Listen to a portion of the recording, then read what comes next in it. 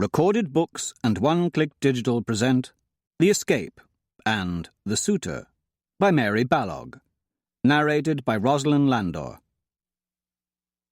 And now, The Escape. Chapter 1. The hour was approaching midnight, but no one was making any move to retire to bed. "You are going to find it mighty peaceful around here after we have all left, George," Ralph Stockwood, Earl of Berwick, remarked. "It will be quiet, certainly." The Duke of Stanbrook looked about the circle of 6 guests gathered in the drawing-room at Penderys Hall, his country home in Cornwall, and his eyes paused fondly on each of them in turn before moving on. "Yes, and peaceful too, Ralph. But I am going to miss you all damnably." "You will be counting your blessings, George," said Flavian Arnott, Viscount Ponsonby, "as soon as you realise you will not have to listen to Vince scraping away on his violin for another whole year, or the cats howling in ecstasy along with the music it creates." Vincent Hunt, Viscount Darley, added. "You might as well mention that too, Flav. There is no need to consider my sensibilities." "You play with a great deal more competence than you did last year, Vincent," Imogen Hayes, Lady Berkeley, assured him. "By next year, I do not doubt you will have improved even further. You are a marvel and an inspiration to us all." "I may even dance to one of your tunes one of these days, provided it is not too sprightly, Vince." Sir Benedict Harper looked ruefully at the 2 canes propped against the arm of his chair. "You are not by any chance harbouring a hope that we will all decide to stay a year or 2 longer instead of leaving tomorrow, George?" Hugo Eames, Lord Trentham, asked, sounding almost wistful. "I have never known 3 weeks to pass by so quickly. We arrived here, we blinked, and now it is time to go our separate ways again." "George is far too polite to say a bald no, Hugo," Flavian told him. "But life calls us hence, alas." They were feeling somewhat maudlin, the 7 of them, the members of the self-styled Survivors' Club. Once they had all spent several years here at Penderys, recuperating from wounds sustained during the Napoleonic Wars.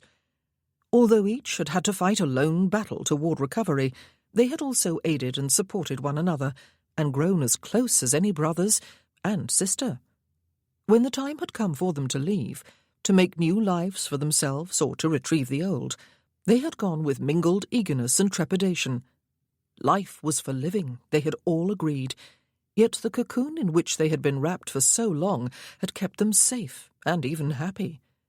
They had decided that they would return to Cornwall for a few weeks each year to keep alive their friendship, to share their experiences of life beyond the familiar confines of Penderys, and to help with any difficulty that may have arisen for one or more of them. This had been the 3rd such gathering, but now it was over for another year, or would be on the morrow. Hugo got to his feet and stretched, expanding his already impressive girth, none of which showed anything to fat. He was the tallest and broadest of them, and the most fierce-looking, with his close-cropped hair and frequent frown. "The devil of it is that I do not want to put an end to any of this," he said. "But if I am to make an early start in the morning, then I had better get to bed." It was the signal for them all to rise. Most had lengthy journeys to make, and hoped for an early departure. Sir Benedict was the slowest to get to his feet. He had to gather his canes to his sides, slip his arms through the straps he had contrived, and haul himself painstakingly upward. Any of the others would have been glad to offer a helping hand, of course, but they knew better than to do so. They were all fiercely independent, despite their various disabilities. Vincent, for example, would leave the room and climb the stairs to his own chamber unassisted, despite the fact that he was blind. On the other hand, they would all wait for their slower friend and match their steps to his as they climbed the stairs. "Pretty soon, Ben," Flavian said. "You are going to be able to do that in under a minute." "Better than 2, as it was last year," Ralph said. "That really was a bit of a yawn, Ben." They would not resist the urge to jab at him and tease him, except perhaps Imogen. Even 2 is remarkable for someone who was once told he must have both legs amputated if his life was to be saved, she said. You are depressed, Ben. Hugo paused mid-stretch to make the observation. Benedict shot him a glance. Just tired. It is late, and we are at the wrong end of our 3-week stay. I always hate goodbyes. No, Imogen said. There was more than that. Ben, Hugo is not the only one to have noticed. We all have, but it has never come up during our nightly sessions. They had sat up late most nights during the past 3 weeks, as they did each year, sharing some of their deeper concerns and insecurities, and triumphs. They kept few secrets from one another. There were always some, of course. One soul could never be laid quite bare to another person, no matter how close a friend. Ben had held his own soul close this year. He had been depressed. He still was. He felt chagrined, though, that he had not hidden his mood better. Perhaps we are intruding where no help or sympathy is wanted, the Duke said. Are we, Benedict? Or shall we sit back down and discuss it? After I have just made the Herculean effort to get up, and when everyone is about to totter off to bed in order to look fresh and beautiful in the morning. Ben laughed, but no one else shared his amusement. You are depressed, Ben, Vincent said. Even I have noticed. The others all sat again, and Ben, with a sigh, resumed his own seat. He had so nearly got away with it. No one likes to be a whiner, he told them. Whiners are dead balls. Agreed, George smiled. But you have never been a whiner, Benedict. None of us has. The rest of us would not have put up with it. Admitting problems, asking for help, or even just for a friendly ear is not whining. It is merely drawing upon the collective sympathies of people who know almost exactly what you are going through. Your legs are paining you, are they?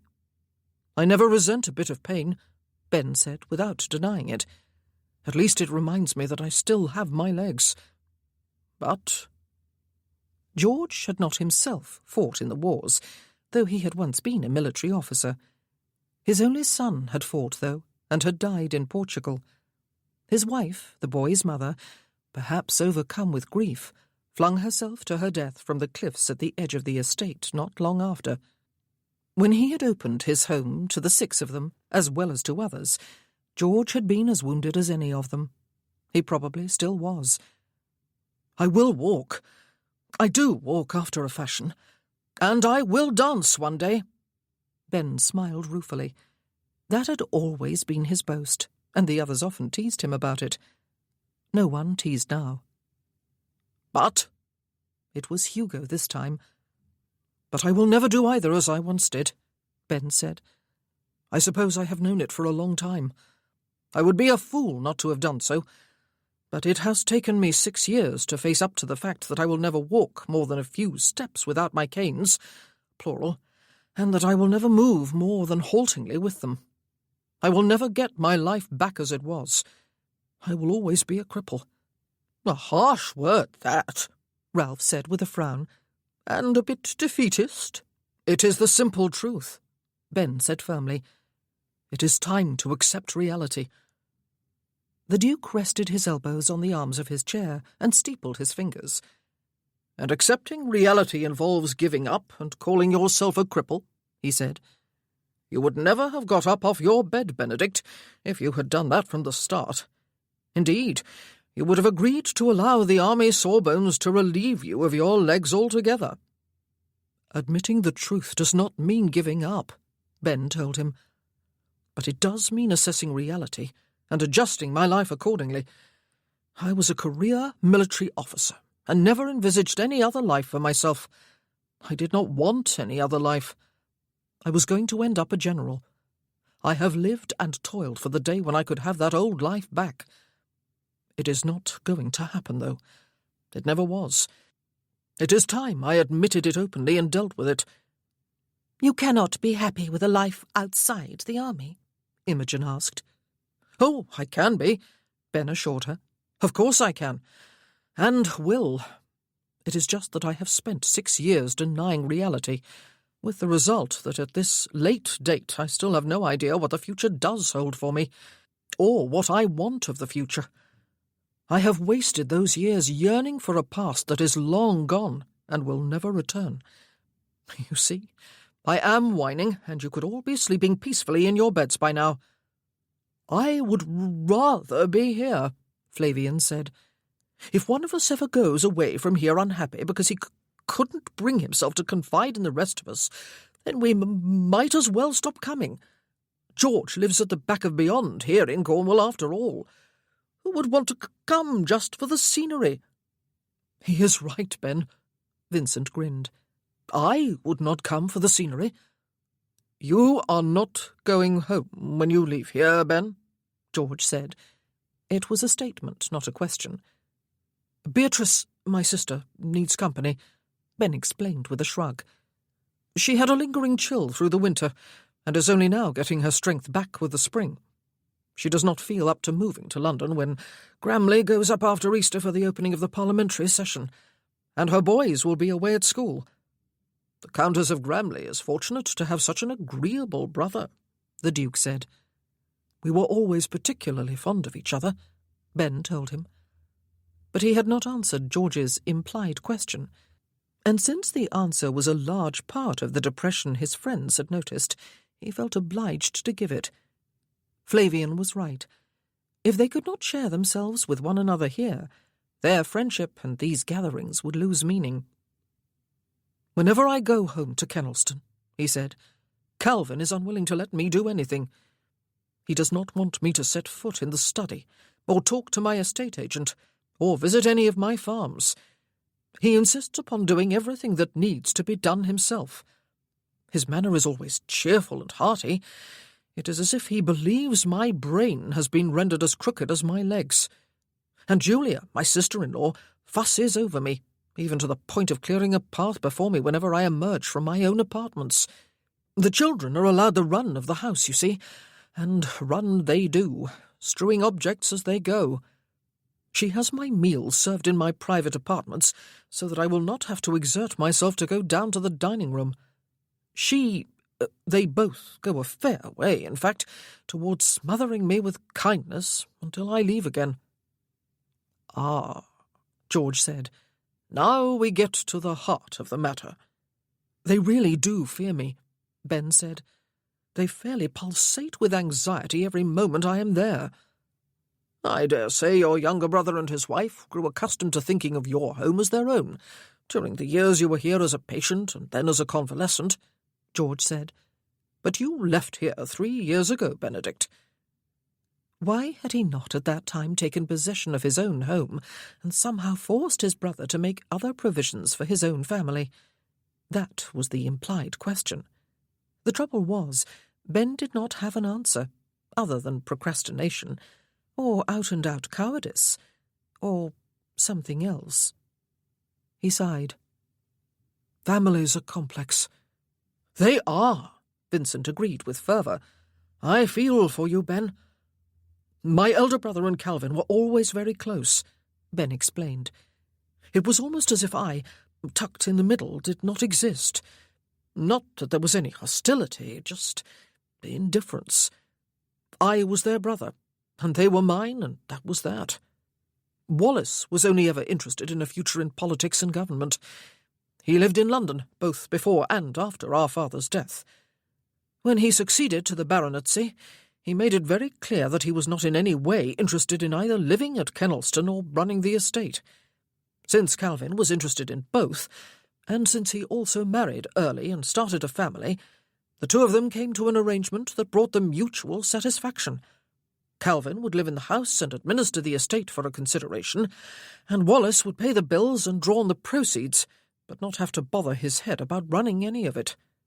Calvin did not expect, none of us did, that a loaded cart would topple onto Wallace near Covent Garden and kill him outright. It was too bizarre. That happened just a short while before I was wounded. I was not expected to survive either. Even after I was brought back to England, and then here, I was not expected to live. You did not expect it, George, did you? On the contrary, the Duke said. I looked into your eyes the day you were brought here, Benedict, and knew you were too stubborn to die. I almost regretted it. I have never seen anyone suffer more pain than you. Your younger brother assumed then that the title and fortune and Kennelston itself would soon be entirely his. It must have been a severe blow to him, Ben said with a rueful smile, when I lived. I am sure he has never forgiven me, though that makes him sound malicious, and really he is not. When I am away from home, he can carry on as he has since our father died. When I am there, he no doubt feels threatened, and with good reason. Everything is mine by law, after all, and if Kennelston is not to be my home, where will be? That was the question that had been plaguing him for 3 years. My home is full of female relatives who love me to distraction, Vincent said. They would breathe for me if they could. They do everything else, or so it seems. And soon, I have already heard the rumblings of it, they are going to be forcing potential brides on me, because a blind man must need a wife to hold his hand through all the dark years that remain to him. My situation is a little different from yours, Ben, but there are similarities. One of these days I am going to have to put my foot down and become master of my own house. But how to do it is the problem. How do you talk firmly to people you love? Ben sighed and then chuckled. You are exactly right, Vince, he said. Perhaps you and I are just a couple of dithering weaklings. But Calvin has a wife and 4 children to provide for, while I have no one besides myself. And he is my brother. I do care for him, even if we were never close. It was a sheer accident of birth that made him the 3rd-born son and me the 2nd. You feel guilty for having inherited the baronetcy, Ben? Flavian asked. I never expected it, you see, Ben explained. There was no one more robust or full of life than Wallace. Besides, I never wanted to be anything but a military officer. I certainly never expected Kennelston to be mine. But it is, and I sometimes think that if I could simply go there and immerse myself in running the estate, perhaps I would finally feel settled, and would proceed to live happily ever after. But your home is occupied by other people, Hugo said. I would go in there for you if you wanted, Ben, and clear them all out.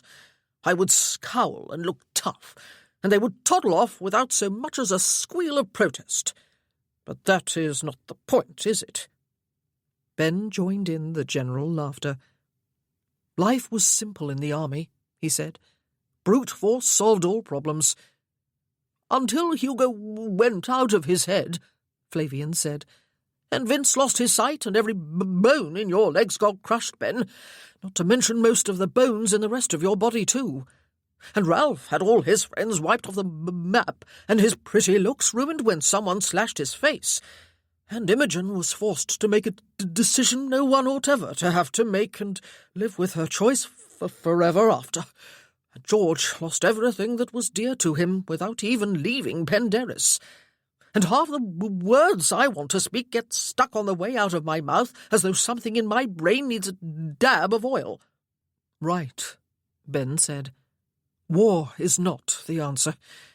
Life only seemed simpler in those days. But I am keeping you all from your beauty rest. You will all be wishing me to Hades.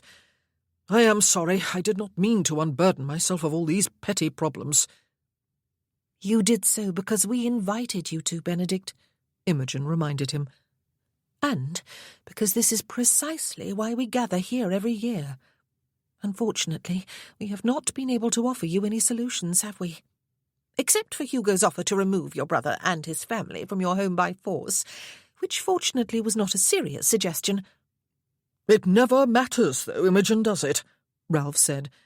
No one can ever solve anyone else's problems, but it always helps just to unburden oneself to listeners who really listen and know that glib answers are worthless. You are depressed, then, Benedict, the Duke said. Partly because you have accepted the permanent nature of the limitations of your own body, but do not yet know where this acceptance will lead you. And partly because you have not yet accepted that you are no longer the middle brother of 3, but the elder of 2, with certain decisions to make that you never expected. I do not fear that you will despair. It is not in your nature. I believe my ears are still ringing from the curse words you used to bellow out when the pain threatened to get past your endurance in the early days. You could have achieved the peace of death then, if you had only had the good sense to despair. You have only upward to go then. You have, perhaps, rested upon a plateau overlong. Moving off it can be a frightening thing. It can also be an exciting challenge. "Have you been rehearsing that speech all day, George?" Flavian asked. "I feel we ought to stand and applaud." "It was quite spontaneous, I assure you," the Duke said, "but I am rather pleased with it. I had not realized I was so wise, or so eloquent. It must be time for bed." He laughed with the rest of them. Ben positioned his canes and went through the slow rigmarole of getting to his feet again, while everyone else stood. Nothing had changed in the last hour, he thought, as he made his slow way upstairs to his bedchamber, Flavian at his side, the others a little ahead of them. Nothing had been solved, but somehow he felt more cheerful, or perhaps merely more hopeful. Now that he had said it aloud, that his disabilities were permanent, and he must carve out a wholly new life for himself, he felt more able to do something, to create a new and meaningful future, even if he had no idea yet what it would be. But at least the immediate future was taken care of, and did not involve one of those increasingly awkward and depressing visits to his own home. He would start out for County Durham in the north of England tomorrow, and stay for a while with his sister. He looked forward to it. Beatrice, 5 years his senior, had always been his favourite sibling. While there with her, he would give some serious thought to what he was going to do with the rest of his life. He would make some plans, some decisions, something definite and interesting and challenging, something to lift him out of the depression that had hung over him like a grey cloud for far too long. There would be no more drifting. There was really something rather exhilarating about the thought that the rest of his life was his for the making.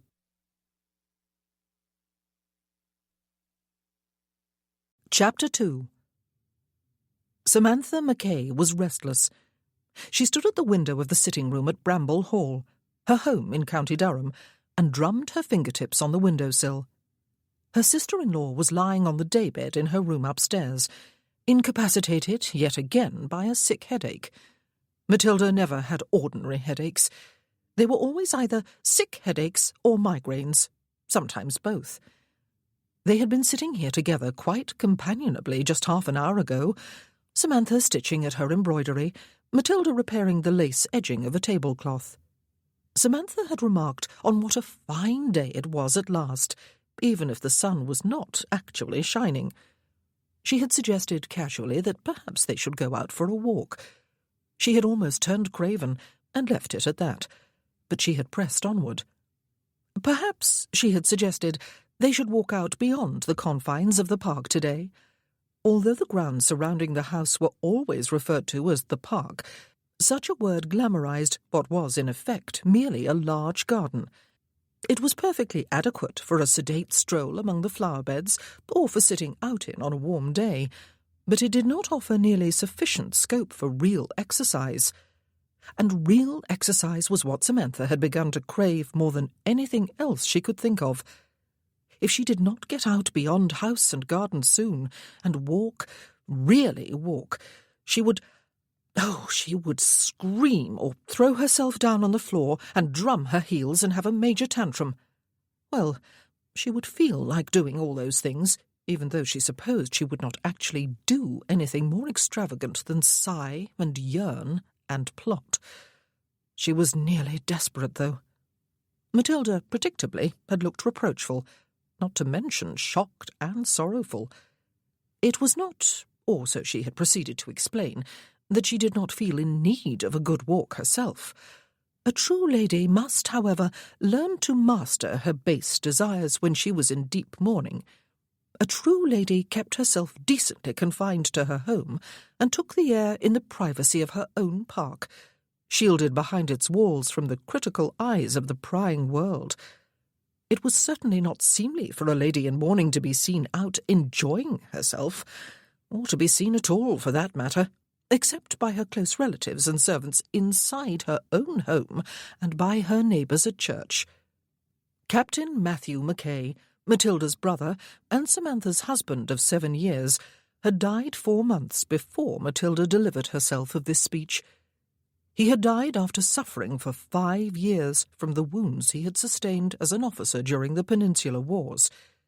He had needed constant tending during those years, or rather, he had demanded constant tending, and the role of nurse had fallen to Samantha's almost exclusive lot, since he would admit no one else to the sick room except his valet and the physician. She had hardly known what it was to sleep for a whole night, or to have more than an hour here and there outside the sick room during the day. She had almost never had the chance to go beyond the garden walls. Even a stroll in the garden had been a rare treat. Matilda had come to Bramble Hall for the final couple of months of her brother's life, after Samantha had written to her father-in-law, the Earl of Heathmore, at Leyland Abbey in Kent, to inform him that the physician believed the end was near. But the burden of care upon Samantha's shoulders had not been lightened, partly because by that time Matthew really had needed her, and partly because he could not stand the sight of Matilda, and always told her quite bluntly when she appeared in his room to take herself off and keep her Friday face out of his sight. Samantha had been very close to the point of collapse by the time Matthew died. She had been exhausted and numb and dispirited. Her life had felt suddenly empty and colourless. She had had no will to do anything, even to get up in the morning, or clothe herself, or brush her hair, even to eat. It was no wonder she had allowed Matilda to take charge of everything, though she had written to her father-in-law herself within an hour of his son's death. Matilda had insisted that the second son of the Earl of Heathmore be mourned according to the strictest rules of propriety, though she had not needed to insist. Samantha had put up no fight. It had not even occurred to her that she might, or that the rules of which Matilda spoke were excessive as well as oppressive. She had allowed herself to be decked out from head to toe in what must surely be the heaviest and gloomiest mourning garments ever fashioned. She had not even insisted upon being fitted for the new clothes. She had allowed herself to be cloistered within her home, the curtains always more than half drawn across the windows out of respect for the dead. She had allowed Matilda to discourage any visitors who made courtesy calls of sympathy from coming again, and to refuse every invitation that was extended to them, even to the most sober and respectable of social gatherings. Samantha had not missed mingling with society, in the form of her neighbours, for the obvious reason that she never had mingled with them.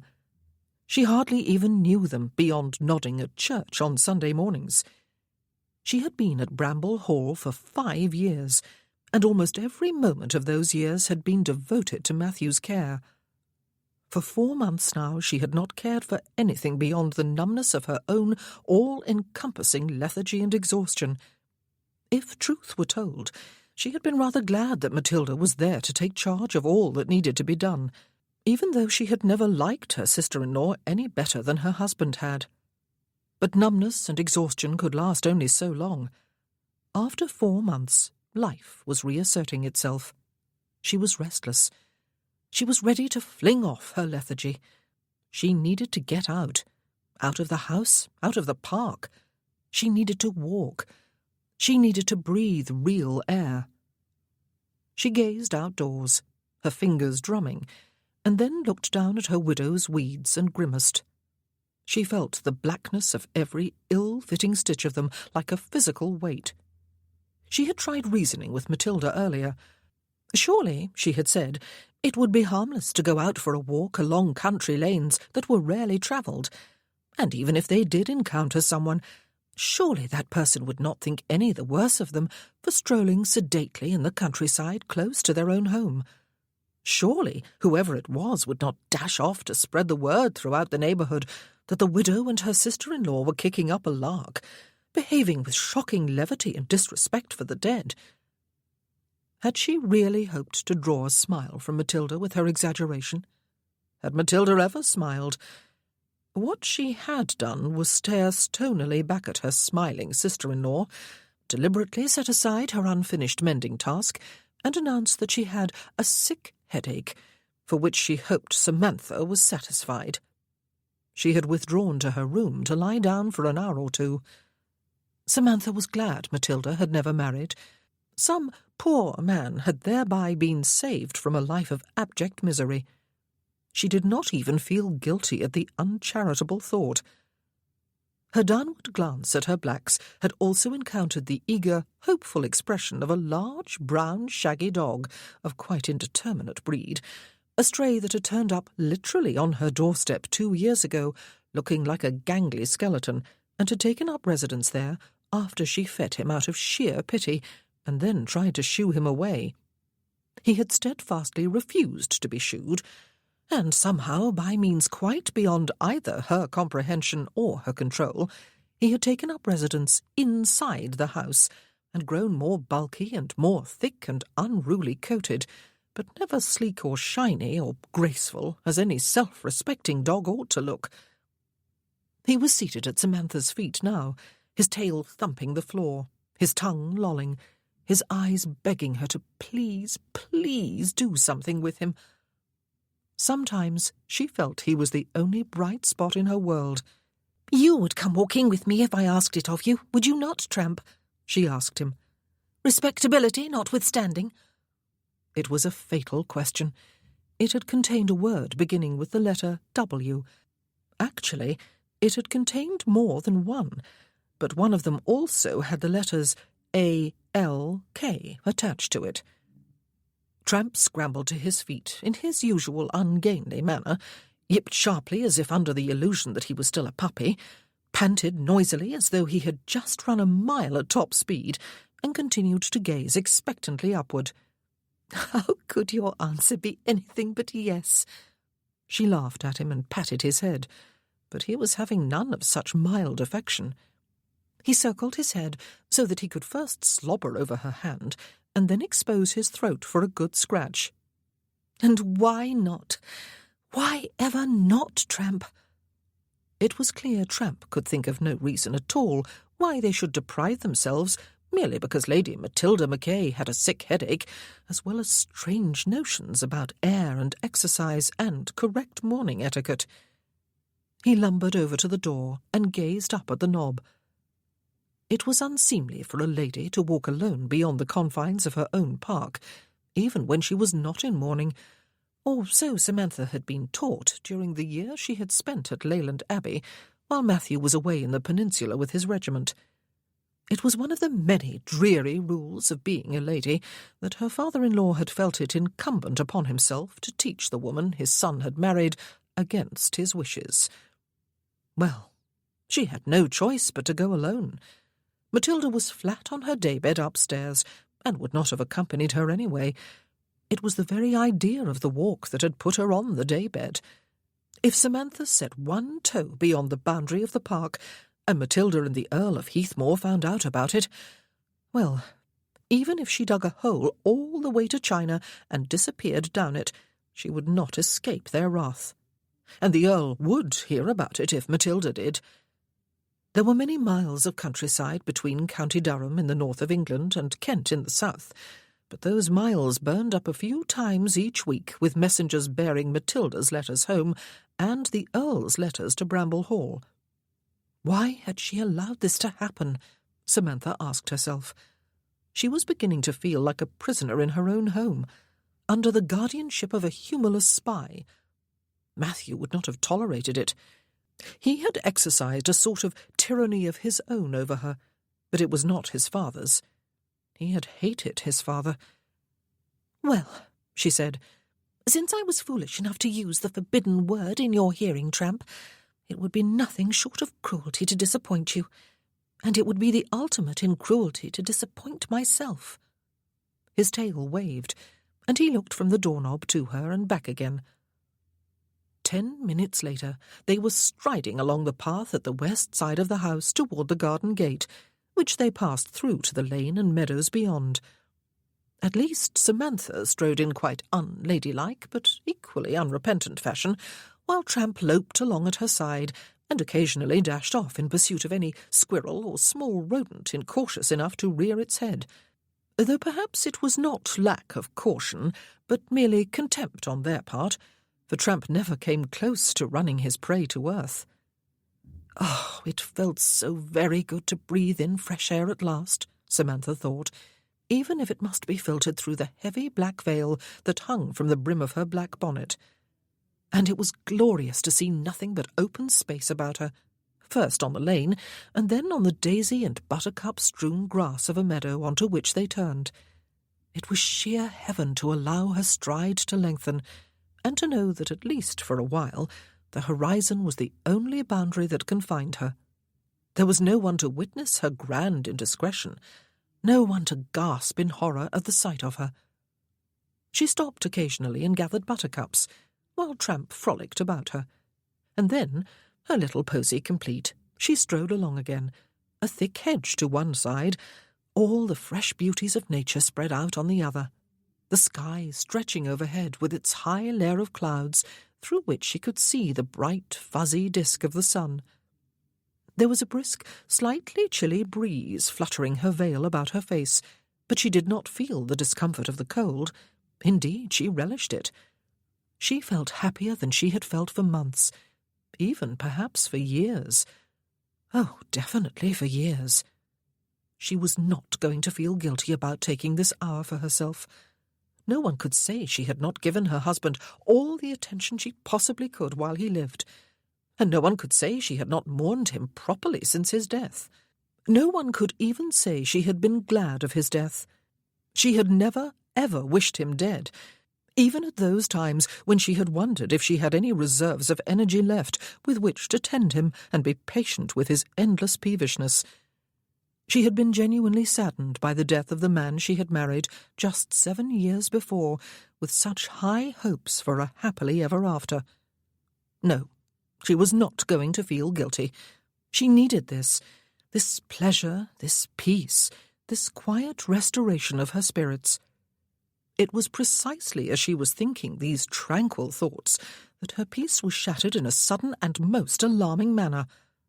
Tramp had just returned with the stick she had thrown for him, and she was bending to retrieve it with one hand while she held her posy in the other, when it seemed that a thunderbolt came crashing down upon them from the heavens, only narrowly missing them.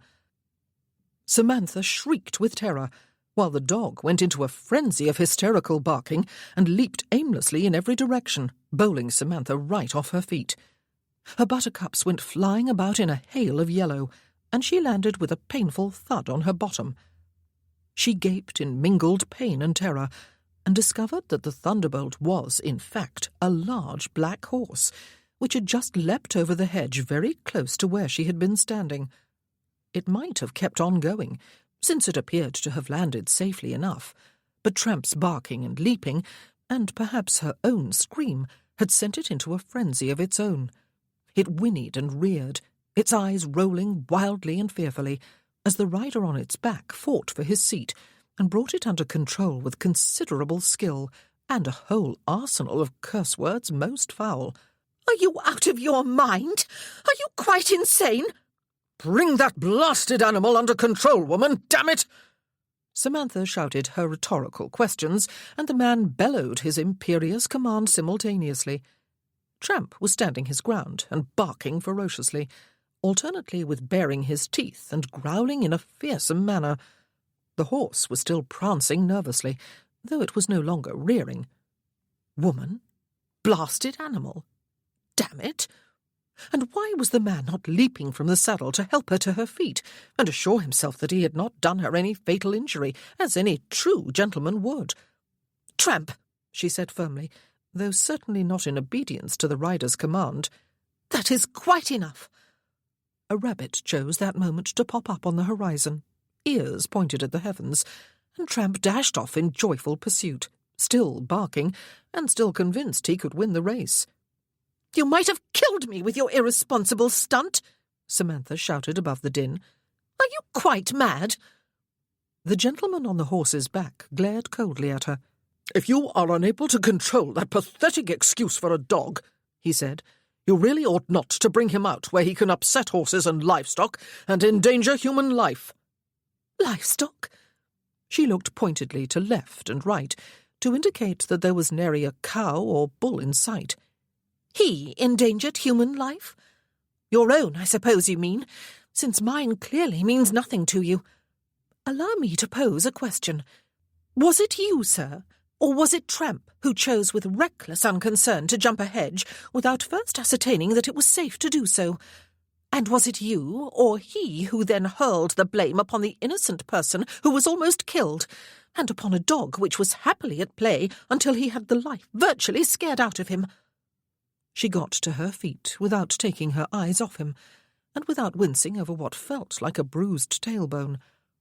Perhaps it was a good thing he had not dismounted to help her up, she thought, as wrath took the place of terror. She might have smacked his face, and that must certainly be against the rules of propriety for a lady, not to mention a widow in deep mourning. His nostrils flared as he listened to her, and his lips compressed into a thin line as he looked down at her as though she were a nasty worm it might have been better that his horse had trodden upon. "I trust," he said with stiff formality, "you have not come to any great harm, ma'am. I assume not, though, since you are quite capable of speech." She narrowed her eyes and bent upon him her most cold and haughty stare, though she was aware that the thickness of her veil probably marred its full effect. Tramp came dashing back without the rabbit. He had stopped barking. She rested a hand on his head as he sat panting beside her, eyeing horse and rider eagerly, as though they might be new friends. Samantha and the rider regarded each other for a few silent moments, which nevertheless bristled with mutual hostility. Then he abruptly touched his whip to the brim of his tall hat, turned his horse, and rode away at a canter without another word, leaving her the clear victor of the field. Well, well! Her bosom still heaved with ire. Woman, indeed! And blasted animal! And, damn it! He was a stranger. At least she thought he was, since she had certainly never set eyes upon him before. A thoroughly disagreeable stranger. She fervently hoped he would keep on riding until he was far, far away and never return. He was no gentleman despite his looks, which suggested the contrary. He had done something unpardonably reckless, with results that might have been fatal had she been standing 6 feet farther to the east. Yet she and Tramp were to blame. And though he had asked, or rather trusted, that she had taken no harm, he had not got down from his saddle to find out at closer quarters. And then he had had the effrontery to assume that she must be unharmed, since she could still talk, as if she was some kind of shrew. It really was a shame that good looks and elegance, and an overall appearance of masculine virility, were wasted on such a nasty, cold, arrogant, villainous sort of man. He was good-looking, she admitted when she thought about him, even if his face was a trifle too lean and angular for true handsomeness. And he was youngish. She guessed he was not much above 30, if he was even that old. He had an impressive vocabulary, almost none of which she would have understood if she had not spent a year with Matthew's regiment before they were sent off to the peninsula. And he had used it in a lady's hearing, without apologizing, as the officers of the regiment had always done quite effusively when they realized they had cursed within half a mile of a lady's ears. She sincerely hoped she would never encounter him again. She might be tempted to give him the full length of her tongue if she did. "Well, pathetic excuse for a dog," she said, looking down at Tramp. "Our one foray into the peace and freedom of the outdoors almost ended in disaster. Behold my posy scattered to the 4 winds. Father-in-law would lecture me for a fortnight if he were to hear about this adventure, especially if he knew I had scolded a gentleman instead of hanging my head meekly and allowing him to scold me. Do not, I pray you, breathe a word of this to Matilda. She would have a migraine and a sick headache combined, after berating me, that is, and writing a long letter home. You do not suppose they can be right, do you, Tramp? That I am not a proper lady, I mean? I suppose my origins are against me, as the Earl of Heathmore was pleased to inform me with tedious regularity once upon a time. But really, woman, and damn it, and you a blasted animal, I have been severely provoked. We have been. Tramp, apparently more forgiving than she, fell into step beside her and refrained from offering an opinion.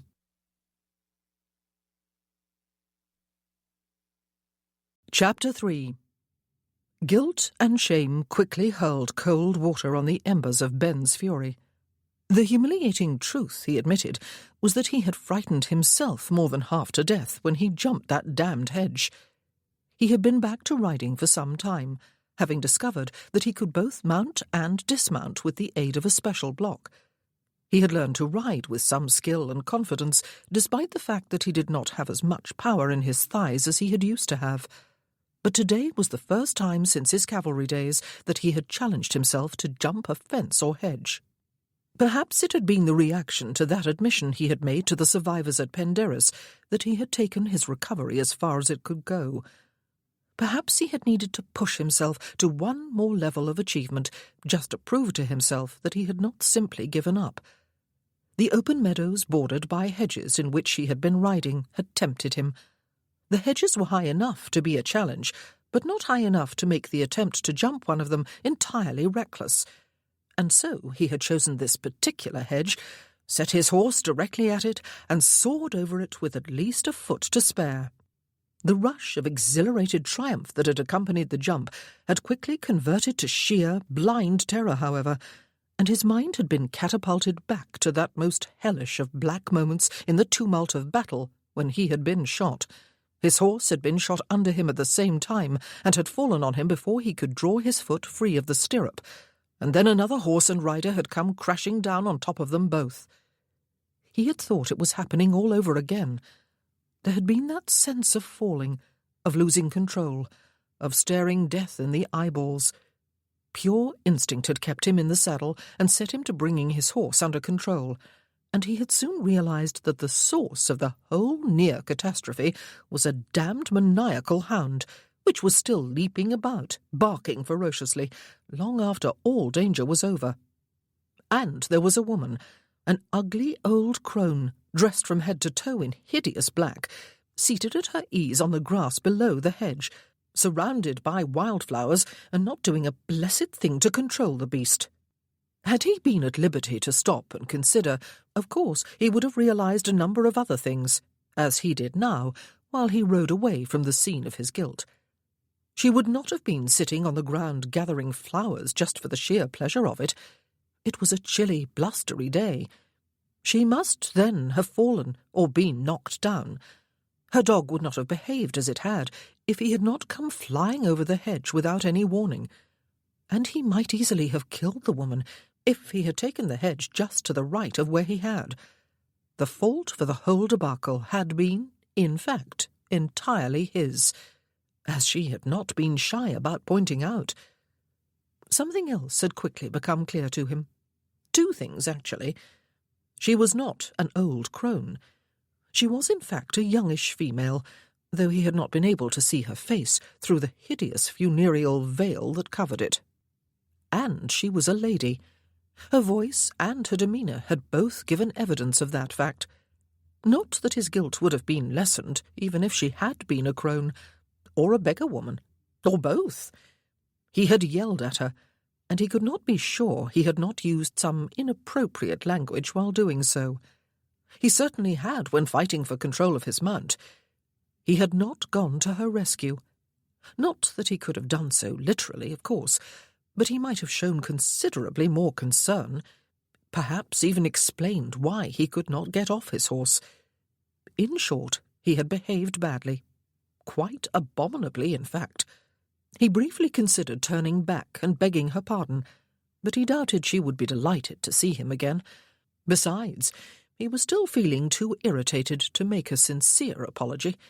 Pray God he never saw the woman again, though he supposed it altogether probable that she lived in the neighbourhood, since she was out on foot with her dog, unescorted, and she was obviously in deep mourning for someone. Good Lord, he had been terrified. How must she have felt when horse and rider erupted over the hedge a mere whisker from where she stood? Yet he had ripped up at her for walking and exercising her dog in a public meadow. After he had ridden into the stables at Robland Park and dismounted, he was still feeling considerably out of sorts. He made his slow way to the house. "Ah, you are back safe, are you?" Beatrice said, looking up from her knotwork as he lowered himself to a chair in the drawing-room. "It concerns me that you insist upon riding alone, Ben, instead of taking a groom with you, as any sensible man in your circumstances would. Oh, I know. You do not have to say it, and I can see your brows knitting together in vexation. I am acting like a mother hen, but with Hector gone to London already and the boys back at school, I have no one to fuss over but you. And I cannot ride with you, as I am still under physician's orders to coddle myself after that chill. Did you have a pleasant ride?" "Very," he said. She rested her work on her lap. "What has ruffled your feathers, then? Apart from my fussing, that is." "Nothing." She raised her eyebrows and resumed her work. "The tea-tray will be here in a moment," she told him. "I dare say you were a bit chilled." "It is not a cold day." She laughed without looking up. "If you are determined to be disagreeable, I shall make a companion of my knots." He watched her for a short while. She wore a lacy cap on her fair hair. It offended him somewhat, though it was a pretty confection. She was only 34, for God's sake, 5 years his senior. She behaved like a matron, which was exactly what she was, he supposed. It was longer than 6 years since he had been wounded, and sometimes it seemed that time had stood still since then, except that it had not. Everything and everyone had moved on, and that was, of course, part of his recently acknowledged problem, for he had not.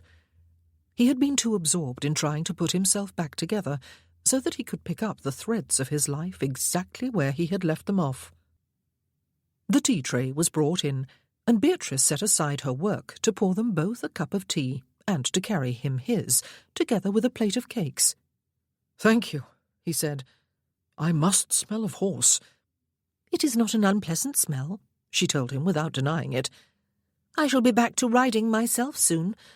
The doctor will be calling here tomorrow for the final time, it is to be hoped. I feel perfectly restored to health. Relax there for a while before you go to change your clothes."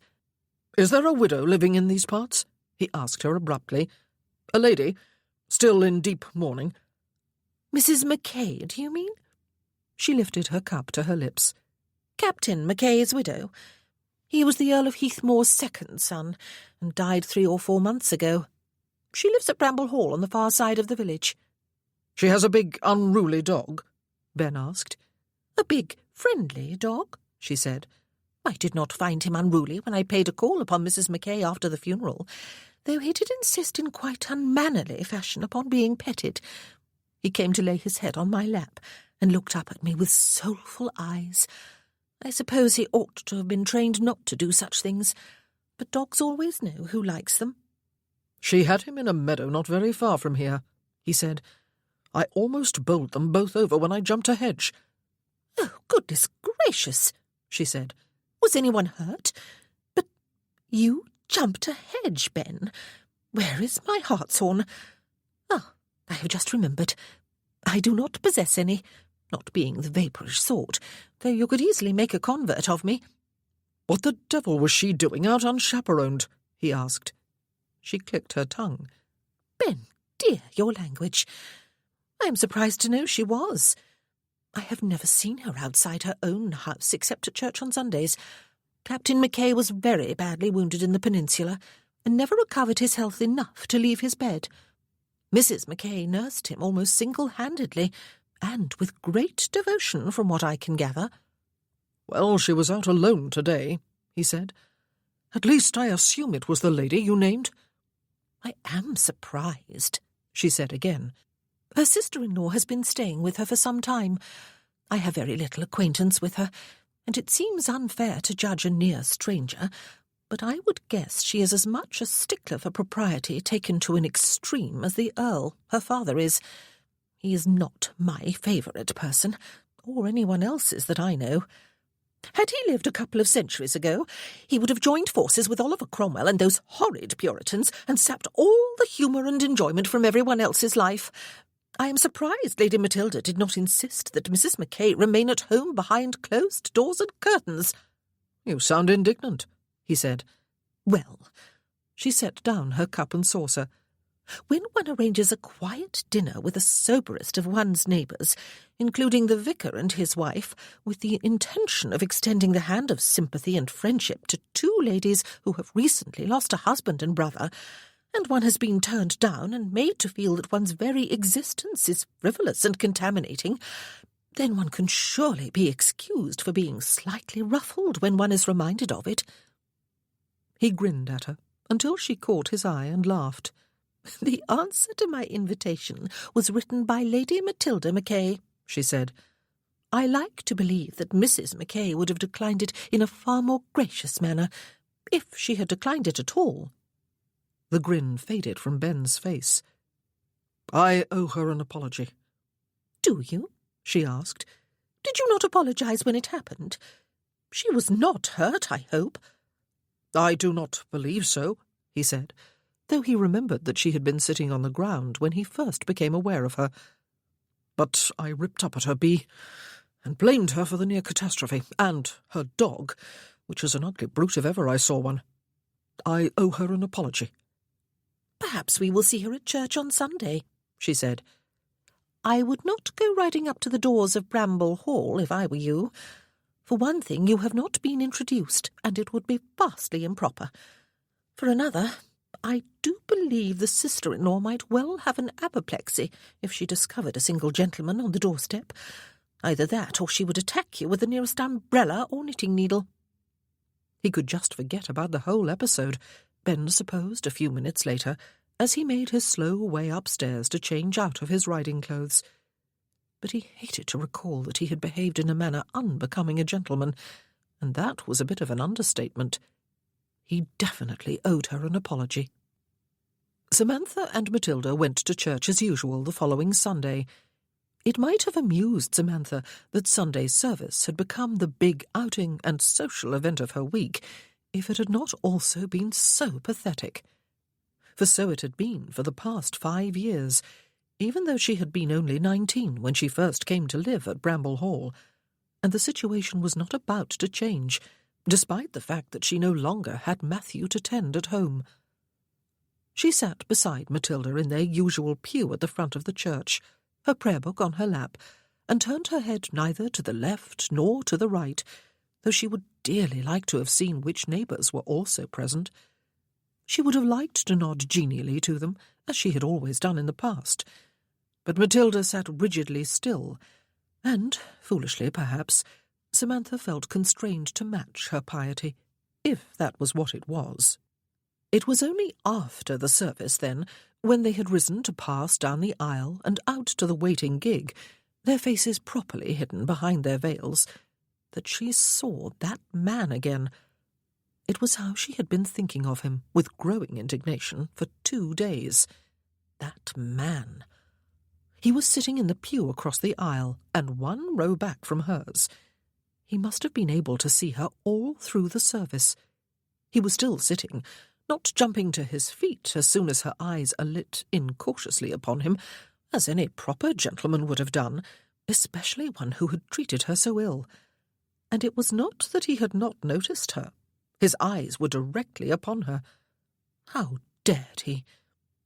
He was not wearing his hat inside the church. His face was narrow and angular, as she had observed at their first meeting. He had a straight, finely chiselled nose, and slightly hollowed cheeks, a firm chin, and hard blue eyes beneath mid-brown hair. He must have been exceedingly handsome in his youth. He was not a youth now, though. It was hard to guess his age, but his face bore evidence of having looked upon a great deal of hard living, perhaps of suffering. It was still handsome, however, she conceded grudgingly, perhaps the more so for not being boyish. It would have been more satisfying if he had been ugly. All villains ought to look the part.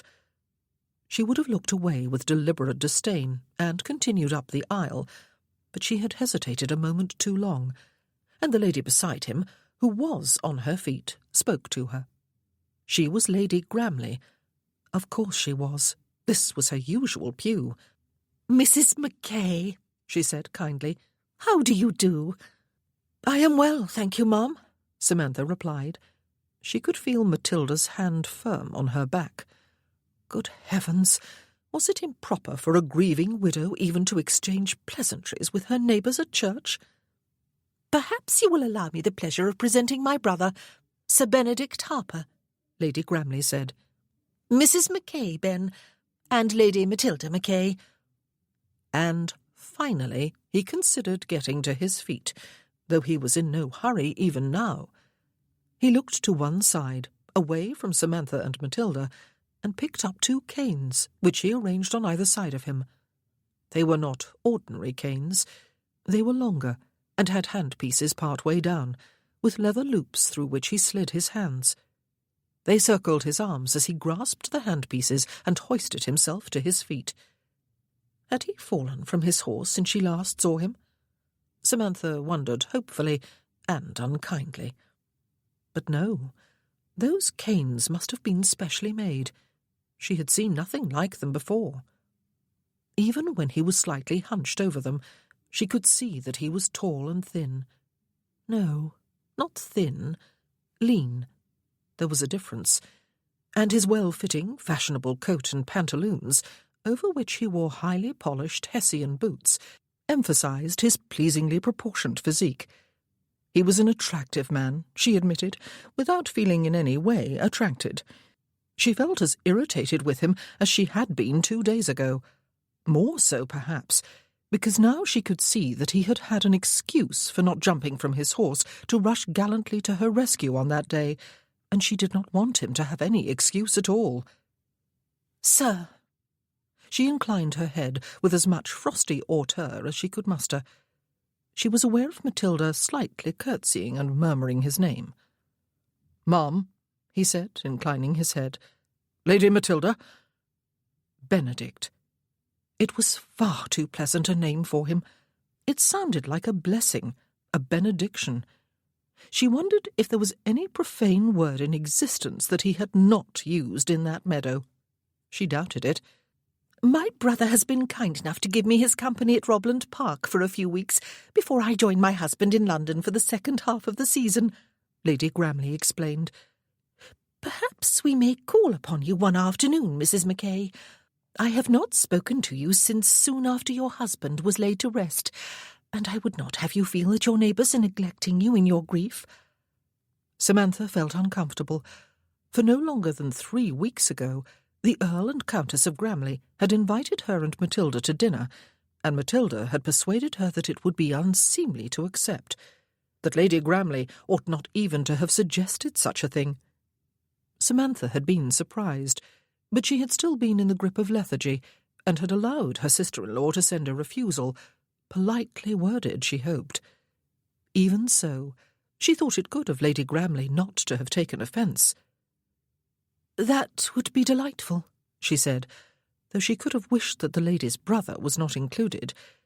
But perhaps she could suffocate him with courtesy if he came, and show him what true gentility was. It would be a fitting revenge. It was more likely, though, that he would make an excuse not to come. "We will look forward to it, will we not, Matilda?" "We are still in deep mourning, ma'am," Matilda reminded Lady Gramley, as if their heavy blacks were not hint enough. "However, there can be no objection to receiving an occasional afternoon call from a genteel neighbour."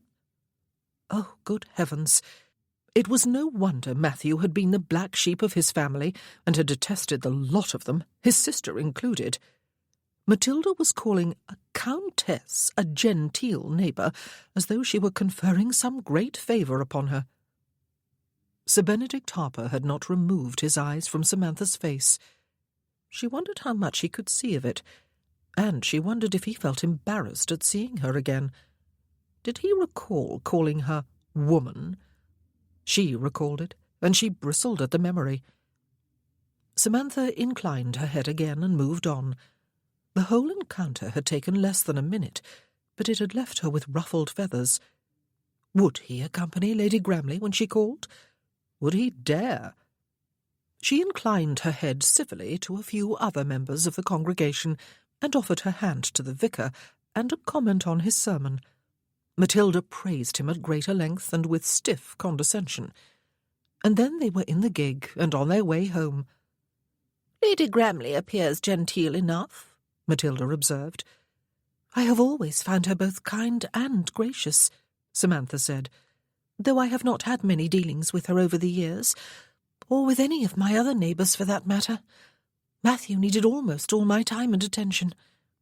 "Sir Benedict Harper is crippled," Matilda said, "but not bedridden.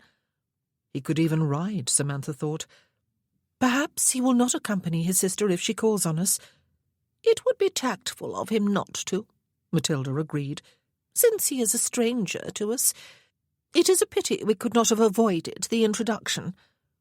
For once, Samantha was in accord with her sister-in-law. It did not happen often.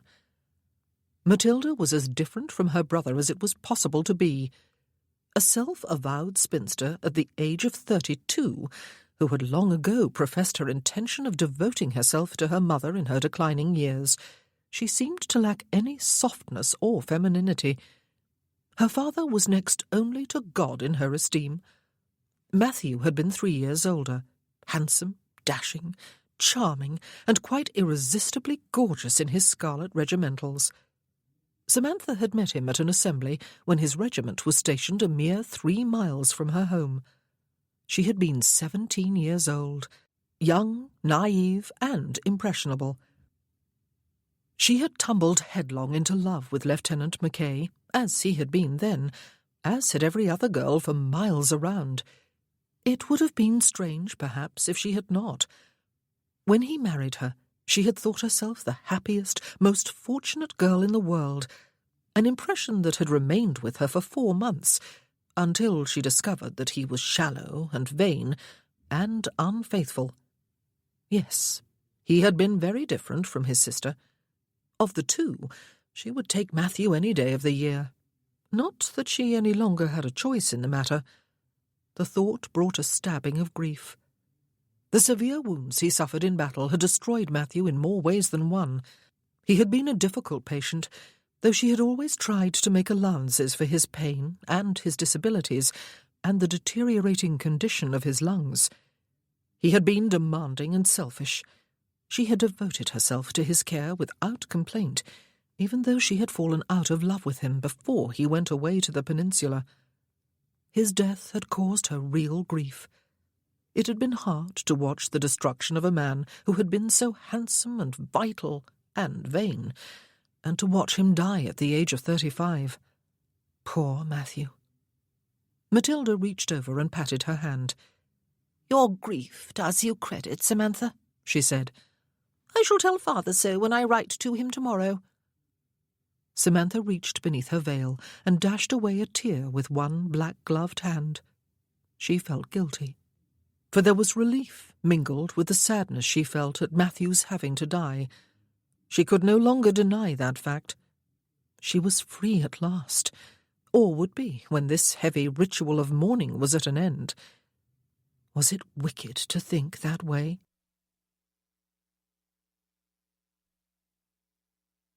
Chapter 4.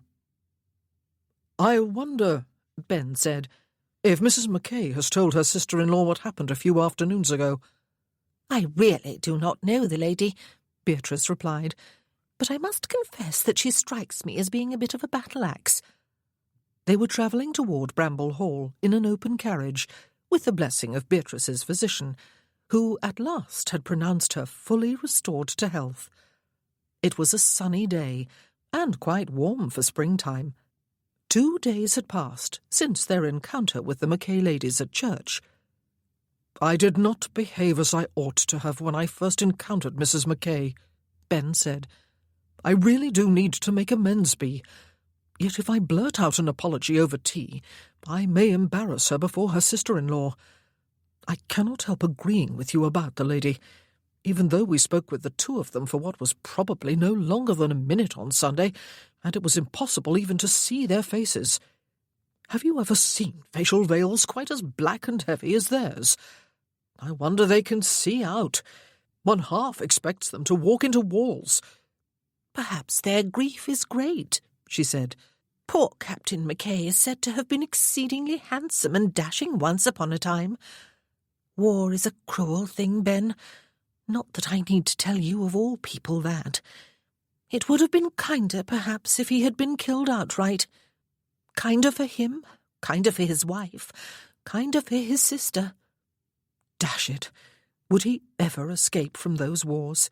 Ben thought irritably. What damnable fate was it that had set him to jumping that particular hedge at that particular moment on that particular day, when he had jumped nothing on horseback in longer than 6 years? And what had led Mrs. McKay to walk just there, when apparently she had scarcely set foot outside her own home since she moved there with her invalid husband 5 or 6 years ago? Fate? He very much doubted it. And if it was, then fate was a damnably weird thing. This visit he was about to pay was the last thing on earth he wished to be doing. One did not like to be caught out in ungentlemanly conduct, and one did not like having to beg pardon of the offended party, especially when she was as cold and haughty as Captain McKay's widow appeared to be. "If I see even the glimmering of an opportunity," Beatrice promised, as the carriage drew to a halt outside the front doors of Bramble Hall, "I will draw Lady Matilda away, or at least out of earshot, Ben, so that you may make your peace with Mrs. McKay." There was an instant response to the rap of the knocker against the door, in the form of a deep, excited barking from within. The unruly hound, no doubt. Bramble Hall was a solid stone house, a manor more than a mansion, but of pleasing proportions, and set in gardens that were well tended, even if not extensive. The interior, too, was handsome, Ben soon discovered, though the hall was panelled in dark wood, and the sitting-room into which they were shown was scarcely any lighter, since the dark wine-velvet curtains were more than half drawn over the windows. The furniture was old and heavy, and predominantly a dark brown. Dark-toned landscape paintings hung on the papered walls. The ladies rose to their feet as the butler announced their visitors. They both, of course, wore black dresses that covered them from neck to wrists to ankles. Lady Matilda was also wearing a black lacy cap over her fair hair, tied in a neat black bow beneath her chin. Ben wondered uncharitably that she had not dyed her hair black. Mrs. McKay's head was uncovered. Her very dark, glossy hair was styled in a tight coronet of braids about the crown of her head, the rest combed smooth, without a suggestion of a curl or ringlet to soften the severity. Her eyes were very dark, too, and large and long-lashed, her nose straight, her mouth generous and full-lipped, her skin dark-toned. She almost undoubtedly had some foreign blood in her veins, though he could not place her origin. Spain, Italy, Greece. Her dress was of some heavy, rather stiff fabric, and was ill-fitting and unbecoming. Nevertheless, it could not hide the fact, as her cloak had done on both previous occasions he had seen her, that she was generously curved and voluptuous of figure. She had the height to carry it, too. He had expected her to be ugly. She had looked ugly through her veil. She was, to the contrary, utterly, stunningly beautiful, and younger than he had estimated. His impression of both ladies was gathered in a moment. Fortunately, he was prevented from staring over long by the infernal hound, which looked every bit as ugly now as he had in the meadow a few days ago. He was prancing about them in the sort of orgy of undiscipline one might expect of an untrained puppy, but not of a grown dog that lived inside the house. He seemed undecided whether to be ecstatic that they had come to visit, or offended that they had dared trespass upon his domain. However, he seemed altogether willing to give them the benefit of the doubt, if they showed the slightest tendency to play with him. Beatrice laughed and patted his head. "What a lovely welcome," she said. "Hush, dog," Lady Matilda commanded, to no effect. "Samantha, do have him removed." "Sit, tramp," Mrs. Mackay said, "or you are going to have to be banished to outer darkness." The dog did not sit, but he did stop his prancing to look up at his mistress, panting, tongue lolling, and then he padded off to plop himself down in the shaft of daylight that beamed through the narrow gap in the curtains, his ears cocked lest he miss someone offering further entertainment. Wretched hound! Without him, Ben might well have cleared that hedge and ridden back to Robland without even realizing that he had frightened the devil out of a lady and narrowly missed killing her. He would not even have known that an apology was in order, and he would have glanced at those two black-shrouded females in church with absolutely no wish whatsoever of making their acquaintance. "Lady Gramley," Mrs. Mackay said, stepping forward to offer a hand to her guest. "I do beg your pardon for Tramp's bad manners. How kind of you to call upon us. You were not very well the last time you did so, I recall. I was touched that you came at all. I do hope you have recovered your health. We have been very dull with only each other for company, have we not, Matilda?" She turned to Ben, after Bee had assured her that she had made a full recovery from her stubborn chill. Mrs. Mackay's expression changed imperceptibly from warmly welcoming to coolly gracious, as she shook his hand too. "Sir Benedict," she said, "it was good of you to accompany your sister. Do have a seat." She glanced at his canes, but did not try to steer him to a chair, he was relieved to discover. Some people did. A polite conversation ensued before a tea-tray was brought in. Mrs. Mackay poured, and her sister-in-law carried the tea and a plate of sweet biscuits to their guests. The dog came and snuffled first at Beatrice and then at Ben. He seemed to prefer the latter, even though Bee patted his head again, and Ben most decidedly did not. He plopped down at Ben's feet and rested his chin on one of Ben's boots. The animal must be as thick as a plank. Had not Bee said he knew who liked him? "Samantha," Lady Matilda said, "do call a servant to remove that dog. He really ought not to be allowed to roam at will, especially when you are entertaining visitors. You know my thoughts on the matter." He must be the ugliest dog in creation, and Ben had certainly not taken kindly to his decision to favour him with his company. Yet when it came to a choice between a battle-axe of a woman— yes, he had decided Bee had hit upon quite the right description of Lady Matilda Mackay, on the one hand, and a gangly, drooling, undisciplined, undiscerning dog on the other, the decision was not even difficult. "If the dog— Tramp, is it— is no bother to Mrs. Mackay," he said, "he certainly is not to me, Lady Matilda. I beg you to allow him to remain where he is." Mrs. Mackay shot him a glance that defied interpretation. Suspicion? Resentment? Reproach? It was surely not gratitude. Quinn, Ben's valet, would probably be polishing dog drool off his boot tonight, and not looking too happy about it. "He appeared on my doorstep 2 years ago," Mrs. Mackay explained. "A determined, decrepit vagabond who would not go away even after I had fed him. My husband said, quite rightly, I suppose, that he would not go away because I had fed him.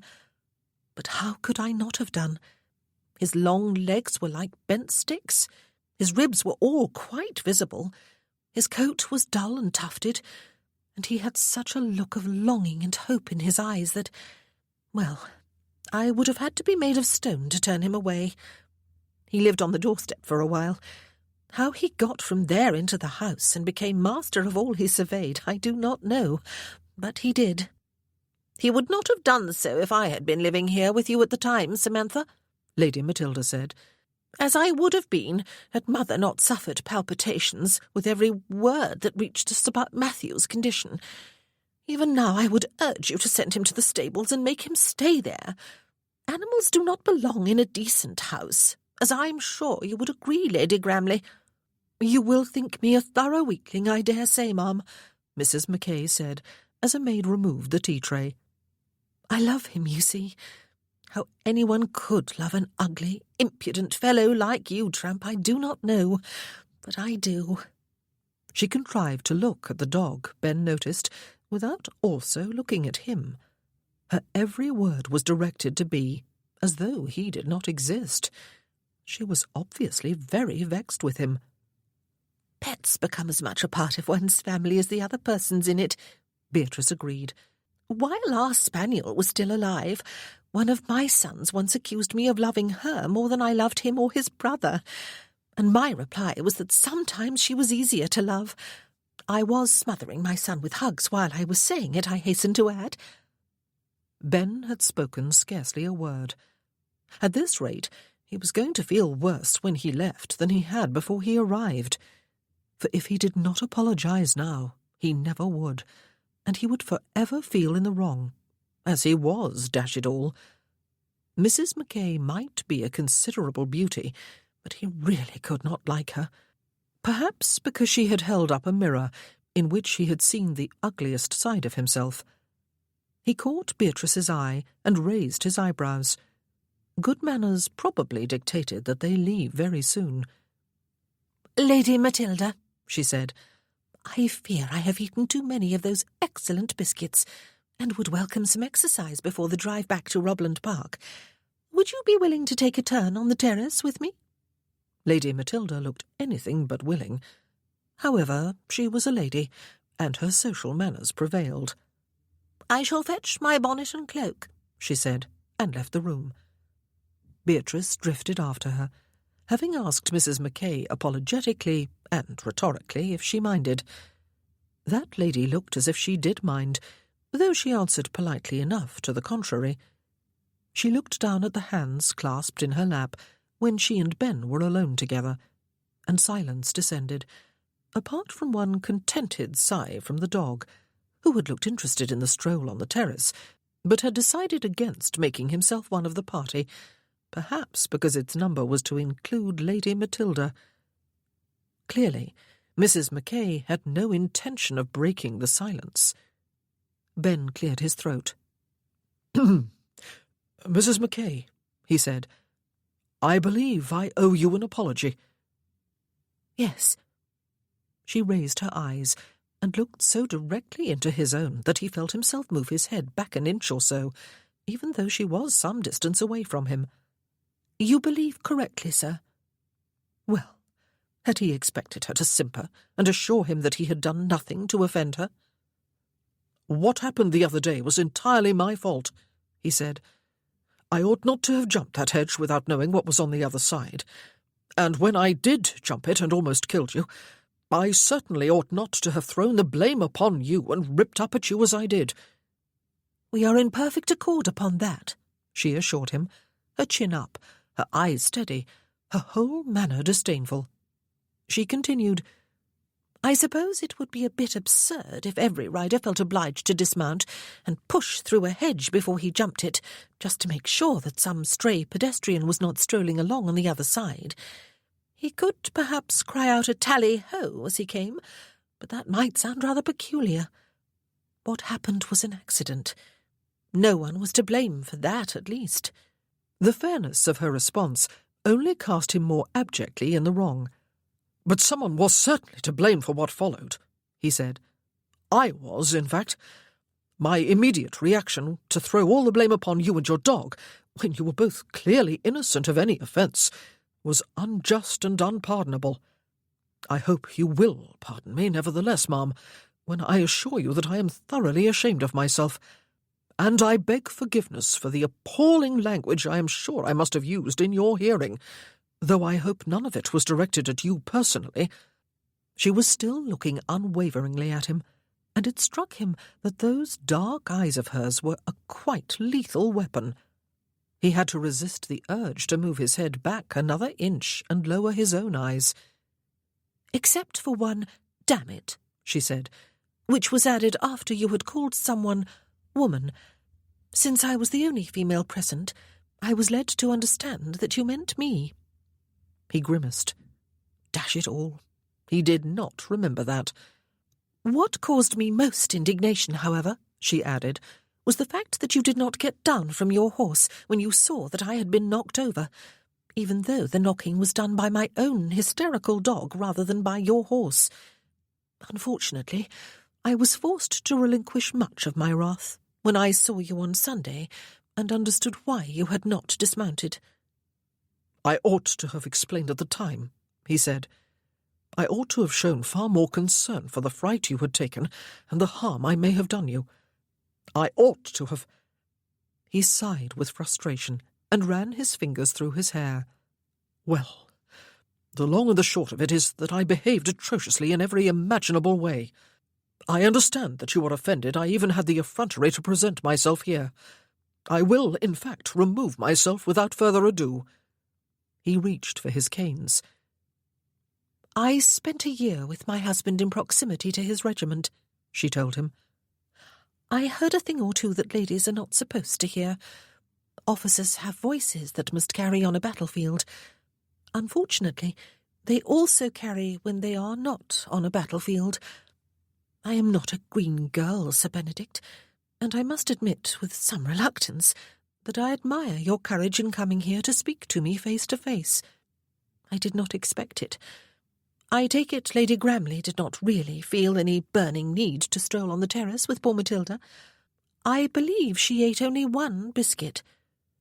I was afraid, he said, that if I blurted out my apology in your sister-in-law's hearing, I might compound my offence by informing her of something she does not know about. Good gracious, you are absolutely right, she said. Matilda would have an apoplexy if she discovered I had been beyond the walls of the park without an escort, or even with one. You will forgive me? He asked her. I swore I never would. Her eyes moved to his canes. Is it hard for you to ride? Yes, he said, but that very fact makes the lure of doing so irresistible. That hedge was the first obstacle I had jumped since my great fall more than 6 years ago. I was inclined to think afterward, in light of what happened and what almost happened, that it would also be my last. But I have decided it will not be. The next time I shall choose a higher obstacle, but I will be sure to approach it with a tally-ho on my lips. You were not born this way, then? She asked him. There was an accident. It was called war, he told her. Her eyes came back to his, and a frown creased her brow for a moment. Well, at least, she said, your injuries, though severe, were confined to your legs, unlike my husband's. He pursed his lips, but did not answer. The dog lumbered to his feet suddenly, crossed the distance to his mistress, set his chin on her lap, and gazed up at her. She patted his head, and then smoothed her hand over it, while he closed his eyes in ecstasy. That was insensitive of me, I suppose, she said, sounding a little annoyed. Were your injuries confined to your legs? A bullet below the shoulder, not so very far from the heart. A broken collarbone, several broken or cracked ribs, a broken arm, cuts and bruises in too many places to name. No significant head injuries, the only miracle associated with that particular incident. No. She looked at him as though she expected him to enumerate all his hurts. Those of us who were wounded in the wars are not in competition with each other to discover who suffered most, he told her. And there are many ways to suffer. I have a friend who led his men into a number of desperate battles and emerged each time without a scratch. He led a successful forlorn hope in Spain, and survived unscathed, though most of his men were killed. He was lauded by generals, and awarded a title by the Prince of Wales. Then he went out of his mind, and was brought back to England in a straitjacket. It took him several years to recuperate to the point where he could resume something resembling a normal life. I have another friend who was both blinded and deafened in his very first battle at the age of 17. He was raving mad when he was brought back home. His hearing came back after a while, but his sight did not, and never will. It took him a number of years to put himself back together, so that he could live his life rather than merely endure what is left of it until death takes him. It is never easy, Mum, to decide which wounds are more severe than others." She had lowered her gaze again while he spoke. She pulled on the dog's ears, and then rested her forehead briefly against the top of his head. But she got abruptly to her feet when Ben had finished speaking, and turned away to take a few steps closer to the window. "I am so tired," she said, in a voice that vibrated with some strong emotion. She stopped abruptly and started again. "I am mortally weary of war and wounds and suffering and death. I want to live. I want to dance." She tipped her head back. He suspected that her eyes were tightly closed. Then she laughed softly. "I want to dance. Only 4 months after my husband's death. Could I possibly be more frivolous, less sensitive, more lost to all decent conduct?" He looked at her in some surprise. "Has anyone accused you of those things?" he asked her. She lifted her head and turned to look at him over her shoulder. "Would not everyone?" she asked in her turn. "You are not married, Sir Benedict?" "No." "If you had been, and you had died," she said, "would you have been shocked if your widow had wanted to dance 3 months later?" "I suppose," he said, lifting one finger to rub along the side of his nose, "at that point it would not have mattered much to me, Ma'am, what she did. Or at all, in fact." She smiled at him unexpectedly, and was suddenly transformed into a woman of vivid prettiness. And she must be, he thought, even younger than he had supposed when he walked into the room earlier, and decades younger than he had thought her when they first met. "But even before my death," he added, "I would have wanted to know that she would live again after I was gone, smile and laugh again, dance again if she so desired. I suppose that, being human, I would have liked to think that she would grieve for a while too, but not indefinitely. But could she not have remembered me fondly while she smiled and laughed and danced?" "Will you come again?" she asked him abruptly. "With your sister?" "You will surely be happy to see the back of me," he said. For his part, he could hardly wait to make his escape. "No one comes," she said. "No one is allowed to come. We are in deep mourning." Her vivid smile was long gone. He wondered if he had imagined it. "Perhaps," he suggested unwillingly, "you would like to call upon my sister at Robland Park. It would be an outing for you, and perfectly respectable. Or does deep mourning not allow that?" "It does not," she said. "But perhaps I will come anyway." It occurred to him suddenly that for the past few minutes she had been standing while he had been sitting, and that he had stayed far longer than etiquette allowed.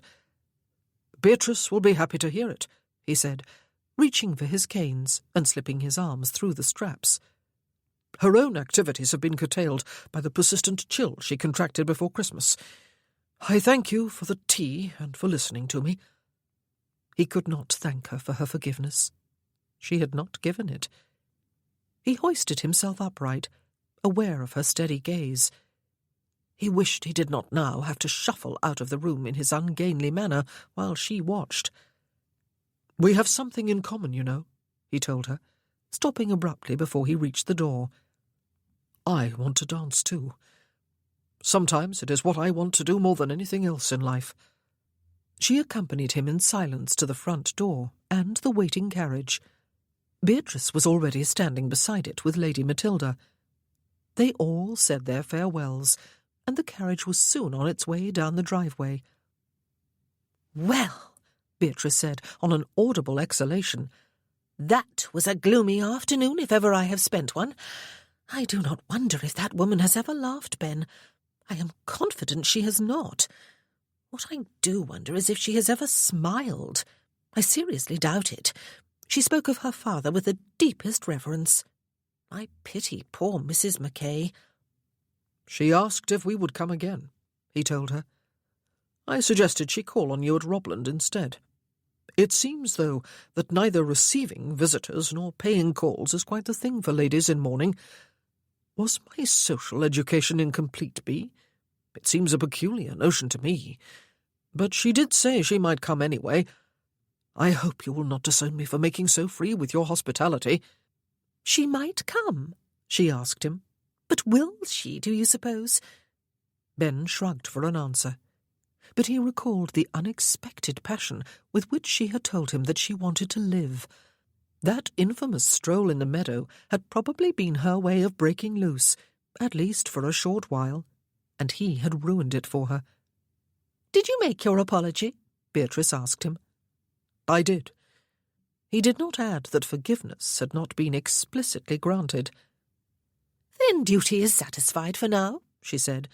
"It is a huge relief, I must say, and perhaps they will not come." She wants to dance, Ben said.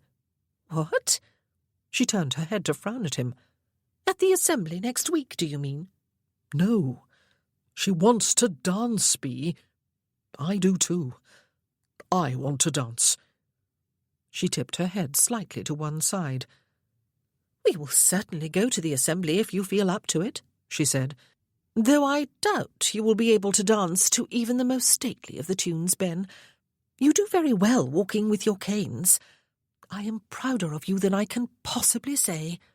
But dancing, I think it wisest to put it from your mind, dearest, and concentrate upon what you can do."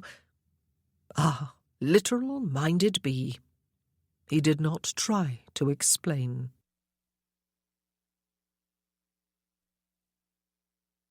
Chapter 5. Samantha scarcely set foot over the doorstep for the rest of the week. It rained almost without ceasing, though that was not strictly accurate. She might almost have enjoyed an honest-to-goodness rain. This was drizzle and mist and heavy grey skies and chill temperatures. Pea-soup weather, she could remember her mother calling it, the sort of weather that seeped beneath doors and around window frames, even when they were tightly shut, and made one feel damp and cold and miserable, despite a fire crackling in the hearth and a woolen shawl drawn about one's shoulders. She did not even go to church on Sunday, a rare omission. Matilda had a head cold, as well as one of her headaches, and submitted to being sent back to bed with a hot brick for her feet. Samantha might have gone to church alone, as she had done for 5 years, but Matilda became agitated when she suggested it, and she was actually quite glad to avail herself of the excuse not to go out. She had seen no one but Matilda and the servants since Tuesday. The visit of Lady Gramley and Sir Benedict Harper seemed weeks ago rather than merely days, but when she had broached the idea of their driving over to Robland Park one day next week to return the visit, Matilda had looked prunish, as Samantha had fully expected she would. It was a courtesy to pay an occasional call upon a neighbour in mourning, she had explained, but no one would expect a return visit. Indeed, most people of any gentility would be surprised, and even shocked if it happened. Samantha simply did not believe her. Not any longer. And even if Matilda was right about social expectations, how could she possibly submit to remaining inside the darkened house for another 8 months with only the occasional foray into the garden for fresh air and one weekly attendance at church? She would go out of her mind with the tedium of it. She was going to pay that return call, she decided, between journeys up and down stairs as she tended to the invalid, a long, familiar role that did nothing to lift her spirits, though she was always careful to be cheerful when she was in her sister-in-law's room and seeing to her comfort by turning and plumping her pillows, or straightening the bed-covers, or moving her glass of water closer to her hand, or laying a cool cloth on her fevered brow, or closing the almost invisible gap between the curtains that was letting in a flood of hurtful light. She was going to go to Robland Park, even if it meant going alone. Indeed, she would far prefer to go without Matilda. Good heavens! She had allowed herself to become a virtual prisoner in her own home since Matthew's death, and she had somehow relinquished her role as lady of the house. She liked Lady Gramley, who was refined and elegant, with the easy manners of a true lady. She had always been kind, though even after 5 years of living here, Samantha scarcely knew her or any of her other neighbours. She hoped it would be possible to make something of a friend of Lady Gramley in the future, even though there must be a 10-year gap in their ages. Sir Benedict Harper was a different matter. She had felt considerable antipathy toward him before his visit, and it was only with the greatest reluctance that she had admitted to herself that it had been handsome of him to call on her and manoeuvre matters in such a way that his apology was made to her alone. He had been sensitive enough to realize that it was altogether possible Matilda knew nothing of her escapade that day, and his apology itself had been irreproachable, for he had taken all the blame upon himself. It had been unhandsome of her, on the other hand, to withhold the words of forgiveness for which he had asked. But it was hard to forgive someone who had ruined the only hour of true freedom she had enjoyed in at least 6 years. And now she felt like the guilty one. Perversely, she resented him for that. But he was merely visiting at Robland Park.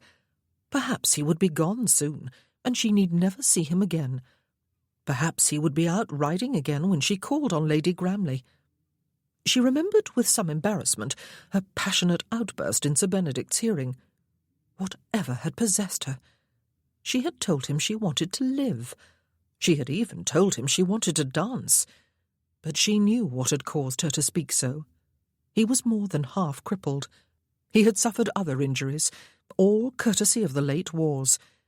If she had had to encounter a stranger, even under the circumstances in which they had met, did he have to be yet another wounded soldier?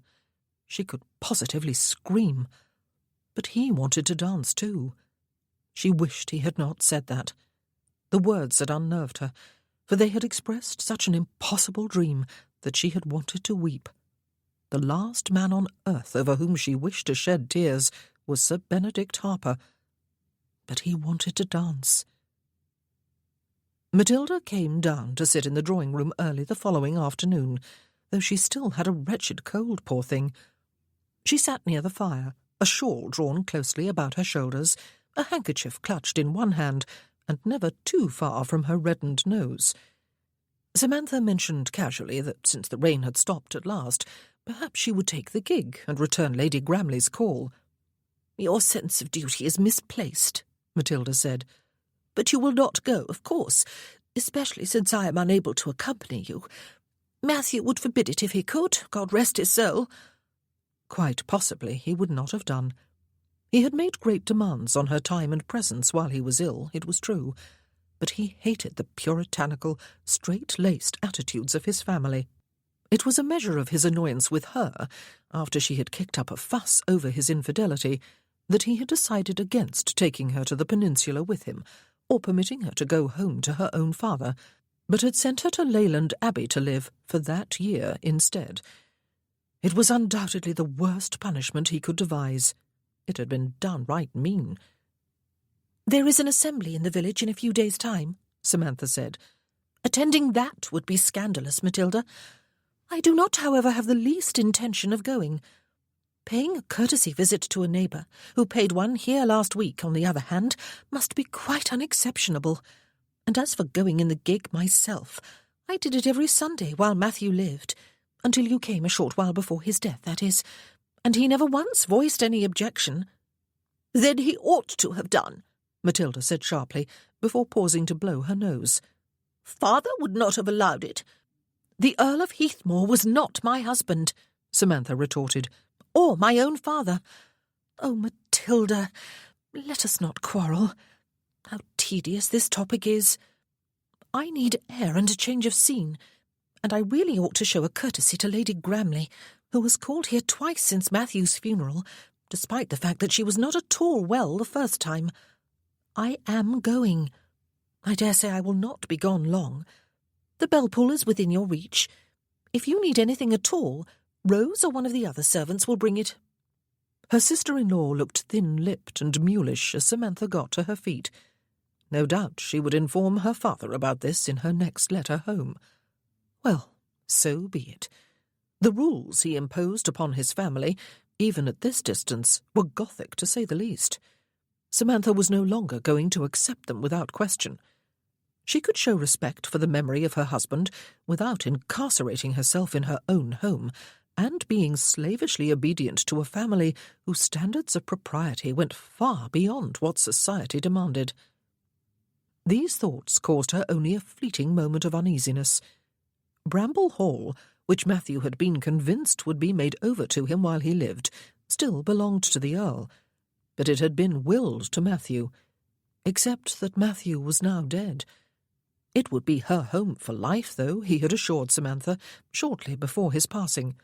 His father had to look after her, since she had no fortune of her own, and no relatives who would be glad to take her in, and he never shirked his responsibilities.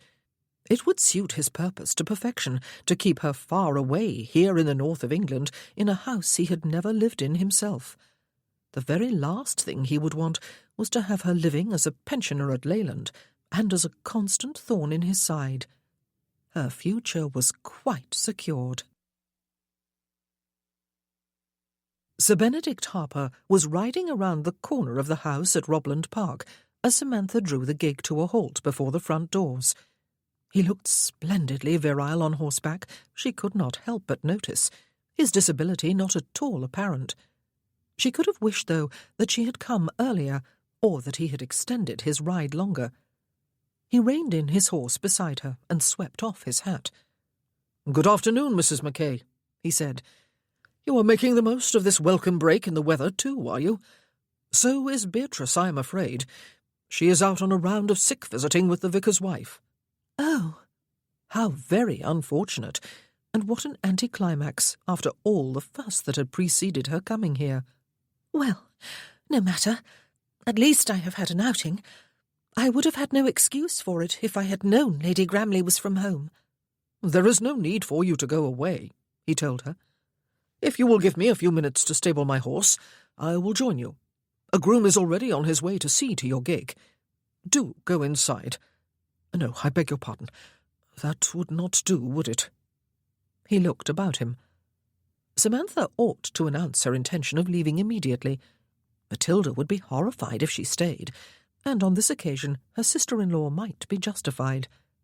Besides, she had no wish for another conversation alone with the gentleman. On the other hand, she desperately wanted to prolong her outing for at least a little while. "Why do you not stroll among the flowers here?" he suggested. "There is even a seat over there." He put his hat back on, touched his whip to the brim, and rode away before she could answer him. She hesitated for only a moment before getting down from the gig and leaving it in the care of the groom. Matilda would say this served her right, coming to call and finding Lady Gramley from home. Matilda would certainly believe that she ought to drive away without further ado now that she had made the discovery. Oh, stuff, Matilda Mackay, and her father, the Earl of Heathmore, too. Samantha was mortally sick of measuring her every move by what they would think. She could perfectly understand why Matthew had left home as soon as he was old enough and had never gone back there to live. Even when he had come home from the peninsula, dreadfully wounded and expected to die at any moment, he had begged to be taken somewhere other than Leyland. His father had sent them here, to one of his smaller properties, the one most remote from Kent. Sir Benedict Harper looked at his best on horseback.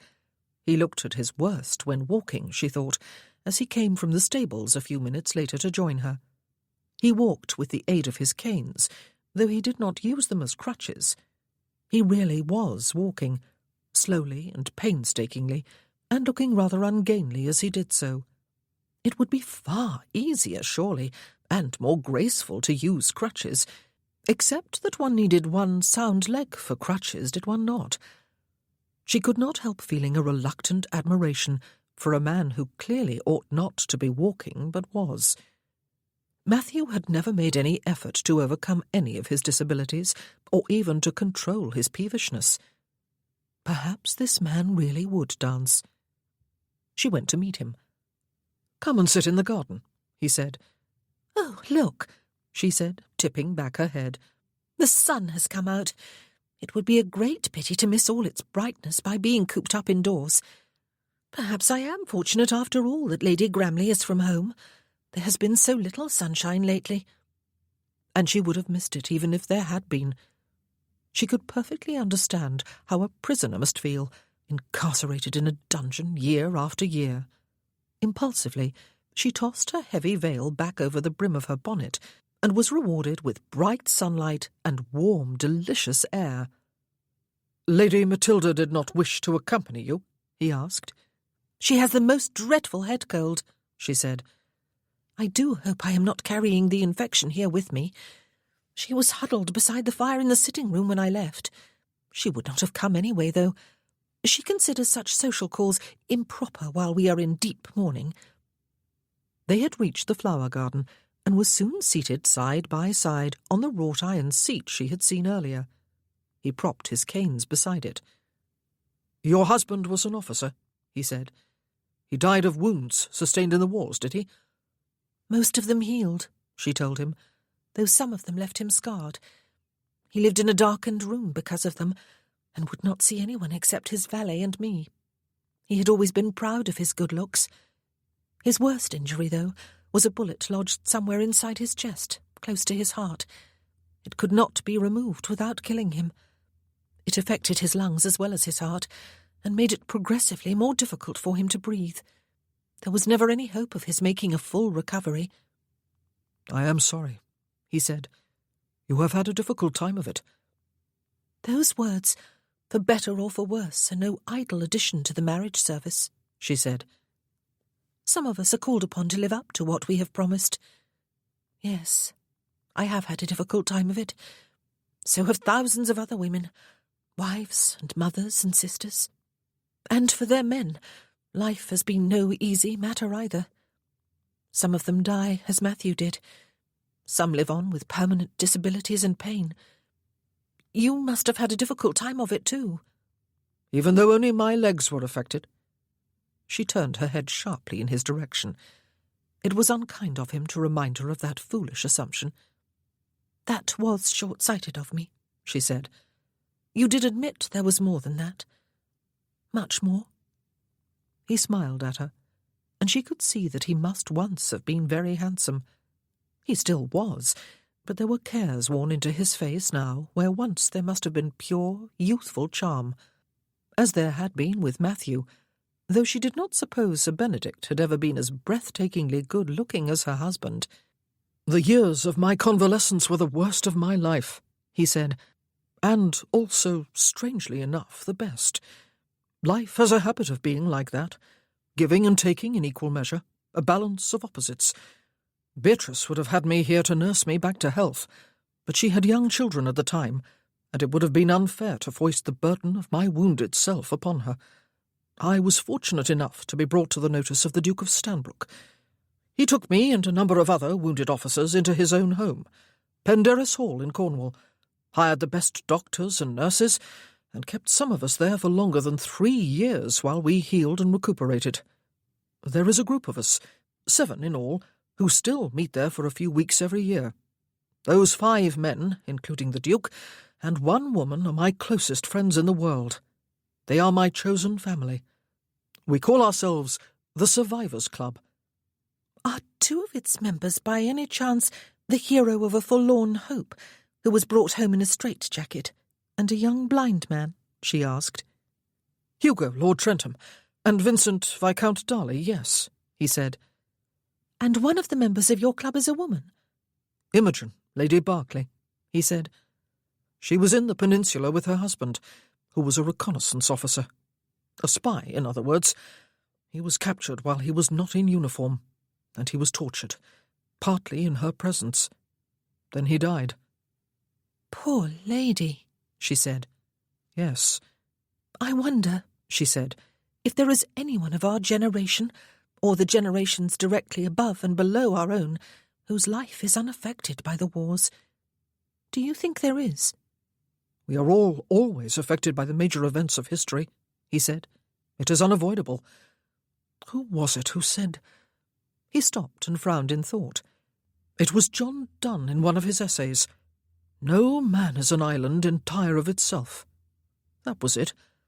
There is always some poet or philosopher who has captured in brief and vivid words the greatest truths of human existence, is there not? Are you a philosopher, Sir Benedict? She asked. No, he laughed, but I fear I am being a bore. You told me last week that you are tired of sickness and suffering and death, or something to that effect. You told me you wanted to live, specifically to dance. Has it been a long time since you danced? Tell me of the last time, or the last time that was memorable. Where was it? When? What did you dance, and with whom? Goodness! She found herself laughing back at him. Can I remember that far back? Oh, let me see. When was it? There were a few regimental balls before the regiment was sent to the peninsula. I did not particularly enjoy them. It was during those balls she had seen Matthew dance with other women, both married and single. Not just dance, though. Every officer danced with ladies other than their wives, of course. It was what was expected at any ball. Matthew had openly flirted, and all those wives and others had responded and been flattered and flirted right back. She had hated those balls, and having to smile and dance and pretend to be finding nothing distasteful in her husband's behaviour. She had hated the looks of kind sympathy in the eyes of some of the other officers with whom she danced. The last memorable dance was at an assembly when I was still living at home, she said. Several of the officers billeted nearby were there, and sending flutters of excitement through the hearts of every girl in attendance. How the other men must have hated the sight of scarlet regimentals. I had not thought about that before now. Lieutenant Matthew Mackay, with whom I already had something of an acquaintance, singled me out for 2 dances. One was the Roger de Coverley. I can remember the sheer joy of dancing it. I was very much in love, you see. And he asked me that same night if I would marry him, though he had to talk to Papa before he could make it an official offer, of course. He was smiling at her, she saw, when she turned her head toward him. Oh, goodness! When had she last indulged in happy memories? When was the last time you danced? She asked him. I suppose it was at one of those regimental balls you did not enjoy, he said. In fact, I know it was. I waltzed with my colonel's niece. I was waltzing for the first and only time. The waltz was very new then. There is no lovelier dance in the world for sheer romance. Was there a romance between you and the colonel's niece? She asked. Oh, yes. He smiled softly.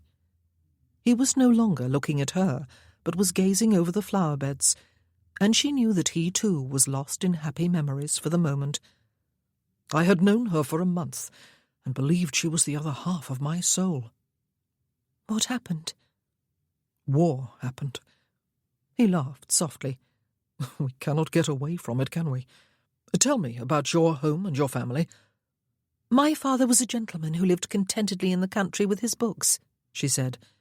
He was a widower with 1 son, when he met my mother during a rare visit to London. She was 20 years younger than he, but they married and had me. My mother died when I was 12, my father when I was 18. After you were married? He asked. Yes. He had died after a short illness, during the year she was living at Leyland Abbey. Her brother, John, had not written to tell her about it until Papa died, and even then he had delayed a day or 2, until there was no possibility of her getting there in time for the funeral. She had wanted to go anyway. The house was to be sold, and all its contents disposed of.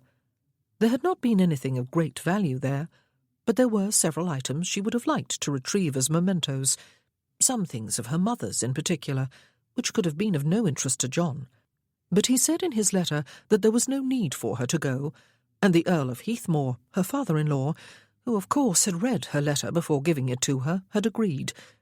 As far as he was concerned, the less contact his son's wife had with her humble, even shady past, the better for the whole Mackay family. And your brother? Sir Benedict asked. John, she said. He is my half-brother, 18 years older than I. He had left home before I was born. He is a clergyman, with a living 20 miles from where our father lived. He has a wife and family. I do not see them. John had resented his father's remarriage. He had hated both Samantha and her mother, though he had never said so, of course. He was a man of the cloth, after all, and clergymen did not admit to feeling hatred.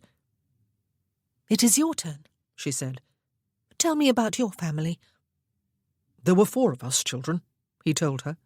"Beatrice is the eldest. Wallace, who inherited the baronetcy on our father's death, was a member of Parliament destined for brilliance. He was already making a rapid climb up the political ladder when he was killed by a vegetable cart that overturned on the streets of London. I inherited from him, but only a few scant days after I heard about it, I was wounded in the Peninsula. Calvin, my younger brother, had been in sole possession of Kennelston Hall, the family seat, for a number of years. He was Wallace's appointed steward there. He remained there with his wife and children, and continued in that role after the double disasters. It was expected that I would not survive my injuries for very long, you see. I was not expected even to survive the journey home to England." "He expected to inherit, then," she said. "Is he still living in your home?" "Yes." There was a slight hesitation before he continued. "He is an excellent steward." She turned her head to look at his profile. "And do you spend most of your time there, too?" she asked, "now that you have recovered?" "No." He did not elaborate. He did not need to. Obviously, his brother had usurped his home and his estates, and had made it difficult for Sir Benedict to oust him by doing an excellent job of running them. At least that was what she guessed must have happened. "Do you suppose," she asked after a brief silence, "there is anyone on this earth for whom life is easy?" He turned his face toward her and regarded her curiously. "One does tend to assume that life must be far easier for others than it ever is for oneself," he said. "I suspect it rarely is. I dare say life was not meant to be easy." "How very unkind on the part of whoever invented life." They exchanged smiles, and she realized that she was enjoying this slightly improper visit more than she could have expected. He was really quite a pleasant companion. "Life has been difficult for you for a long time," he said. "It will get better, I dare say, once the pain of your husband's passing has receded more. What do you plan to do when your mourning period is over?" "I will make an effort to become better acquainted with my neighbours," she told him.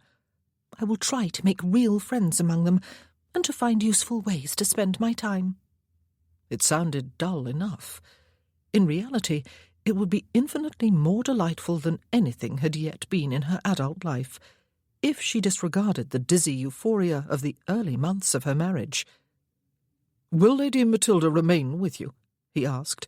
"Heaven forbid!" she exclaimed before she could stop herself. She set the fingertips of one hand over her mouth and gazed ruefully at him. "No, I believe she will feel obliged to return home to care for her mother.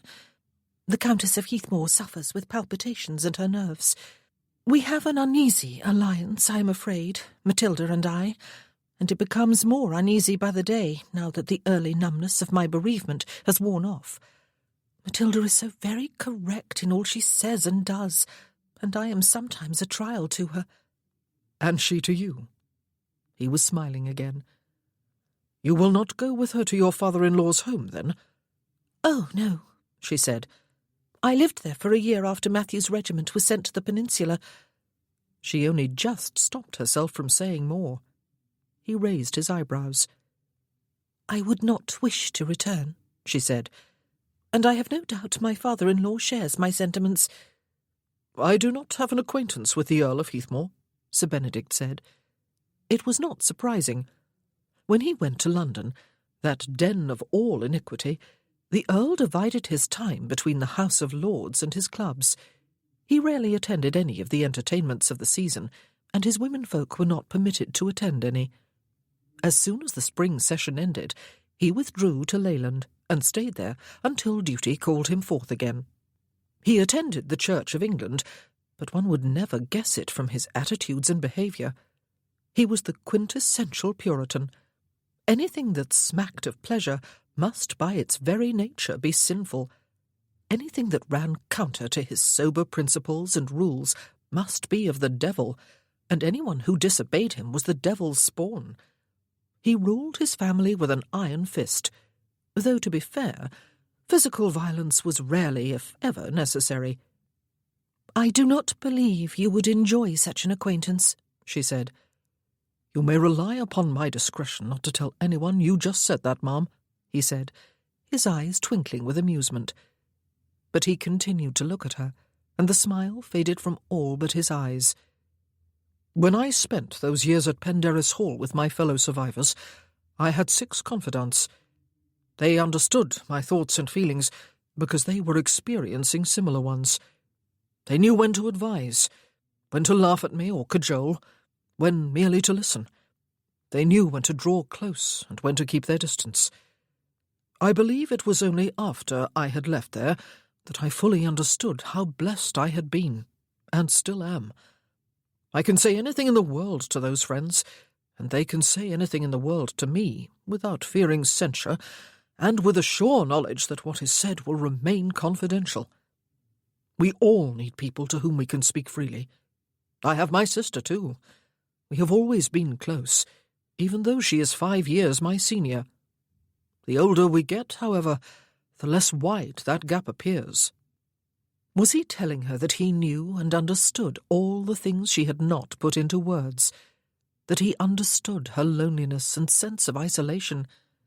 She only partly understood them herself. She had always been lonely, and had always denied it, even to herself. To admit it would be to allow self-pity a toehold in her consciousness. And there was something almost shameful about loneliness, as if one must be unlovable as well as unloved. "I envy you," she said. "It must be lovely to have close friends." Too late she realized what she had admitted, for surely Matthew ought to have been such a friend. "I am afraid," she said, "that I must already have committed that dreadful social faux pas of outstaying my welcome. We must have been sitting here for close to an hour. Matilda will be having 40 fits, perhaps 45 if she ever discovers that Lady Gramley was not here." She got to her feet and waited for him to rise too. "Do you ride?" he asked, as they began the slow walk up to the terrace. "I learned as a girl," she told him, "though I did not have the chance to ride often. My father owned only the ancient beloved mare that pulled our gig at a speed roughly equivalent to a brisk stroll. Matthew insisted I ride more often after we were married, and I became quite proficient in the saddle, though it was not something that was encouraged when I was at Leyland. I have not ridden since I came to Bramble Hall." "There are several horses in the stables here," he said. "Bee was commenting just yesterday that they are not exercised as often as they ought to be. She was indisposed over much of the winter, and has only now been cleared for regular activity. Will you ride with me one day? Perhaps the day after tomorrow?" "Oh," she said, She was about to decline, for all the usual and obvious reasons, but she remembered the fright and exhilaration of those rare rides in her childhood, and the wonder and joy of riding what she had called a real horse after her marriage. She was overwhelmed by temptation. What would Matilda? No, she did not care what Matilda would say. "I shall ask Bee to ride with us, of course," he added. "I would like to." They spoke simultaneously. "I shall choose a horse for you, then," he said, "and have a groom lead it over to Bramble Hall when we come." "Thank you." She turned her head to look at his face in profile. She could tell from the set of his mouth that walking was not easy for him. It was very probably painful too, but he moved at a steady, though slow, pace, and he uttered no complaint. She wondered what other injuries he had suffered. She was so glad she had made this visit, she thought, a few minutes later as she drove away in the gig, a groom having brought it up to the terrace for her. She was even glad Lady Gramley had not been here, for it was unlikely they would have sat out in the garden in the brightness of the sunshine, feeling the heat of it on their faces and bodies. And she was glad she had had the courage to agree to ride with Sir Benedict and Lady Gramley. She felt really quite restored in spirit. Perhaps she was coming alive again.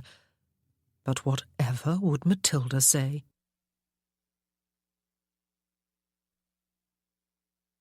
Chapter 6. It is quite fascinating to observe how differently various people are affected by their infirmities, Beatrice said over a late tea. Some people are an inspiration. They remain smiling and cheerful while suffering the most dreadful afflictions. Others make one feel as though one were being sucked into a black hole with them, poor things. You look exhausted, Ben said. But glad to be back to my parish and community duties at last, she assured him. How did you enjoy your ride? Very well indeed, he said, for the 5 minutes it lasted. I was just riding out when I spotted a gig coming along the road in the direction of the house. It looked to me as though the lone occupant was dressed in unrelieved black. So I turned around and came back. Mrs. Mackay, she said, without Lady Matilda. The lady has a head cold. And so Mrs. Mackay was able to escape alone. She smiled at him. You were not so lost to all conduct as to entertain her in here alone, I hope, Ben? We sat outside in the garden for all of an hour, he told her. It was a bit surprising, actually, that he had even turned back from his ride, since he might easily have escaped without her seeing him, and he certainly could have stopped her from staying. It had not been her suggestion, but then he was the one who had suggested that she call at Robland. He had felt sorry for her, cooped up in that gloomy manner with the battle-axe. Poor lady, Beatrice said. I do not suppose her sister-in-law is good company, even when she is in the best of health. Mrs. Mackay must be very lonely. I wish I had been here. If ever the topic should arise, Bee, he said, you have been complaining just recently that the horses in the stables are in need of more exercise than they are getting. Oh, she said in some surprise. Have I been so slandering my grooms? I am obliged to you for reminding me, Benedict, as I have no recollection of saying any such thing. And why should the topic arise? I said as much to Mrs. Mackay before she left here, he explained. Oh? Her cup paused between the saucer and her lips. I asked her to ride with me the afternoon after tomorrow, he said, but I suspect there is no suitable mount in the stables at Bramble Hall. I do not doubt you are right. She placed her cup back in its saucer and set both aside. And she agreed? Yes. She rested her elbows on the arms of her chair and regarded him with a slight frown. I doubt her sister-in-law will allow it, she said. If she has power over Mrs. Mackay, that is. But is it wise anyway, Ben? I can see no reason why a recently bereaved widow ought not to take the air on horseback, if she so desires, but in the lone company of a single gentleman. I did say I would persuade you to join us, he said. Will you be? Are you feeling up to it? I certainly will be, she said. If the alternative is for you to ride out alone with a lady, Ben, it would not be at all proper, even if she were not in deep mourning. She is lonely, as you just observed, he said, and restless, though why he should have taken it upon himself to try to alleviate that restlessness he did not know. It is hardly surprising, she said. She has been virtually incarcerated at Bramble Hall ever since she arrived. I suppose it was a labour of love, poor lady, nursing Captain Mackay, and clearly he was desperately ill. But I always thought it selfish of him not to insist that she go out occasionally, even if only to take tea with a neighbour. She never did. It is perfectly understandable that by now, with the first wave of her grief passing off, she would be longing to flutter her wings. Yes. She fixed him with a direct stare. You are not making a flirt of Mrs. Mackay by any chance, are you, Ben? She asked him. You have not conceived a tendre for her? I have been hoping for some time that you would recover your interest in women and in courtship. You have been a hermit for too long. I have been hoping you would marry before you turn 30, though you have only a few months left in which to make me happy on that score.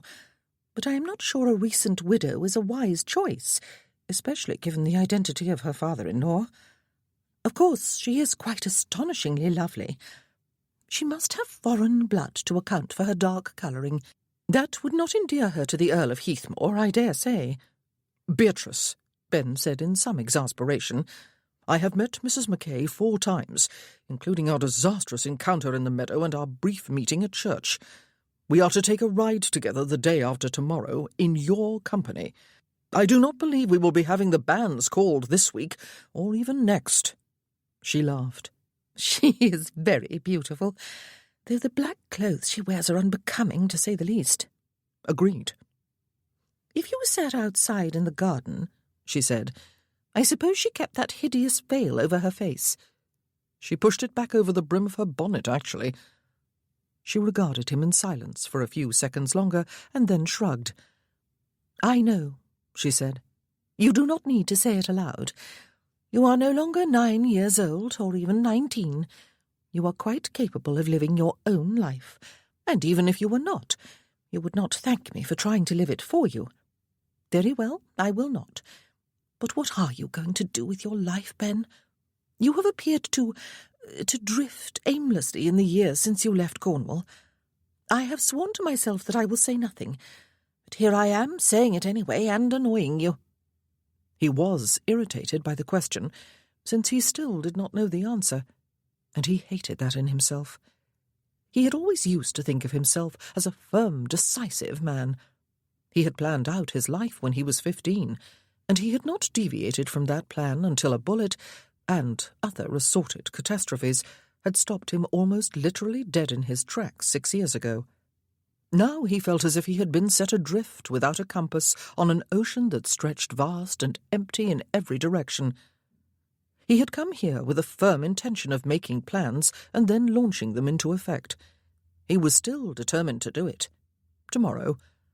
Was it only recently he had made the discovery that tomorrow, in fact, never comes? But Beatrice was someone who had always genuinely loved him. Her concern was real. She had a right to ask and a right to be answered. "For the first year or so," he said, "my whole focus was upon surviving. Then it was upon the monumental task of getting up from my bed and somehow becoming mobile. And finally, and until very recently, it has been upon walking again and getting my life back as it was before, so that I might proceed to live happily ever after according to the original plan. I must be very stubborn, or very dense, or both. I have only recently faced the truth, that neither my body nor my life will ever again be as it once was. I was a man of action, a soldier, an officer. Now I am none of those things. The trouble is, though, that I do not know what I am instead, or what I will be, or what I will do. I am in a bit of a bleak place, Bee, though I do not even know where that is." He laughed softly. "You will return to Kennelston after you leave here?" she asked him. "You will make an effort to settle there at last?" "I thought I might travel first," he said, plucking out of the air one of the ideas he had half considered. "I have done a little of it in the past few years. I have spent time in Bath, at Tunbridge Wells, in Harrogate, in other places. I thought I might see something of Scotland, the Lake District, Wales. I have even thought I might try writing a travel book. There are plenty of them for walkers. As far as I know, there are none for people who cannot walk, or who cannot walk easily or far. Yet there must be any number of people who would travel if they could do so without having to be ruggedly fit and healthy." "Have you ever done any writing?"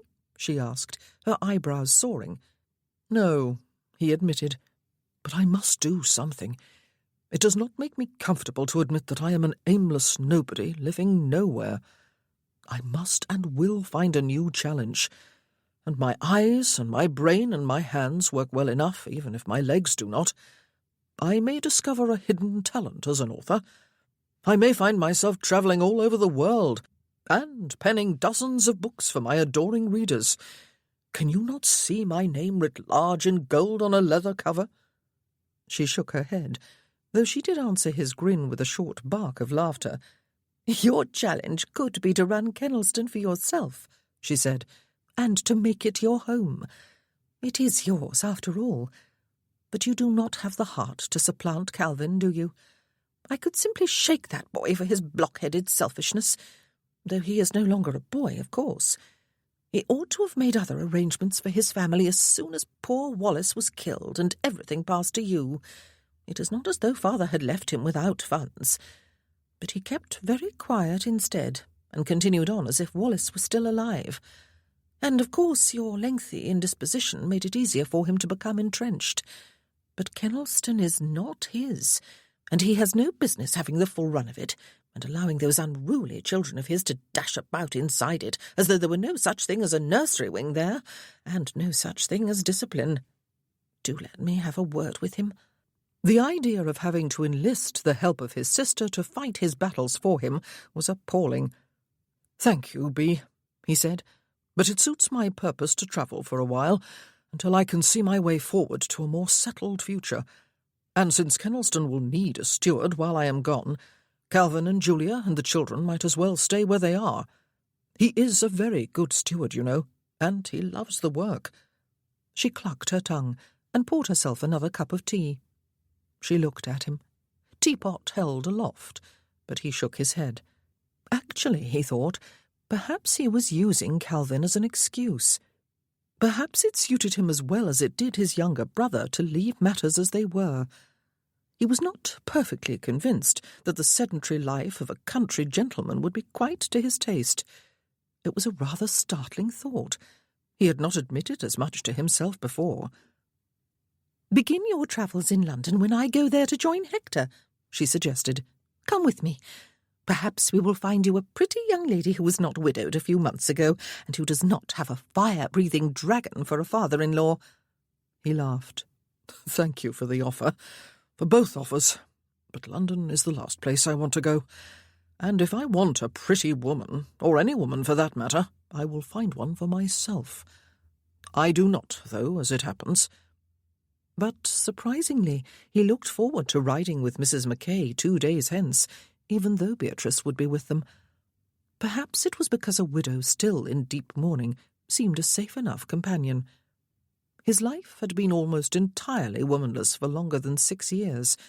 Apart from his sister and his sister-in-law, and his fellow survivor Imogen, he had had virtually no dealings with any lady in all that time. He had been celibate for longer than 6 years. It would all have seemed incredible at one stage in his life. He had fancied himself in love 6 times before being sure of it with the Colonel's niece, and he had enjoyed a lusty sex life with women of another sort. No longer, though. But he missed the companionship of women. It was something he would like to have again, provided there was never any question of courtship. There could be no such question with Mrs. Mackay. She still had 8 months or so of mourning to live through before she could consider remarrying, and she would not consider him anyway, even if she were free to do so. She had just buried one husband who had been incapacitated by war.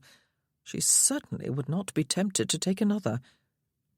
She was a safe female companion then, and he looked forward to seeing her ride, if, that was, nothing happened to prevent the outing. Inclement weather, for example, or her sister-in-law's intervention. "When I wrote to father today," Matilda said, "I omitted all mention of your visit to Robland Park yesterday, Samantha. I thought about it last night, and was forced to the conclusion that it was not a totally unpardonable breach of etiquette for you to return a call that had been made upon you last week by a countess, though I do wish you had waited until I could accompany you."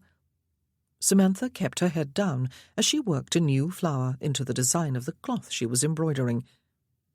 "I dare say Lady Gramley was gratified to see you," Matilda added. "I hope you sent my love to your mother," Samantha said at the same moment. "I did," Matilda told her, "since you directed me to do so when you came to my room after breakfast to inquire after my health. I did not mention your visit, Samantha, because father might see the matter differently from my more liberal view, and I would not wish to make you the object of his displeasure." Samantha wove the silk thread invisibly through her work at the back of the cloth before cutting it and changing to a different shade. She seethed at the condescension of Matilda's words. She ought to just keep quiet until the subject was changed. But why should she? Anyway, Matilda was going to have to know her plans. "Lady Gramley was not at home," she said. Sir Benedict was just returning from a ride, and was kind enough to keep me company in the garden for a while, so that I would not have to drive back home immediately." "It is to be hoped no one saw you there, Samantha," Matilda said. "Perhaps now you understand the folly of acting impulsively and contrary to the advice of your husband's sister." "We had a very pleasant conversation," Samantha told her. "I am going riding with him tomorrow. He is going to have a horse from the Roblin stables brought over for me." Some imp of mischief led her to omit adding that Lady Gramley would be riding with them. She looked up when there was no immediate response to her words. Her sister-in-law was gazing back at her with red-tipped nose and ashen face and cold eyes. "I must very adamantly advise you against such a thing, Samantha," she said. "Indeed, I take it upon myself to speak even more strongly on behalf of Matthew and father. I forbid you to do this." "Matthew liked me to ride," Samantha said, lowering her head to her work again. "If he could speak now, I dare say he would tell me to go, since he no longer has need of me in the sick room. I need air and exercise, quite desperately." "Then I will walk with you in the garden," Matilda said. "No, you will not," Samantha told her. "That is a very bad cold you have. You need to stay by the fire and out of draughts, and I need exercise that is more vigorous than a stroll in a confined area. A walk is not enough. I want to ride, and that is what I will do tomorrow. Oh dear, did I say the forbidden word?" Tramp, who had been lying in the shaft of sunlight that beamed through the window, looking for all the world as if he were comatose, had scrambled to his feet and was now standing before Samantha's chair, making pathetic little whining sounds and gazing fixedly and hopefully up at her. "I used the word walk, did I not?" His tail wagged. Yes, indeed she had. "Oh, very well." Samantha got to her feet. "We will go into the garden and find a stick for you to chase, though that is not a fair game at all, you know, for you never throw the stick for me to chase."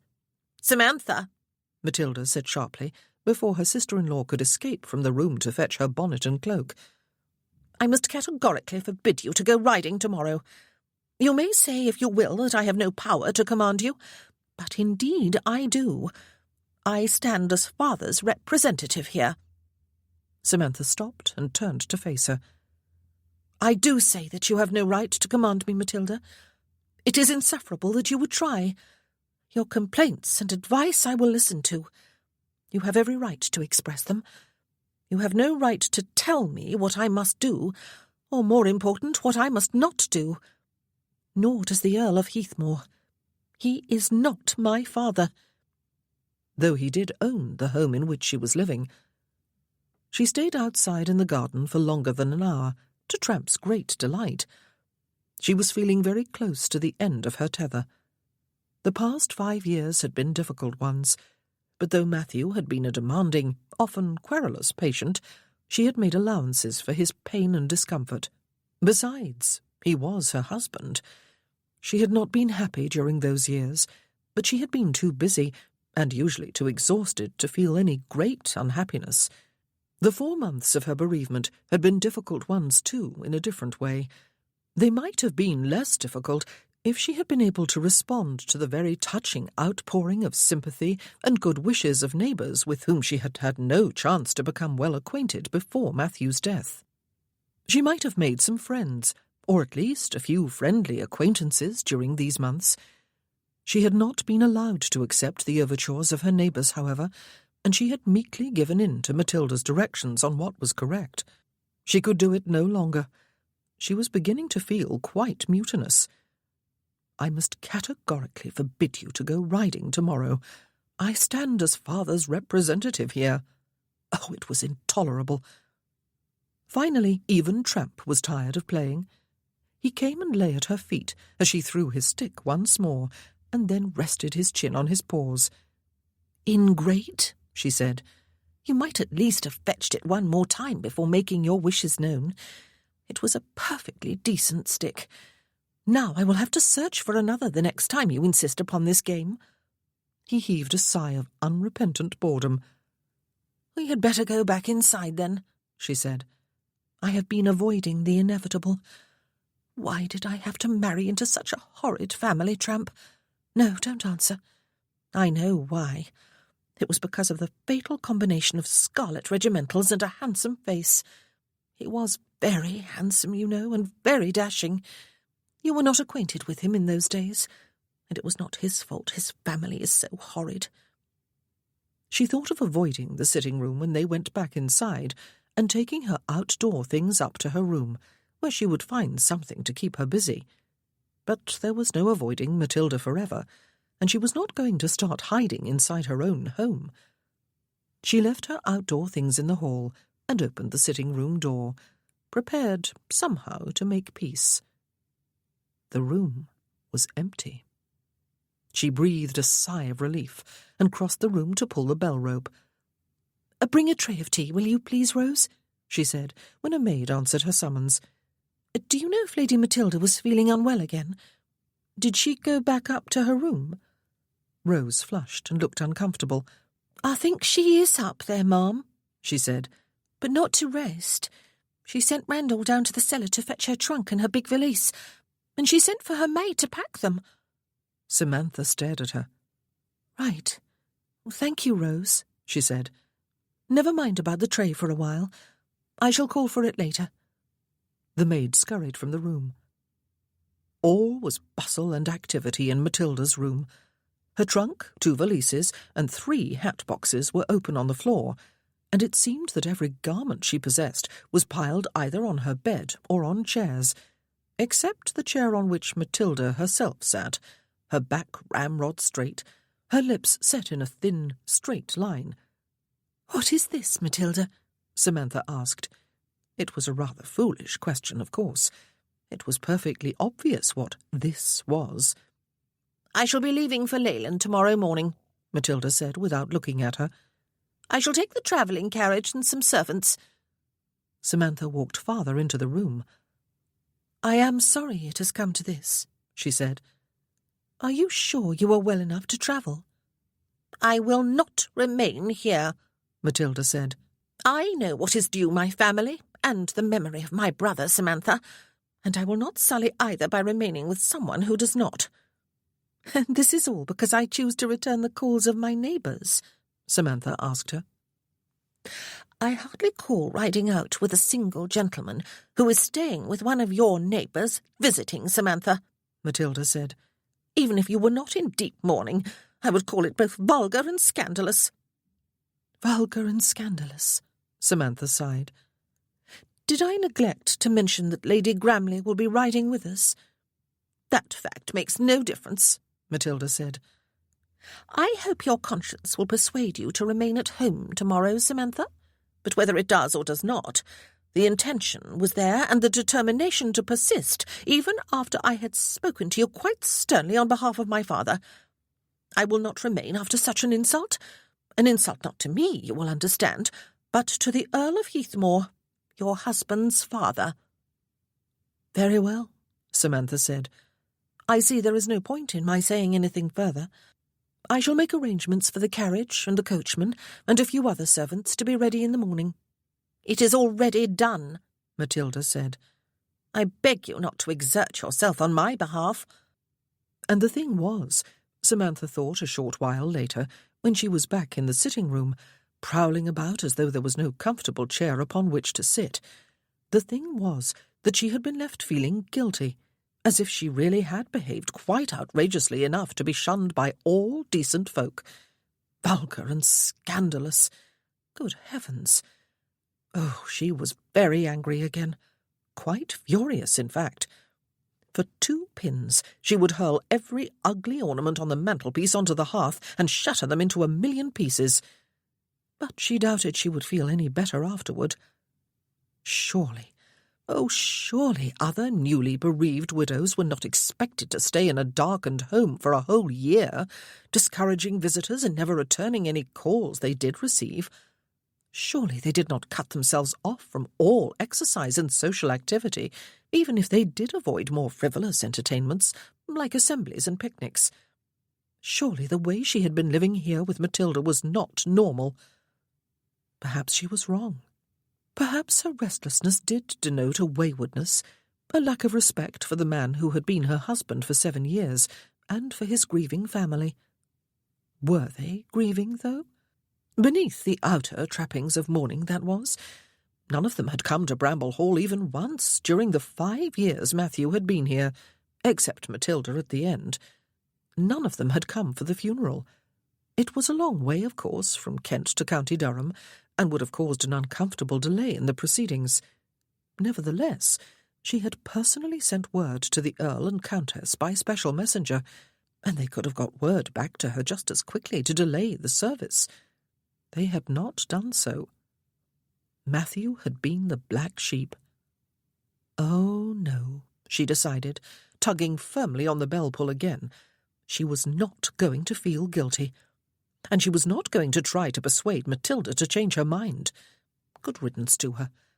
She was not going to send word to Robland Park to cancel tomorrow's ride either. She was not going to feel guilty. But, of course, she did. "Bring the tea-tray in, please, Rose," she said when the maid answered her summons. She was not hungry either, though, or thirsty. Chapter 7. "It is going to rain," Beatrice observed at breakfast the next morning. She had looked up briefly from the letter she was reading. Ben glanced toward the window and agreed that rain was a distinct possibility. It had been a pretty miserable spring so far, at least in this part of the country. It looked as if they were not going to be able to ride with Mrs. Mackay after all. Perhaps it was just as well. He did not doubt the battle-axe would disapprove, since she did not believe even a sedate visit to a neighbour was seemly. Though he did think it was high time Mrs. Mackay thumbed her nose at the heavy restrictions that were being imposed upon her. Perhaps the rain would hold off. "How can boys spend such a vast deal of money when they are supposedly at school becoming the scholars of the future?" Beatrice asked, her eyes back on her letter. "And why do they apply for extra funds to their mothers rather than their fathers, who would demand an accounting of what had already been spent?" "Precisely for that reason," he said. "I dare say the price of sweetmeats has risen since I was at school." She said. "But having rotten teeth pulled is just as painful." It started to rain in the late morning, a light drizzle at first, which might or might not turn into something more serious. By the time he had finished his luncheon, however, Ben was forced to admit that the rain had taken the first option. It was going to be too wet to ride. He was disappointed. He went upstairs to do his daily exercises. He would not neglect those, even though he had accepted the reality that he would never recover more than very minimal use of his legs. He would not risk losing what little he had accomplished, however. At least he could get about on his own legs. Besides, there were other parts of his body that needed to be kept in good working condition. The vigorous activity did not rid him of his restlessness. He was in a crisis period of his life, he realized. He found his sister at the escritoire in the drawing-room, writing to both of her sons and her husband. "I feel bad about not sending word over to Bramble Hall," he told her. "But Mrs. Mackay will hardly expect us in this weather," she said without looking up. "No," he agreed, "but I thought I would go over there anyway and make our excuses in person. Would you care to come with me?" She brushed the feather of her quill pen over her chin and looked toward the window. "You must know how you tempt me, Ben," she said. "Letter-writing was never one of my favourite activities.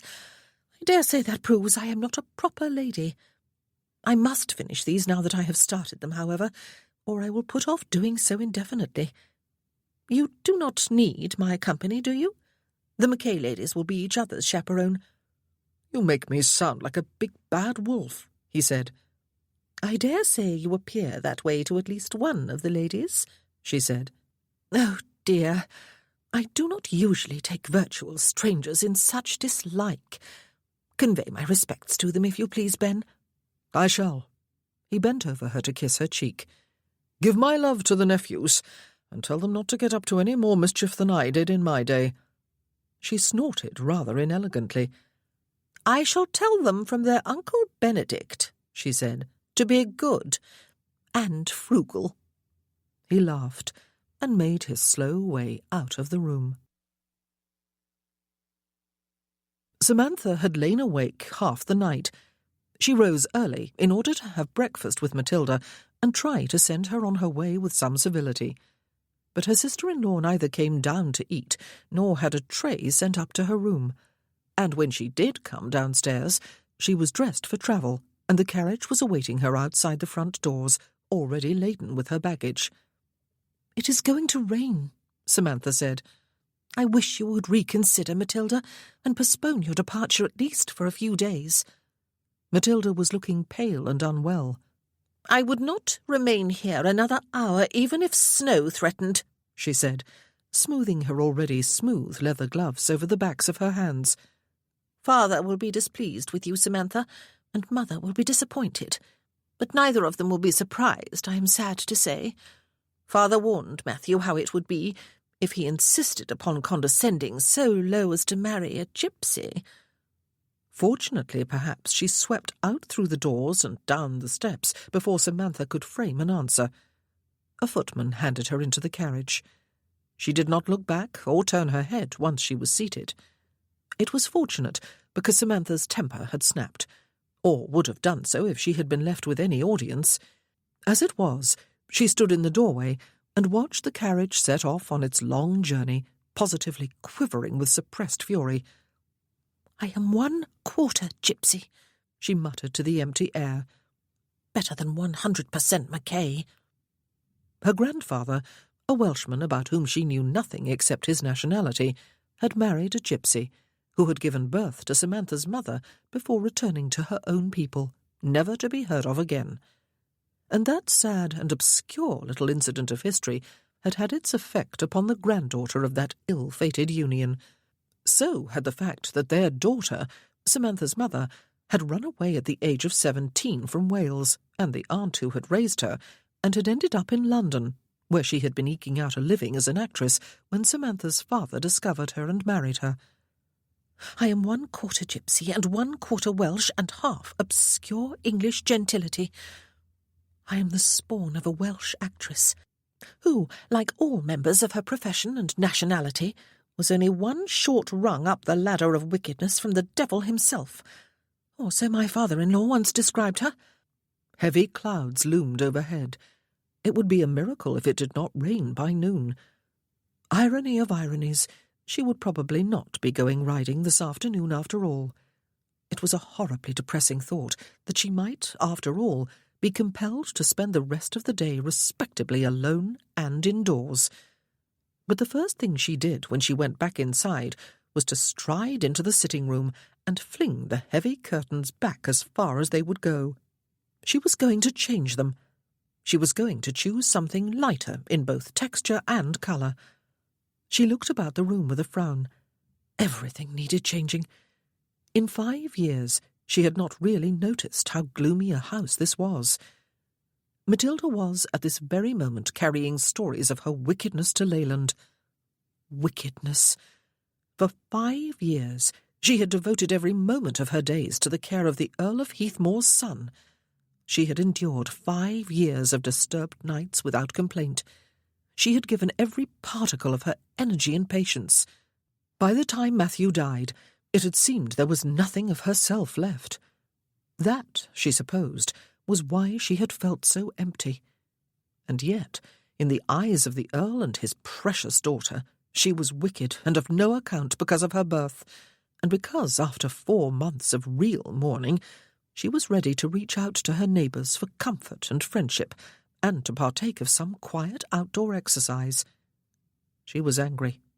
She was so furious, in fact, that she eyed those hideous ornaments on the mantel again, and would surely have hurled them if doing so would have made her feel 1 iota better. They were not worth her ire. The Mackays, that was. But no matter how firmly she told herself that, she felt hurt anyway.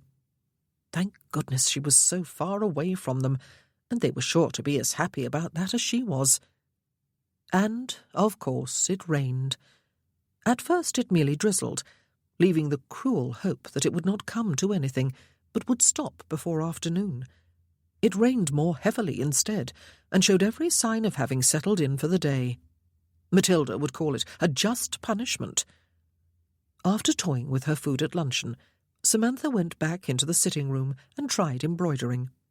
But when her silk knotted, and her fingers pulled at the knot without their customary patience, and it snarled to such a degree that she was forced to cut the thread and undo the work she had already done, she set the cloth aside. She tried reading, but realized after she had moved her eyes determinedly over 2 whole pages that she could not recall a single word. She even indulged in a little weep, while Tramp set his chin on her lap and gazed mournfully at her. But whoever had said that a good cry made one feel better obviously had never tried it himself. She ended up with a blocked nose, swollen eyes, a soggy handkerchief, and a more wretched misery than ever. Self-pity was a dreadful affliction, she thought, irritated with herself as she kissed the top of the dog's head. She would not put up with it one moment longer. She dried her eyes, blew her nose loudly, and glared at her embroidery before picking it up and tackling it once more with firmness of purpose. 15 minutes later, her thoughts were interrupted by the sound of the knocker banging against the front door. She looked up in surprise, her needle suspended above the cloth. Matilda? No, of course not. Lady Gramley and Sir Benedict Harper? Hardly. They would not ride in this weather, and it was unnecessary for them to come to make their excuses. Samantha could not have failed to notice that it was raining. The vicar? He had not been back since Matilda had kept him talking on the step one afternoon until the cutting wind persuaded him to leave. "Sir Benedict Harper, ma'am," the butler announced as he opened the door. He sounded a little dubious, but the gentleman came past him before she could decide whether it was proper to admit him or not, or, more to the point, whether she cared that it was not. "Sir Benedict," she said, setting aside her work and rising to her feet, "you surely did not ride over?" She was pathetically glad to see him. "I came by carriage," he said, acknowledging a tail-wagging tramp with a quelling glance. "Good afternoon, Mrs. Mackay. Your sister-in-law is still indisposed, is she? I am sorry. I would not have—" "She has gone," she told him. "She left this morning. She would not remain here any longer to be contaminated by my wicked self." Oh dear. She ought not to have phrased it quite that way. She ought to have invented an illness in the family that had taken Matilda away. It would not have been difficult. The Countess was always ailing. It was too late now, though. He stood still, gazing at her as the butler shut the door behind him. He glanced at the window, she noticed. It was fully visible for the first time in months. "Gone?" he said.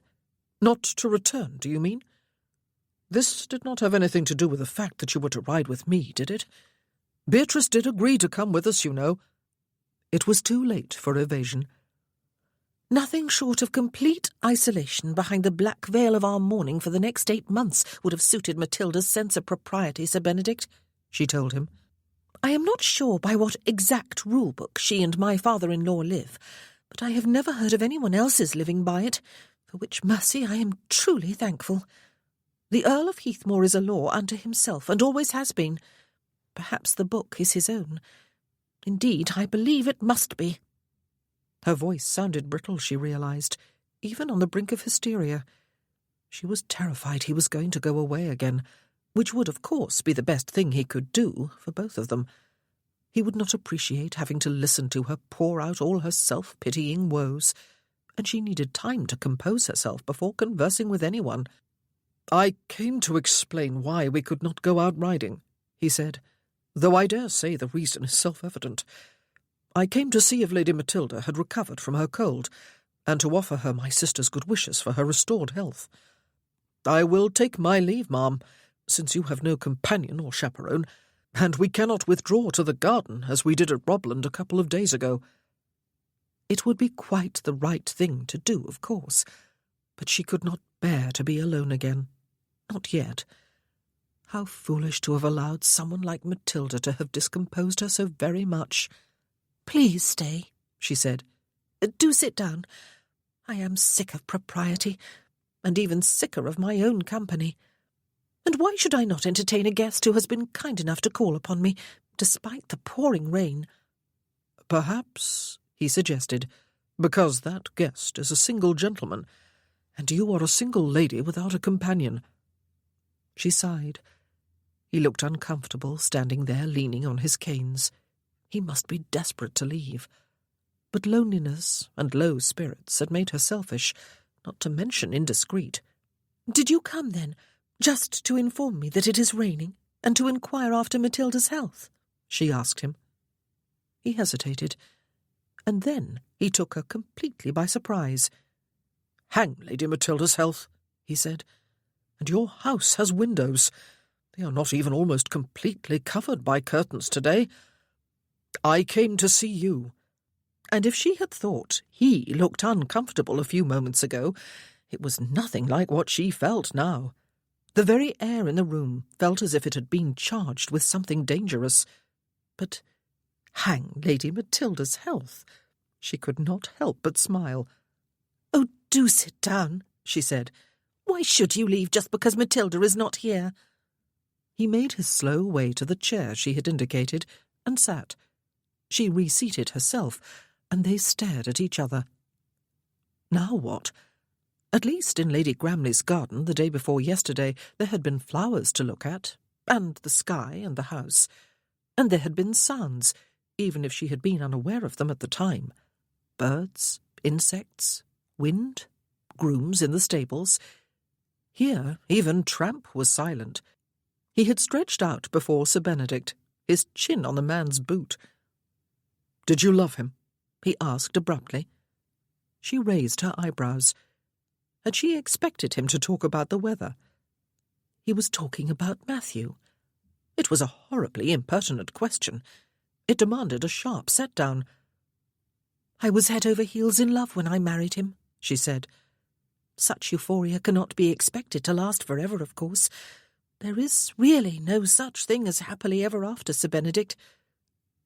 "How long had you been married before he was injured?" he asked. 2 years, she told him.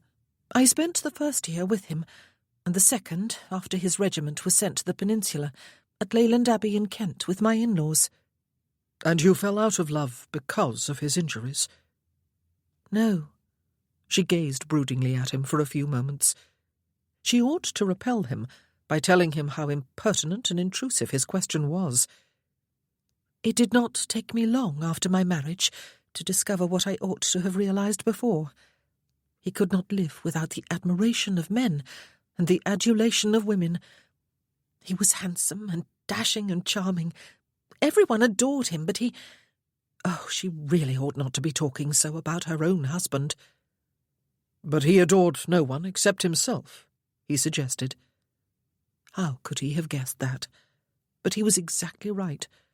Matthew had seen everyone beyond himself as nothing more than an attentive, admiring audience. She doubted there had ever been anyone in his life whom he really knew or wanted to know, herself included. Even during the last 5 years, he had seen her as he wanted to see her, an obedient and attentive wife, created for his comfort. He had never known her, not even half. "His wounds did not change him?" he asked. "Oh, they did. Or perhaps they changed only the circumstances of his life, rather than his essential character." She turned her gaze on the fire. "His nose had been cut by a sabre and broken. His face was not very badly disfigured after it had healed, but he refused to be seen by anyone except his valet and me. He would not have a mirror in his room. He was crushed by what he thought of as the loss of his good looks, as though they were his very identity.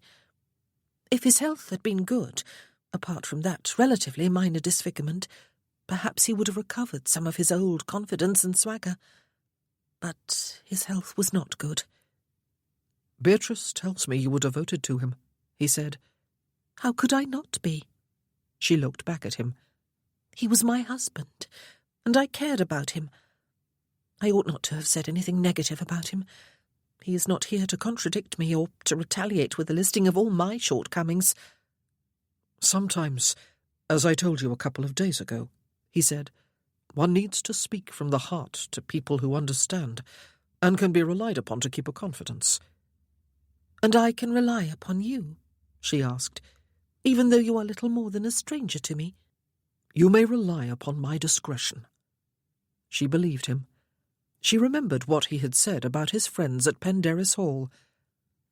He did not deserve such a very harsh and prolonged ending to his life, she said. I never ever wished that for him. And you do not deserve to be left feeling guilty that you are still alive, he said. I told you about Hugo, Lord Trentham, who went out of his mind after successfully leading a forlorn hope in Spain. His chief torment, it plagued him for years after, and still does to a certain degree, was that he survived intact while all his men either died or were horribly injured. Yet he led that attack of volunteers from the front with extraordinary courage. You must forgive yourself for being alive, Mrs. Mackay, and for wishing to go on living. And for wanting to dance. She half smiled at him. And even for wanting to ride. Enough of me and my petty miseries, she said with a slight shake of her head. What of you? Why exactly are you staying in such a remote corner of England with your sister? It seems a very retired sort of life for a gentleman of your age. My age? He raised his eyebrows. Your face has known suffering, she said, feeling the heat of a flush in her cheeks. You could be any age between 25 and 35, or even... I am 29, he said. Beatrice needed a few more weeks at home to recover from her indisposition over the winter, but it was necessary for Gramley to go up to London to take his seat in the House of Lords. Their boys are away at school. I had nothing better to do with my time, so I came here to keep her company.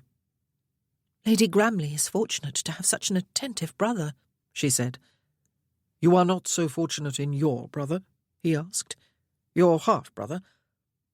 John is a clergyman, and has the charge of a busy parish, and of a wife and 3 children, she told him. And he was opposed to our father marrying my mother. Why? He asked. Just because she was not his mother?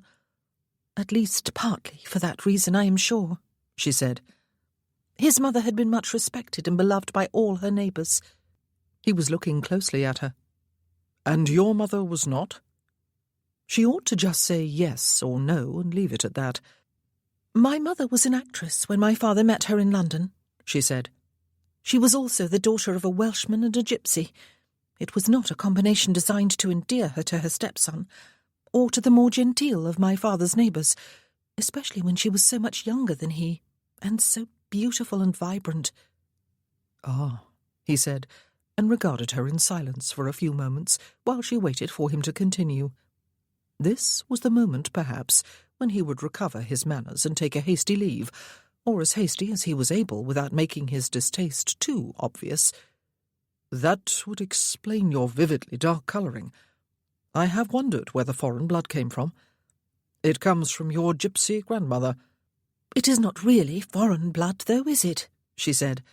There have been gypsies in Britain for generations, but there has not been much intermarriage, and they have kept their distinctive looks. He regarded her quietly again, but there was a slight smile on his face. She could not decipher its meaning. Is she still living? He asked. Your grandmother, I mean, or your grandfather? My grandmother left to return to her own people when my mother was an infant, she said. I know nothing of my grandfather except his nationality. My mother left Wales at the age of 17 and never went back. She almost never talked about her past. Perhaps she would have done if she had lived longer. Silence stretched between them again. Perhaps, she said, you feel the need to leave now, Sir Benedict? Because I am compromising your virtue, he asked. Or because you are half gypsy, and may compromise mine? 1/4, she said testily. I am 1/4 gypsy. Ah, well, I am reassured then, he said. 1/2 might have been difficult to overlook. She looked sharply at him. His face was sober, but there was laughter in his eyes. Has it dogged you through your life? He asked. The fact that you have gypsy blood, that is, and it is impossible for you to hide it. It may be only 1/4 of your heritage, but it accounts for almost the whole of your looks." She lifted her chin and said nothing. "All your very beautiful looks," he added. "I am sorry. I have embarrassed you on an issue about which you seem sensitive. Yes, Mrs. Mackay, I do feel the need to take my leave, but for propriety's sake. Your propriety." She had been feeling uncomfortable with him, and irritated that he had somehow persuaded her to reveal such private aspects of her life. How did he do that? Was it just that she was unaccustomed to having social dealings with anyone?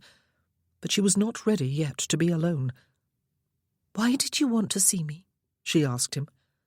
"Is it what you admitted a few minutes ago, that you came to see me?" "I did not expect to find you here alone," he protested. "But you did, and you stayed." "I did," he agreed. He lifted a hand to rub a finger along the side of his nose. "I certainly did not want to see you last week.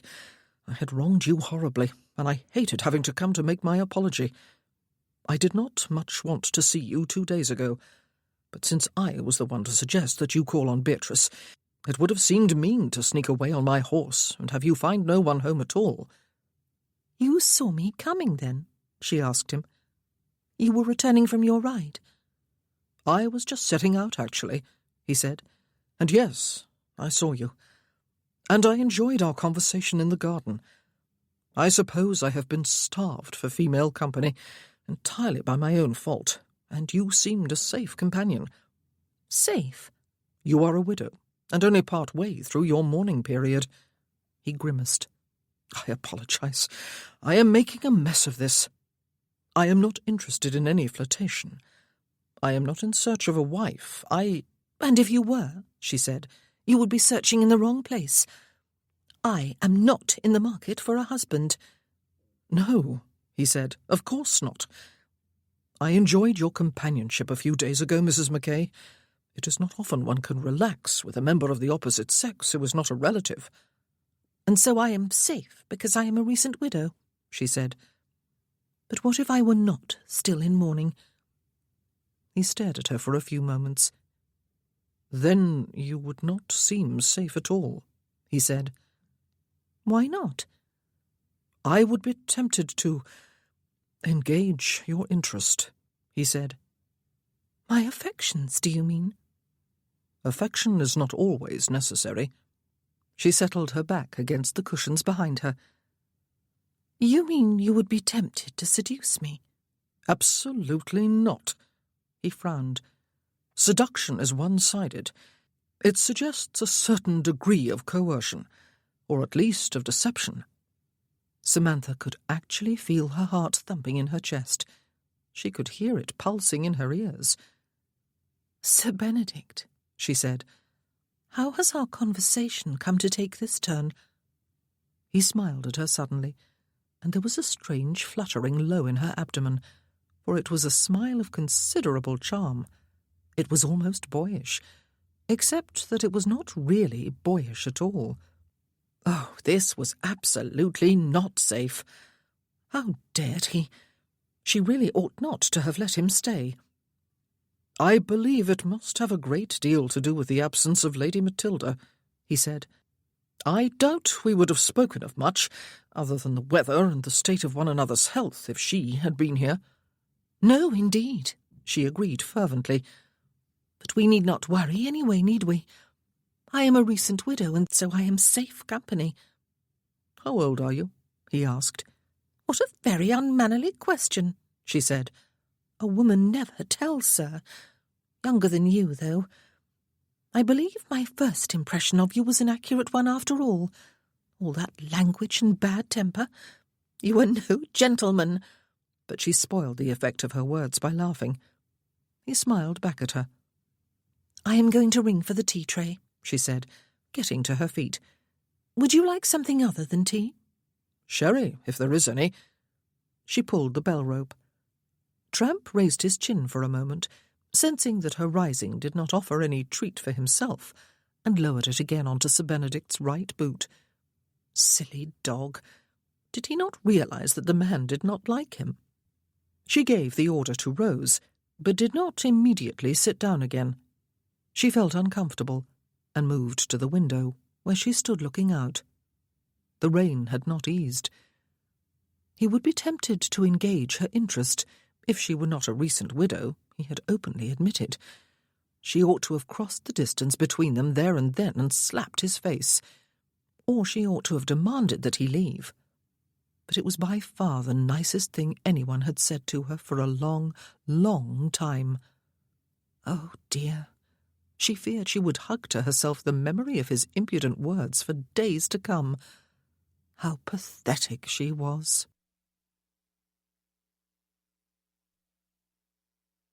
Chapter 8.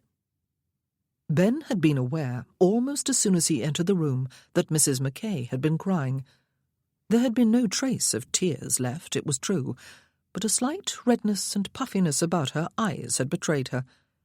He had set out to distract her with conversation, and had ended up coming very near to flirting with her. That had not been his intention when he had decided to come. Well, of course it had not. He had expected a very dull, very formal visit with 2 ladies, not 1. He really ought to have left immediately after he knew she was unchaperoned. But she had been crying, and it had been apparent that she did not want to be alone. So he had stayed, very unwisely. Being alone with her here felt very different from the way being alone with her 2 days ago in B's flower garden had felt. Dash it all!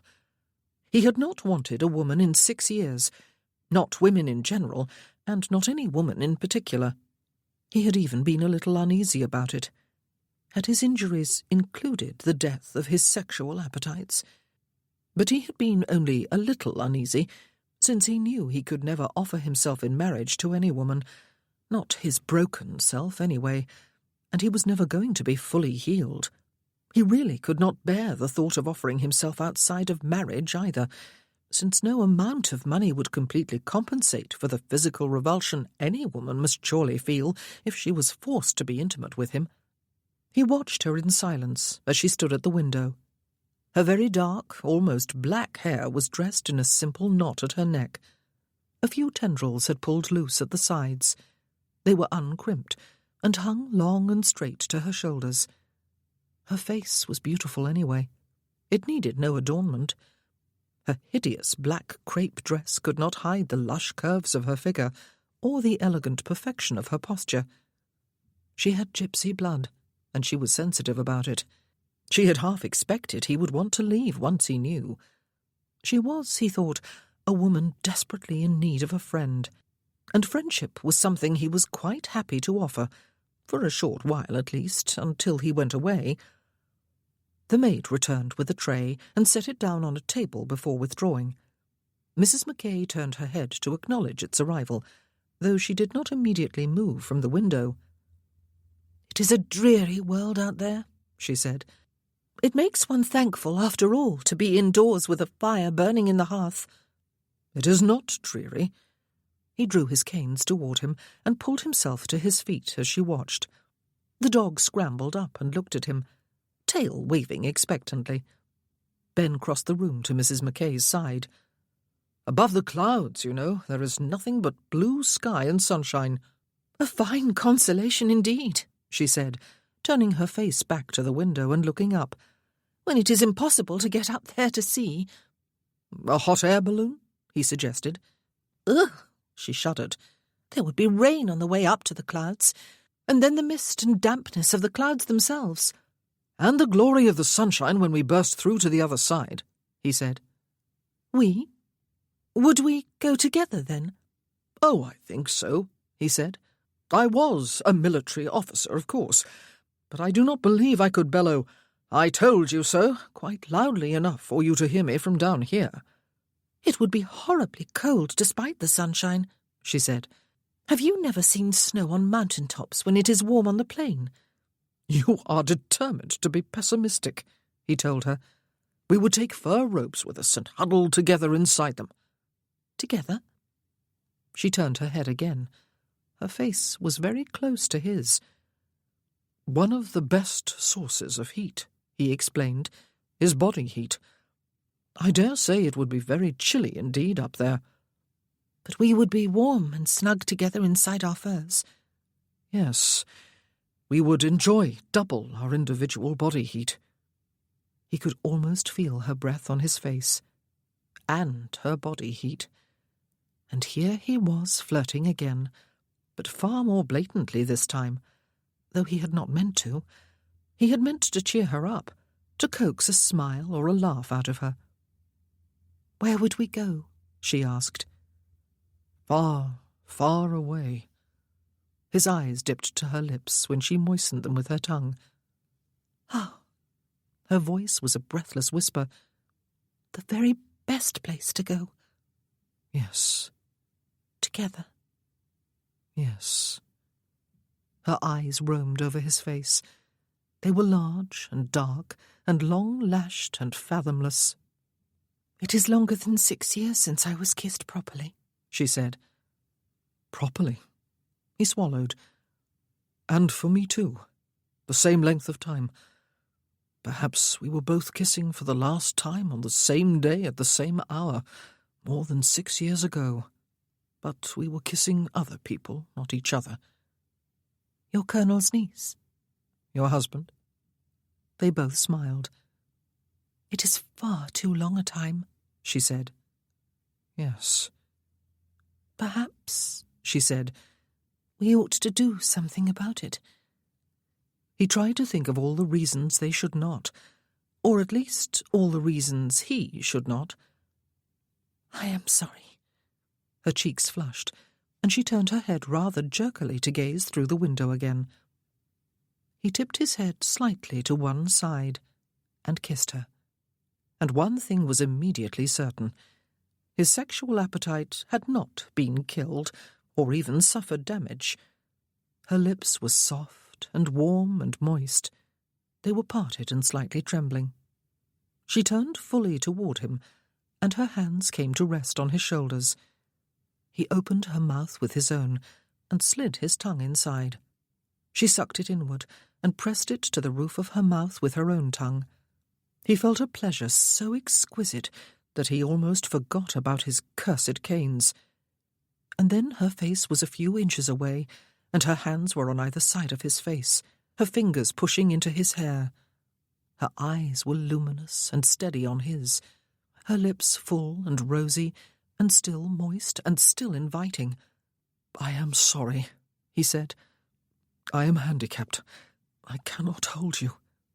"Perhaps that is a good thing at this precise moment." She smiled suddenly and looked young and very pretty. "Or perhaps it is just that we are both starved, and any kiss would feel good." A lowering thought. She dropped her hands to her sides, still smiling. But reality was intruding. "I really ought not to have stayed when I discovered that Lady Matilda had gone," he said. "You will be horrified when you relive this afternoon after I have left." "You presume to know my thoughts, do you?" she asked him. "My future thoughts. This was a horrid day before you came, Sir Benedict. I do not at all regret that Matilda has gone, but I do resent the fact that she left me feeling as if I was somehow in the wrong. And then it rained, and I knew we could not ride, and the rain was dreary, and I felt restless and lonely and utterly self-pitying. Self-pitying people are not pleasant company, even to themselves. And then, when I was at my lowest ebb, you came. And you somehow coaxed me into talking to you, as though you were a trusted confidant. And then you flirted with me. For a few moments, you bore me off with you to the sunshine above the clouds in a hot air balloon, wrapped together in warm furs, and bound for a place far, far away. And then you kissed me. I am no longer at a low ebb. You can have no idea what I will feel after you have left. But I do assure you it will not be horror." Good Lord! He thought she might find later today that she had deceived herself.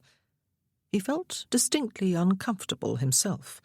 This was not the way a gentleman behaved. "Your sherry will not be getting cold," she said, moving past him, "but my tea certainly will. Shall I put some biscuits on a plate for you?" "Just one," he said as he followed her more slowly across the room. "Thank you." She fetched him his biscuit and cherry, while her dog settled at his feet again. "How old were you when you married?" he asked. She smiled at him as she sat down and picked up her cup and saucer. "You are good at arithmetic, are you, Sir Benedict? Let me save you the bother of doing mental calculations. I was 17. Matthew and I were together for a year before his regiment was sent to the peninsula. I spent the next year at Leyland Abbey.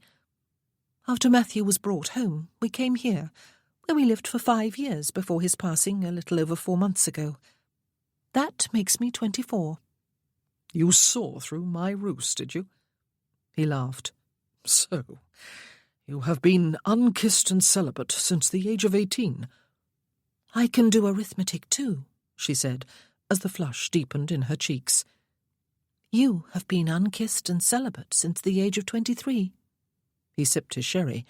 "This is not a very proper conversation for a respectable drawing-room, is it?" "This has never been called a drawing-room," she told him. "But you are quite right.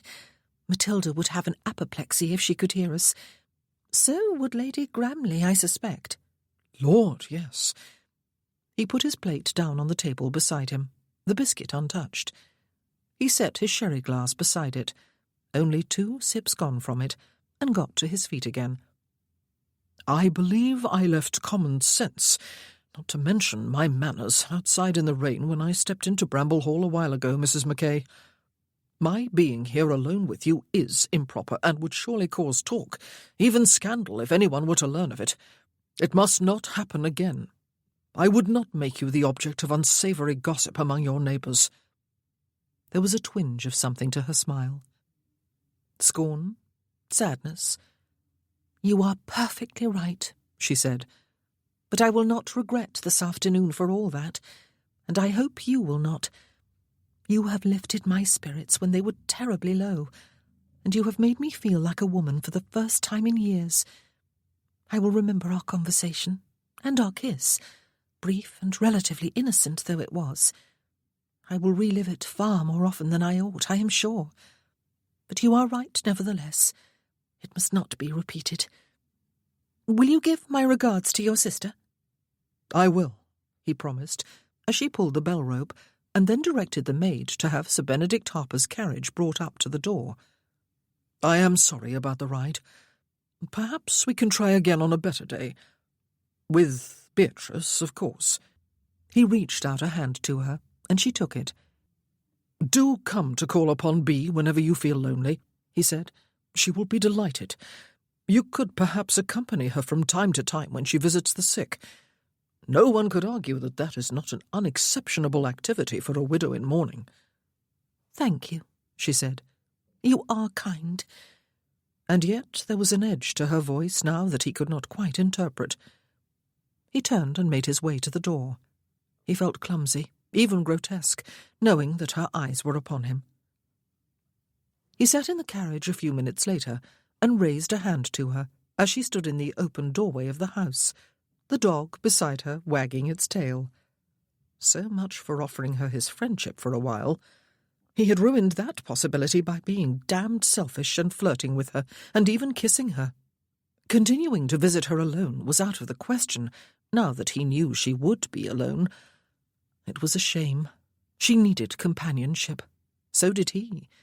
But a single man and a single woman could not be companions without courting scandal, and justifiably so, it seemed. Perhaps he could find her other companions, ones who were neither single nor male. 2 days later, Lady Gramley paid Samantha an afternoon call, bringing with her Mrs. Andrews, the vicar's wife, and cheerful conversation, and practical suggestions for how Mrs. Mackay might involve herself in village life without in any way compromising her status as a newly bereaved widow. Before they left, Samantha's name had been added to the list of official visitors to the sick, and she had become a member of 2 committees, one for organising the church summer bazaar, and one for decorating the altar. She had been urged to pay social calls at Robland Park, and the vicarage whenever she wished, and was assured that she would soon find herself invited elsewhere too. "I spoke with my husband about your situation, Mrs. Mackay," Mrs. Andrews told her, "and he assured me that neither church nor society would ever frown upon a widow involving herself in good works and the quiet exchange of companionship with her peers, even during the early months of her bereavement. And you may believe me when I tell you that the vicar is a stickler for correct behaviour." Samantha suspected that Sir Benedict Harper was behind this visit, and she was grateful. Being busy in a way that was useful to others would surely still her restlessness and help her fulfill her desire to live again, not merely to exist from day to day. And perhaps making new friends here was not going to be so very hard after all. But Sir Benedict did not come again. Neither was he at Robland Park when Samantha went there for tea, perhaps because she went by invitation and he knew about it in advance. When she saw him at church, he inclined his head politely, but neither spoke nor looked fully at her. She had relived their conversation and his kiss, especially his kiss, for the rest of the day after he left. She had lain awake half the night dreaming of it. Ironic, that. And she had watched through the windows for him all the following morning, and from the garden during the afternoon, when the rain had finally stopped long enough for her to take tramp outside for some exercise. But long before it was borne in upon her that he would not come again, she had succumbed to guilt. She had encouraged him to stay, when he would have left after discovering that Matilda was no longer with her. She had encouraged him to flirt with her, though it had not been deliberate, and she had quite explicitly invited his kiss. She had behaved quite shockingly badly. It was no wonder he did not wish to see her again, and she surely would not wish to see him again if she were not so lonely and so restless. It would be for the best if she never saw him again, she decided, and then she learned that soon he would indeed be gone. Lady Gramley was planning to leave soon to join her husband in London, and her brother, she reported to a group of ladies at the vicarage one afternoon 2 weeks after his visit to Bramble Hall on that rainy afternoon, was going to do some travelling about the British Isles, starting in Scotland. Samantha told herself quite firmly that the news did not depress her in the slightest. It was nothing to her. She had put memories of that afternoon firmly behind her. Soon he would be gone, and she could devote herself to her new life here at Bramble Hall without the distraction of expecting to see him wherever she went.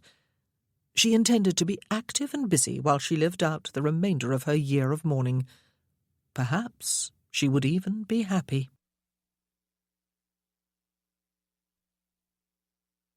Chapter 9.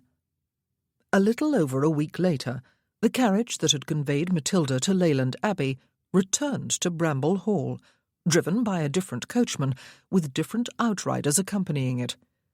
Samantha recognised the coachman from 5 years ago, but the other men were strangers to her. They were all large, burly men, as servants hired to guard travellers often were. They all also seemed particularly surly of disposition. That was what working for the Earl of Heathmore did to people, Samantha thought. One of them handed her a letter that bore the Earl's seal. She took it from him and felt immediately chilled. She did not want any more dealings with Matthew's family, and this was hardly going to be a friendly missive. And why had other servants returned in place of the ones who had gone with Matilda? She took the letter into the sitting-room and closed the door. She shooed Tramp off her favourite chair, upon which he was strictly forbidden to take up his abode, just as he had been strictly forbidden to enter the house once upon a time, and seated herself there in his place. She did not want to break the seal on the letter. She had been feeling reasonably happy of late. She had friendly acquaintances. She had places to go, things to do, while all the time preserving her respectability and her obligation to be in mourning for what remained of the year. She did not want to be plunged back into gloom and guilt. For one moment she considered tossing the note on the fire and forgetting about it. Matthew would have done just that. But the trouble was that she would not forget it. It would be better to read it now and then somehow put it out of her mind. She broke the seal with a terrible sense of foreboding. She read the letter through without stopping, and then bent her head over her lap and shut her eyes very tightly. After a few moments, she could hear Tramp panting nearby, and could smell his less than sweet breath.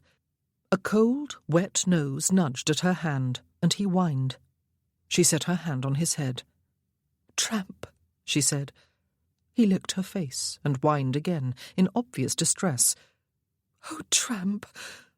Stunned despair at the unexpectedness of it all engulfed her. The Earl of Heathmore was displeased by the scandalous goings-on of his daughter-in-law as reported to him by Lady Matilda. That was hardly a surprise. Neither was the long-winded eloquence with which he chastised her. It was the punishment that made her feel rather as if she had been punched hard in the stomach, though he did not call it punishment.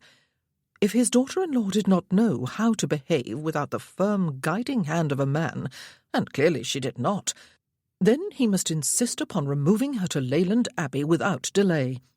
There he would himself impose the necessary discipline to halt the wayward behaviour that would surely bring censure and even ruin upon the good name of his family if allowed to continue.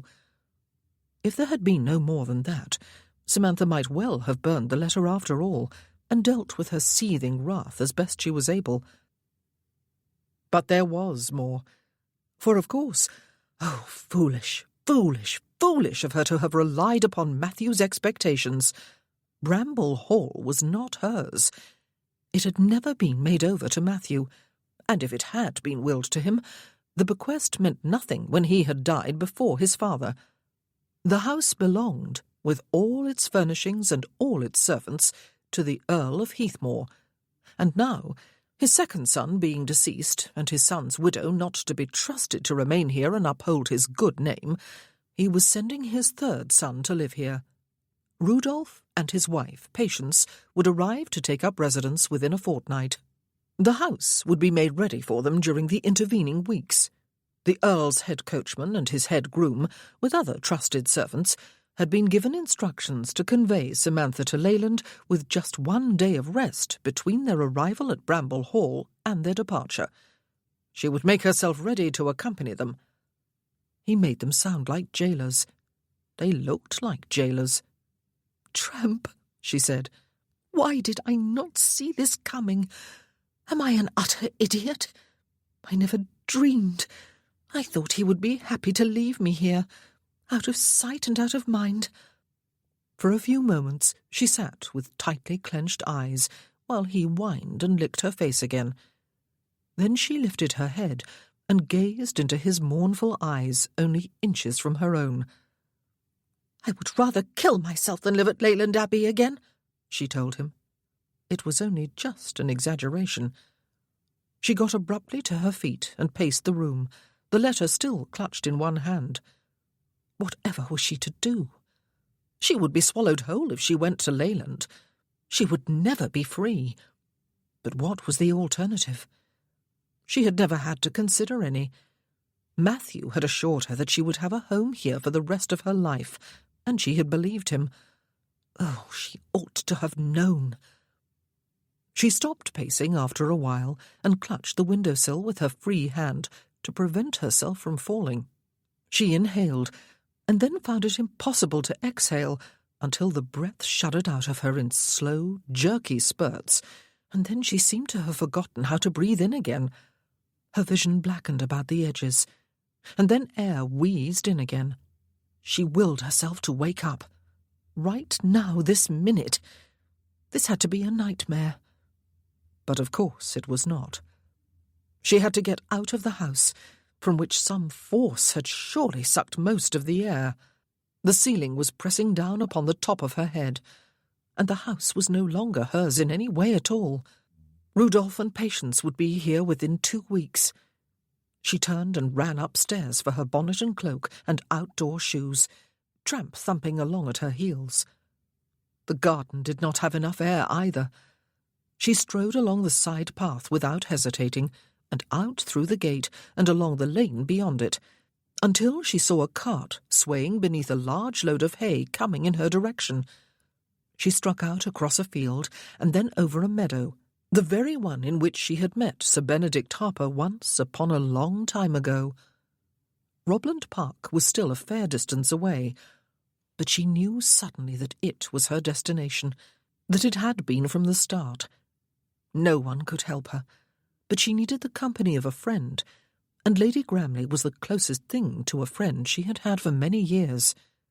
She strode onward, Tramp frisking at her heels, and occasionally dashing off in pursuit of some wild creature more fleet of foot than he, and therefore not at all timid about showing its head. He never learned that lesson. Poor foolish dog. Whatever would become of him? He would certainly not be allowed to accompany her to Leyland Abbey.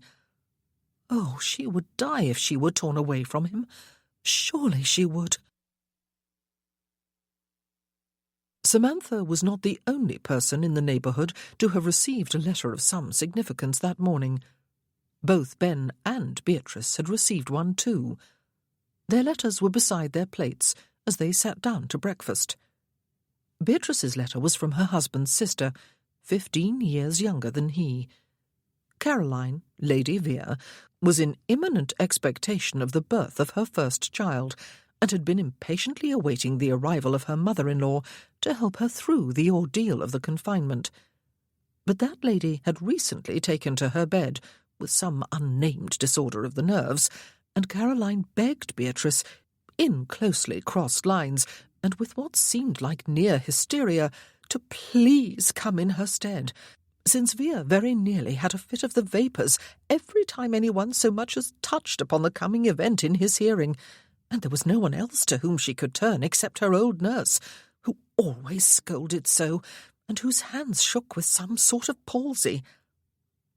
"I had hoped to spend at least another week or two at home before going to London," Beatrice told Ben with a sigh, after sharing with him the contents of her letter.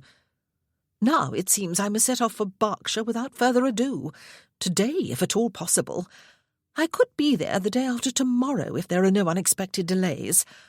I would not put poor Caroline through the terror of being alone, except for her apology of a husband and a nurse who has always terrorized her.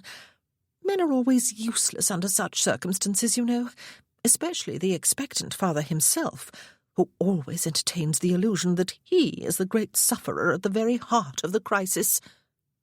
"Then you must go," Ben said, laughing. "But what about you?" she asked with a frown. "I cannot expect you to remove yourself from Robland at a moment's notice, when I specifically invited you here to keep me company. You are welcome to stay on alone, of course, but it seems very inhospitable of me to abandon you." "I will not hold it against you," he assured her, "since Lady Vere's need of your company appears to be greater than mine. I shall be perfectly comfortable here on my own bee, and I dare say I will be off myself within a week at the longest." "To Kennelston?" she asked hopefully. "Still not to Kennelston," he said. "Probably to Scotland. I have never been there, you know. It is reputed to be very scenic and beautiful, as are Ireland and Wales and numerous parts of England. Perhaps, eventually, when my adoring public is begging for more books, I will even venture abroad." "And never settle down, I suppose," she said, still frowning. "Has it not occurred to you, Benedict, that that is the whole cause of your restlessness?" "Not settling down? It is a somewhat obvious conclusion, I suppose," he admitted. "If I were settled, I would not be restless. If I am restless, I cannot be settled." "I should know better by now," she said, getting to her feet after setting her napkin across her plate, "than to try to discuss your personal affairs with you." "Alas," he said, "I have no affairs to discuss." "Oh, these double meanings," she said. "Who invented the English language, I wonder? He did not do a stellar job of it, whoever he was." "Perhaps," he said, "he was a she." She gave a bark of laughter. "On the assumption that women are by nature muddle-headed. I cannot stay to argue. I must get busy if I am to leave as close to noon as possible. The bulk of my things can be sent directly to London in a few weeks' time, of course." Ben reread his own letter after she had left the breakfast parlour. It was from Hugo Eames, Lord Trentham, one of his fellow survivors. Hugo was getting married to Lady Muir. Ben was genuinely pleased at the news. He had wondered if Hugo would go after her when they all left Penderys. She had sprained her ankle down on the beach when they were all staying in Cornwall, and Hugo had found her and carried her up to the house like the brawny giant he was, scowling all the way, Ben did not doubt. He had fallen head over ears in love with her, as she had with him, if Ben was any judge of female sensibilities. But Hugo had felt restrained by the fact that, though titled and enormously wealthy, he was a man of middle-class origin, while she was the sister of the Earl of Kilbourne and the widow of a viscount. And so he had let her go without a fight, the idiot, when her brother came to fetch her a few days later. Obviously, though, he had gone after her. They were to be married at St. George's on Hanover Square in London. The letter was an invitation to the wedding, though Hugo did not hold high expectations of Ben's being there. "I did not have Lady Gramley's direction," he had written, "and neither did anyone else. I wrote to Kennelston for it, but by the time your brother's reply reached me, far too much time had passed, and it seems impossible that you could be here even if you felt inclined to tear across half the country just for my nuptials. Imogen is coming from Cornwall, though, and Flavian, Ralph, and George are already here. I have not heard from Vincent yet." Ben felt a longing to be there too, even if it was London. It looked as if he might be the only one of the survivors not to attend Hugo's wedding, and he was the first of them to marry. Was he also the only one who ever would? They all liked to think they were healed and ready to take on the world again, but in truth they were a deeply damaged lot. Not that self-pity was their besetting sin. They had all fought hard against that particular trait. The wedding was in a week's time. He could get there for it if he set out without delay. The lure of seeing them all again when they had parted not so long ago, not expecting to be together again until next year, was almost overwhelming. And they would be gathering for a happy event. It really was happy. Ben had liked Lady Muir very well indeed, and it had seemed to him that she and Hugo were perfect for each other, despite the obvious differences of social status and temperament. For a moment he felt a wave of envy. It was not jealousy. He had not fancied Lady Muir himself. It was just envy that two worthy people had found each other and connected with each other's heart, for undoubtedly it was a love match. And so they would marry and settle to a lifetime of shared passion. Perhaps he would go, Ben decided. Not today, though. There would be too much chaos if both he and Beatrice were preparing for a hasty departure. He could still arrive in time if he left tomorrow morning, though it would mean travelling in longer stages than he found comfortable. He would not need to stay in town for long, just long enough for the wedding and a leisurely visit with his friends. He could still go to Scotland after leaving there, making his slow, meandering way back north, writing down his impressions as he went. Was it absurd to imagine that he could write? It probably was, but he could at least try. He had to do something. Beatrice left just before 1 o'clock.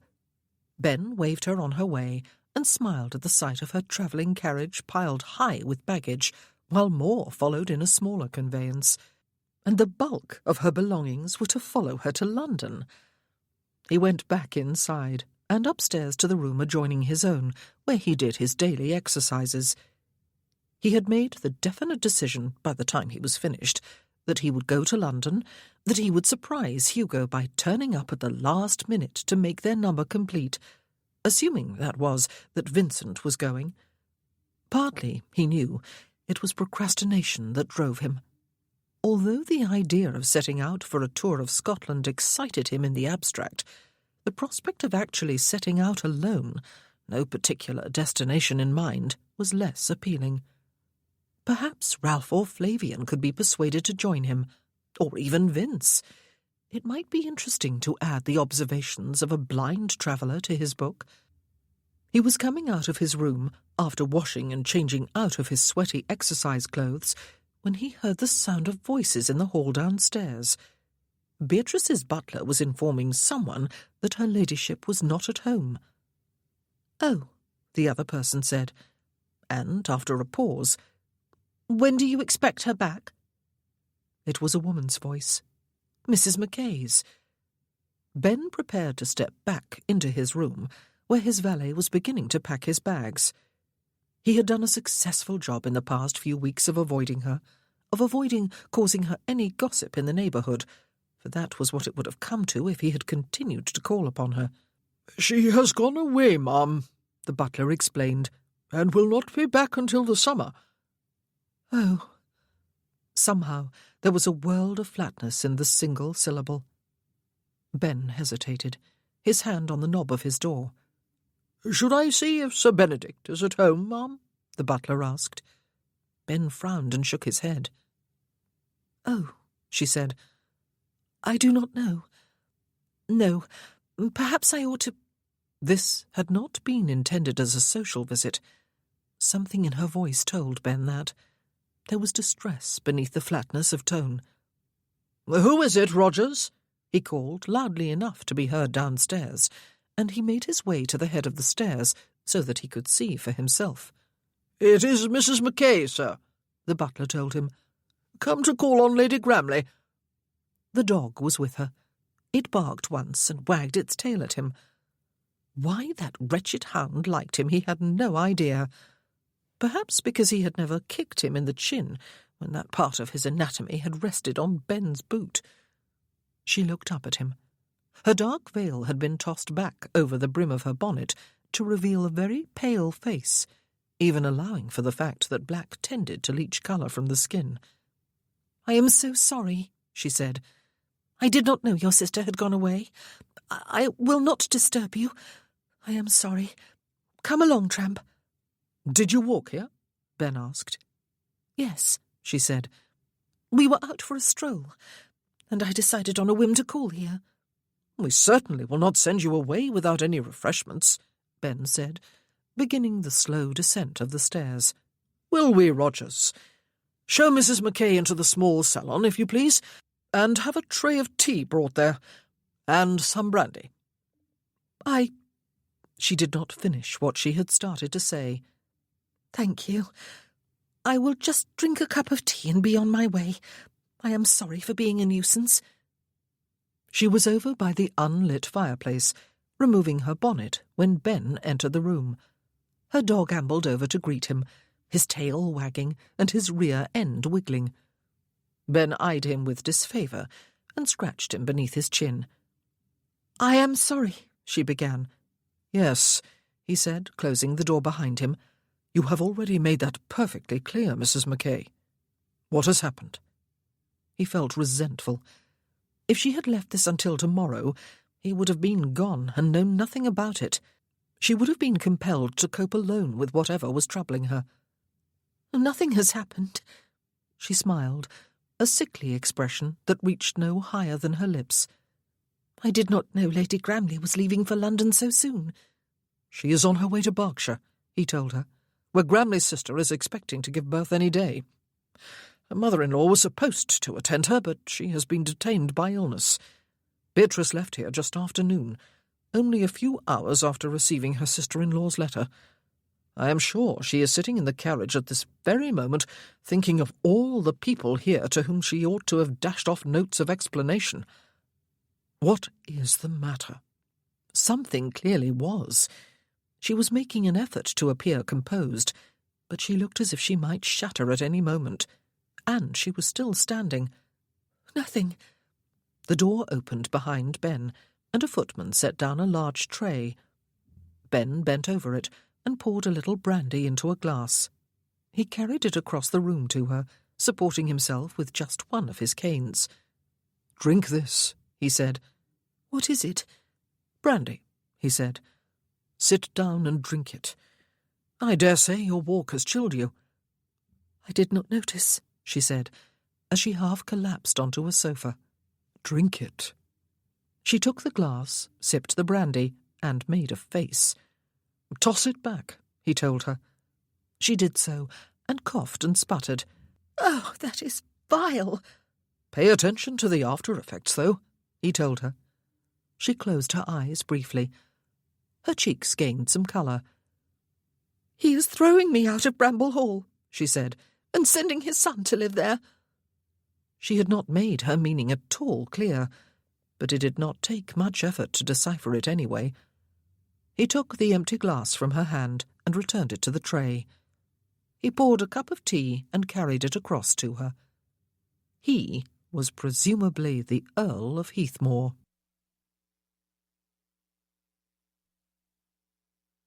Chapter 10. Samantha took the cup and saucer from him with hands she schooled to be steady. Tramp was seated beside her, at attention, his ears cocked, his eyes intent on hers. He knew there was something wrong, the poor dear. "Thank you," she said. She was dreadfully upset that Lady Gramley had gone away. Although there were other ladies in the neighbourhood to whom she supposed she might turn in her distress, none but Lady Gramley felt like a friend. Sometimes friendly acquaintances were simply not enough, though how she had expected Lady Gramley to help her she did not know. "Heathmore is tossing you out without making any provision for you?" Sir Benedict Harper asked, seating himself across from her. "He is literally evicting you?" "No, he has far too great a sense of family duty to do that," she said. "I am to go to Leyland Abbey in Kent. He has sent his own coachman and outriders back with the carriage Matilda took, and they have orders to escort me there. I am to leave the day after tomorrow. I do not know if their instructions are to coerce me if I will not go voluntarily, or I try to delay, but I would not be at all surprised if they are. My father-in-law made it very clear in the letter he sent me that he sees me as a disgrace to his family, and that I must be fetched to a place where he can keep a strict eye upon me and correct my waywardness." "And this is because you returned Bee's visit that one afternoon and agreed to ride with her and with me a few days later?" He was frowning at her as if he did not quite believe his ears. "They were not small matters to Matilda," she told him. "They are not small matters to Matilda's father. Heaven knows what I may get up to if I am left to my own devices here. I may even take it into my head to go about visiting the sick or arranging flowers on the altar at church." She took a sip of her tea and discovered gratefully that it was both strong and sweet. "Perhaps," he said, "it is not quite what you think. Perhaps your father-in-law's annoyance with you arises from a genuine concern that you will be lonely here, without the companionship of his daughter. Perhaps he thinks you will be happier surrounded by your late husband's family." She took another sip of tea.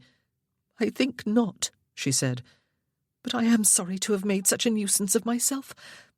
I came here, I suppose, to unburden myself to Lady Gramley, though to what purpose I do not know. I just did not know what else to do. I do not know what else to do." "You do not believe you can find any sort of contentment at Leyland?" he asked her, "even just temporarily, until your year of mourning is at an end?" "Could you find any sort of contentment in a prison, Sir Benedict?" she asked in return, "where even smiles are construed as sin, and laughter is unheard of?" "And it is out of the question to go to your half-brother?" "Yes," she said. John would perhaps not literally refuse her admission to the vicarage if she turned up on his doorstep, but he would certainly make it clear that she was unwelcome, that she could not stay there beyond a few nights at the longest. "Forgive my impertinence," Sir Benedict said, "but do you not have an independence? Can you not set up on your own somewhere?" She stared blankly at him. Her father had left her a small legacy, which Matthew had appropriated. He had left her with a small income, enough for her personal needs, since she had never been extravagant, but enough with which to set up her own establishment. She did not know and had never wondered. She had relied upon Matthew's assumption that his father would be happy to leave her at Bramble Hall. Oh, how foolish of her! How foolish! She ought to have been making plans. But what plans? "I could not stay anywhere close to here," she said, "where at least I have some friendly acquaintances and some sense of belonging. Rudolph and Patience will be at Bramble Hall within a fortnight. They would make life very difficult for me if I remained here in defiance of my father-in-law's express wishes, and I could not return to the village where I grew up. I had a few friends there, but on the whole I was not well accepted because my mother was not. As for anywhere else, well, I do not know anywhere." She swallowed awkwardly. She was suddenly very frightened. The world seemed a vast and hostile place. Whatever was she going to do? "Starting a new life is never easy," he said, "especially when there is no obvious base of operations. You have the rest of today and tomorrow, then, to think of an alternative to Leyland Abbey." "I cannot go there." She set down her cup and saucer and gripped one arm of the sofa. "I will not, though I may not have a choice if I am right about those servants the Earl has sent. They are all large, severe-looking men. However it is, though, I have to leave Bramble Hall. I expected it to be my home for the rest of my life. It is what my husband expected." She dipped her head forward in an attempt to cling to consciousness. Tramp whined. She was going to be homeless and friendless. "I must count my blessings," she said, smoothing a hand over the dog's head, as though to reassure herself by comforting him. "I am not penniless, after all. There are thousands upon thousands of people who at this very moment are both homeless and destitute. Oh, the despair of it! How do they go on, Sir Benedict? I must not despair. It would be wicked. I am not destitute. There must be somewhere I can live, some small country house I can afford." She frowned in thought for a moment, but was distracted when she realized he had got to his feet and come to sit beside her, after propping his canes against the far side of the sofa. He took her right hand in both of his, while Tramp stretched out at their feet. His hands were blessedly warm. "I know how it is to feel homeless, even if I do not know how it is actually to be homeless," he said. "It is a wretchedly bleak and lonely feeling. But, as you say, you are not destitute." She turned her head and looked at his finely chiselled features and slightly hollowed cheekbones. A strangely appealing, not quite handsome face, though his eyes were very blue. He had kissed her almost a month ago, and then withdrawn from her life, though she was convinced he had sent his sister to befriend her and involve her in neighbourhood and church activities. "Do you have any other relatives apart from your half-brother?" he asked. "A few aunts and uncles and cousins," she said. "None to whom I have ever been close. They all shared my half-brother's outrage over my father's marrying an actress of doubtful origin who was half his age." "And there is no one else?" There was the illusion of comfort in his grasp. "There were friends, other wives during the first year of my marriage," she said. "But I was not with them long enough to establish any lasting friendships before the regiment went to the peninsula, and I was sent to Leyland instead of going with them. No, there is no one." How abject it sounded. After 24 years of living, she had no one to whom she could turn for help. He raised her hand, and she felt the warmth of his lips and his breath against the back of it for a few moments. "But I have taken enough of your time, Sir Benedict," she said. "You must be wishing me in Hades, though you have been very kind. This is not your concern, and the longer I talk, the more pathetic I sound." She spoke briskly, and she tried at the same time to repossess her hand. He tightened his hold upon it, however. "I think," he said, "you had better marry me, Mrs. Mackay." She jerked her hand free then and leapt to her feet. "Oh, no!" she cried in great dismay. "No, no, no! Oh, how very good of you, and how excruciatingly embarrassing! I was not in any way hinting at such a thing, you know." She set her palms against her cheeks. As she had suspected, they were hot with shame. "I am perfectly well aware of that," he said. "But marriage to me would solve your problem, you know. And perhaps it would solve mine, too." "You have a problem?" She frowned down at him. "An inability to steel myself to rid my home of my younger brother and his family, who have usurped it," he said, smiling a slightly crooked smile, "and an impossibility of living there with them. A restlessness and a depression of spirits at the realization that I will never again be the man of action I used to be. An inability to forge a meaningful, new life for myself and settle to it. Beatrice says it is all explained by the fact that I have no woman in my life." "But you cannot solve a problem, not for either of us," she said, "by creating a new one." "Marriage to each other would create a problem?" he asked. "Of course it would."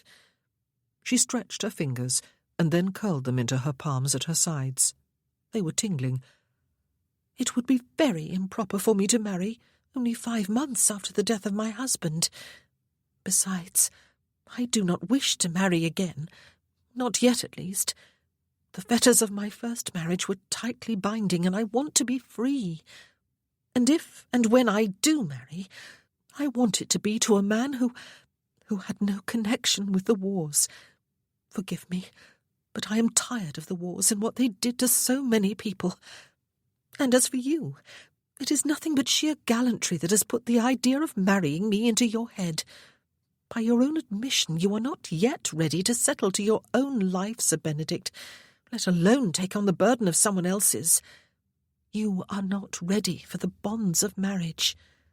Not with me, certainly, when I am as restless and needy as you are. We would drag each other down into a pit of unending depression if we were to marry." "Would we?" He was still smiling that crooked smile. "I find you very attractive, you know. Unless you think that not a very strong motive for marriage, I would add that you are the first woman to whom I have been attracted in 6 years." "I find you personable, too," she admitted. Good heavens, how could she deny it? There had been that kiss, had there not? "But attraction is not everything, or even very much. I was attracted to Matthew. Oh, Sir Benedict, if we are only attracted to each other, then we should go to bed and have our fill of pleasure with each other. We ought not to marry." His smile had disappeared, and his face had flushed. Oh, dear! Had she really just said what she knew she had said? "An affair," he said. "That would not solve your problem, ma'am. Not unless, that is, you are suggesting that I set you up somewhere as my mistress."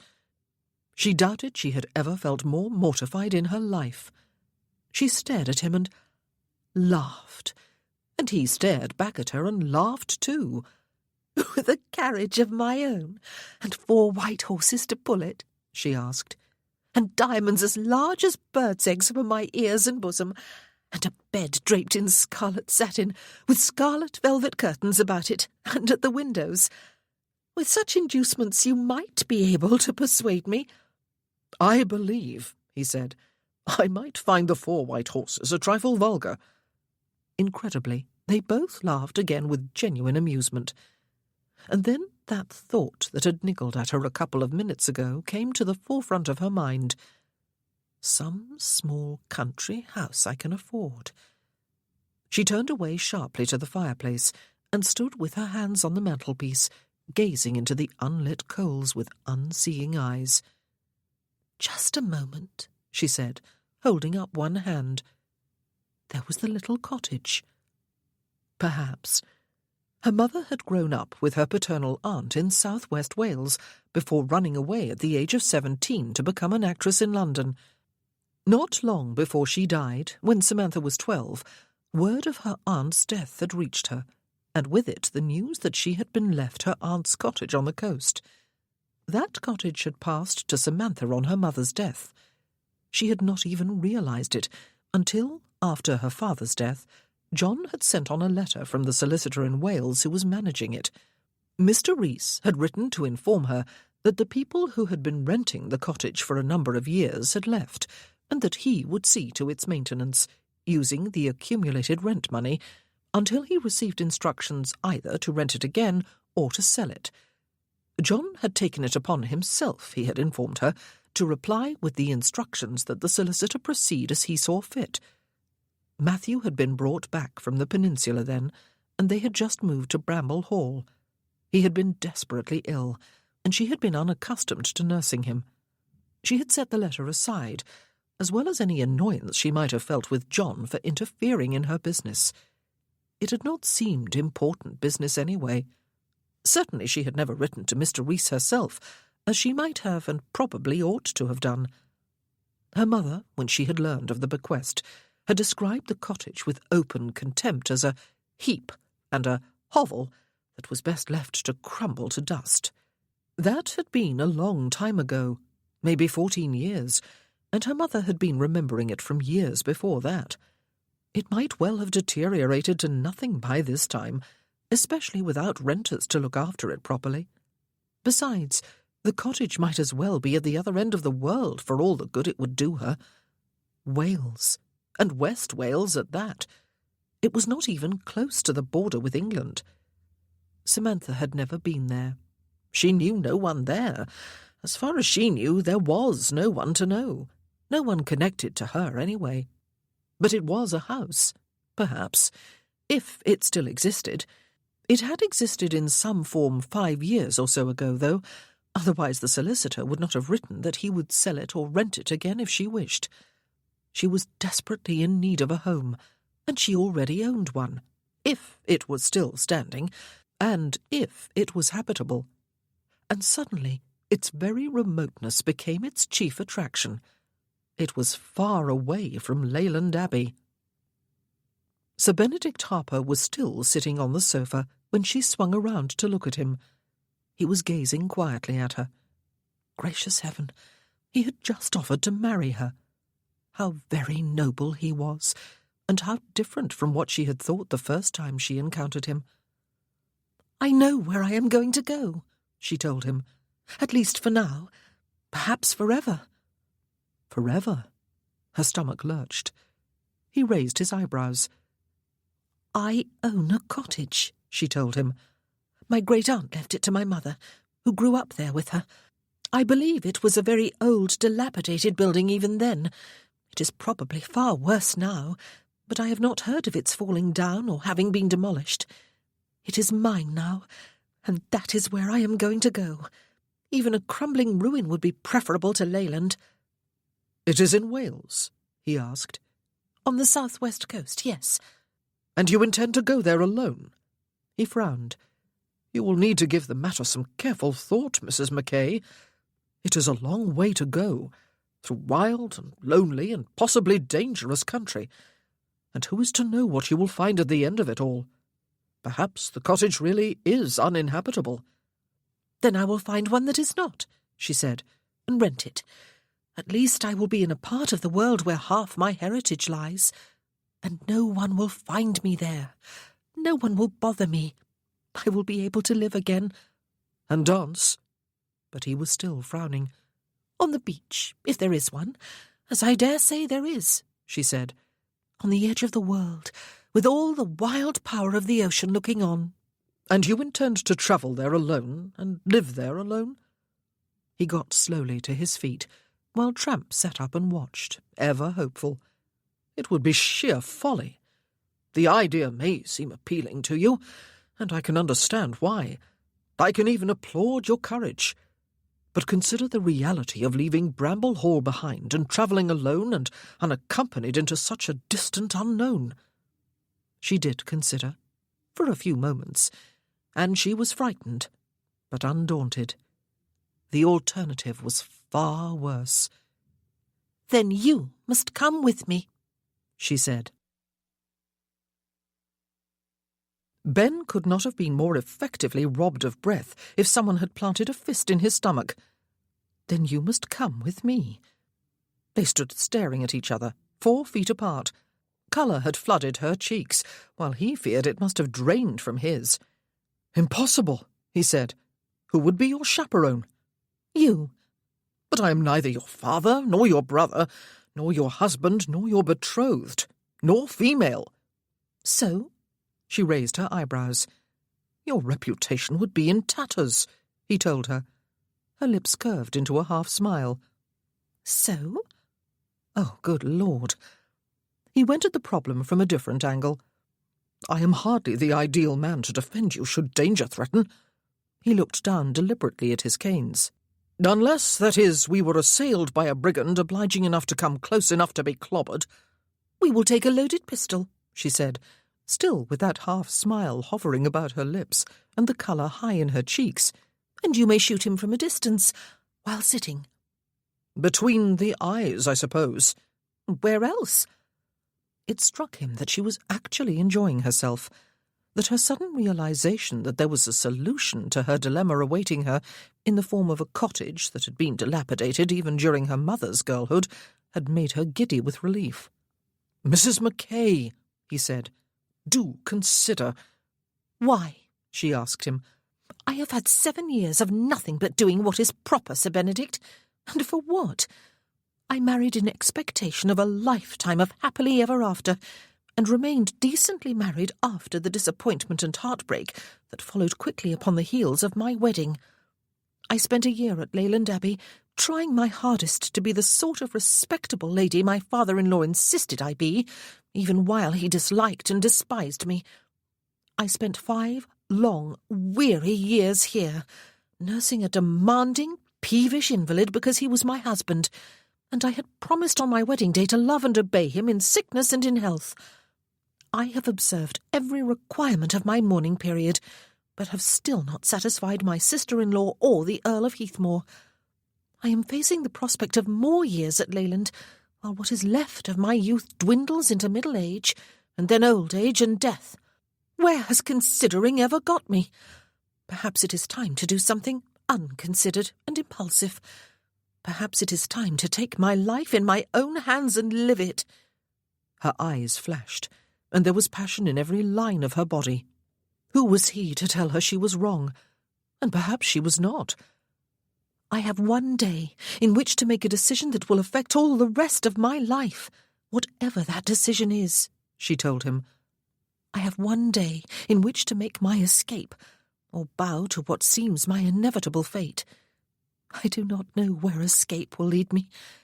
On the other hand, I do know where bowing to my fate will. I would be a fool not to take a chance on escape. Perhaps this was meant to be, Sir Benedict. Why else would I have been left that cottage? It has seemed so useless to me, since I learned it was mine, that I have scarcely ever even spared it a thought. Yet now it is of crucial importance to my future. Do you believe that sometimes life points out a way for us to follow, even if it does not force us into taking that particular path? I am going where life points me. I beg your pardon for trying to involve you. Of course you will not wish to accompany me. Why should you? You owe me nothing. You have been more than kind even to listen to me, and that kindness has led to my thinking of a solution for myself. I am going." Oh, Lord! She looked like some kind of magnificent avenging angel. She could not possibly go striding off in the vague direction of Wales on her own. Why the devil had he not ducked back into his room the moment he heard her voice? She would have remembered her cottage without his help once she had calmed down. How she got there would have been none of his concern. It was not his concern now. Perhaps this was meant to be, Sir Benedict. Do you believe that sometimes life points out a way for us to follow? Lord, Lord, Lord! Why had he not left for London and Hugo's wedding at the same time as Beatrice left for Berkshire?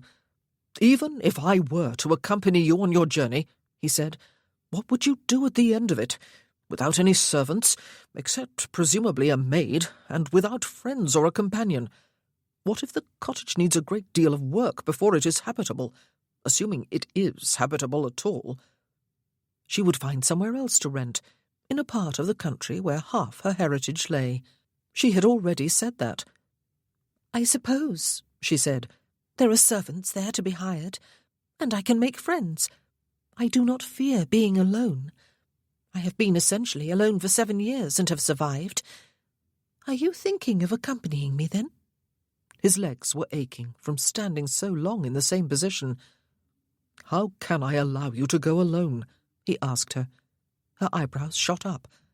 "You have no power to allow me to do anything, Sir Benedict," she said, "or to prevent me from doing anything. You are not my husband." "Thank the Lord," he said ungraciously. Her chin went up a notch, but she relented and lowered it again.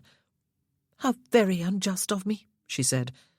"I burst in upon you uninvited, and unburdened myself of all my woes. Yet now I am taking exception to your concern for my safety. It is kind of you to be concerned, but it is not your problem, you know. I am not your problem. I had better return home. Thank you for receiving me. I know you did not wish to do so. You have been avoiding me, and I do not blame you." "For your own good," he told her, exasperated. "How long would it have been before the whole neighbourhood was gossiping if we had become friends, Mrs. Mackay, and had kept visiting each other without any sort of chaperonage?" "Not long at all," she said. "I told you I did not blame you, and I do realise that it was you who gave Lady Gramley the idea of bringing the vicar's wife to my home, so that I could become involved in parish and community activities. I am grateful to you for that." He was not really listening. He was thinking of travelling all day with her for a week or more in the close confines of a carriage, of taking all his meals with her, of their staying each night at the same inn, and he felt an unreasonable resentment, for she had not asked it of him after that first impulsive suggestion that he must go with her. Good Lord, her reputation would be in shreds, and that was probably a gross understatement. "You force me to very bad manners, Mrs. Mackay," he said. "I am entertaining you in my sister's house, yet I am afraid I will have to sit while you stand." "I ought to have noticed your discomfort," she said, seating herself on the sofa while he returned to his chair. "I am sorry. I have caused you nothing but discomfort since the moment of my arrival. I shall leave, and you must forget I was even here. You are going to Scotland, are you not? I have heard it is lovely there." She got abruptly to her feet again, and her dog took up his position beside her, his tail waving hopefully. Ben regarded her irritably. "I believe," he said, "I must have been a close personal friend of the late Captain Matthew Mackay. I believe I must have promised him, when he was on his deathbed, that I would escort his widow to Wales, where he wished her to take up residence in the cottage she inherited before her marriage. I believe I must use my full credentials again and be known as Major Sir Benedict Harper." She looked down at him, her eyes fathomless. "We may just get away with it," he said, "without completely wrecking your reputation." "You are coming?" She almost whispered the words. "We had better take my carriage," he said, "but we need to decide how we are going to get you away from Bramble Hall tomorrow without causing a great fuss and bother among the servants, especially those burly strangers." The dog flopped down onto all fours and proceeded to lick his paws. He had sensed further delay. Mrs. Mackay's hands were clasped so tightly at her waist that Ben could see the whites of her knuckles. But then her eyes brightened, and even sparkled.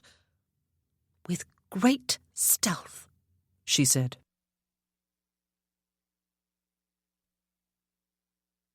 Chapter 11. Samantha's long-time maid had left her service after Matthew's death, when she had married his valet. Her replacement was the young daughter of the cook, a cheerful girl who was well liked by all the other servants. Samantha liked her too, but she dared not confide in her or suggest taking the girl with her when she left Bramble Hall. Everyone in the house would know about it within minutes. No one could forcibly stop her from leaving, of course, Samantha told herself. She was not a prisoner in her own home. Those servants from Leyland could not literally force her into the carriage and convey her all the way to Kent against her will. But much as she tried to talk rational common sense into herself, she was not convinced that they would not do just that. All the other servants at the house were technically the Earl's too. He paid their salaries. It would be best, she decided, if no one knew she was leaving, or where she was going, or with whom. Especially with whom. There was no point in courting unnecessary scandal. The story of Sir Benedict's having been a close friend of Matthew's would not work here. She had to wait until her maid had left her room for the night then, before she could begin packing. The silly girl's head had been turned by the arrival of so many male servants from Leyland, and she felt impelled to discuss at great length the relative merits of each one with Mrs. Mackay, and to offer her own opinion on which was the most handsome, but which had the most manly physique, and which had paid her the most outrageous compliment, even if he was not quite the best in either looks or build.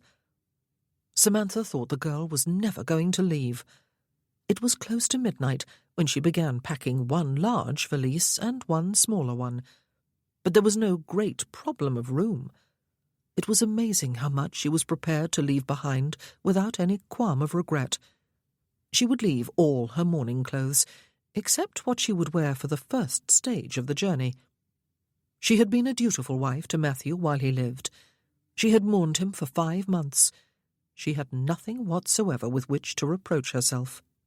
It had been arranged that Sir Benedict Harper would send his valet with a gig at 5 o'clock in the morning. His man would leave the gig outside the side gate, come into the house through the side door, which Samantha would unlock ahead of time, and carry out her bags. She would accompany him back to Robland Park, where Sir Benedict and his travelling carriage would be waiting. It seemed too clandestine a scheme to succeed, especially when there was a large, sometimes unruly, dog to be smuggled out, along with her and her belongings, for of course Tramp could not be left to the mercies of Rudolph and Patience. Besides, Samantha would no more leave him behind than she would her own child, if she had happened to have one. Tramp was family. The scheme succeeded without mishap, however. At 10 minutes past 5, Samantha waited a moment for an eagerly panting Tramp to finish his business at the side of the lane before shooing him up into the body of the gig with her baggage, and then seated herself beside the large, silent man who had spoken only to introduce himself as Quinn, Sir Benedict's valet. At 5:45, she was being handed into an opulent travelling carriage in the stable-yard at Robland. The house was still in darkness. Tramp scrambled in after her and settled on the seat opposite. He took up the whole space as if by right. Mr. Quinn and the coachman loaded her bags and others onto the carriage in near silence. There were no grooms in sight. After a few minutes, the carriage door opened again to reveal Sir Benedict. He looked about the interior. "You have not brought your maid?" he asked. "I am not sure she would have come," she told him. "I am sure she would have told all the other servants, even if I had sworn her to secrecy." "This is awkward," he said, but after another moment of standing there, he climbed inside slowly but with practised skill and took the seat beside her. The interior suddenly felt only half its former size. This felt very awkward indeed. Perhaps, after all, she ought to have escaped alone and travelled by stage or even post-chaise. "Good morning to you, sir," she said briskly. "Good morning, Mrs. Mackay," he said. "I take it Quinn did not have to fight off all those burly servants in order to spirit you away safely from Bramble Hall. There are a couple of servants rousing here, but none of them have voiced any particular consternation over the discovery that I mean to set out on my travels this early, and without waiting for breakfast. I do not believe any of them saw you. We will break our fast when we stop for the first change of horses. Will that suit you? Yes. Good morning to you too, wretched dog.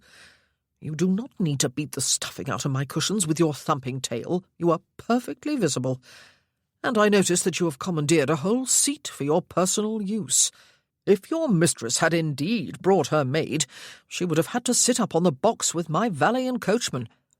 He sounded deliberately, artificially cheerful, just as she had done when she bade him good morning.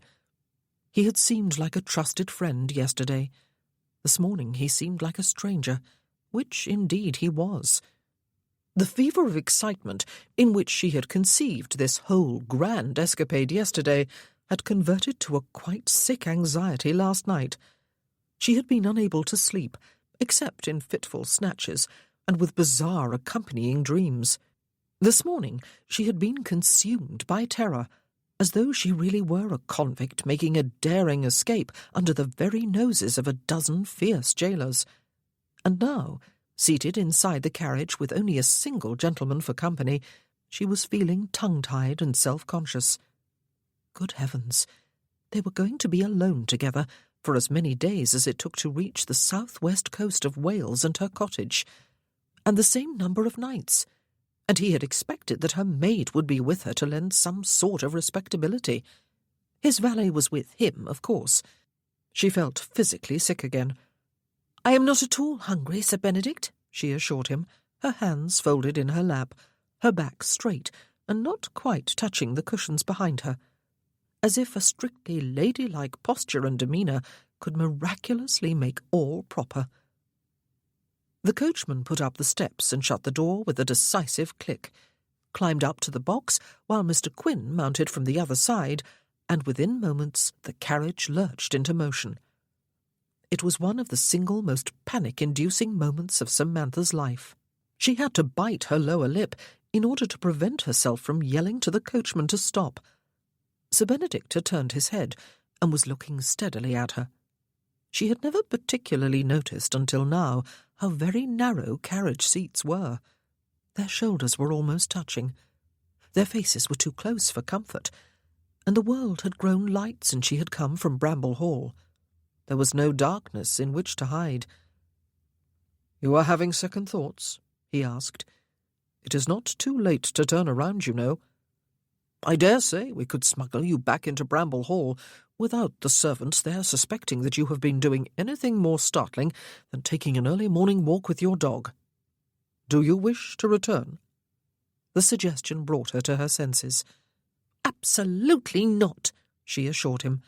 "I would not go back for any consideration. I am going to the only place I can go to be free. I am going to live, not merely exist at the pleasure of my father-in-law. If you have changed your mind about accompanying me, of course—" "I have not." "I feel guilty," she told him. "You were going to Scotland." "I was going to travel," he said, "and that is what I am doing. I could not and would not allow you to travel all the way to Wales alone." "You were doing it again," she said. "Allowing me, not allowing me. I am very glad we are not married. I suspect you would be a tyrant." "I hope I would know how to protect my wife, ma'am," he said stiffly, "even if it was sometimes despite herself. And you could not be more glad of our marital status, or lack thereof, than I am." She pursed her lips. "If we are going to quarrel all the way to Wales," he added, "it should be an interesting journey, especially as we are still no more than a mile or two from Robland."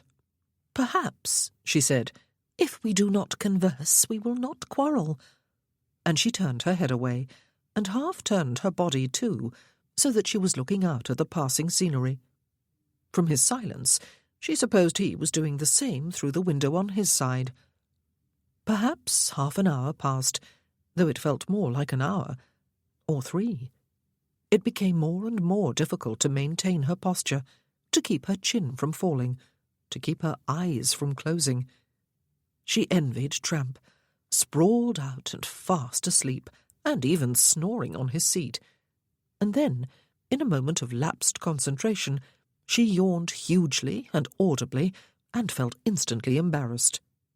"I suppose," he said, "you did not get a wink of sleep last night." "Perhaps a wink," she said. "Maybe 2. I had a great deal on my mind, Sir Benedict. It is not every day one sets off on a grand, life-changing adventure. Not if one is a woman, anyway." "And not every man goes sneaking off every day with someone else's widow," he said dryly, "with nary a word to his family and friends. Why do you not take off your bonnet and set your head back against the cushions? And your back, too. When I got into the carriage earlier, you looked so prim and starchy that I thought for a moment you had sent your sister-in-law in your place. The horses are still fresh, and will carry us a fair distance before it becomes necessary for them to be changed. Your dog has not lost any time in catching up on his beauty sleep." "Just do not utter any word that begins with W," she said, "especially with the letters A-L-K attached. You would soon discover how deeply asleep he is." She took his advice. She seemed to have no choice in the matter, since it was becoming increasingly difficult to remain awake.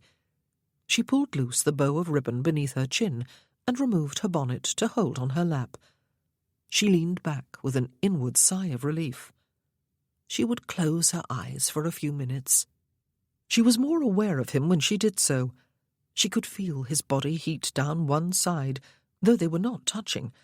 She could smell something that was distinctively masculine. Leather, shaving soap, whatever. It was hard to distinguish individual smells, but they all added up to something rather enticing and altogether forbidden. He had kissed her once. There had even been tongue play, and it had been very pleasant indeed. A bit of an understatement, that, though. Very pleasant indeed. She wondered if he remembered. It had been almost a month ago. She doubted he had forgotten, though, for he had gone as long as she before that without kisses or anything else. And she ought not to be thinking of such things now, especially about the anything else. She took refuge in other mental ramblings. Perhaps she ought to have left behind some sort of note for her father-in-law, rather than slinking away like a naughty child who expected to be pursued. Would she be followed? But no one would know where she was going or how she was travelling. Perhaps she ought to have written to John, just to tell him she was quite safe and would write at greater length later, though why she would do so she did not know. John never wrote to her. He probably would not care if she went to the North Pole to live. Perhaps she ought to have left a note for Mrs. Andrews to explain why she must withdraw so soon from her committees and would be unable to do any more sick visiting. Perhaps she lost her battle with sleep at that point. Her thoughts floated away, and her head gradually slipped sideways until it rested against a warm, solid shoulder. She was vaguely aware of it, even of whose it was. She was even aware that it was not quite right to keep her head there, but she was too sleepy to act on the thought. It was a firm yet comfortable shoulder. She burrowed her head a little farther back to wedge it more securely between shoulder and cushion, and slid the rest of the way into sleep. Ben sat very still, and wondered if they would succeed in getting all the way to her new home without becoming lovers. He had wondered the same thing since yesterday afternoon. He had wondered it last night while trying to sleep. If we are only attracted to each other, then we should go to bed and have our fill of pleasure with each other. She had actually spoken those words, after he had made her that asinine offer of marriage, and before she had remembered that she owned a cottage. How could one forget that one owned a house? He did not want them to become lovers. Well, he did. Of course he did. If he could shed all his clothes at this moment and plunge into a frigid lake, it would not surprise him at all if the water turned to steam. Good God! It had been longer than 6 years, and she was both beautiful and voluptuous, and tantalizingly available. But he did not want them to be lovers.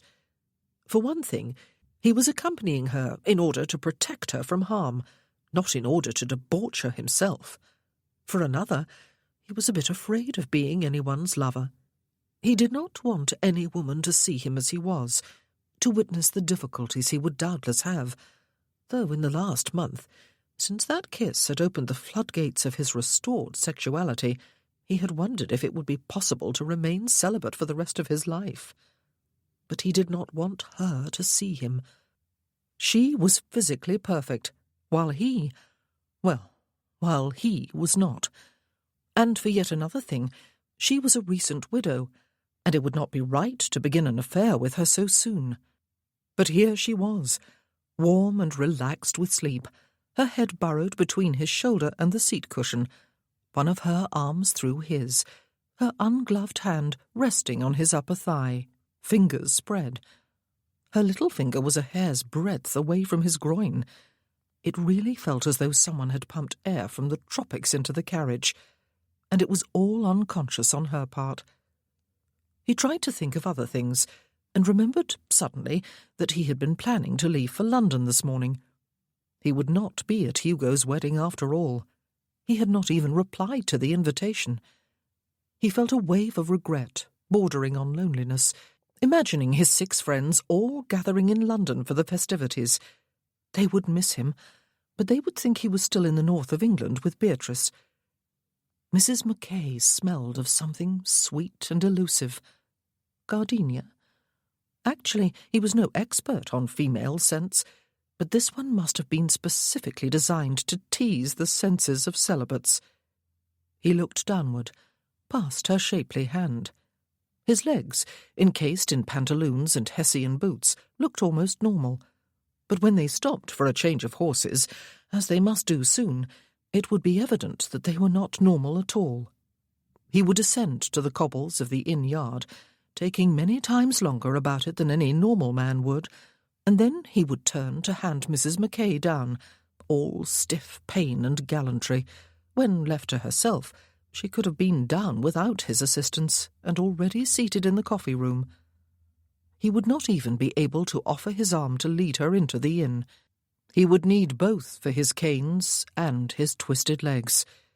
She would no doubt reduce her pace in order to make him less conscious of his slowness. Who was accompanying whom on this journey? It was reality, though, and would never be any different. He had pledged himself to accept that, had he not? So he was half crippled. His legs were only just better than useless. His legs were not him, however.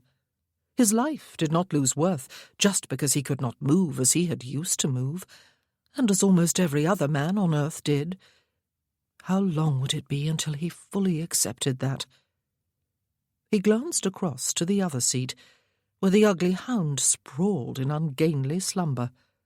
She loved the dog, ugliness and ungainliness notwithstanding. He laughed softly to himself. How the devil had he got himself into this coil? He wondered what his fellow survivors would say when he recounted this adventure, or misadventure, to them next spring. They would not stop teasing him for a decade. Travelling was one of the most difficult activities for Ben, a fact that underscored the irony of what he had decided to do with his life, until something more meaningful suggested itself. Except that he knew his body well enough to understand how much he could demand of it. Normally, he would travel in short stages, taking twice as long to get where he was going than anyone else would. And if he was travelling purely for pleasure, as he would soon be doing, he would take frequent days off. This was different, however. Although he did not expect any pursuit, he still felt it wise to put in as much distance between them and Bramble Hall as they could in the first day or two. One never knew when one would come up against someone who would know and recognise Mrs. Mackay.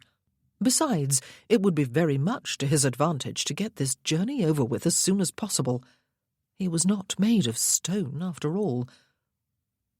By the end of the first day, he did not know quite how to sit still, or how to keep a smile, or at least a look of alert interest on his face as they conversed, and he did not know how he was going to descend from the carriage that final time. He did it, however, and even managed to stand at the reception desk of the inn his coachman had chosen long enough to pay for 2 bedchambers, one for himself, Major Sir Benedict Harper, and one for Mrs. Mackay, the recent widow of his military friend.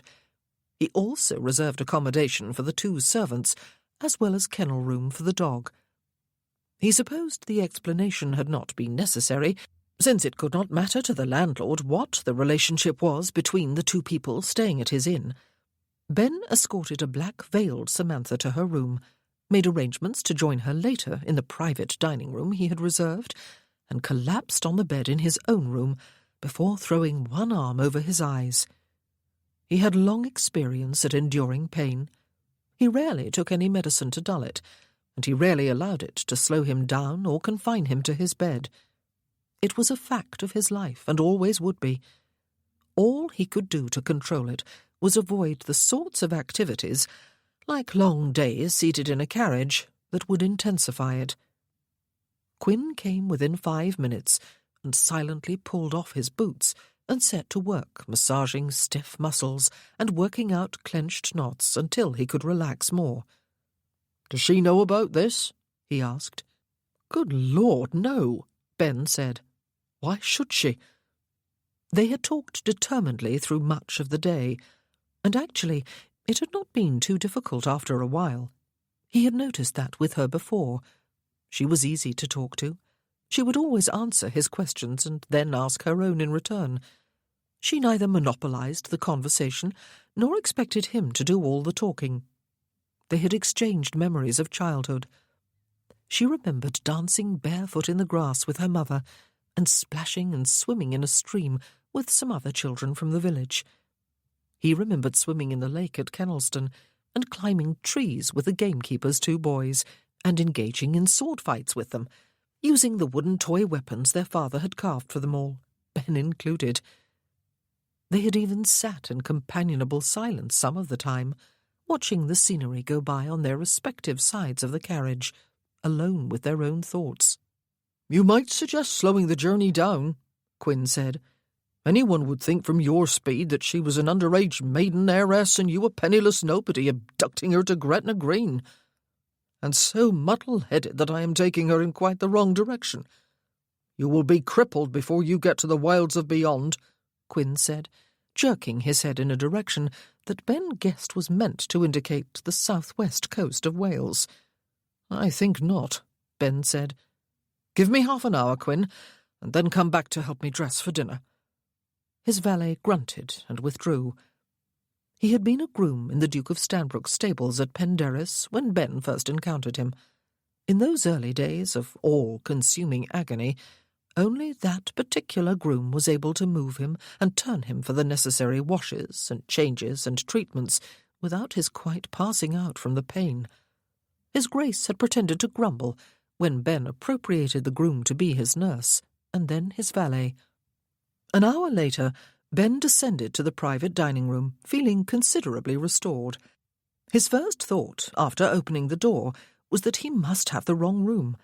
She was standing beside the table, which had been set for their meal, and she was wearing a high-waisted, short-sleeved evening dress of pale blue muslin. Her near black hair was piled on her head in an intricately tied knot. He stared at her, transfixed and aghast. "What the devil?" he said, and he took an incautiously hasty step forward and shut the door firmly behind him. She raised her eyebrows. "I left all my blacks at Bramble Hall, except what I wore today," she told him. "I will not wear those again. They were ordered from Leyland and sent to Bramble Hall without any consultation with me, or any fitting with a proper modiste. They are ugly and impersonal and ill-fitting, and they in no way reflect the genuine sorrow I felt at the premature death of my husband. They are the mere ostentatious trappings of grief, designed to impress the world. I will not put on a meaningless show any longer. That part of my life is over, and the next part of my life has begun." He took one step closer. "Have you forgotten," he said, "that we are travelling as a major, and the recent widow of his military friend? Who has seen you dressed like that?" "Like what?" she asked. "You make me sound as if I am dressed like a harlot."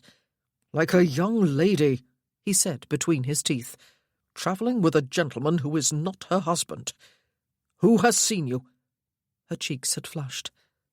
"The landlord showed me where the dining parlour was," she said. "There were a few other people. I did not take much notice." "You can be sure the landlord took notice," he said. "Good Lord, and you do not even have a maid with you." "If you wish to go away, Sir Benedict," she began.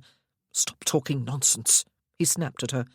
"From now on, starting tomorrow, we are going to have to be husband and wife. That is the only solution." "How ridiculous," she said. "You will be Lady Harper from tomorrow on," he told her. "Oh, do not worry for your virtue. We will take separate rooms at the inns where we stay. My injuries make me restless, and so make it imperative that I sleep alone. Not that we will be called upon to explain ourselves." "I think, Sir Benedict," she said, "you were a bit stuffy, as well as tyrannical." "What I am," he told her, is concerned for your reputation, ma'am. And that is going to have to be Benedict and Samantha tomorrow. We will be husband and wife." "I suppose," she said, "you would be happier if I was shrouded in black for the rest of my life." "You may wear scarlet every day until you are 80, he said, "after you have been delivered safely to your cottage, and I have gone on my way." "Delivered," she said, "like an unwanted package." The door opened behind him, and a maidservant carried in a large tray with their evening meal. "Come and sit down," Mrs. Mackay said to Ben. "You were in pain." Well, it was all the result of being brought up short inside the door by her appearance. He was still in a lot less pain, though, than he had been an hour ago. He moved toward the table without comment.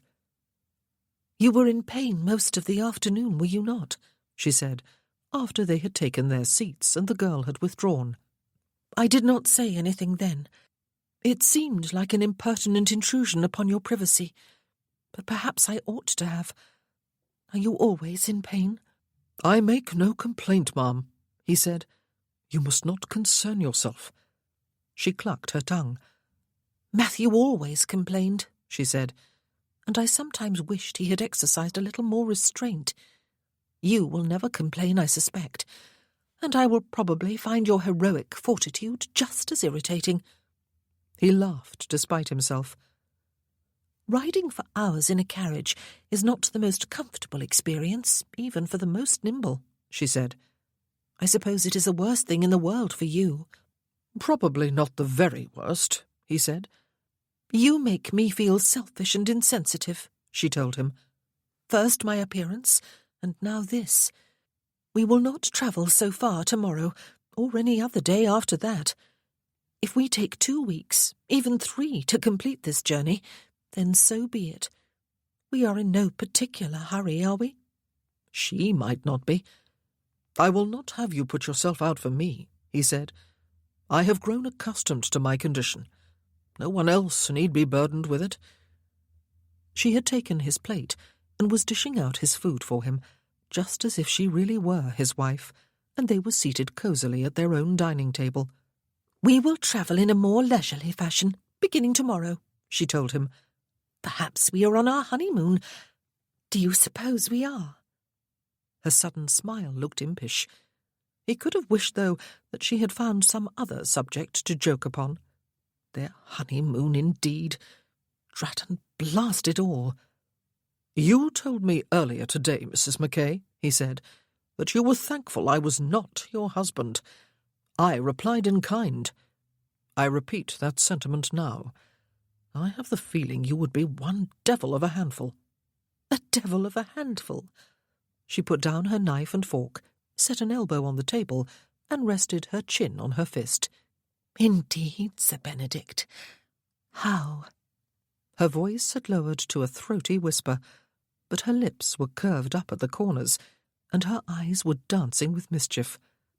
"Eat your dinner," he told her.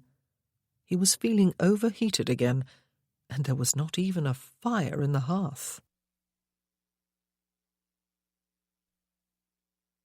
Chapter 12. After that first day, they travelled onward as man and wife. It was better that way, Samantha decided, for she could wear her own clothes again, and forget about the ghastly oppression of her blacks. She had nothing particularly new, and nothing very fashionable, but they were clothes she had chosen herself, and, in a few cases, clothes she had made herself, and they suited her well enough.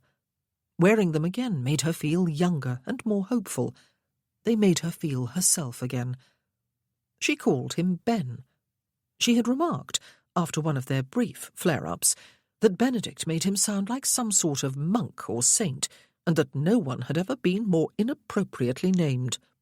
Surprisingly, he had agreed with her, and confided that he had always been uncomfortable with his name, and far preferred the shortened form. She had told him that if he ever called her Sam, she would have a temper tantrum. He had immediately called her Sammy, and waggled his eyebrows at her. She had poked out her tongue and crossed her eyes in retaliation. It actually felt good to act childishly. They had both ended up laughing. After 4 days of travel, they crossed the River Wye into Wales, the land of her maternal forefathers. She had never expected that half of her heritage to mean anything to her, and was surprised at the welling of emotion she felt at knowing that she was here at last. She knew nothing about her mother's kin, except for her dead great-aunt, who had been Miss Dilys Bevan, pronounced Dilys according to her mother. She had always assumed there were no other living relatives, but perhaps there were. Did she want there to be? But she knew the answer was no, almost before her mind had asked the question. For if any were still living, then they had neglected her mother, and therefore her. And that would be worse than if they did not exist. But suddenly, going to her cottage to live took on new meaning, for perhaps there was more awaiting her than just a dilapidated hovel of a building. Perhaps there was a whole story, a whole Pandora's box, which she did not want to open. She must just hope it did not even exist. She was feeling a little maudlin on the day they passed Tintern Abbey. They stopped to view the ruin, both of them having read and admired William Wordsworth's lengthy poem about it. The building and its unspoiled, deeply rural surroundings were every bit as lovely and romantic as they were depicted in that poem. Wooded hills rose on either side of the valley, and the Wye flowed between, the abbey on its western bank. Their days had settled into a certain routine. Samantha rose early each morning to take Tramp out for a walk before breakfast, and then they travelled until the horses were tired and must be changed, or at least rested. They spent what remained of the afternoons either strolling in the vicinity of the inn where they had stopped, or finding some local landmark of interest to explore. They would find somewhere comfortable to take their tea. Then Ben would write conscientiously in his journal, having called for pen and ink, while Samantha took Tramp for another walk. Then they would relax in their separate rooms until it was time to meet again for their evening meal. They retired early in anticipation of the next day's exertions. On this particular day, they resumed their journey after visiting Tintern, in order to take rooms at an inn above the valley that had been recommended to them the night before. When they arrived there, though, it was to the disturbing discovery that there was only one room still available. It was a large and comfortable chamber, the landlord assured them, when he saw Ben's hesitation, and there was a lovely view down into the valley and across it from its bay window. "We will travel farther," Ben said. "My disability makes it difficult for my wife to share a room with me in any comfort." But the closest inn, the landlord informed them, was at Chepstow, an uncomfortably long distance ahead, when they had already travelled farther than usual today. The journey was hard on Ben, Samantha knew. Though he never complained, she had learned to read his face and the tensions of his body, even his smile. What on earth had possessed him to believe that he could spend his life travelling and writing books about his journeys? But it was entirely her fault that he was doing so much travelling these days. "We have come far enough," she said. "We must take the room, Ben. It will be just for one night." "You will not be sorry, sir," the landlord assured him. "We have the best cook between Chepstow and Ross. You can ask anyone." Ben looked as if he was about to argue. He was also looking rather pale and drawn. They had spent longer than they ought, perhaps, walking about the ruins. "Very well," he said. "We will stay here." The room was pretty and clean, and there was indeed a splendid view from the window, but it was not particularly spacious. There was no armchair or love-seat or sofa, as Samantha had hoped there would be. She would have been happy to sleep on any of the three. The large, high bed dominated the room and occupied most of the floor space. But good heavens, it was just for one night, she thought, as they stood just inside the door, looking about them with great awkwardness. She spoke briskly. "I suppose if I lie very close to the edge on this side, and you lie very close to the edge on that, there will be enough space between us to accommodate an elephant." "If you roll over in the night," he said, "you had better be sure to roll the right way." "And which way would that be?" She turned to smile at him, just as he turned his head to smile at her, and suddenly it seemed as if her words were written in fire on the air between them. "I would imagine," he said, recovering himself, "elephants take exception to being awoken in the night." "Yes." She crossed to the window, by far the finest feature of the room. "Would you rather we went on to Chepstow after all?" he asked. "We still could." "No, we could not," she said. "You are on the verge of collapse. It has been too busy a day. I shall go back down and make sure Tramp is properly accommodated. I shall have Mr. Quinn sent up to you." He did not argue. She spent an hour with the dog, at first sitting on some clean straw beside him, her knees drawn up almost to her chin, her arms wrapped about them, and then walking with him so that he could take care of business before settling for the night. They had managed to rub along well enough together, she and Sir Benedict, Ben. They could talk and laugh and be silent together. They could enjoy doing a little sightseeing together, despite the handicap of his not being able to walk fast or far. But he was a man, and she would have to be inhuman, she supposed, for that fact not to be affecting her, especially as they had, once upon a time, shared a kiss, and soared together in imagination beyond the clouds in a hot air balloon, wrapped in furs against the chill of the upper atmosphere. It was sometimes hard to ignore his maleness when they shared the close confines of a carriage interior during the daytime. Whatever was it going to be like to share a bed all night? By the time she returned to the room, making a great deal of unnecessary bustle on the landing outside the door, and then taking her time turning the handle, Ben was dressed for dinner and was sitting on the side of the bed, reading. He set his book aside and got to his feet. He did it more easily than usual, she noticed, perhaps because the bed was high.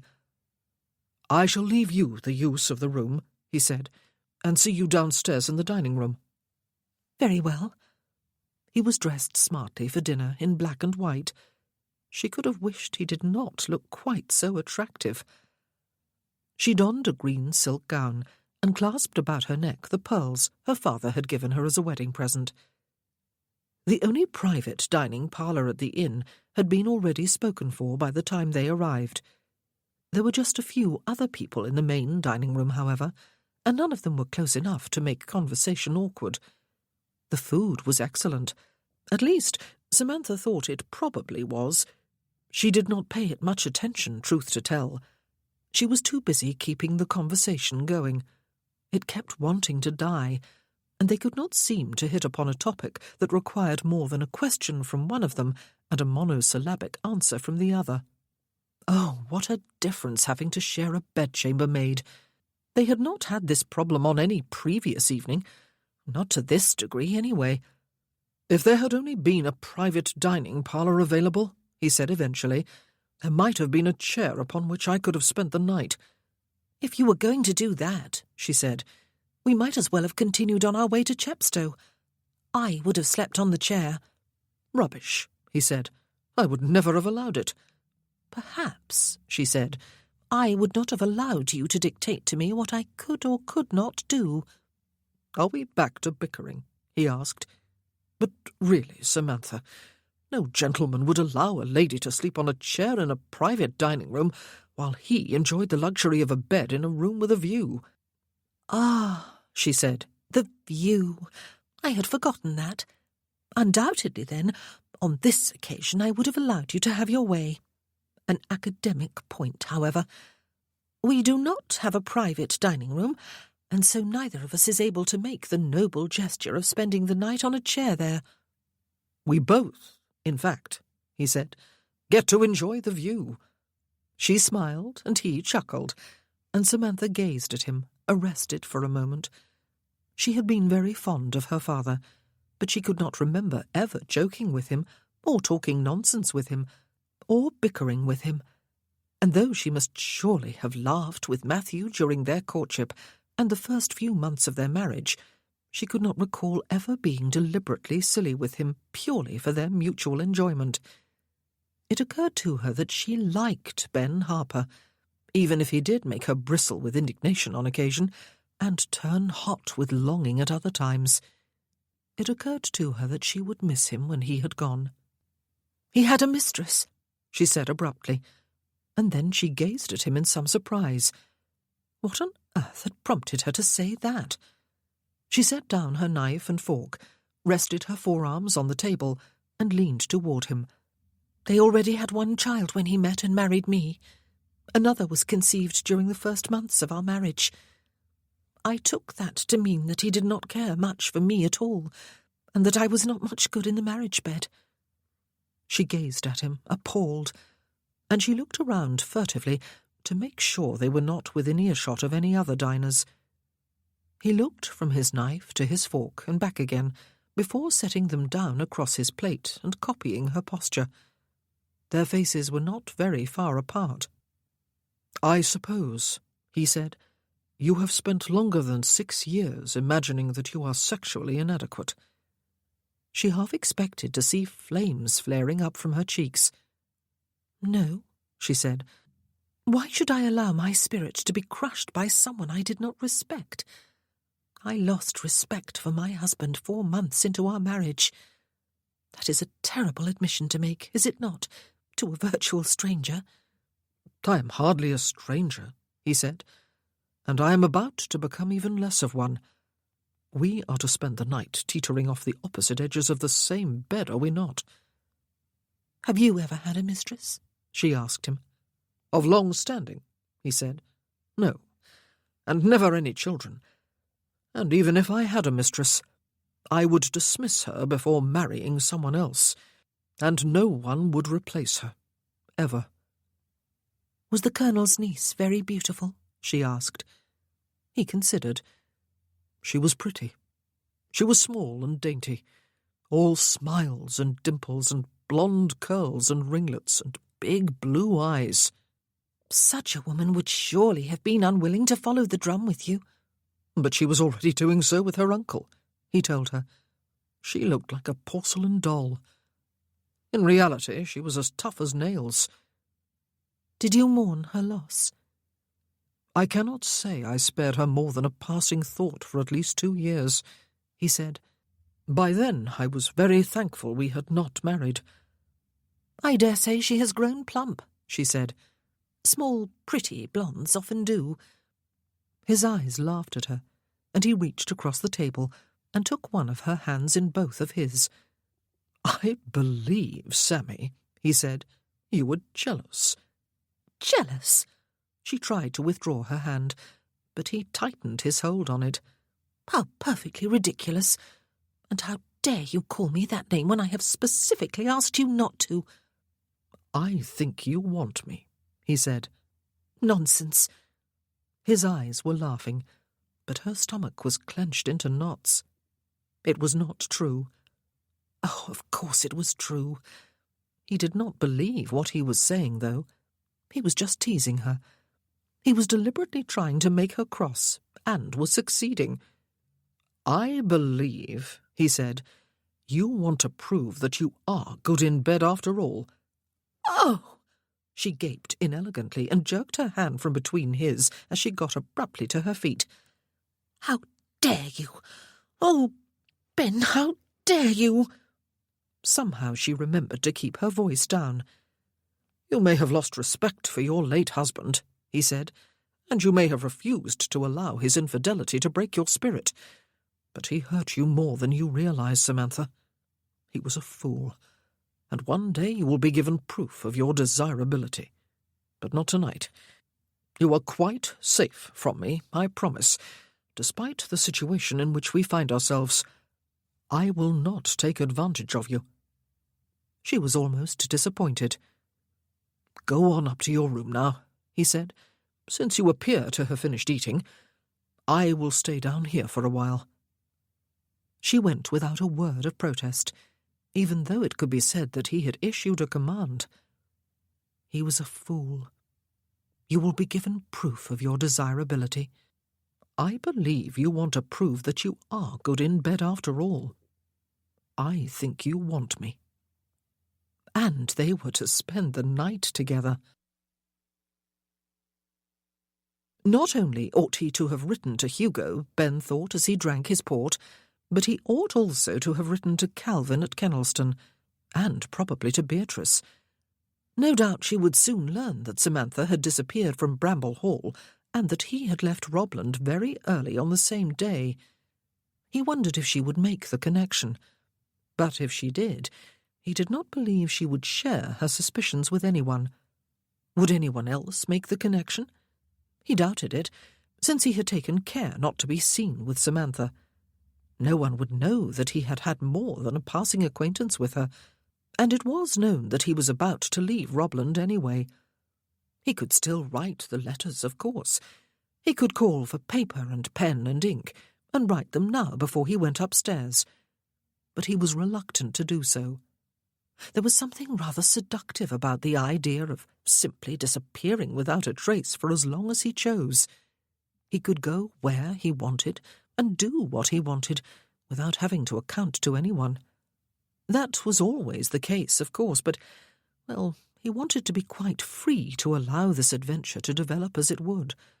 He did not want friends and relatives murmuring in the background with either encouragement or disapproval. Samantha was still up when he returned to their room, though he had lingered in the dining-room long enough to give her the chance to be under the bedcovers and at least pretending to be asleep if she so chose. He had been hoping she would take that option.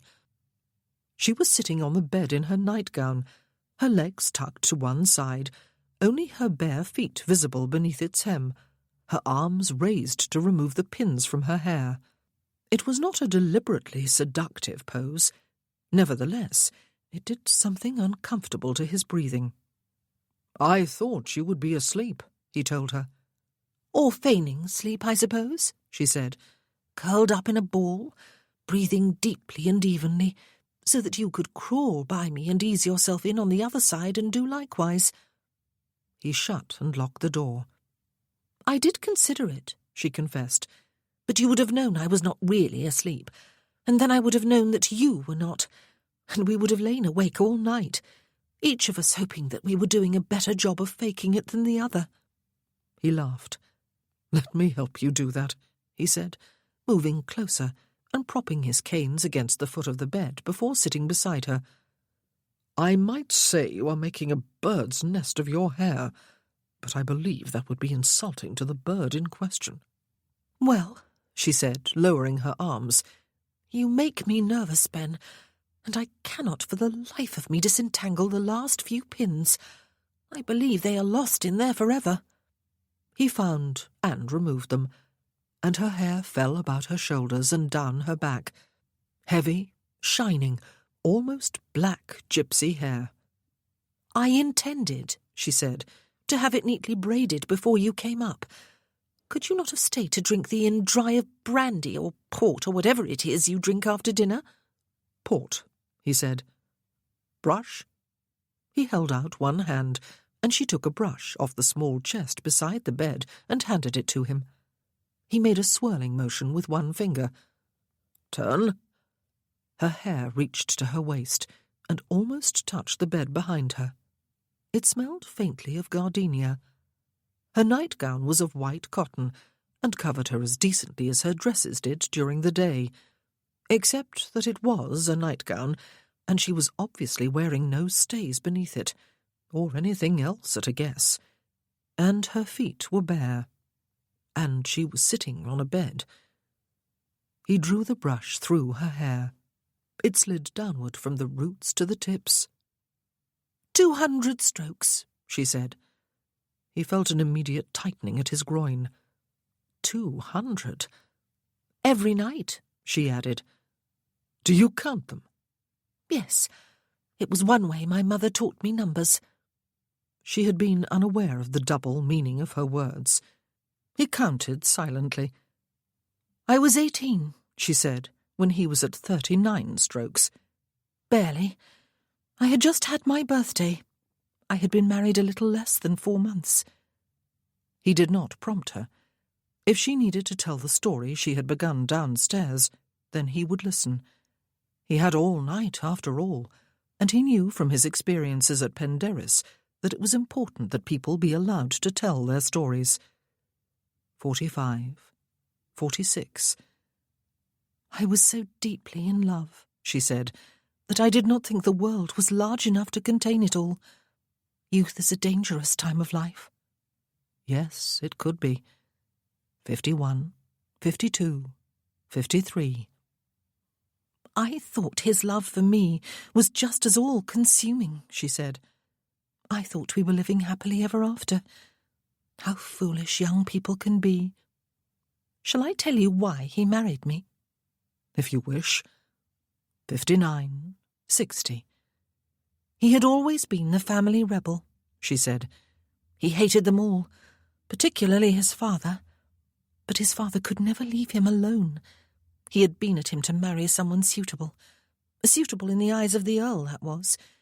He had even named a few possible candidates. Matthew was 11 years older than I, you know. He met me at an assembly, found me pretty and eager. And oh, how right he was about the latter. I was pathetically eager. I wore my heart not just on my sleeve, but on my nose and my forehead and my cheeks and my bosom and, well, suffice it to say that I made no secret of my adoration. I was pathetic. You were very young, he said. Good Lord, she was only 24 now. You were being courted by a handsome military officer. Where was I? She asked. He did not know where he was. He had lost count. 69, 70.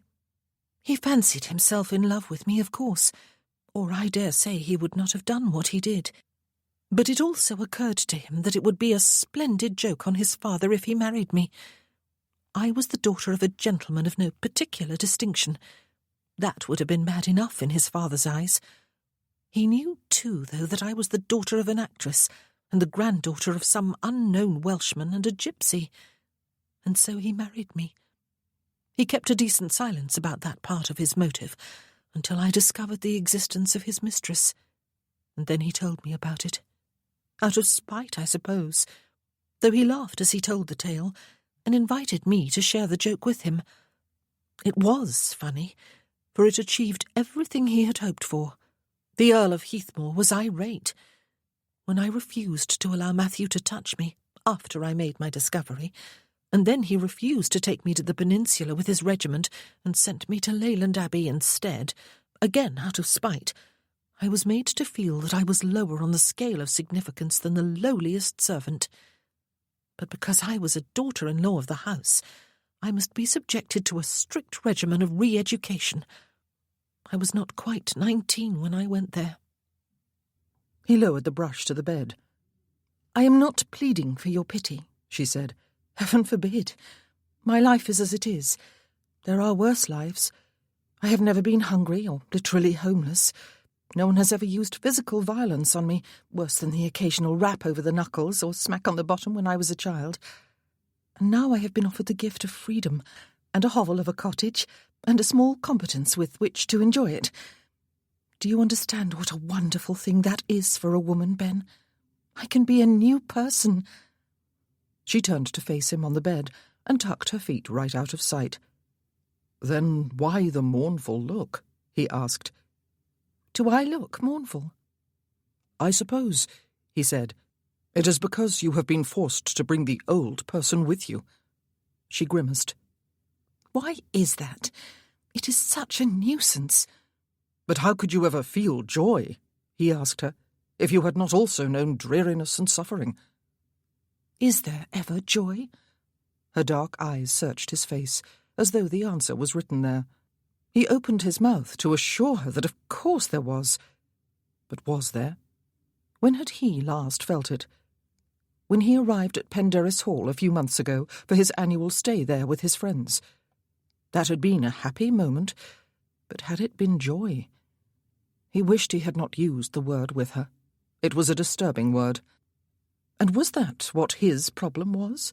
That wherever he went he had to take himself with him? Was it in denial of that fact that he had decided to travel? The eternal quest to escape from himself, from the body that slowed him down, made him grotesque and ungainly, and stopped him from living the life he wanted to live? "We have to believe there is joy," he said. "In the meantime, we have to believe that our lives are worth living." She lifted one hand and set it against his cheek, her fingers pushing into his hair. Her hand was smooth and cool. "It is ungrateful of me," she said, "to have been given freedom and a new life, and yet to feel a little depressed. You will find a meaning for your life." "I am going to be a world-famous travel writer," he smiled. "You will find what you are searching for, Ben," she said. "You are a kind man." "And the good and kind are rewarded with fulfillment and happiness." He was surprised to see tears brighten her eyes, though they did not spill over onto her cheeks. "They should be," she said. "Life should work that way, though we know it does not always do so." He released his hold on the brush, caught her by the waist, drew her against him, and kissed her. She wrapped her arms about him and kissed him back. Their lips clung, their breath mingled. She was warm, soft, fragrant, very feminine. He was aware, even with his eyes closed, of her nightgown and bare feet, of her hair loose down her back, of the bed beneath them.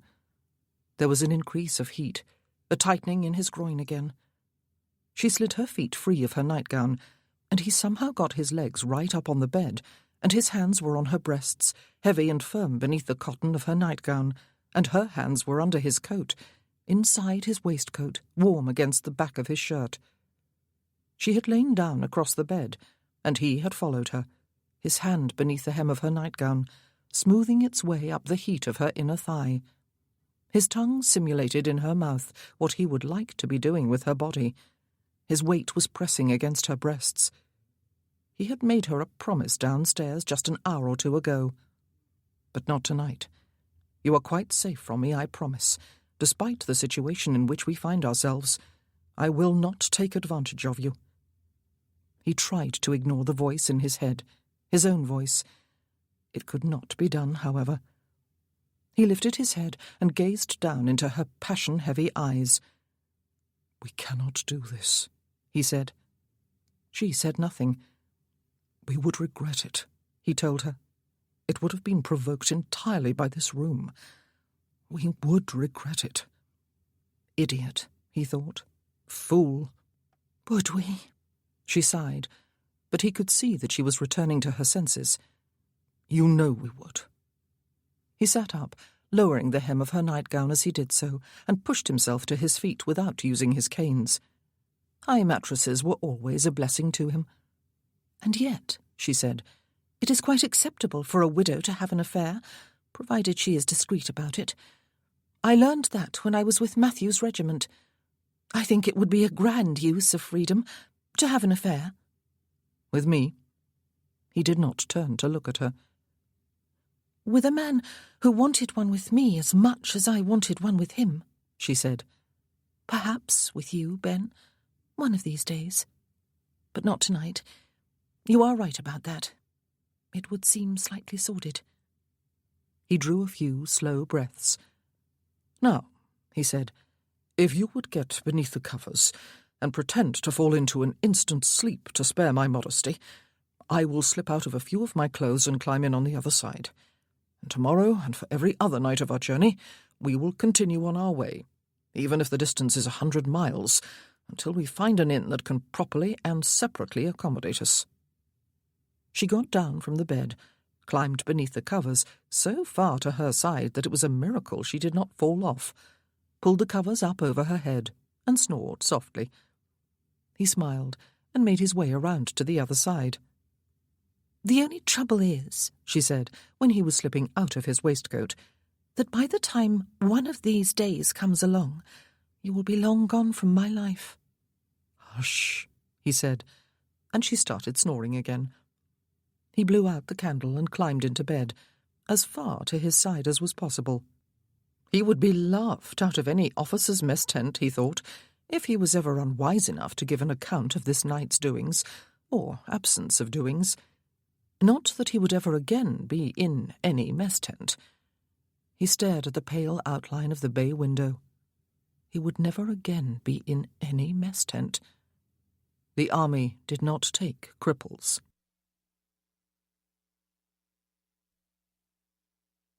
Chapter 13. Samantha's first impression when she awoke was of warmth and comfort. She had surely just enjoyed her best night's sleep in a long time. And then, as she woke further, other impressions intruded. Her nose was virtually pressed against a naked chest that rose and fell to the steady rhythm of its owner's breathing. His body heat enveloped her and made her want to move her whole body closer, though she was alarmingly close as it was. One of his arms was about her beneath the covers. So much for a sleepless night as they clung virtuously to their respective edges of the bed. Samantha had never before slept with a man. Slept, that was, as opposed to having marital relations with. For close to 4 months after their marriage, Matthew had come to her bed almost nightly, but he had always returned to his own afterward. Somehow, this seemed almost as intimate as those brief sessions had been, perhaps because they were so long ago that she had forgotten just what real intimacy felt like. They had come close to making love last night, until conscience had smitten him. She was not sure if she was glad or sorry. He was sleeping. She could tell that from the deepness of his breathing and the warm relaxation of his body. She was tempted to fall back to sleep herself, but good sense prevailed. What she really needed to do was remove herself from the bed, or at least from this particular part of it, before he too woke up. He might believe she had done this deliberately. She considered her strategy. His arm was heavy across her. One of her legs was trapped beneath one of his. One of her hands was splayed across his chest. The other was resting on the side of his waist. She had only just realized that. It was full daylight. Goodness only knew what time it was. It might be dawn or it might be noon. She really had slept deeply. She wriggled her leg free. She lifted her hand from his waist and removed her nose from his chest, and then her other hand. She inched backward under his arm. She did it all in no more than 5 or 10 minutes. He inhaled deeply, exhaled audibly, and fell silent. She edged back a little farther. If she turned now, she could swing her legs over the edge of the bed and sit up, and then stand and be safe, even if he then awoke and saw her in her rumpled nightgown, her unbraided hair in loose tangles about her head and shoulders and along her back. He would not know. "I suppose," he said just as she sat up, in a perfectly normal, everyday conversational voice, "you did not sleep a wink all night." "I slept a little," she admitted, in a tone to match his own. She did not turn her head to look at him. "Did I leave you enough room?" he asked. "I did not inadvertently touch you." "Oh, no," she said. "There was plenty of room." "Samantha McKay," he said, "you will surely burn in hell one of these eternities. You are lying through your teeth." She let out an enraged shriek and whisked her head around to glare at him. She grabbed her pillow and hurled it at him. "You, sir," she said, "are no gentleman. You might at least pretend to believe that we kept to our own edges of the bed." He clasped the pillow to his chest. "I woke up at some time in the night," he said, "to find that I had rolled to the centre of the bed and that you had done likewise. To be fair, I do not believe either of us was the aggressor. You grumbled some nonsense and grabbed me when I would have beaten a strategic retreat back to my edge. And being the gentleman I am, contrary to your unjust accusation, I remained where I was and allowed you to burrow against me." She shrieked again and grabbed for her pillow so that she could fling it at his head once more. "And you," she said, "are going to fry. I did not. And if you had been the gentleman you profess to be, you would have moved, not just to the edge of the bed, but right off it onto the floor with your pillow." "You were lying half on it," he said, "and being a gentleman—" He completed the sentence with a grin. She stared down at him. He was enjoying himself, she thought, and so, strangely, was she. What had seemed horribly awkward and embarrassing just a minute or so ago had been turned into fun. But oh dear, he looked tousled and almost boyish, and attractive. It really would be wonderful to make love with him. "What?" he said. "You have no answer?" "You might have taken my pillow then," she said. But you were lying half on that too. Poor thing, she said, narrowing her eyes. And so you were doomed to spend the rest of the night in the middle of the bed with only half a pillow for your comfort. I am not complaining, he told her. He laced his hands behind his head and looked complacent. Pillows are not the only source of comfort. She got to her feet. Turn your back and pull the covers over your head. I am going to get dressed. I do not suppose anyone has fed and watered Tramp this morning, or let him loose in the stable yard. He did as he was told with great ostentation, and Samantha dressed quickly, a smile on her face, and dragged her brush through her hair before twisting and knotting it at her neck. I shall see you at breakfast in half an hour or so, she said, as she let herself out of the room. He snored softly beneath the bedcovers, as she had done last night. She was laughing as she shut the door. How her life had changed in the span of a week. She scarcely recognized herself, despite what had been said last night about having to take herself with her wherever she went. She could not remember a time when she had simply enjoyed someone else's company, when she had laughed and joked with that person and talked nonsense, and hurled pillows, and shared a bed, and felt a knee-weakening desire. She was going to miss him dreadfully when they had arrived at her cottage and he had resumed his travels. But she would think of that when the time came. Tramp greeted her as if he had been shut up all alone for at least a week in his perfectly comfortable stall. They talked about the weather and the scenery. They talked about books. She had read a good many during the 5 years of her husband's illness, and he had read a fair number during the years of his convalescence, and since. They talked more about their families and the homes where they had grown up, about their growing years, the friends they had had, the games they had played, the dreams they had dreamed. They talked about music, though neither claimed any proficiency on a musical instrument. They carefully avoided any situation or topic that might ignite the attraction they undoubtedly felt for each other. Sometimes they talked nonsense and laughed like silly children. It felt ridiculously good. Sometimes they bickered, though even those flare-ups usually ended in nonsense and laughter. They talked with fellow travellers at inns where they stayed, and at places of interest they visited. Ben began to think that perhaps he would enjoy travelling after all. He was sure he would have lingered in south-east Wales longer if he had been alone. He was fascinated by the new industries that were springing up. Coal mines and associated shipping concerns and metalworks. He would have loved to make a few detours, into the Rhondda and Swansea valleys, for example, to see the industries at work. Perhaps he would come back one day and add chapters to his book that were not concerned purely with pictorial beauty. But not yet. After he had seen Samantha settled, he would want to put as much distance as possible between himself and her. "I have been thinking," he said, the morning they left Swansea behind and proceeded toward West Wales, "that after you have taken up residence in your cottage, I will take the route up the west coast of Wales rather than return the way we have come. I will see Aberystwyth and Harlech and Mount Snowdon, and then travel along the north coast." Her dark eyes, those lovely, expressive eyes, which seemed to have come more fully alive since they left County Durham, looked steadily back into his own. She was wearing pale spring green today, and looked young and wholesome and pretty, and desirable, though he tried to ignore that thought. He was very glad they had not become lovers that night.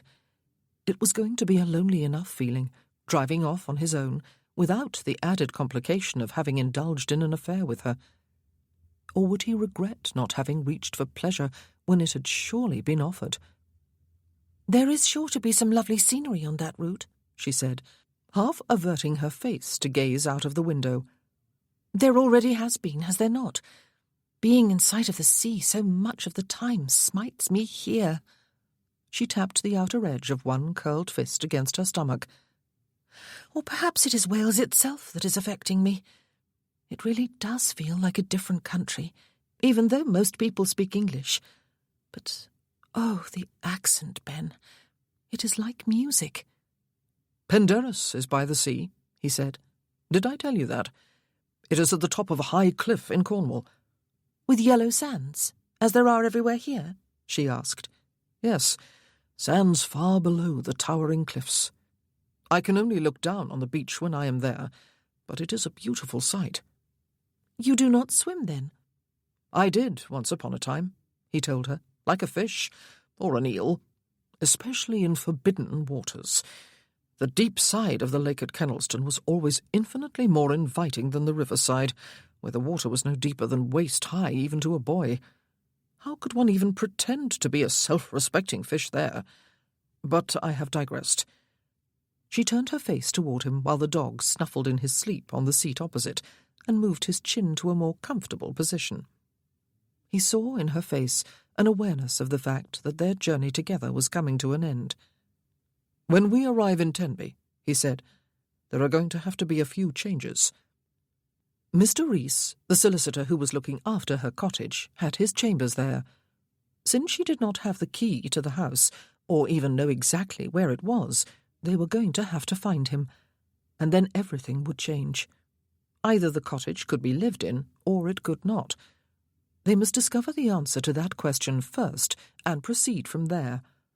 But there was no point yet in wondering what their next step would be if it turned out that it could not. She raised her eyebrows. You sound like an officer about to issue orders to your men. What are they, sir? When we arrive there, he said, you are going to have to revert to being the widowed Mrs. Mackay, and I am going to have to be Major Sir Benedict Harper, friend of the late Captain Matthew Mackay, escorting you as a result of that deathbed promise I made him. But you must have a maid, you know, to add some semblance of propriety to our having travelled so far together. Her eyebrows stayed elevated, while he frowned in thought. She accompanied you as far as Tenby, he said, but flatly refused to go one step farther from England, or even to stay there. You will have been forced to send her on her way back to England by stage the very day we call upon your solicitor. You will need an instant replacement, of course, even before you move into your cottage. And you are going to need one or two other servants, I dare say. A housekeeper, a cook, or perhaps someone who can serve in both capacities, especially if the cottage is small. Perhaps a handyman, a companion. You do not need to concern yourself with those details, Major Harper, she said, her back to the window now as she gazed steadily at him. I shall manage, and I dare say Mr. Rees will be willing to advise me. He smiled apologetically. I will worry. Why? She asked him. Because I am a woman.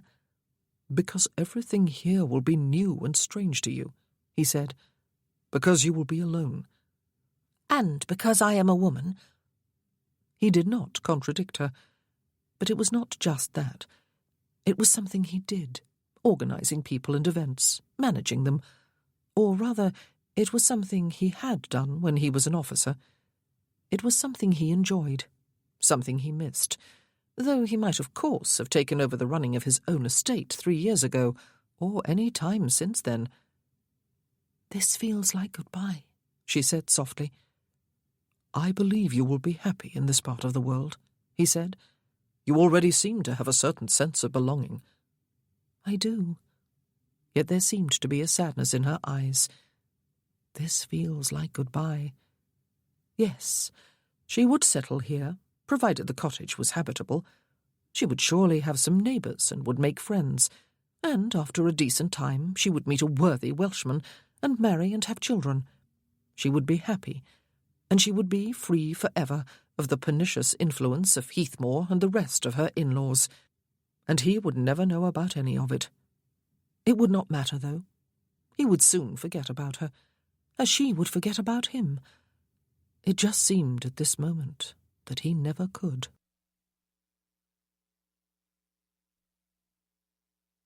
Chapter 14. They reached Tenby early one afternoon, on a cool, blustery day, with white clouds scudding across a blue sky. It was a pretty, hilly town, built above high cliffs, with views of the sea from a number of the front streets. They took rooms at a hotel at the top of the town, and proceeded downhill to the chambers of Rees and Llewellyn, their coachman having inquired about the direction while they were securing their rooms. Mr. Llewellyn was not in, they were told, but Mr. Rees would be pleased to see them if they cared to wait for a few minutes until he was free. Samantha felt as fearful as if she had just stepped into the rooms of a tooth-drawer. Much, perhaps the whole of the rest of her life, depended upon what happened in the next little while. If the cottage was not a viable home, then she did not know what she would do. If it was, then Ben would very soon be leaving. She had tried not to think of that, and so, of course, she had been able to think of little else. She would miss him. Well, of course she would. But that simple realization did not begin to account for the deep pit of emptiness she sensed would be awaiting her when she watched his carriage drive away without her forever. She doubted she would see him again. It was a gloomy thought to add to the dreariness of the fact that she was wearing her blacks again, after swearing she never would. She was not wearing the veil over her face, however. Mr. Rees, a short, neatly dressed, white-haired man, who looked as if he surely ought to have retired years ago, came out of his room no longer than 3 minutes after they had sat down, his face wreathed in smiles. He extended his right hand to Samantha. "Mrs. Mackay," he said, "well, this is a welcome surprise. And Major Sir Benedict Harper, how do you do, sir?" He shook them both heartily by the hand and ushered them into his office after instructing his clerk to bring in a pot of tea. He directed them to 2 chairs and took his place behind a large desk in a chair slightly higher than theirs, Samantha noticed with some amusement. "I cannot say you resemble Miss Bevan, your great-aunt, Mrs. Mackay," he said to Samantha. "I believe, however, that you do have a bit of the look of Miss Gwyneth Bevan, her niece, your mother. She was just a girl when I saw her last, but she showed promise of being a great beauty. I am delighted you have come in person.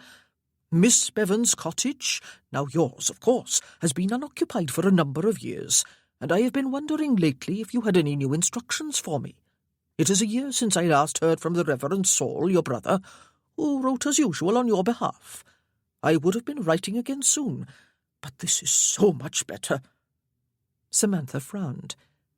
John had been conducting business with Mr. Rees on her behalf.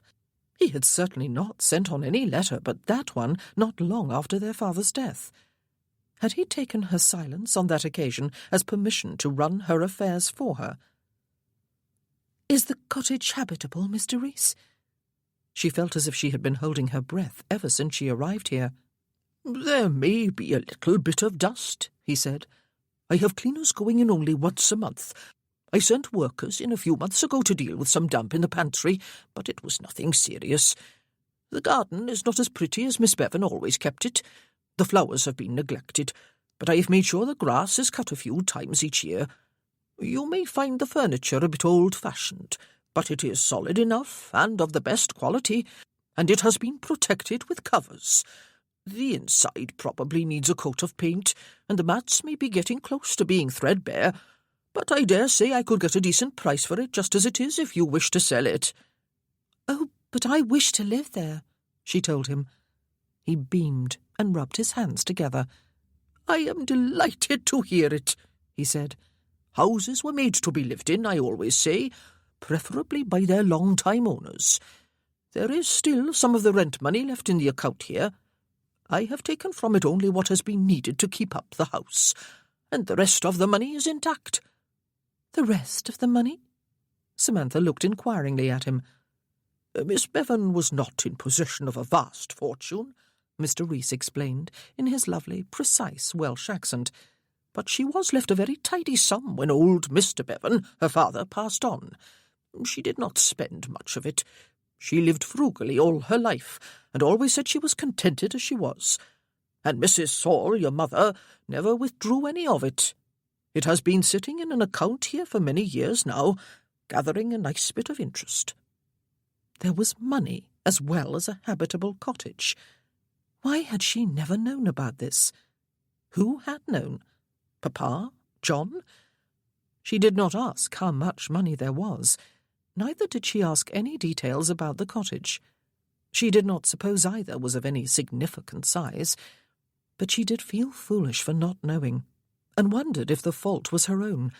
She had never asked, but her mother had talked so disparagingly about the property that she had made it seem like nothing at all. Samantha was pleased, though, to know that there was a bit of money as well as the house. She had not been left penniless when Matthew died, but neither was she any more than comfortably situated. A few pounds more would be very welcome, especially if the cottage needed new rugs and a fresh coat of paint. She exchanged a look with Ben, and he smiled. But all this meant, of course, that he would have no further reason to stay with her, for which fact he would surely be very thankful. She was really not his responsibility after all. The cottage was only a few miles along the coast, Mr. Rees explained, after the clerk had brought in the tea and a plate of sweet biscuits. It was close to the village of Fisherman's Bridge, though separated from it by sand dunes, which hid the cottage from view. The beach in front of it had always been considered part of the property, and was never used by anyone except the inhabitants of the cottage. He would not advise Mrs. Mackay to go there today, or even tomorrow. He would like to have the cottage cleaned up for her first, and the grass cut, and some coal and basic necessities of food brought in. Ben told him the mythical story of his friend, the late Captain Mackay, and of Samantha's maid leaving on the stage bound for England just that morning. "A pity, that," Mr. Rees said. "And you will be staying in Tenby for the next couple of nights, will you? At a hotel? Well, that puts Mrs. Mackay in a bit of an awkward position, doesn't it? Even if she does have you for company and protection, Major. A lady needs her maid as well as a gentleman to lend her countenance. Let me see what I can do about finding a new maid. It should not be too difficult, even at such short notice. The opportunities for good positions do not arise every day around here, especially for girls." "Thank you, Mr. Rees," Ben said. "That would set my mind at ease. I was deeply concerned, as you may imagine, when that wretched maid insisted that she would not stand for one more day of moving away from England rather than toward it." He made a convincing liar, Samantha thought. And what did he mean by "that would set my mind at ease"? "Wales is often seen as a wild heathen outpost," Mr. Rees said, with one of his broad smiles. "And sometimes we Welsh are content to keep it that way, though the southwest here is often referred to as Little England. You will not find many people hereabouts who speak and understand nothing but Welsh." "But it is a lovely musical language," Samantha protested, "and I intend to learn it." "Splendid!" Mr. Rees beamed at each of them in turn and rubbed his hands together again. They took their leave as soon as they had finished drinking their tea. "It is habitable, Ben," Samantha said, as they were being driven slowly up a steep hill on the way back to their hotel. "I feel quite dizzy with the knowledge, though I expect it is very tiny. I wonder what a tidy sum amounts to. Do you suppose I am vastly wealthy?" "Probably not," he said, "but maybe it will be enough to buy you plenty of coal for your fires during the winters. They are supposed to be milder here than in other parts of the country, but if my experience of Cornwall is anything to judge by, they can be mighty damp and cheerless, and windy. It was windy here today." "I suppose that is the penalty of living close to the sea," she said. "Oh, Ben, Mr. Rees is so respectable, is he not?" "Of course," he said. "What did you expect? A wild heathen? He is as old as the hills, too." "He knew my great-aunt," she said. "You know nothing about her but her name?" he asked.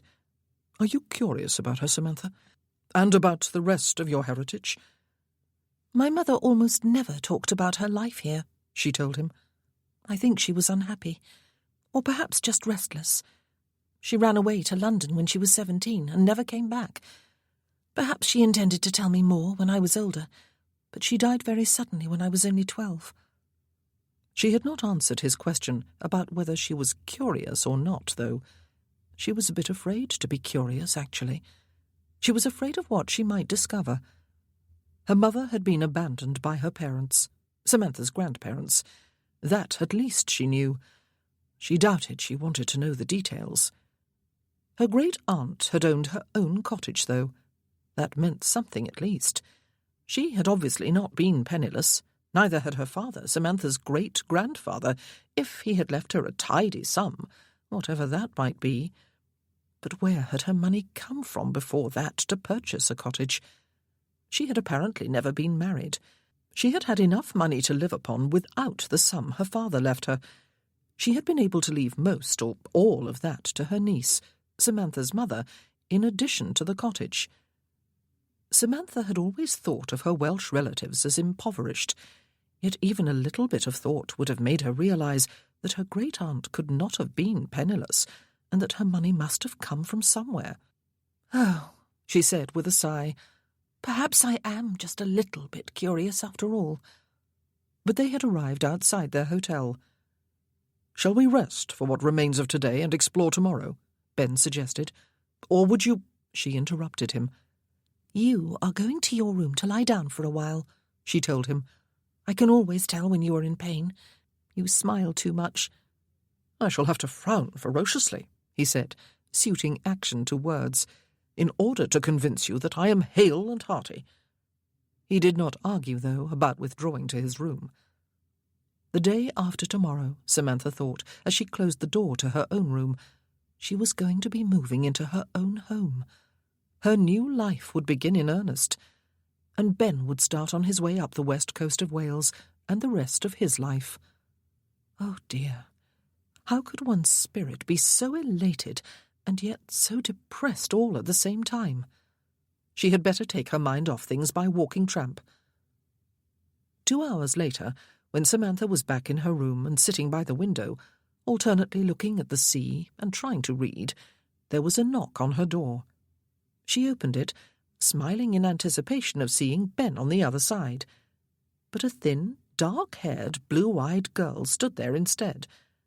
She had been sent by Mr. Reese's clerk, she explained, to be Mrs. Mackay's maid, and look after her clothes, and fetch her washing water, and do her hair, and anything else that was asked of her, if Mrs. Mackay pleased. But she was a good girl, and Mr. Reese himself could testify to the fact that since her own mother's sister had been working for his wife's cousin for 5 years now, and never any trouble, and would Mrs. Mackay give her a chance, please, and she would never be sorry, for she would do anything Mrs. Mackay pleased. And besides, the clerk had told her she must stay for the night, even if not forever, as the silly English girl who had been Mrs. Mackay's maid had gone away on the stage this morning and abandoned her because she did not like Wales, though what was wrong with Wales, who knew? For it was surely 100 times better than that England, where there was scarcely a mountain or molehill to make the land interesting, and people could not sing to save their lives.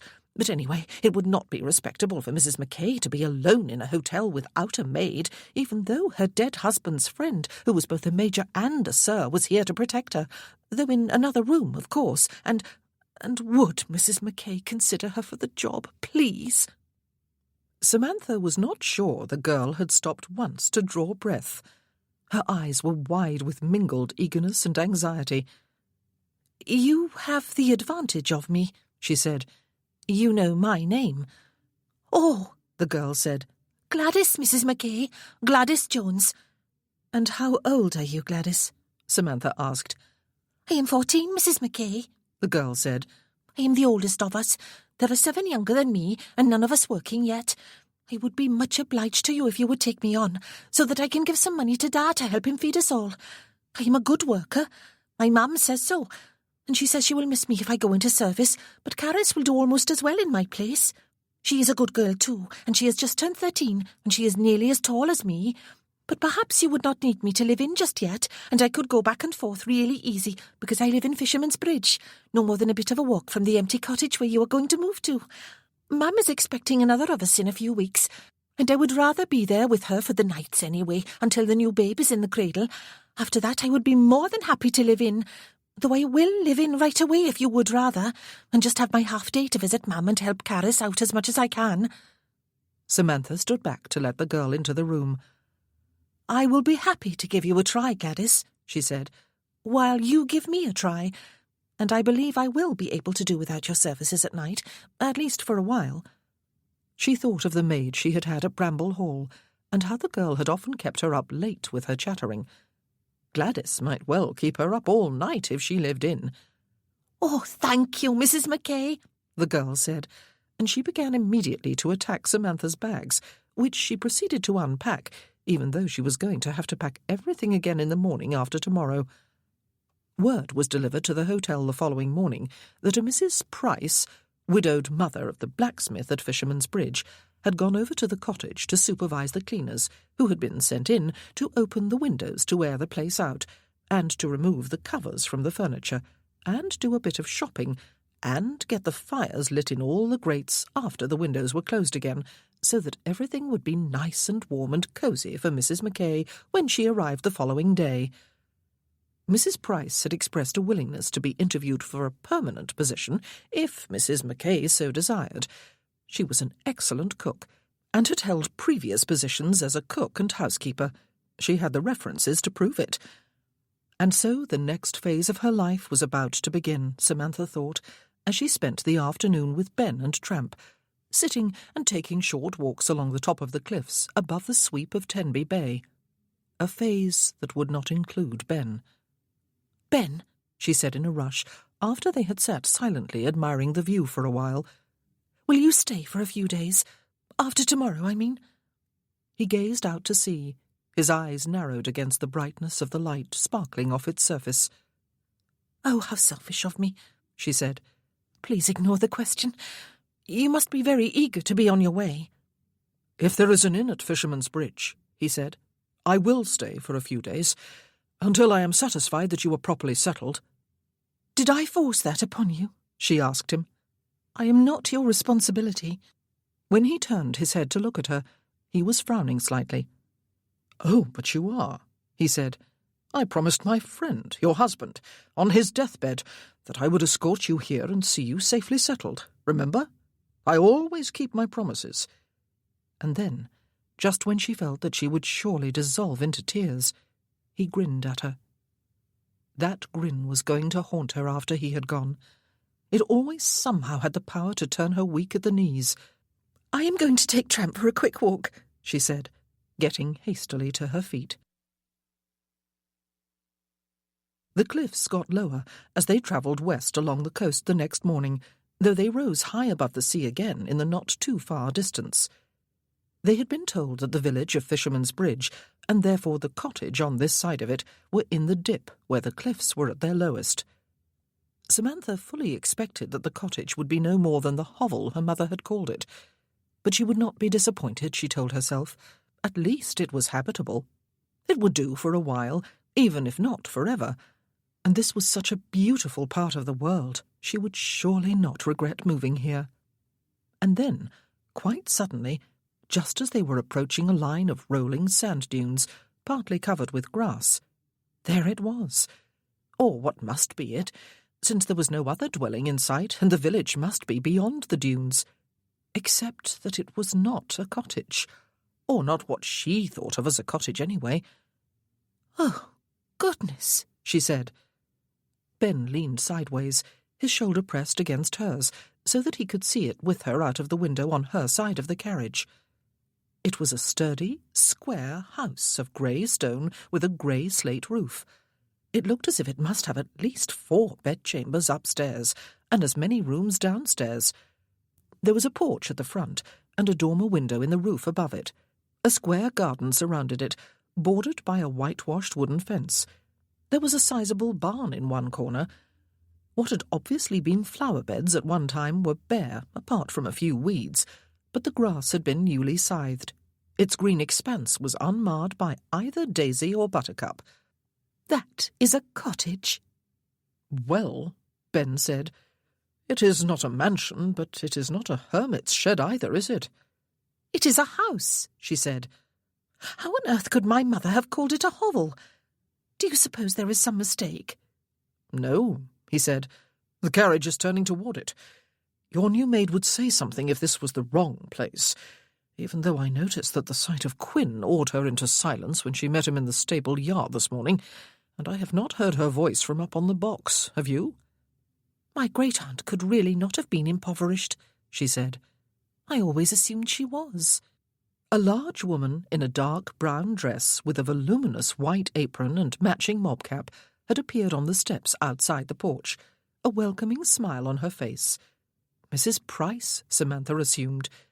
She dipped into a curtsy as the coachman lowered the steps and handed Samantha down at the garden gate. Mr. Quinn opened it. Gladys was clambering down from the box unassisted. "Welcome, Mrs. Mackay," Mrs. Price said. "Everything is ready for you, even at such short notice. I kept everyone's nose to the grindstone yesterday until everything shone and not one speck of dust or dirt remained. And I came over early this morning to get some baking done, so that you would have something nice to eat, as well as having the smell of cooking in the house. There is nothing so homely as that smell, is there? And is that you, Gladys Jones? Your ma'am said you had gone off to see if you could be Mrs. Mackay's maid. Come inside, ma'am. The gentleman has hurt himself, has he?" The interior lived up to the outside, Samantha discovered over the next half hour. There were 4 sizable square rooms downstairs, a parlour, a dining room, a kitchen, and a book room. There were 4 large bedchambers upstairs, and 1 small one at the head of the stairs, and there was the attic room with its dormer window in the roof. A hallway bisected the house downstairs and contained the staircase, which ran straight up to the landing above. The architect, whoever he had been, had lacked imagination, perhaps, but Samantha loved the dimensions of the rooms. The furniture, though old and heavy and predominantly dark in colour, just as Mr. Reese had described it, nevertheless looked comfortable. Yesterday, no doubt, there had been a smell of age and even mustiness here, but the opened windows and the fires and the baking had taken care of that. Finally, Mrs. Price bustled off to the kitchen to fetch some of her newly baked cakes and a pot of tea. Gladys was thumping about in the main bedchamber above the parlour, where Samantha sat with Ben. "I cannot quite believe it," she said, spreading her hands on the soft old leather of the chair arms. "That the cottage really exists," he said, "or that it is habitable, or that it is really quite large, or that it actually belongs to you, or that you are here at last, or that you have a beach all to yourself and a view to entice you to your front windows for a lifetime, or that your life has changed so drastically in such a short time." "Oh, stop," she said, laughing. She rested her head against the back of her chair and closed her eyes briefly. "All of those things. Oh, Ben, it is as if I have been snatched away from my life and deposited here in heaven. It really feels like heaven." "I dare say," he said. "The Earl of Heathmore did you a favour when he took Bramble Hall away from you and summoned you to Leyland Abbey. You may never have given this cottage a serious thought if you had not been desperate for escape, or if you had, perhaps you would never have thought of coming here." "This was fate, then?" She opened her eyes to look at him. "Something that was meant to be?" But Mrs. Price came bustling back into the room, bearing a large tray, before he could answer her. "I did not know if you liked currant cake or seed cake or bara breath best, Mrs. Mackay," she said. "So I made all 3, and you can have your pick. I dare say the Major likes all 3. Men usually do. I am sure you must both be ready for a nice cup of tea. You would not prefer coffee, I hope. Nasty, bitter stuff, if you were to ask me. I never have it in my own house. My man did not like it either, and nor does my son. But I can get some to bring tomorrow if you like. If you want me to come again, that is. I wouldn't mind coming in each day to get your breakfast and staying until I have cooked your evening meal, though I would rather not live in. My son would starve, since he has not found a wife for himself yet, and I can never seem to sleep sound in any other bed but my own." "Shall we give your suggestion a try?" Samantha said. "And I am happy to drink tea. Bara breath, did you say?" "This dark, full fruit loaf," Mrs. Price said, indicating the slices of it on the cake plate she had brought in before pouring them each a cup of tea. "There is no cake to compare with it for richness of flavour. That dog is gnawing on a soup bone and drinking his water in the kitchen. I do like a dog in the house, and a cat too, though I have never seen a dog quite like this one." "And never will again, Mrs. Price, it is to be fervently hoped," Ben said. Mrs. Price laughed. "Can I get you anything else before I go back to the kitchen?" she asked. "You have always lived here, have you, Mrs. Price?" Samantha asked. "The village is not far away." "Just over those sand dunes," Mrs. Price said, pointing west. "And behind here is Mr. Bevan's land and the big house, though you can't see it from here." Mr. Bevan's land. The big house. He is your grandfather, I expect, Mrs. Mackay, isn't he? Mrs. Price said. I wasn't sure who was coming here, though I was told it was the owner. But you look as if you must be his granddaughter. He married a gypsy lady, you know. Oh, but of course, you know, you have the look of one yourself, though it sits well on you, I must say. I'll get back to the kitchen. I have some soup cooking and some bread rising. Is there an inn in the village, Mrs. Price? Ben asked as she turned to leave. Oh, yes, indeed, sir, she told him. It is a nice tidy place, too. Nothing fancy, but it serves up a good dinner, it do, and is always clean. The stables, too. My brother owns it. Thank you, Ben said. I shall probably stay there for a few nights until I am sure Mrs. Mackay is properly settled here. I promised her late husband, my friend, that I would, you know. Samantha took a bite of the bara brith when she was alone with Ben. It really was delicious, but she did not have much of an appetite. She set her plate aside and looked at him. He was gazing steadily back at her. He has land, she said. And a big house. He is still alive. Yes. Yet he sent my mother here to live with his sister, she said. He let her go to London at the age of 17 and did not go after her. He did not go to her wedding, or to my christening, or to her funeral. It could not have been poverty that caused any of those things, could it? Has imagining that he was poor comforted you over the years? He asked. I have not needed comforting, she told him. I have not thought of him or wondered about him. But she knew as she stared at him, and as he sat looking silently back, that she must have done, even if it had not been conscious. And she knew that the conviction that her grandfather had been poor was the only thing that had satisfied the hurt of being cut off from her mother's family at the same time as she was being shunned by her father's. I suppose, she said, it was because she was the daughter of the gypsy who abandoned him. My mother, I mean. And because I was her daughter. If he knew of me at all, that is. Are you going to be sorry you came? Ben asked. She looked beyond him to the window, which faced south. Through it she could see the land beyond the garden fence, dipping away to the west and then rising again over the dunes. Through the dip she could see the sea and a strip of golden sand, just a stone's throw from her own house. The house itself was warm and cosy. A clock on the mantel ticked steadily. It would be lulling when she sat here alone. If she sat by the open window, she would be able to smell the salt of the sea. She would be able to hear it too. And it was all hers. It was her heritage. No. She opened her mouth to say more and shut it again. But I am a bit afraid, perhaps, she admitted. Afraid of Pandora's box. He got slowly to his feet, abandoned one of his canes, and reached out his free hand. She set her own in it, and he led her to the window. "Look at the sea, Samantha," he said. "I learned the trick when I was at Penderys. It was there long before we were thought of. It will be there long after we are forgotten, ebbing and flowing according to the law of the tides." Our little affairs are insignificant. "Far from it," he said. "Pain is not insignificant, neither is bewilderment or fear, or conditions like poverty or homelessness. But somewhere, there is peace. It is not even far off. It is somewhere deep inside us, in fact, ever present, just waiting for us to look inward to find it." She turned her head to look at his lean profile. "Is it how you learned to master your pain?" she said, with sudden intuition. "It was, at last, the only way of doing it," he admitted. "But I sometimes forget. We all do. It is human nature to try to manage all our living for ourselves without drawing upon... But I am sorry. I did not intend to be so obscure.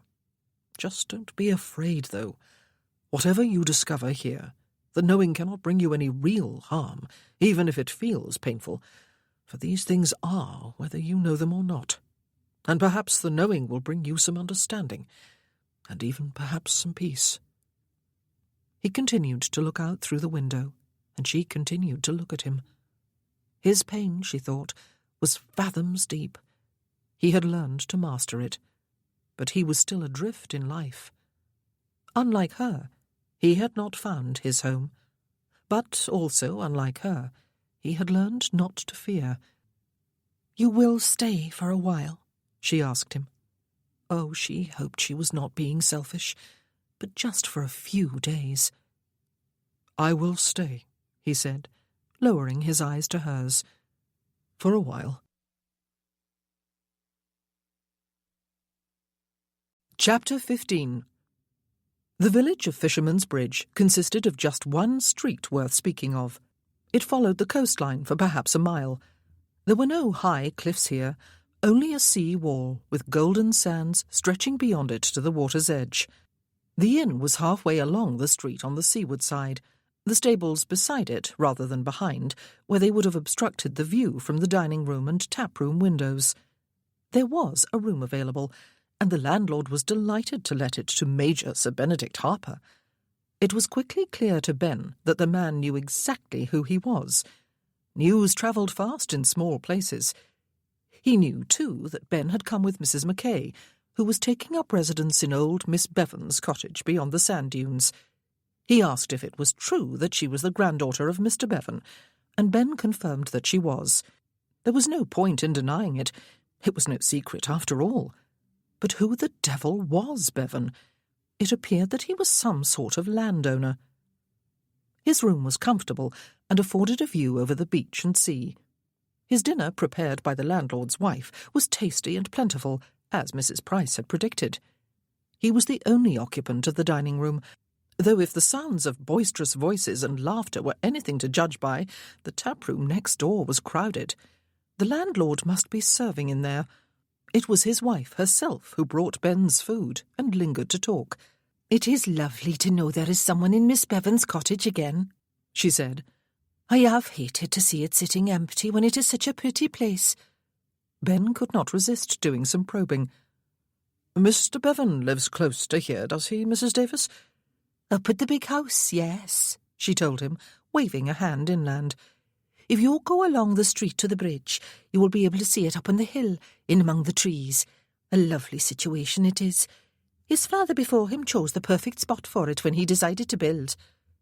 "There was no house on the land before that, then?" Ben asked. "Only a farmhouse," she said, "but it wasn't big or grand enough for Mr. Bevan. Well, it stands to reason, doesn't it?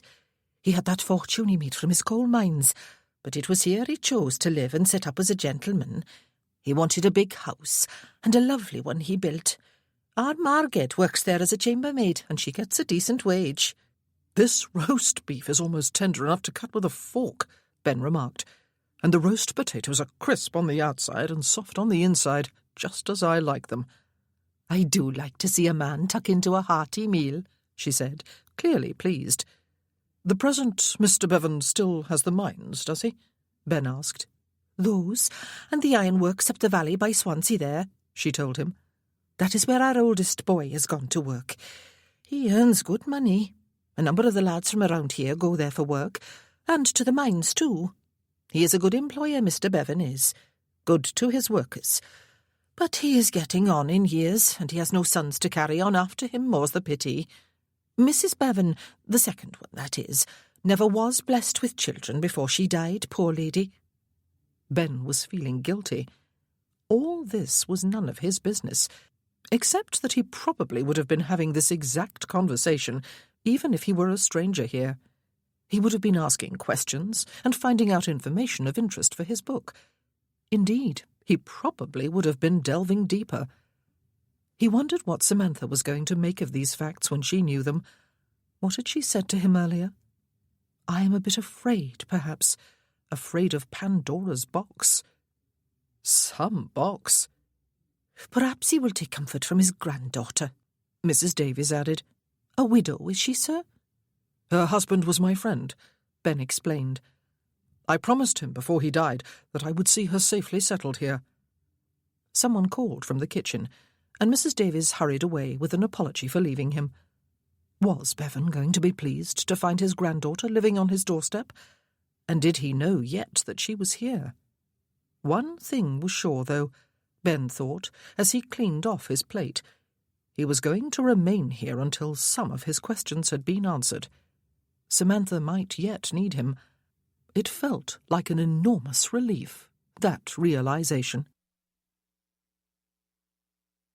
Ben rode a horse from the inn stables to the cottage the next morning, Quinn behind him in order to help him dismount and then mount again for the return ride. The sun was sparkling off the sea by the time they had ridden over the dunes, and there was warmth in the air. The front upstairs windows of the cottage were open, and the curtains were flapping in the breeze. The front door stood open too, and Samantha, yes, it was she, was bent over one of the bare beds under the parlour window, pulling out weeds. She was wearing gloves and an apron and an old floppy-brimmed straw bonnet he had not seen before. She had left off her blacks again. Her dress was a pale lemon muslin and looked as if it had probably seen better days. Ben drew his horse to a halt in order to enjoy a longer look at her. She looked relaxed and wholesome, as if she had always belonged here. The realization caused him a pang of something. Exclusion, loneliness, for she would probably belong here long after he had gone. Something alerted her, even though the horse's hooves were making no great noise on the sandy grass. She straightened up and turned their way, a small trowel in her hand. She smiled. The dog, who had been stretched out in the sun at the foot of the porch steps, was on his feet too, wagging his tail and woofing. "I always fancied myself as a gardener," she said, as Ben rode up to the garden fence.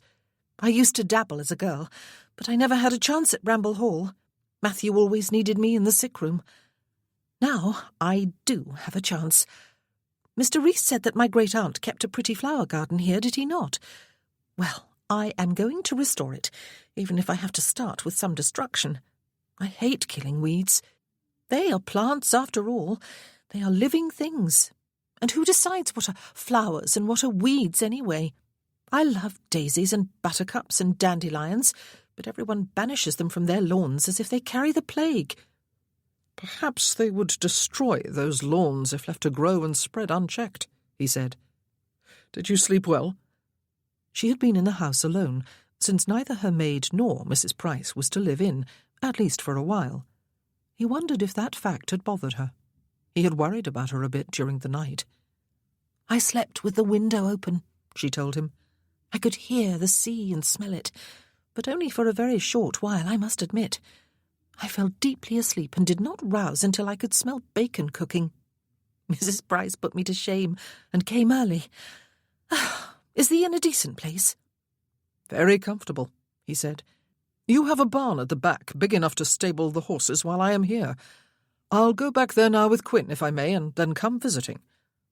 The apron and the gloves and trowel had disappeared by the time he walked back to the house from the barn, but she was still outside, and still wore the floppy-brimmed bonnet, which was surely as old as the hills, and made her look absurdly pretty. The dog was beside her, wagging his tail in clear expectation of being entertained. He really did assume that the world revolved around his large, ungainly self. "You could never walk on the beach at Penderys Hall, I remember your saying," she said, "because it was at the foot of a high cliff. Was there a way down?" "There were a few steep paths," he said. "The others went down all the time. Even Vincent, despite his blindness." "There is nothing to stop you from walking on the beach here," she said. "It is not far away, and the slope down to it is not steep. The sand looks flat and smooth. Shall we go?" "Now?" It was human nature, he had realized long ago, always to want the one thing one could not have, even if one had been gifted with a superabundance of other blessings. He had always longed and longed to be able to go down onto the beach at Penderys. Hugo had once offered to carry him down, but he had declined so firmly that the offer had never been renewed. Not that Hugo could not have done it. He was as strong as any ox. But Ben would have been humiliated. He had consoled himself with the thought that there was nothing down there except sand to get in his hair and his mouth. "I was hoping you would come early," she said, falling into step beside him, her hands clasped at her back, while Tramp went loping ahead of them. "I have been longing to go down there myself, but I wanted you with me the first time. I want to be able to remember that." That the fact that he had been with her this first time. "I have a confession to make," she said. "I have never, ever been on a beach. Is that not strange when my mother grew up here?" He turned his head to look at her. Her exertions in the garden and the sea breeze had whipped a healthy colour into her cheeks. Her eyes were bright. "May I suggest," he said, "that you remove your shoes and stockings before going out onto the sand? Otherwise you will have your shoes full of grit before you have walked any distance, and you will spend the rest of the day shaking sand out of everything and fighting blisters." She laughed. "And you too?" "I am wearing boots," he said. Besides, he was not about to expose any part of his legs in her presence. "It sounds like a very improper suggestion, sir," she said, "but a very sensible one nonetheless." She looked about and chose a flat-topped rock at the bottom of the slope on which to seat herself. She removed her shoes and stockings while he watched. Too late it occurred to him that it would have been far more gentlemanly to turn his back. She had slim legs, trim ankles, narrow, pretty feet, which he had seen before at the inn above the Wye Valley.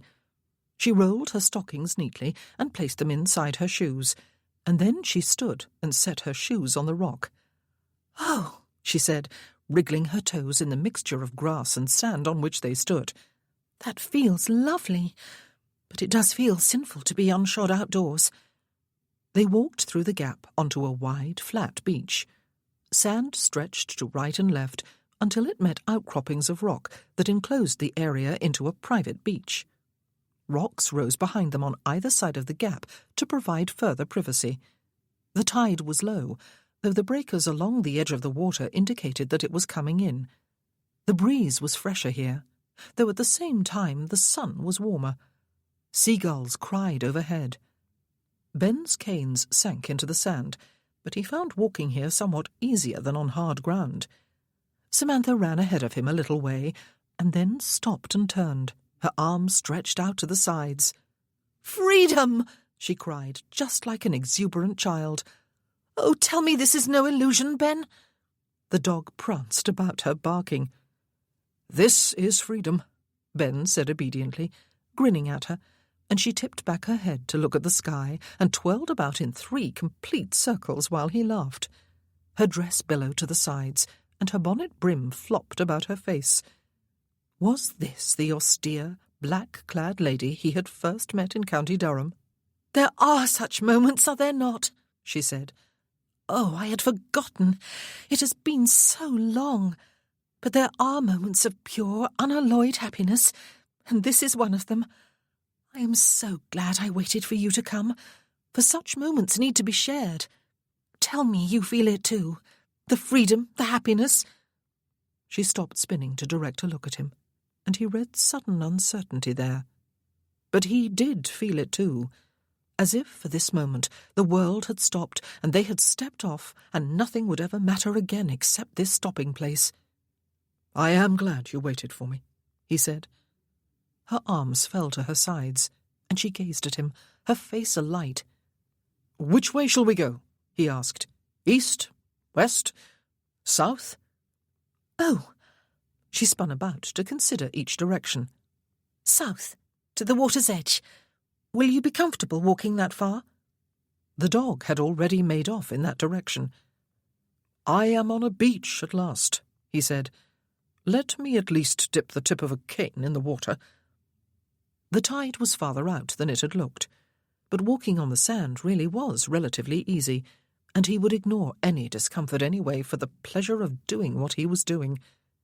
This was food for the future. It was her first walk on a beach. It was his first in years, and they were doing it together. The dog was running along the edge of the water, kicking up a spray as he went.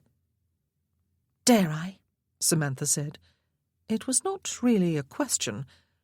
"I suppose the water is dreadfully cold." She was gathering up the sides of her dress even as she spoke, and she stepped into the shallow water, which barely wet the sand, and then over the nearest ripple of the incoming tide until she was ankle-deep. "Oh, it is cold," she said on a deep inward gasp. "And my feet are sinking into the sand. Oh, this is lovely, Ben." She lifted her head to look at him, her eyes sparkling. "Come in too." He really ought not. If her feet were sinking into the sand, what would his canes do? And his boots would be white with brine after they dried, and Quinn would look reproachful and long-suffering. What if he lost his balance and fell in? How the devil would he get up again? She had stopped moving. "It feels cold only for the first few moments," she said.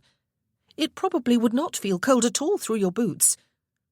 "That was all I needed to hear," he said, and stepped into the water while she shrieked with laughter. He could feel the coldness, even through his boots and stockings, and his canes were indeed sinking rather alarmingly into the wet sand.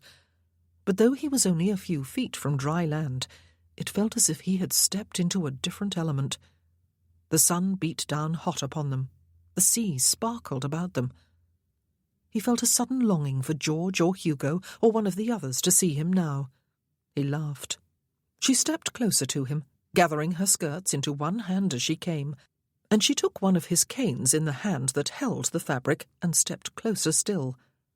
"Put your arm about my shoulders," she told him. "My weight would be too much for you," he protested. "Do it anyway," she said. "I promise not to collapse." He felt embarrassed, even a little humiliated, but he had no choice short of snatching back his cane and perhaps offending her, or throwing himself off balance. He made it a practice almost never to lean upon anyone. He set an arm about her slim shoulders, and she fit herself against his side and wrapped her free arm about his waist. Oh, Lord! "We are not a cripple and a poor, long-suffering nurse," she said, laughing up at him, her flushed, bright-eyed face alarmingly close, "but a man and a woman who have found a perfectly reasonable excuse for being close to each other." He thought he was probably flushing too. "Do we need an excuse?" "It would seem so," she said, beginning to walk along the edge of the water with him. "We have been very careful to leave a decent sliver of air between us since that night we shared a room. You are lean, Ben, but you are certainly not frail, are you? Quite the contrary, in fact." He was not going to respond with any description of her body.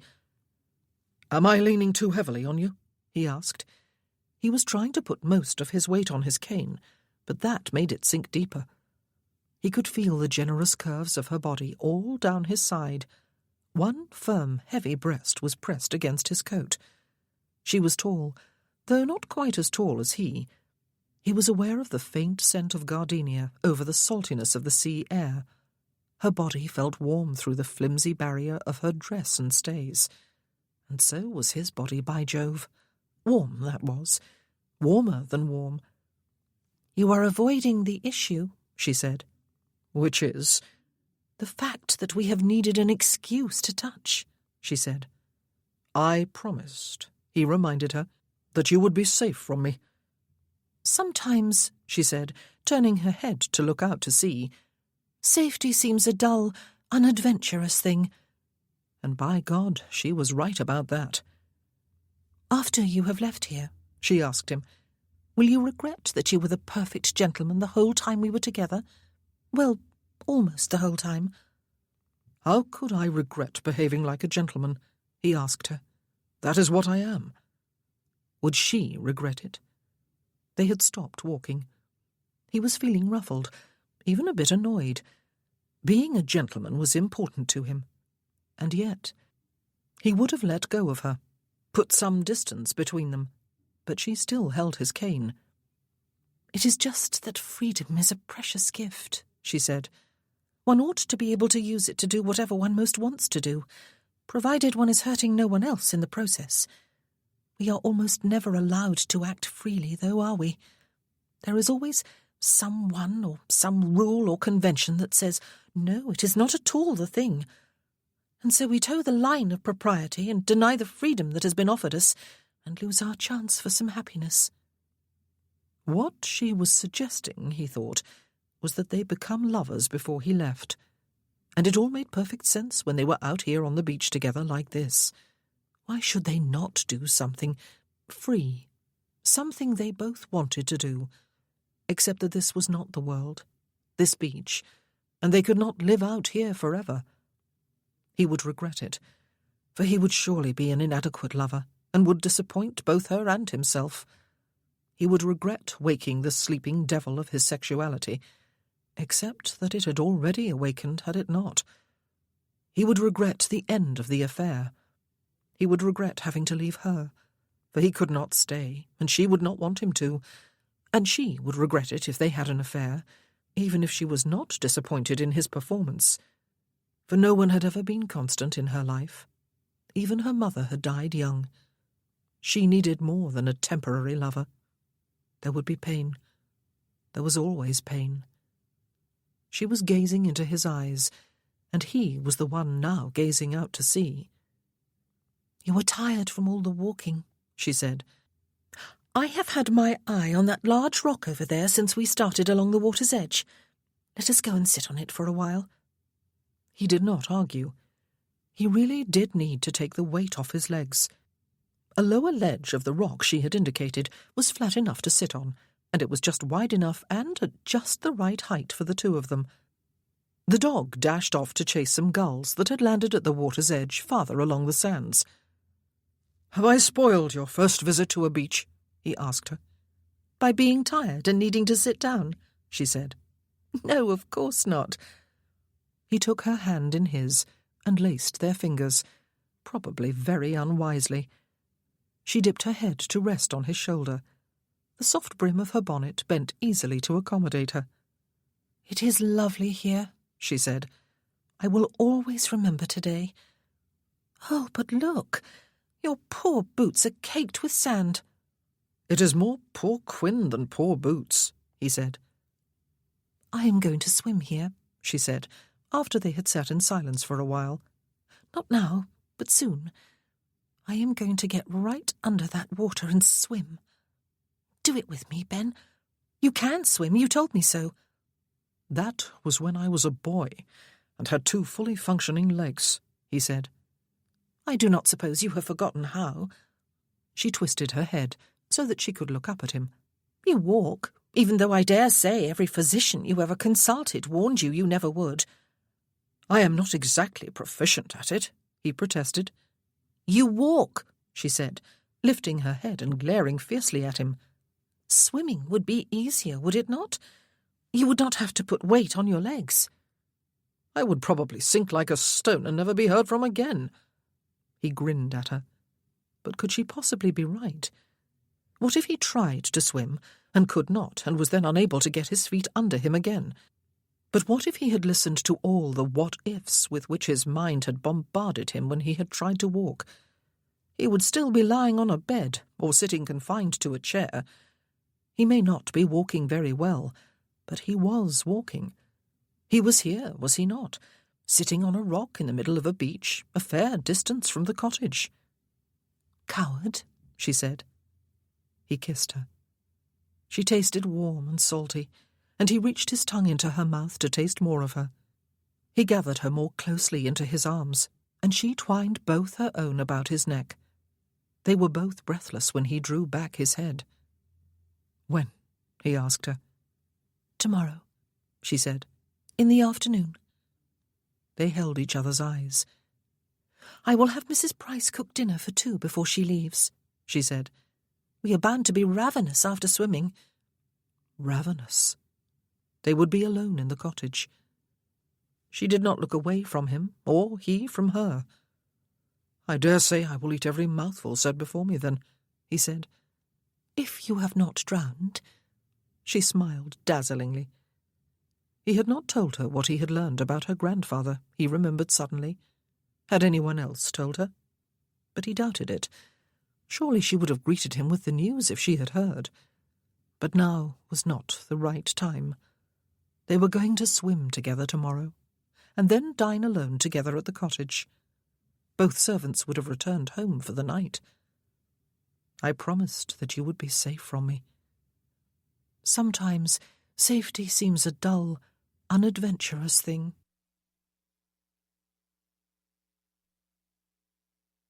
Chapter 16. After having luncheon together at the cottage, they rode into the village.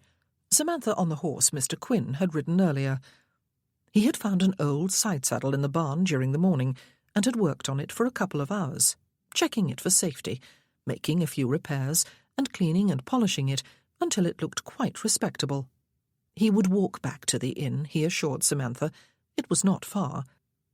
And so, finally, they rode together, she and Ben. Matilda would have 40 fits of the vapours, especially if she could see Samantha in her very old blue riding habit. But Matilda already seemed like someone from another lifetime. "It will really be a very short ride," Ben told her, a note of apology in his voice. "It is no distance at all to the village. Just too far for him to walk." She understood. She rode slightly behind him and watched him. He always looked so very virile and at home in the saddle. She had almost thrown herself at him this morning, she remembered. Whatever had possessed her? But it had struck her that she would regret it if he went away, and they had shared no more than longing and a few kisses. It would not be wrong, surely, if they enjoyed a brief affair. They were both single adults. They liked each other. They were attracted to each other. It was too soon for her to think of marrying again, if she ever did. He had said he would never marry, and certainly he would not do so before he had found what he was searching for in life and had settled down, if he ever did. So where would be the harm? Would they swim tomorrow? Or would it rain, as it had that infamous day they had planned to ride together? Would he be able to swim? And what would happen afterward, when they were alone together in her cottage? She did not have long for such thoughts. Fisherman's Bridge was indeed only just over the sand dunes. She was eager to see it, and a bit anxious too. This village and these villagers would become a part of her life, perhaps forever. She would need to find acceptance here, and friends and acquaintances and things to do. For a moment she wondered if anyone knew about her, but of course everyone would. Mrs. Price lived at the smithy, and Gladys lived here. Both were talkative and sociable, and Ben was staying at the inn. "I wonder what the people here do for a living," she said, as she looked about her with interest. "Some work here in the village," he said. "There are fishermen, as one would expect from the name. I talked briefly at breakfast this morning with a potter, who sells his wares to summer visitors both here and in Tenby. I believe most people, though, are employed at Cartrev in one capacity or another." Car, as in carry," he said, "and Trev as in the name Trevor. The emphasis is on the first syllable. The R in both syllables is slightly rolled. It is the first Welsh word I have learned, and since it will probably also be the last, I am determined to pronounce it correctly. It means home." "You have gone through that explanation and learned a whole new foreign word," she said, laughing, "just to inform me that most people work at home." "No," he said. "Cartrev is the name of a particular home. Let's ride along to the end of the street. The road crosses the bridge there, the one that gives its name to the village. Though how anyone can fish off it when the river that flows beneath it is so close to the sea, I do not know." "Perhaps no one does," she said. "Perhaps it is so named because it leads across to where all the fishing boats are moored." They passed a few people on the street, and Samantha inclined her head to them and smiled. She guessed that her visit here would be the subject of several conversations for the rest of the day. She wondered what the nature of those conversations would be.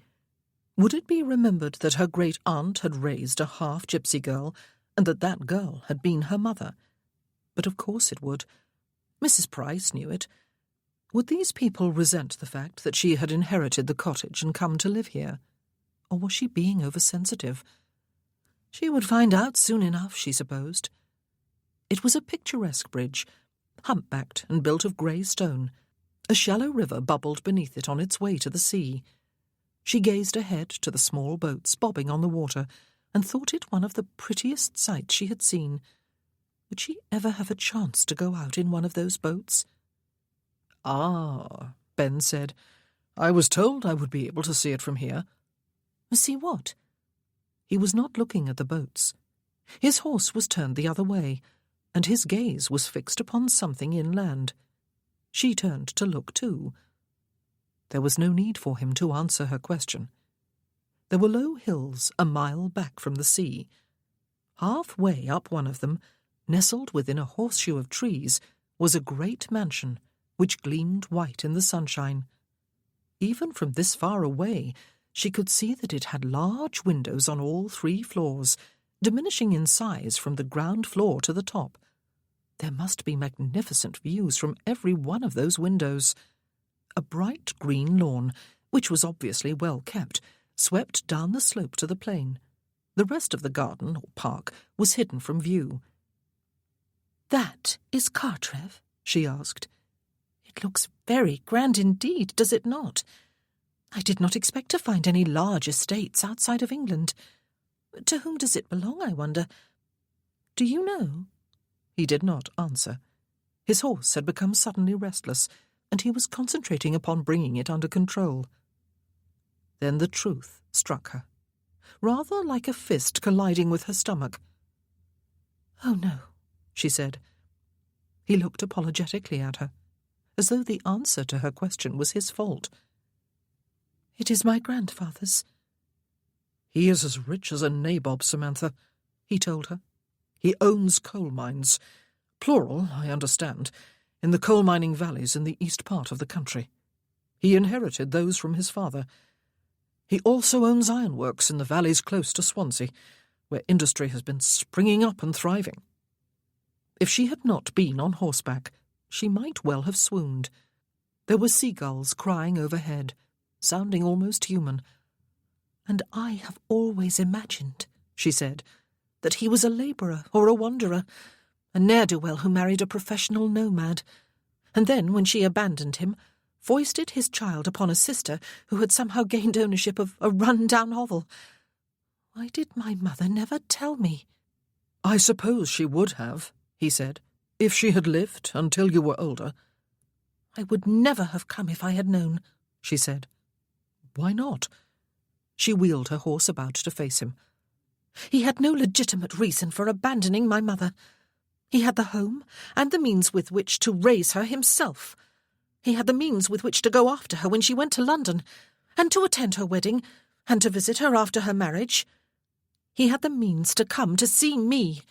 And what, do you suppose, is the tidy sum that was left my great-aunt, and then passed to my mother and so to me, with the interest it has gathered? Ben, how wealthy am I?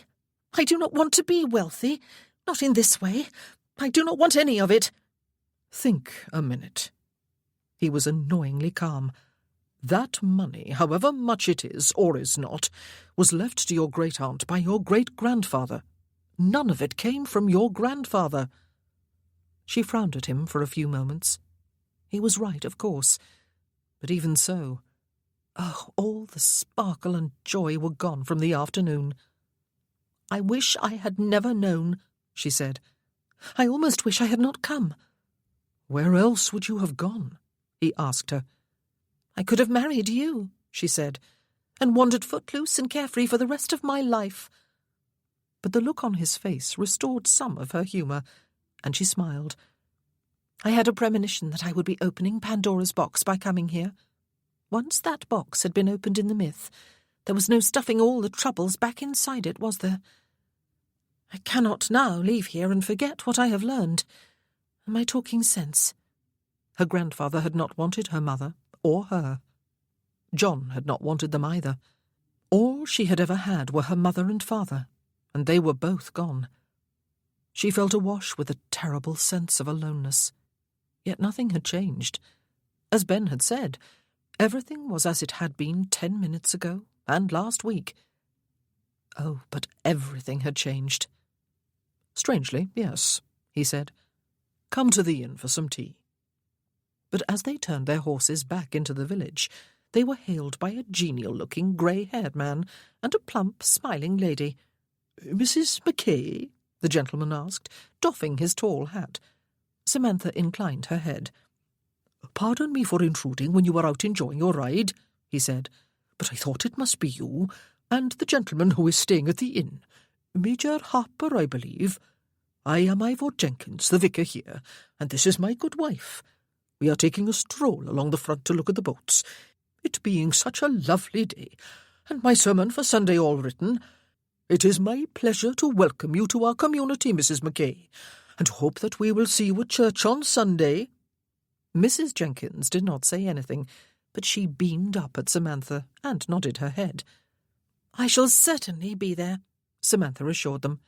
"Thank you, Mr. Jenkins. I shall look forward to it." "Marvellous," he said. "I hope you will enjoy my sermon, which I think particularly clever. I always do, though my parishioners often do not agree. I know you will enjoy the music. It has been said that when the whole congregation sings, the roof lifts an inch or two off its moorings. I don't suppose it is true, is it? Or it would blow away in a strong wind. But it is true that if you want to hear singing as it was meant to be heard, you must come to Wales." He joined in Samantha and Ben's laughter. "Ivor," his wife set a hand on his arm. "I will not keep you any longer," the vicar said. "I have a tendency to do that when my good wife is not present, to remind me that people have other things to do than stand talking with me. I look forward to serving you in my capacity as vicar, Mrs. Mackay, and I hope you will enjoy the rest of your stay here, Major. We do not have much to offer here except scenery and views, but they are without compare, I always think." He restored his hat to his head, and he and his wife proceeded on their way across the bridge to look at the boats. "There is a welcome here for you," Ben said softly. "You can make a home here." "Can I?" She looked at him with troubled eyes for a moment, and then smiled. "The Reverend Jenkins seems kindly, and his wife looks sweet, though it would appear she knows how to keep him in line. Yes, let's go for tea, Ben." The sky was leaden grey, Samantha could see when she woke up the following morning, and when she sat up in bed, she could see that the water was a deeper shade of the same colour. There were raindrops on the window. They did not obliterate the view, and she could not hear any more pelting against the panes, but it was not a promising start to the day. She was hugely disappointed. If they could not swim today, Ben would perhaps leave instead. There was really not much reason for his staying any longer at the village inn, was there? She had a more than decent house in which to live. She had servants. She had her own competence, and more at a bank in Tenby. A few people had nodded to her in the village yesterday, and the vicar and his wife had stopped to introduce themselves and welcome her. Both the landlord of the inn and his wife had chatted amiably with them over tea. No, there was no reason for him to stay any longer. She was tempted to burrow beneath the bedcovers again and go back to sleep, but she knew it would be impossible. Besides, Tramp would be ready for a walk, and she could hear Gladys in her dressing-room and Mrs. Price down in the kitchen. She could smell cooking. What a lazybones she must appear to them. They had both walked from the village this morning. Ben planned to spend the morning at the inn, working on all the notes he had made in his journal to see if he could organise them into some semblance of chapters for the book he hoped to write. He was to come to the cottage during the afternoon. It was with some surprise, then, that Samantha heard horses' hoofs in the middle of the morning. She had been sorting through the volumes in the bookroom and went to the window. It was Mr. Rees. He had come, he explained, to satisfy himself that Mrs. Mackay had found everything in order, and that she approved of the servants his clerk had picked out on her behalf. He was at her service, he told her, if there was anything more he could do for her. She did not really want to ask. Indeed, the very idea of doing so made her feel almost physically ill. But while she might have remained blissfully ignorant of the answer for the rest of her life, if she had stayed in England, there was no avoiding it indefinitely now that she was here. "Mr. Rees," she said, "you mentioned the money my great-aunt left my mother, and that my mother in turn left me. I did not know of it until 2 days ago. Is it a great deal?" "I have a statement from the bank here with me," he told her, reaching into the leather case he had set beside his chair. "I thought you would wish to know. I knew the principal, but not the exact amount of interest that has accumulated. You can see for yourself, ma'am. You will be pleased, I think." He handed her a sheaf of papers. She lowered her eyes to the top page. Please, God, let it be a smallish sum, a pleasant addition to her own modest resources, but nothing too— Her eyes focused upon the total, and then she closed her eyes and licked lips turned suddenly dry. "It is a nice, tidy sum, isn't it?" he said. "Yes," she said. "Tidy, Mr. Reese." "I hope you are not disappointed," he said. "Mr. Bevan left the bulk of his property and fortune to his son, which was only natural, I suppose, when he was going to be the one continuing with the business." "I expected only the cottage," she told him. "I wonder why my mother never drew on any of the money. And why had she never so much as mentioned it? Had Papa known about it? But he must have. After her death, if not before. Why had he never said anything? Because his daughter had become more wealthy than his son. Because he respected her mother's wish to have nothing to do with her past. It would have been that, she decided. He would have respected her mother's rejection of her past even after her death, and even at the expense of their daughter. Mr. Reese was looking uncomfortable. "I know Miss Bevan was very fond of her niece," he said. "She took her in, and she fed and clothed and educated her. But she was always afraid. She confided in me on a few occasions, since we were in the way of being friends. She was always afraid the girl would turn wild and go chasing after her mother's people. And she did like to go barefoot out of doors, and run on the beach, and swim in the sea. It was what all children were like, I tried to tell Miss Bevan. My own were not much different. But she was afraid, and fear made her over-strict, and maybe a bit over-critical too. I am not sure if that was what drove your mother away. I think there may have been some sort of quarrel between your great-aunt and your grandfather, though they were scarcely on speaking terms at the best of times. And I am not even sure about the quarrel. However it was, your mother went. She was very young. Perhaps she did not know that quarrels are best made up as soon as tempers have cooled, especially with family members." Her mother had felt rejected then, Samantha thought, by her own mother, who had gone back to her people, leaving her child behind, by her father, who had turned her over to his sister's care, and by her aunt, who was over-strict and over-critical because she was half gypsy. She had run away at the age of 17 and had met Papa, who had loved her quietly and gently and steadfastly for the rest of her life. Perhaps it was significant that she had married an older man, a substitute father, perhaps, for though she had undoubtedly loved Papa, it had not, Samantha thought now, been a passionate relationship. "I do hate to speak ill of the dead," Mr. Reese said, "and a former client and friend at that, but Miss Bevan could be as stubborn as a mule too. When her niece ran away, she would not go after her, or even write to her to beg her to come home, or ask if she needed anything. And she would not go to meet your father when she heard about the marriage, or to meet you when she heard of your birth. Your mother did right on both occasions, so perhaps she did try to reach out. Miss Bevan would not forgive her, though, for running away and becoming an actress after all she had done to make the girl into a respectable lady."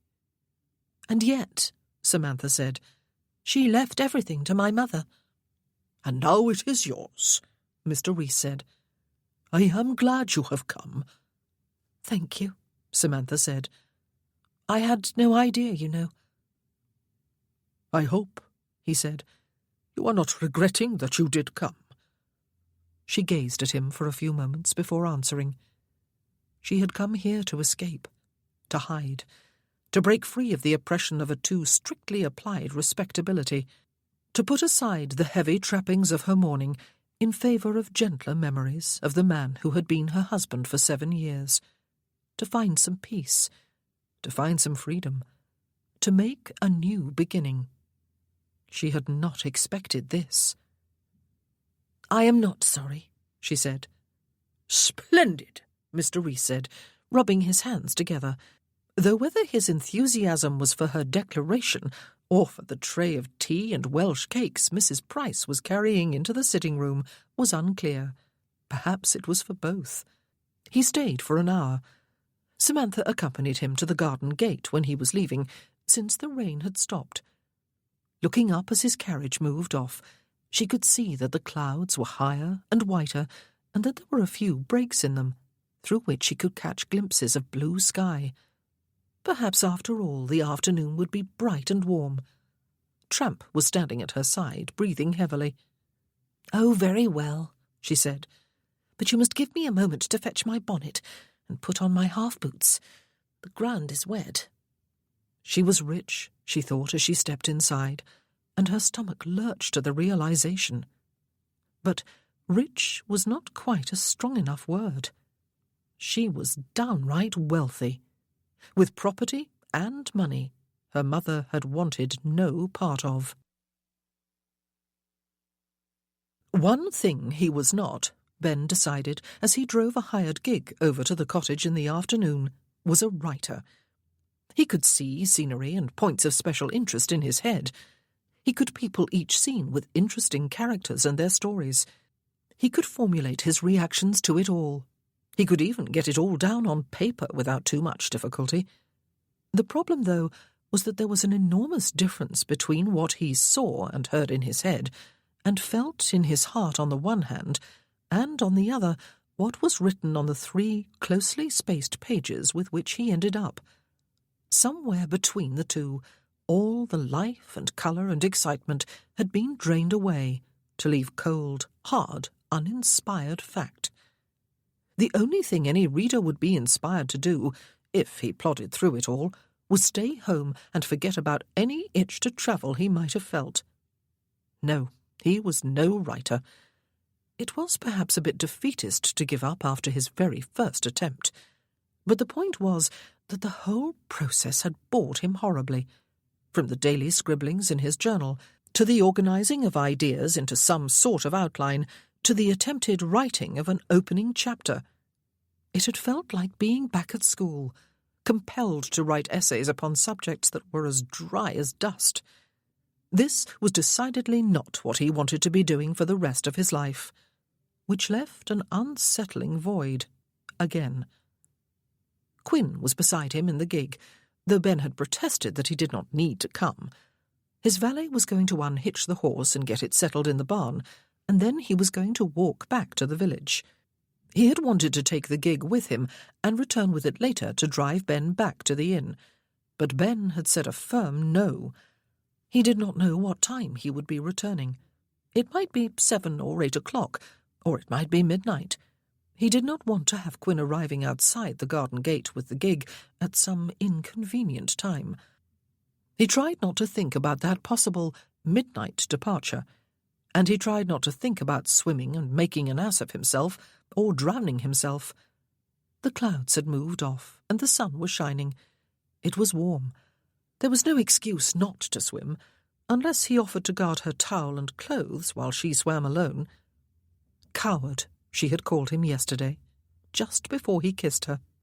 Well, he could not allow that accusation to become reality, could he thought, as he walked from the barn to the house.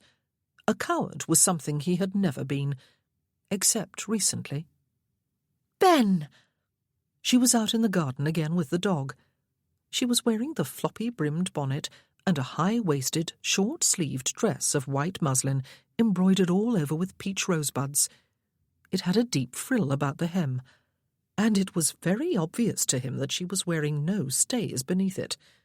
She was hurrying toward him, both hands extended, but she looked at his canes when she got close and clasped her hands beneath her chin instead.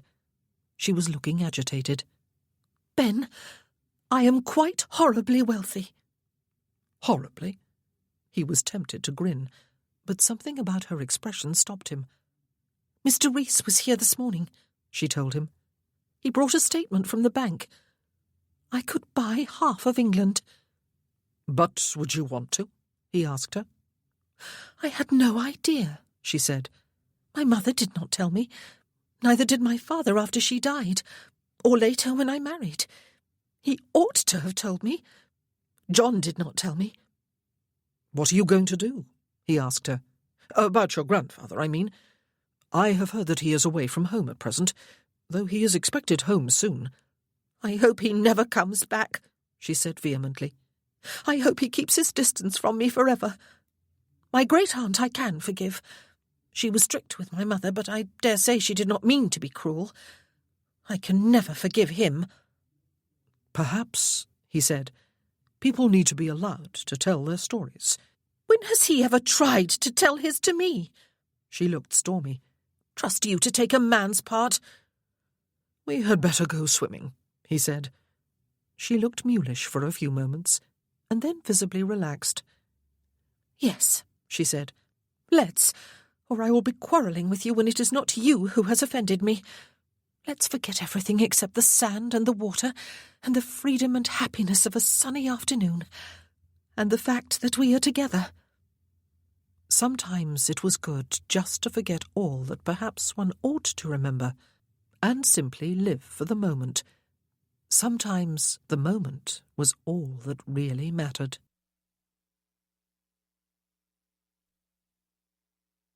Chapter 17. Samantha set her shoes and stockings on the rock where she had left them the day before. Her dress, bonnet, and shift were her only remaining garments. She felt very daring, and really quite wicked. But there was no point in walking down onto the beach, clad in all the usual finery of a lady. It would only have to come off again before she could swim. The beach, she had decided yesterday on her first visit, was going to be her place of freedom, the place where nothing mattered but the moment in which she lived, and the beauty with which she was surrounded.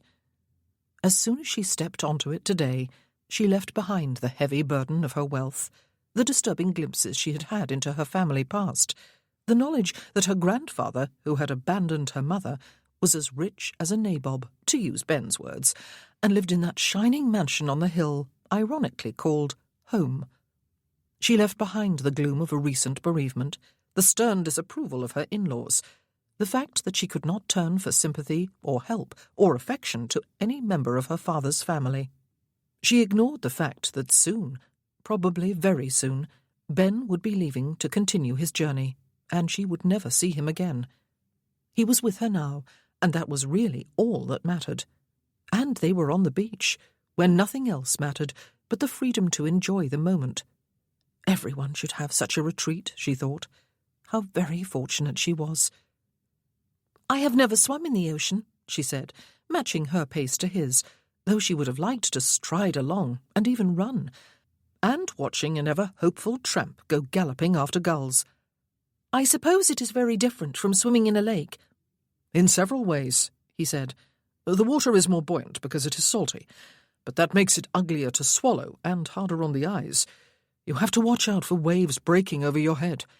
You may wade in until you are waist-deep and then swim in the same area for 5 minutes, only to find when you put your feet down that you are chin-deep or knee-deep or out of your depth."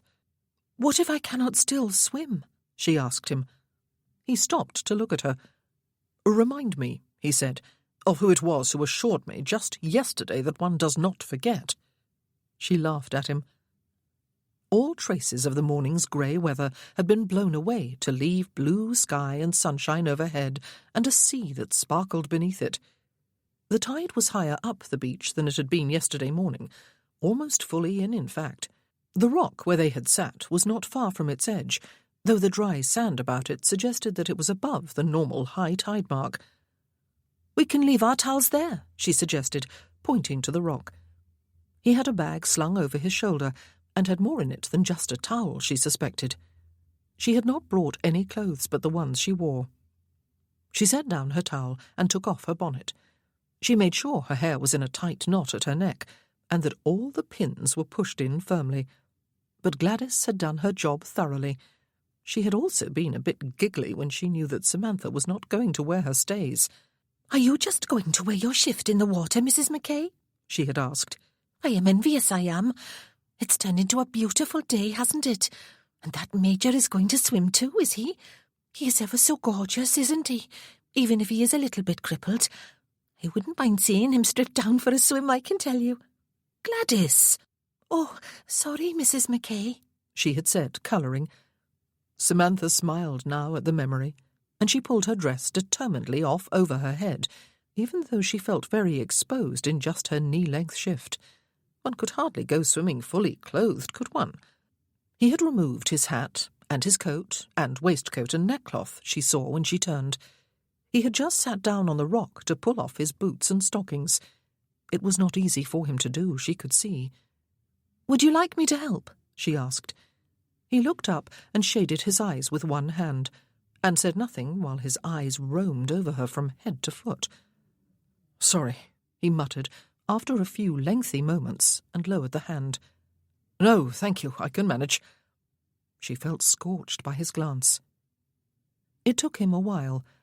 He was so very different from Matthew, she thought as she watched. He was stubbornly independent. There was a wicked-looking scar across the top of one of his feet, she saw when he had removed his stockings. Gouged there by a stirrup, perhaps. He was fortunate that his foot had not been completely severed. He was not, she realized, going to remove his pantaloons, but he pulled his shirt free of them, crossed his arms, and hauled it over his head. She stood looking at him while he raised his eyes to hers.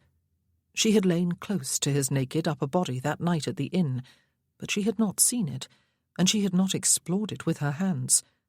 There was a nasty puckered scar between his heart and his shoulder. "A bullet?" she asked. "I was more fortunate than Captain Mackay," he said. "The surgeon was able to dig it out." She winced. His chest bore other scars, some worse than others, as did both his arms. Any one of those wounds could surely have killed him. She raised her eyes to his and licked her lips. "You were in more than one battle?" 8, he said, "and a number of more minor skirmishes. Cavalry are always getting embroiled in skirmishes." Rather than marring his appearance, the scars somehow accentuated his masculinity, and it was very clear that he worked on his physique. His muscles were firm and well-defined. He looked suddenly like a tough, even brutal soldier. Brutal in battle, that was, but magnificent as a lover. She took a step back and turned to look at the water. There was an uncomfortable throbbing in her womb, and the sun felt hotter than it had a few minutes ago. "The water is close," she said. "Can you walk there without your canes, if you set an arm about my shoulders?" "You are not my servant," he said. "Is it such a humiliation," she asked him, "to set your arm about me and lean on me for a short distance? Will it quite diminish your masculinity?" His jaw was set hard when she turned back to him, but he nodded and then smiled. "I believe it will challenge my masculinity," he said. "I have noticed, you see, that you are scantily clad." So that was the reason he was reluctant to touch her. "Are you a prude, Major Harper?" she asked him. "Merely a normal red-blooded male, ma'am," he said brusquely, getting to his feet with the aid of his canes, and then setting them back against the rock, and taking 2 steps without them before reaching for her. "Lead me to cold water, please, and the faster the better." It was amazing what a difference a few layers of clothing could make, or the lack of those layers. Yesterday she had been aware of his lean, strong physique as they walked in the water, and it had attracted her. Today she could feel the power in his bare arm about her shoulders, and was aware of the rippling muscles in his chest pressed to her side. She was aware of his masculine hip, of the warmth of his skin. She was aware of his height, a few inches above her own, and she was aware of her own near nakedness next to him. She felt as if some of her half-shriveled youth was gathering itself into bud, getting ready to burst into bloom again. She turned her face up to his as they reached the incoming water and laughed. "Oh, it is cold," she said, deliberately stuttering as they stepped into it. She splashed it with her feet and sent cold droplets splashing all over them. "We are going to freeze." Tramp was running along the edge of the water behind them, barking with excitement and further wetting them. "It is too late to change your mind now," he said, grinning back at her. "I am going in, and you must too, because I need you to get from here to there." An incoming wave broke over their knees, and Samantha gasped. "Whose silly idea was this?" she asked. "I am not even going to venture an answer to that," he said. "I am ever the gentleman." By the time the water reached her waist, and then higher, Samantha thought the idea worse than just silly. His arm was a little less heavy about her shoulders, she noticed, And then it was gone altogether, and he had ducked beneath the surface of the water. He came up, shaking his head so that she was showered with droplets, and spreading his arms along the water. And he was standing alone, she realized. His dark hair was plastered to his head. Water was beaded on his face and eyelashes. He was all handsome, virile masculinity, and he was upright, unaided by either canes or her shoulders. Oh, how absolutely gorgeous he must once have been. He grinned at her, and she grasped her nose between a thumb and forefinger and went under. She came up gasping and sputtering. "Oh," she said, "I see what you mean by buoyancy and taste. Here comes a swell." But they had come too far in for it to break over them in foam. Samantha lifted her feet and bobbed over it at the same time as Ben lay back on the water and floated. He was not then going to sink like a stone and drown. She watched as he turned onto his front and began to swim in a slow crawl, his powerful arms doing most of the work, though his legs were moving too, propelling him along. She swam to catch up with him and realized that she had been right yesterday. She had not forgotten how. Neither had he. She would have whooped with delight if she had had the breath. She drew level with him, and they swam side by side, stroke for stroke. It seemed to Samantha that she had never been happier in her life. If only they could swim forever, and never have to go back to shore. Ben could have wept. Not only could he remember how to swim, but also he could swim. He could move his legs without pain. He could move without pain. He was free. He did not know how far he had swum before he became aware of Samantha alongside him, and that was strange, since he had been aware of her with every fibre of his being ever since he set eyes upon her back at the cottage. And when she had stripped down to her shift, well, it was difficult to find words. And then, when he had stepped up beside her to set his arm about her shoulders, her very dark hair was plastered to her head and held in its tight knot at her neck. Two shapely, bare arms came out of the water, one after the other in a steady, graceful rhythm, and slid back beneath the surface. He could see the outline of her body through the water, her shift like a second skin. Her legs, propelling her along, were long and sturdy and shapely and mostly bare. She was not slender, but she was beautifully, perfectly proportioned. She was every man's dream of femininity. She caught his eye and smiled. He smiled back. She rolled onto her back and floated, her arms out to the sides. He floated beside her. There was not a cloud in the sky. This, he thought, was one of those rare, perfect moments. He wanted to capture it and keep it and treasure it, so that he could look at it from time to time and feel again what he felt now. But of course he could do just that. It was called memory. "You were swimming," she said. "So were you." "You were swimming, Ben." He turned his head to look at her. "You were right. I can swim." If he had been able to get down onto the beach at Penderys, perhaps he would have discovered it long ago. If he had been able to spend more time at Kennelston after leaving Penderys, perhaps he would have gone to the lake and made the discovery there. But it had never occurred to him that there was an element in which he would not be handicapped, or not completely so anyway. So far he had tried only a very leisurely crawl, but perhaps he could build strength in the water by challenging himself to try more vigorous strokes. Perhaps he had not, after all, reached the limit of his physical capabilities. She turned her head to look back at him. "I am right occasionally, you know." Their fingertips touched inadvertently as they bobbed on the water, and then they touched deliberately. He rested his hand on the top of hers, and she turned it so that they were palm to palm. "I am glad there has been this day," she said.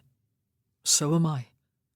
"Will you remember this, when you have travelled far and wide, and gathered enough material for 10 books?" she asked him, "and become hugely famous?" "I will remember," he assured her. "And will you remember, when you have an army of friends and admirers here, and are busily involved in village and parish life. And when you have learned Welsh and have sung to help raise the roof of the church—" She smiled. "I will remember." They floated for a while longer. The dog, he could see when he looked, was stretched out by the rock and the towels and their discarded clothes. The sun was warm. There was nothing for her in England. There was nothing for him here. There was nothing there for him either, unless he asserted himself at Kennelston, or else set up house in London or Bath, or somewhere else where he could establish some sort of routine and some sort of social life. He was not going to be a traveller. He could not bear the thought of doing it alone, and he never wanted to see a journal or a blank sheet of paper again. Perhaps he ought to try some sort of career, in business or commerce perhaps, or the law, or in the diplomatic service. He had never before given serious thought to actually working, except as a landowner on his own land. He did not need to work after all, since he was in possession of a sizable fortune. But now was not the time to consider his future. Now was the time for now. Now was one of those rare and precious moments with which one was gifted from time to time. That was all it was, a moment, but it was one to be enjoyed to the full while it lasted, and treasured for a lifetime after it was over. "And it is not even over yet," she said, echoing his thought. No. There was still dinner to be enjoyed at the cottage, and then he was not at all sure it would be wise. He could, if he chose, enumerate in his mind all the many reasons, and there were many for both of them, why it would not be. But he was not going to think. He was going to hold on to the moment. The rest of the day would look after itself. She had turned onto her front and had begun to swim slowly back toward the beach. He followed her. "Stay here," she said, when she was able to stand in the water. "I shall fetch your canes." The tide had ebbed a bit, he could see. It was a farther walk to the rock now than it had been when they came in. He trod water and watched her return across the sand, his canes held in one of her hands. Her shift clung to her body, leaving virtually nothing to the imagination, yet she seemed unself-conscious. She was beautiful beyond belief, and desirable beyond words. "Life is really not fair," she cried, splashing back into the water. "It was freezing coming in, and now it is freezing getting out." She held the canes high as she waded toward him. "Whoever told you," he asked her, "that life was fair?" He took his canes from her. It was time to be earthbound again. The dog was prancing at the edge of the water, barking at them, impatient for them to emerge. Ben leaned one shoulder against the rock when he had reached it, and rubbed his towel over his upper body and his hair. He would change into the dry pantaloons he had brought with him, if she would turn her back. "I did not bring a dry shift," she said, and his hand paused with the towel held to one side of his head. "I thought I would let it dry here in the sun." But she did not mean what he thought she meant, he realized, when he saw her spread her towel on the sand. She was not about to strip it off. "Shall we lie down and soak up some sunshine before going back to the cottage?" she suggested. "Have you heard of a beached whale?" he asked her. She looked at him, arrested. "You would not be able to get up again, would you?" she said, and then laughed. "I am so sorry. I did not think of that. How foolish of me." "Lie down," he said. "I will sit here." She regarded the stone ledge on which they had sat yesterday. "You can stretch out along it," she said, "and relax better. You could get up from there, could you not?" And so they lay side by side on their towels, though she was 3 feet below him on the beach. He shaded his eyes with one forearm. "Are not ladies supposed to protect their complexions from the merest suggestion of sunlight?" he asked. "I have the complexion of a gypsy," she said. "Even when I have not been in the sun, people frown upon me, because my face is not all porcelain and peaches and roses. Why bother depriving myself of feeling the heat and light of the sun on my face, then? You cannot know how irksome it was for almost 4 months to have to wear a black veil every time I set foot over the doorstep. When I did step outside, that was. Oh, Ben, there was not even any daylight in the house. Matilda insisted that the curtains be almost closed across every window. Sometimes, when she was not in the room with me, I used to stand in the band of daylight and breathe in gulps, as though I had been suffocating. "Those days are gone," he said. "Yes," she agreed. "Thank God. And I am not blaspheming." They were probably both going to end up with some sunburn. He did not care. "Am I horribly wicked?" "No," he said, not giving her time to finish. "Just over 5 months ago," she said, "Matthew was alive." "And just over 5 months ago," he said, "you were spending every moment of your time with him, tending him and comforting him as well as you were able." "It is difficult to keep the world at bay, is it not?" she said. "I swore that I would not think of a thing while we were down here, except the sheer enjoyment of being here." Without thinking, he stretched down a hand toward her, and she took it and held it. "You can come here whenever you want for the rest of your life," he reminded her. "But not with you." He could think of no answer to that, and she did not seem to want to elaborate. They lay for a while, hand in hand. Then she got to her feet and stood looking down at him. The front of her shift had dried. It did not cling quite so provocatively. "I shall wonder about you for the rest of my life," she said. "I shall wonder what happened to you. I shall wonder if you found what you were looking for. I suppose I will never know." "Perhaps," he said, "you will write to my sister at some time in the future, when you feel more secure here." "Ah, yes, of course," she said. "She will tell me about you, and then perhaps you will learn something of me, too. If you wish to do so, that is." He took one of her hands in his again and drew it to his lips. "It would not work for us, Samantha," he said. "No," she agreed.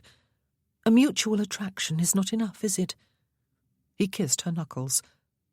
"But perhaps," she said, her eyes on their hands, "just for a day, or 2 or 3. Perhaps for a week. Can you bear to stay a week?" He inhaled slowly.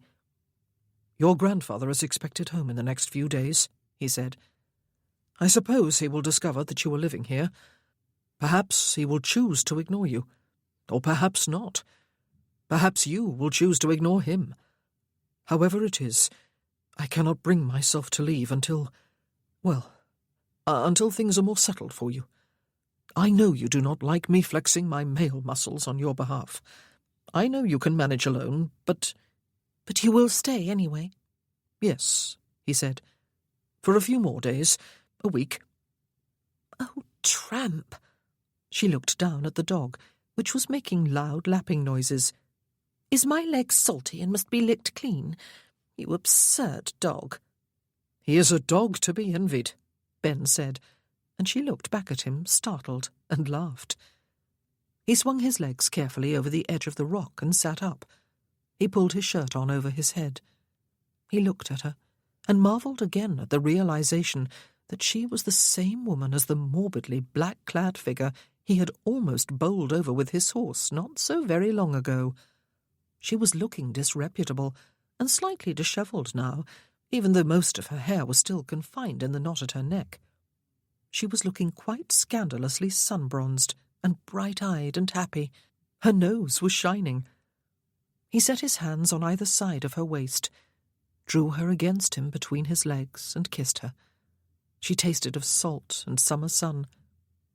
"You taste salty," she told him. "Now I know why Tramp is enjoying licking my leg." They grinned at each other and kissed open-eyed. "There is a Latin phrase," she said. "Something about carps, though not really." "Carpe diem?" "The very one," she said. "The day flies, or the day is fleeting, or make the most of what you have now, this moment, because soon it will be gone."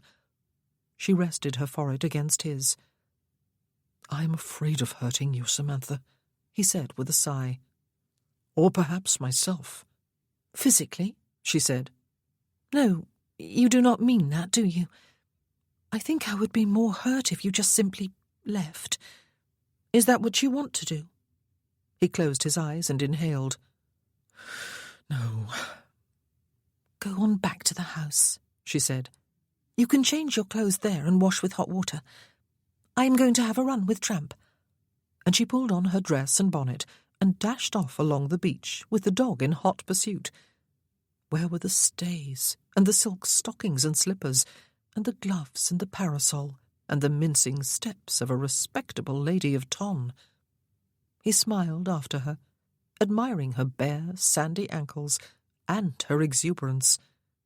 She wanted him. He wondered if he would disappoint her, or worse. But enough of that. He was not going to be offering himself for a lifetime, after all, was he? He would give as much of himself as he could for both their pleasure, and pray God there would not be too much pain the other side of the pleasure, for he feared they were playing with fire. Chapter 18. Mrs. Price cooked them a chicken and vegetable pie, which, she explained, was her son's favourite dish and had been her late husband's. It was to be preceded by leek soup and followed by jellies and custard. She set out cups and saucers with sugar and milk and a cloth-covered plate of cake on a tray in the kitchen. The kettle was left to hum on the kitchen range, with the teapot warming beside it. Gladys laced Samantha into her stays and helped her into her rose-coloured silk evening gown, which she had ironed carefully, so that even the 2 frills about the hem and the small ones that edged the sleeves were free of wrinkles. She dressed Samantha's still slightly damp hair in an elegantly piled and curled coiffure. She clasped the pearls about her neck and clipped pearl earrings to her lobes before standing back to admire her handiwork. "Oh, you do look lovely, Mrs. McKay," she said. "I bet you could turn heads even at one of them grand balls in London town." "And all thanks to you, Gladys," Samantha said with a smile. "But all I have to attend is dinner downstairs.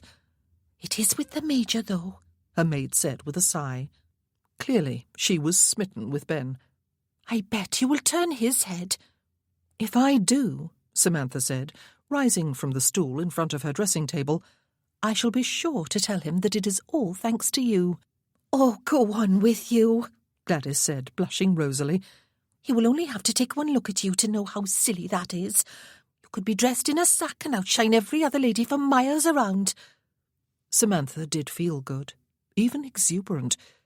She had used to feel just so when dressing for assemblies and balls during her youth and the early months of her marriage. But it struck her suddenly. Perhaps it was unfair of her to dress with particular care for the evening, when Ben would be wearing the clothes in which he had come from the village this afternoon, or rather the dry ones into which he had changed after their swim. She was not sorry, though, when she saw the admiration in his eyes as she joined him in the parlour, and he looked very good indeed to her eyes. He must have found a brush with which to rid his coat and boots of all traces of sand, and polish too.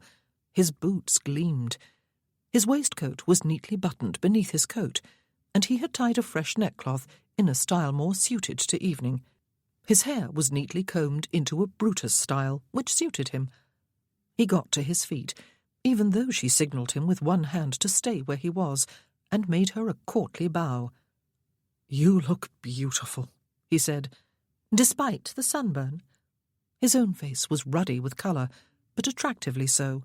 He looked healthy and virile. "The sun turns your complexion bronze instead of scarlet," he said. "Yes, beautiful despite the sun." Mrs. Price appeared in the doorway at that moment to inform them that she had set the hot dishes on the table, and they must come now if they did not want their food cold and spoiled, and she would, if it was all the same to Mrs. McKay, hang up her apron and walk home with Gladys. And so they dined alone together, Samantha and Ben, though Tramp came padding in from the kitchen to plop down in front of the empty fireplace and keep an eye out for fallen morsels of food. None did fall, but Ben fed him a few morsels anyway, to Samantha's amusement. He pretended to dislike the dog, but she had never believed him, for Tramp liked him, and dogs did not like people who disliked them. The food was plain, but wholesome and delicious. He told her some stories from his military years, not anything about the fighting and the violence, but amusing anecdotes. She told him stories about her year with Matthew's regiment, mostly funny little incidents involving the other wives that she had not thought of in years. He told her stories from his Penderys years, again light, entertaining incidents involving his friends. She told him about the kittens at Leyland Abbey. A groom had discovered a litter of them in the loft of a barn, and had concealed them and tended them in secret so that they would not be drowned, until Samantha had caught him at it. But she had not reported him. Rather, she had aided and abetted him, and had loved those kittens until they grew into cats and deserted in order to earn their living and their daily bread as mousers. "Ungrateful wretches," she said, laughing softly. She had forgotten, until now, that there was anything at all good about that year in Kent. "But you would not have wanted them at your heels for the rest of their lives, would you?" he asked. "Oh, heavens, no," she said. "There were 8 of them." "The dog's nose would be severely out of joint," he said. "Yes," she agreed.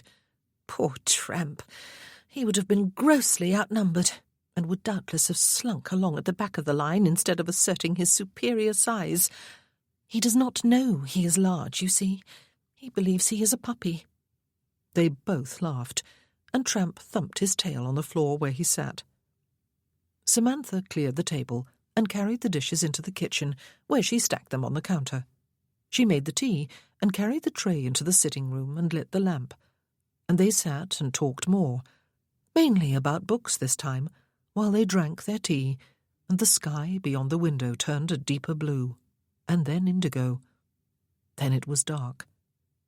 She got up to close the curtains, and suddenly there was no way of reviving the conversation. The very fact she had moved had acknowledged the fact that night had fallen, and they were here together in her cottage, quite unchaperoned. She stood facing the window for a few moments, even though she had already drawn the curtains. "Should I leave?" he asked. "Do you wish me to leave?" Perhaps she should simply say yes. Nothing much had happened between them so far, despite a rather lengthy journey that had thrown them into proximity. In another few days he would be gone, and it had to be that way. There could be no future together, for any number of reasons. Perhaps it would be better not to take that extra step into the unknown, the unpredictable. Perhaps it would be disappointing if they did proceed. No, that was not what made her hesitate. Perhaps it would be painful. Not the act itself, but its aftermath. For he would leave. There would be a goodbye. Which would be more painful? Not to have slept with him, and forever regret it, or to have slept with him and forever regret it? He had asked her a question. 2, actually. She shook her head as she turned. "No, don't leave." And so she committed herself. She watched as he got to his feet, using his canes, and she moved toward him until she was standing in front of him.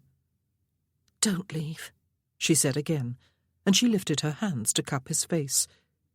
He had even shaved, she realized. He must have brought his razor with him. He must have expected to stay.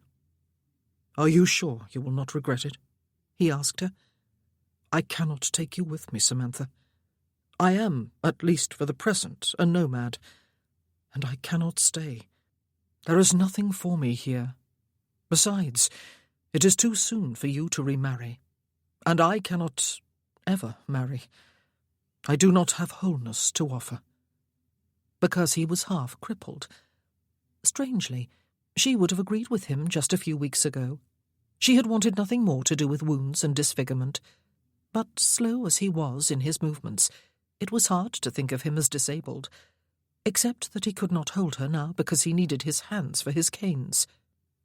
"I was once promised a lifetime," she said, "and was given 4 months. Not even that, actually, as it was all illusion from the start. It was all a lie. This afternoon you promised me a week. Let us make it a week to remember. An affair to remember, he said. With pleasure and affection, she said, and no regrets. Will you regret it? Would you rather go back to the inn? For a few moments she thought he was going to say yes. Then he dipped his head closer to hers, closed his eyes, and set his forehead against hers. "I am afraid," he said, "that I will be inadequate." Did he mean impotent? Did he fear that? "I am afraid I will disappoint you," he said. She stepped back from him and smiled as she went to fetch the lamp. "Come upstairs," she said. "Even if you do no more than hold me, I will not be disappointed. One of my loveliest recent memories is of waking at that inn where we were forced to share a room, to find you holding me against you, one arm about me. It was so very long before that since anyone had so much as touched me, except you, when you kissed me at Bramble Hall."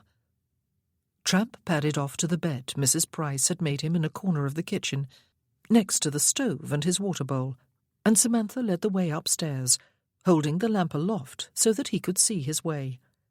She closed the curtains in her bedchamber and watched him remove his coat and waistcoat and neckcloth. She watched him pull off his shirt to reveal his muscled, sun-tanned, scarred chest. Only then did she move toward the dressing table. "Allow me," he said, and he crossed the room, propped his canes against the side of the dressing table, sat on the bench, spread his legs wide, and drew her down to sit between them, her back against his chest. His fingers worked at her hair, and she tipped her head downward, watching his hand as it came forward to deposit pins, until her hair fell about her shoulders. He took up her brush and began to draw it through the curls Gladys had so carefully created. 200 strokes, he asked, his voice low against her ear. She shivered slightly. 100 will do. In a rush, are you? He asked. No. She sighed and closed her eyes. Time does not exist. I do not want it to exist. Then it does not, he said, and drew the brush through her hair until she could feel that all the tangles had gone, and all the curls too. She did not count, but after a while he tossed the brush back onto the dressing table and undid the clasp of her pearls. He unclipped her earrings, and his fingers worked down the line of fasteners at the back of her dress until he could fold back the edges and set his lips against her shoulder blades, one at a time. She was holding the dress against her bosom, but he reached around and removed her hands and drew the dress down over her arms and down over her breasts until she was bare above her shift and her stays. His hands cupped her breasts, pushed high by her stays. His fingers were warm as they played lightly over her flesh, until she could feel a stabbing of sensation down through her womb and along her inner thighs. He caught her nipples between a finger and thumb of each hand and rolled them before rubbing his thumbs over the tips. She pressed her head back against his shoulder and opened her eyes and met his gaze in the glass in the flickering light of the lamp. She could, she realized, watch what he did as he was doing it. Oh, dear God!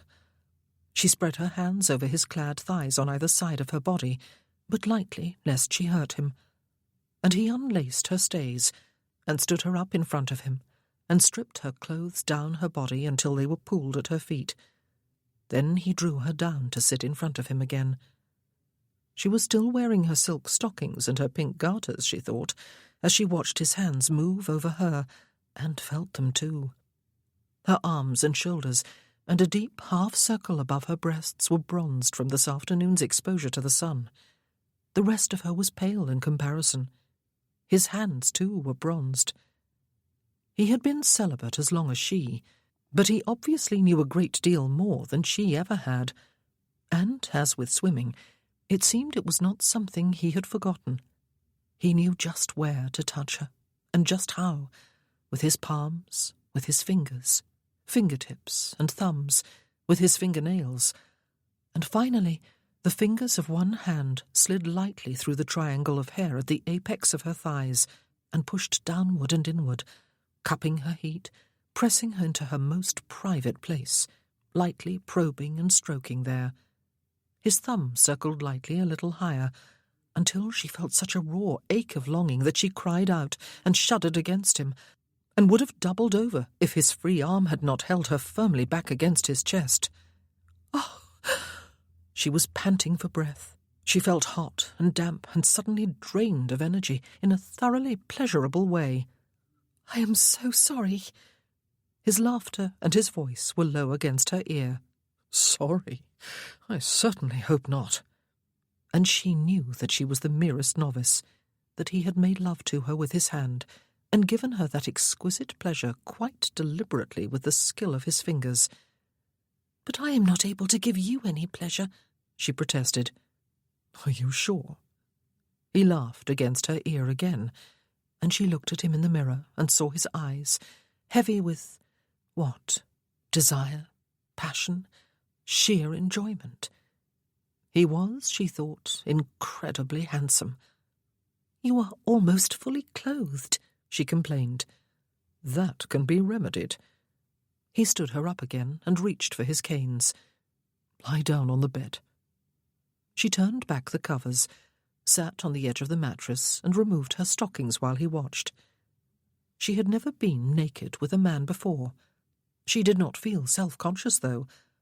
Perhaps it was because the lamplight was soft and flattering, or perhaps it was because of that look in his eyes, or because he had made love to her with his hand, and she was still warm with pleasure. She lay down and watched him seat himself at the bottom of the bed and pull off his boots and stockings. Poor man! It was the second time in one day he had had to do that without the aid of his valet, and it very evidently was not easy. And then he stood and extinguished the lamp, which was standing on the table beside the bed. She could hear him removing his lower garments. It was disappointing. She wanted to watch, and she wanted them to be able to watch each other as they loved. But even through his clothes, it was evident that his legs were somewhat deformed, and that the muscles were not as developed as those on the upper part of his body. It was understandable that, unlike her, he did mind being seen naked. "I only hope," he began, as he lay down beside her. But somehow in the darkness she found his mouth with her hand and covered it. "Ben," she said, turning onto her side, "I did not know you before you were injured. The man you were then does not exist for me, only the man you are now. And this is the man with whom I have chosen to have an affair. It does not matter if you do not have great prowess. I do not have any expertise either. I have known one other man, and that for only a brief time, almost 7 years ago, when I was 17. "I cannot move nimbly," he said, "even when I am lying down. Only in the water, it seems. Perhaps we ought to be doing this there." She raised herself on one elbow and pushed at his shoulder until he was lying on his back. "Ah," she said, lowering her mouth to his, "but I can move nimbly." "Heaven help me." She heard him laugh softly as he reached out to hold her by the hips. She moved over him until she lay on top of him, her legs on either side of his, lest she give him pain, and she breathed in the warmth and the slightly musky smell of him, mingled with the salty smell of the sea, though he had washed after coming up from the beach. Her breasts pressed against the warm, hard muscles of his chest. She set her mouth to his and opened to the pressure of his tongue. She straddled him at the hips, raising herself onto her knees so that she could move her hands over him and feel all the magnificence of his physique, and so that she would feel his hands on her breasts, up over her shoulders, down her back, over her hips and along her outer thighs to her knees, up to cup her bottom. She lowered her head to kiss his chest, to lick his nipples and nip them between her teeth, and with her hands she felt the narrowness of his waist and hips, the warmth between his thighs, the hard thickness of his arousal. She took it in her hands, and both felt and heard him inhale softly. She caressed him with her palms and with her fingertips while he grew harder. She lifted herself higher onto her knees, spread them wider, held him against the most tender part of herself, and lowered herself onto him as his hands came to her hips again and clasped them firmly. For a moment, when she was deeply penetrated, she tightened inner muscles and held still, her head bent forward, her eyes tightly closed. There was surely no lovelier feeling in the world. Ah, there could not possibly be. And he was Ben. He was her lover. It was a word she spoke consciously in her mind, savouring it. He was her lover. Better than husband. Oh, far better. There was freedom in being a lover. Pleasure freely given and freely received. His hands lifted her slightly by the hips, and suddenly he was in command, moving in her, withdrawing and thrusting with firm, deep strokes that had her reaching for his chest with her fingertips to steady herself, and tipping back her head so that she could feel. He was working fast and hard, but with a steady rhythm that invited a slight turning of her hips to circle his thrusts, and a contracting and relaxing of inner muscles to gather him deeper and release him. And she braced her knees and rode, while his hips flexed and relaxed against her inner thighs, and his breathing became laboured, and his chest and her hands on it became hot and slick with sweat, and always, unrelentingly, he demanded entrance to— where? Where else was there to go? He was already deeper than deep.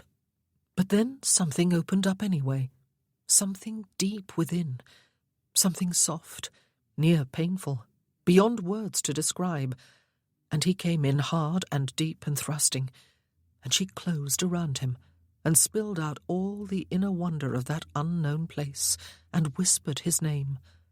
He came 2, 3, 4 more times into that soft, lovely place, thrusting his demand, and then finding his own place.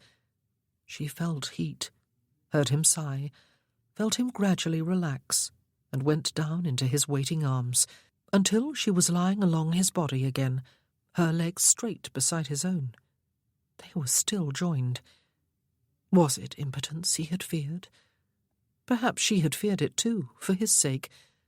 She almost laughed with delight. A few moments later, she felt the bedcovers come up over her back and shoulders. His arms held them in place, and they lay still and relaxed in each other's arms for several minutes. "We forgot something," he said at last, his voice soft against her ear. She was more than half asleep. "I spilled my seed in you," he said. She was awake now. The fingers of one of his hands were playing through her hair. "We will have to make arrangements before I leave," he said. She opened her eyes to stare at the lighter square of the window. "I must see to it that you have somewhere to write," he said, "if I need to come back." She had thought of it, but had deliberately ignored the thought, which was extremely foolish and irresponsible of her. "I did not conceive during my marriage," she said. "Which does not mean you were barren," he told her. Did this mean their affair was over, almost before it had begun? Would they not risk it again? "I would not trap you into marriage," she told him. "I do not doubt it," he said, "though trapped would not be a pleasant word to use if there really were a child, would it?" She did not answer him, but she did move off him to lie beside him. He reached for her hand, and they laced their fingers. "Must it end, then?" she asked him. He did not answer immediately. "Would it be a terrible disaster to you," he asked her, "to be with child, to have to marry me?" "Not a disaster," she said. For a long time, while she had been living at Leyland Abbey, she had thought her life might be bearable if only she had a baby, though after Matthew was injured and came home, she had been deeply thankful that there was none. "Would it be a disaster to you?" "If there were a child," he said, "I would not want to have to remember for the rest of my life that I had once called the possibility of his or her conception a disaster. Neither of us wants marriage, and the circumstances would make it difficult for us to marry, even if we did want it. However, the needs of any child of mine will always come first in my life, and a child needs father and mother if it is humanly possible, married to each other and loving each other." He spoke in a soft voice, obviously choosing his words with care. Samantha felt a deep welling of grief. No, it was not grief, but it was something that made her ache with a nameless longing and brought tears to her eyes and the soreness of unshed tears to her throat. Married to each other and loving each other. How wonderful it would be to be loved by Benedict Harper and to share a child with him. If only the circumstances were different. She rested her temple against his shoulder. It was not supposed to be like this. They were supposed to be having a brief affair, entirely for pleasure. "What are we going to do?" she asked him. "We promised each other a week of love-making," he said, "before we pick up the threads of our own separate lives. Shall we keep that promise and deal with any consequences that may arise, if and when they do arise?" She knew something then with a terrible clarity. She knew she was not made for casual affairs. She had thought, after the first numbness of loss following Matthew's death had passed, that all she wanted was to be free, to live. But all she really wanted to do, all she had ever wanted to do, was to love, and, if possible, to be loved. Instead, she had begun an affair, something that by its very nature was temporary, something that was purely carnal, something that would leave her more bereft than she had ever felt before. Unless there was a child. Yet she must hope that there would not be, for she would not wish to bind him to her on such terms. He squeezed her hand. "I do not doubt," he said, "that there will be people to take note of the exact minute and hour at which I return to the inn. I would not be so late that it will be obvious I have done more here than dine with you and sit afterward over tea and conversation." He leaned closer and kissed her on the lips, and then she swung her legs over the far side of the bed, got to her feet, and found her nightgown and dressing-gown. "I shall see you downstairs," she said, and left him to get dressed. She walked out to the barn with him 15 minutes or so later in her slippers and dressing-gown, while Tramp galloped about the garden, delighted to have an outing he had not been expecting. She waited while Ben hitched up the horse to the gig.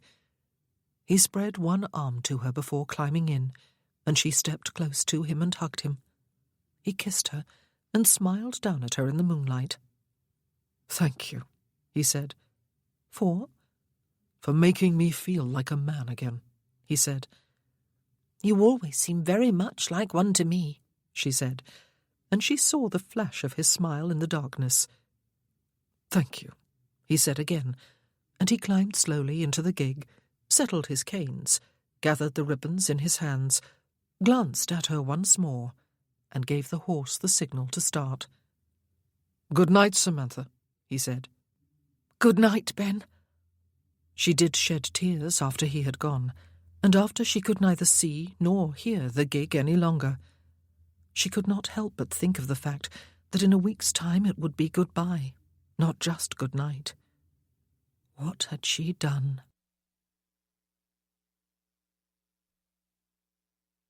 Chapter 19. The weather conspired in their favour. The sun shone from a cloudless sky for the next 4 days, and the air was unseasonably warm. Samantha walked into the village one morning, and they borrowed the gig from the inn, and drove across the bridge and along the narrow lane above the beach, stopping several times to look at the boats and breathe in the sea air. Ben chatted with a small group of fishermen, while Samantha got out to take the dog for a short walk. They had luncheon together at the inn, Mrs. Price having been warned that her mistress would not be back at the cottage.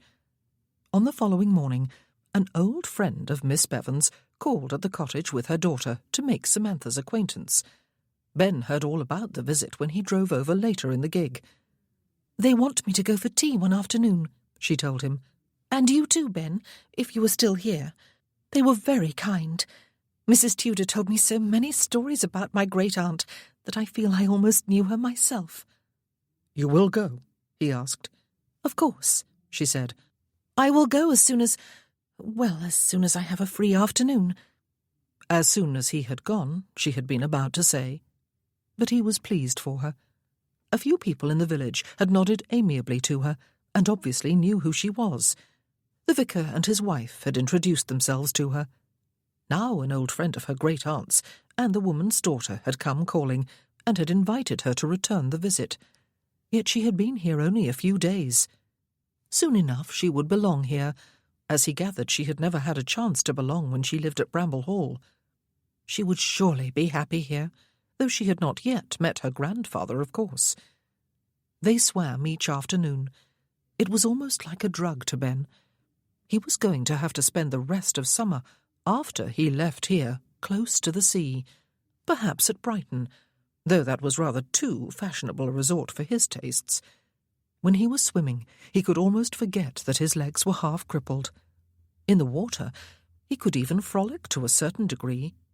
Sometimes they would race, and when he won, which was not every time, he would wait for her, and then sweep her up into his arms and twirl with her, demanding kisses for a prize.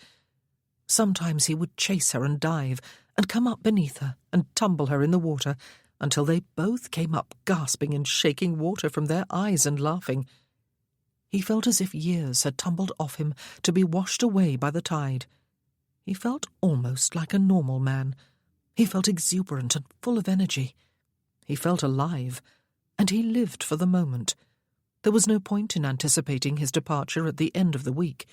He would deal with it when the time came, and there was no point in worrying every time they made love about impregnating her. Either they were going to have an affair or they were not, and since they were, then they might as well simply enjoy it. If he left her with child, she would write and tell him so. She had promised that, and he would return and marry her. It was not what either of them wanted. At least, no, it was not what either of them wanted. But somehow they would work it out for the sake of the child. It was perhaps a careless, irresponsible attitude to take, but Ben did not care. Sometimes one needed simply to surrender to happiness. Life offered little enough of it. He was happy. He stayed at the cottage each day for dinner, which they always followed with tea and a leisurely conversation in the parlour. It somehow heightened the pleasure of their love-making, the fact that they did not tumble into bed at the earliest opportunity, but first spent time enjoying each other's company. They made love in darkness. He knew it disappointed her when he extinguished the lamp, but he really could not bear to have her see him as he was. She came on top of him again on the second night, but after they had slept a short while, he turned with her and lay on her as he took her again. It was a little uncomfortable at first, and he did not know if it would be possible to continue without changing position. But passion overcame pain, and he held her arms above her head, their fingers tightly laced, and loved her with slow thoroughness until they both shuddered into release. And his legs, aching and cramped as they were afterward, survived the ordeal. She was beautiful and voluptuous, smooth-skinned and silky-haired, and fragrant with that faint scent of gardenia always clinging about her. She was warm and passionate and uninhibited in her pleasure, and he marvelled over the fact that he could make love, and that he could give pleasure as well as receive it. He had been unnecessarily afraid that he could cause nothing but revulsion in any woman with whom he attempted intimacies. It had been foolish of him, except that she had not seen him. He was always careful to return to the village and the inn well before midnight. He supposed there was some talk and speculation anyway. It must be common knowledge, after all, that neither of her two servants lived in, that she had no lady companion, that she was alone from early evening to some time before breakfast. But he did not want that talk to turn into open scandal. Soon he would be gone, and all talk would cease. But he would not think of that yet. He had promised a week. He had promised it to both her and himself. On the 5th day the sun still shone. though puffs of white cloud dotting the blue of the sky caused the occasional patch of shade and accompanying coolness. Ben went to the cottage with the gig as usual after luncheon, a towel and a dry pair of pantaloons in their bag beside him on the seat. When he drove past the house, however, there was no sign of Samantha in the garden as there usually was. Even the dog was nowhere in sight. She had still not come outside after he had unhitched the horse and walked back to the house. She was in the sitting room, dressed smartly in a striped blue and cream muslin dress. She usually wore her oldest dresses to go swimming, and her hair had been styled in a high knot with curled tendrils at her temples and along her neck.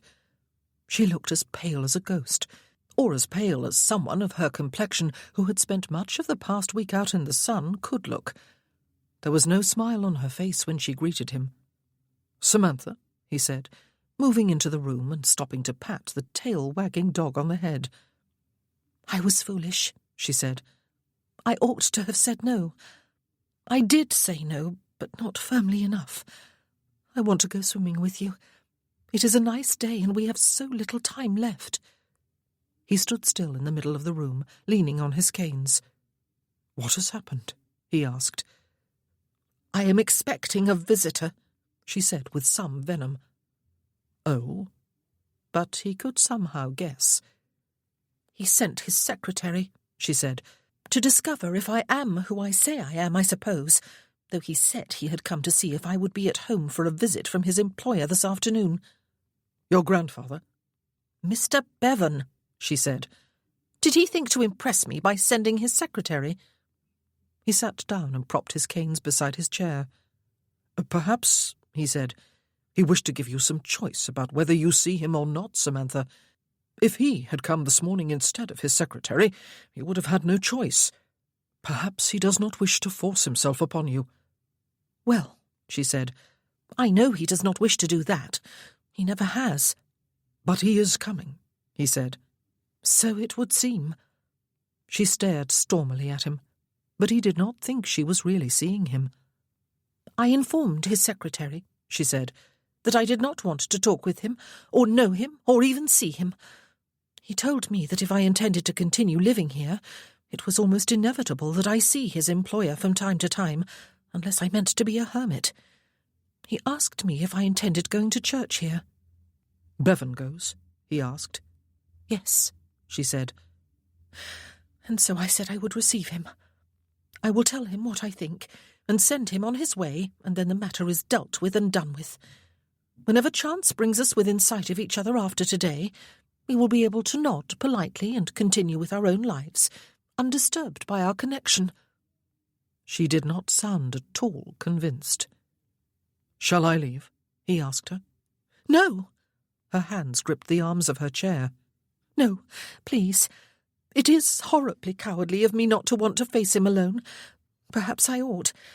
And I dare say you are itching to get away before he puts in an appearance. Are you?" "Samantha," he said, "he is not my grandfather. And I dare say he is not a monster. If he is, I will be able to pose as your knight protector and fight him off with one of my canes. Either way, I will be happy to stay. I have a curiosity to see him, and to witness their first meeting." She tilted her head to the side suddenly, and the dog scrambled to his feet and barked once. Through the open window came the unmistakable sounds of an approaching carriage. She wished she had gone to Leyland Abbey. Better the devil you know, but no, nothing could be worse than life lived under the unyielding gaze of the Earl of Heathmore. Besides, this was her cottage. She had the power to admit or exclude whomever she wished. She had chosen to allow her grandfather to call on her, for this occasion only. Soon he would be gone again, and she would be free. But that did not seem to help much at this precise moment. She stayed where she was, and Ben stayed where he was, as the carriage drew up outside the garden gate, and the sound of voices came through the window. The only one who did not stay where he was Tramp. He stood at the sitting-room door, his nose almost pressed against its outer edge, eagerness in every line of his ungainly body, his tail waving like a flag in a breeze. There was a knock on the outer door, and it opened almost immediately. Mrs. Price had obviously heard the arrival of the carriage too. There were a few moments of almost unbearable tension, and then there was a tap on the sitting-room door. Mrs. Price opened it, and Tramp backed up a foot. "Mr. Bevan, ma'am," Mrs. Price said, saucer-eyed, though she had known he was coming. He was not a very tall man, but he was solid-looking and had presence. He carried himself with confidence. He was silver-haired, though there was still some darkness mixed with the silver. He had a pleasant, good-humoured face. He must have been a handsome man in his younger years. Indeed, he still was distinguished-looking. He was expensively, fashionably dressed. Samantha was on her feet without having been aware of rising. He looked at her, and then down at Tramp, who was barking and prancing and generally behaving in an undisciplined manner. "A gentleman does not make himself deliberately conspicuous in company," Mr. Bevan said, with a lovely, soft Welsh accent. "Sit." And Tramp, the traitor, sat and gazed up at his new friend with intelligent eyes and lolling tongue and lightly thumping tail. "Mrs. Mackay," Mr. Bevan said. "Samantha." He fixed his eyes upon her and advanced across the room with confident strides, his right hand extended. He was almost of a height with her, she realized. She had no choice, short of being deliberately ill-mannered, but to set her hand in his. He held it in a warm clasp and set his other hand on top of it, all the while gazing at her face. "You are not very like your mother," he said, "except in colouring. But, oh, girl, you do look like your grandmother." He raised her hand to his lips before relinquishing it. "Mr. Bevan," she said, "may I present Major Sir Benedict Harper?" Ben had also got to his feet. "Sir," he inclined his head, "I am pleased to make your acquaintance."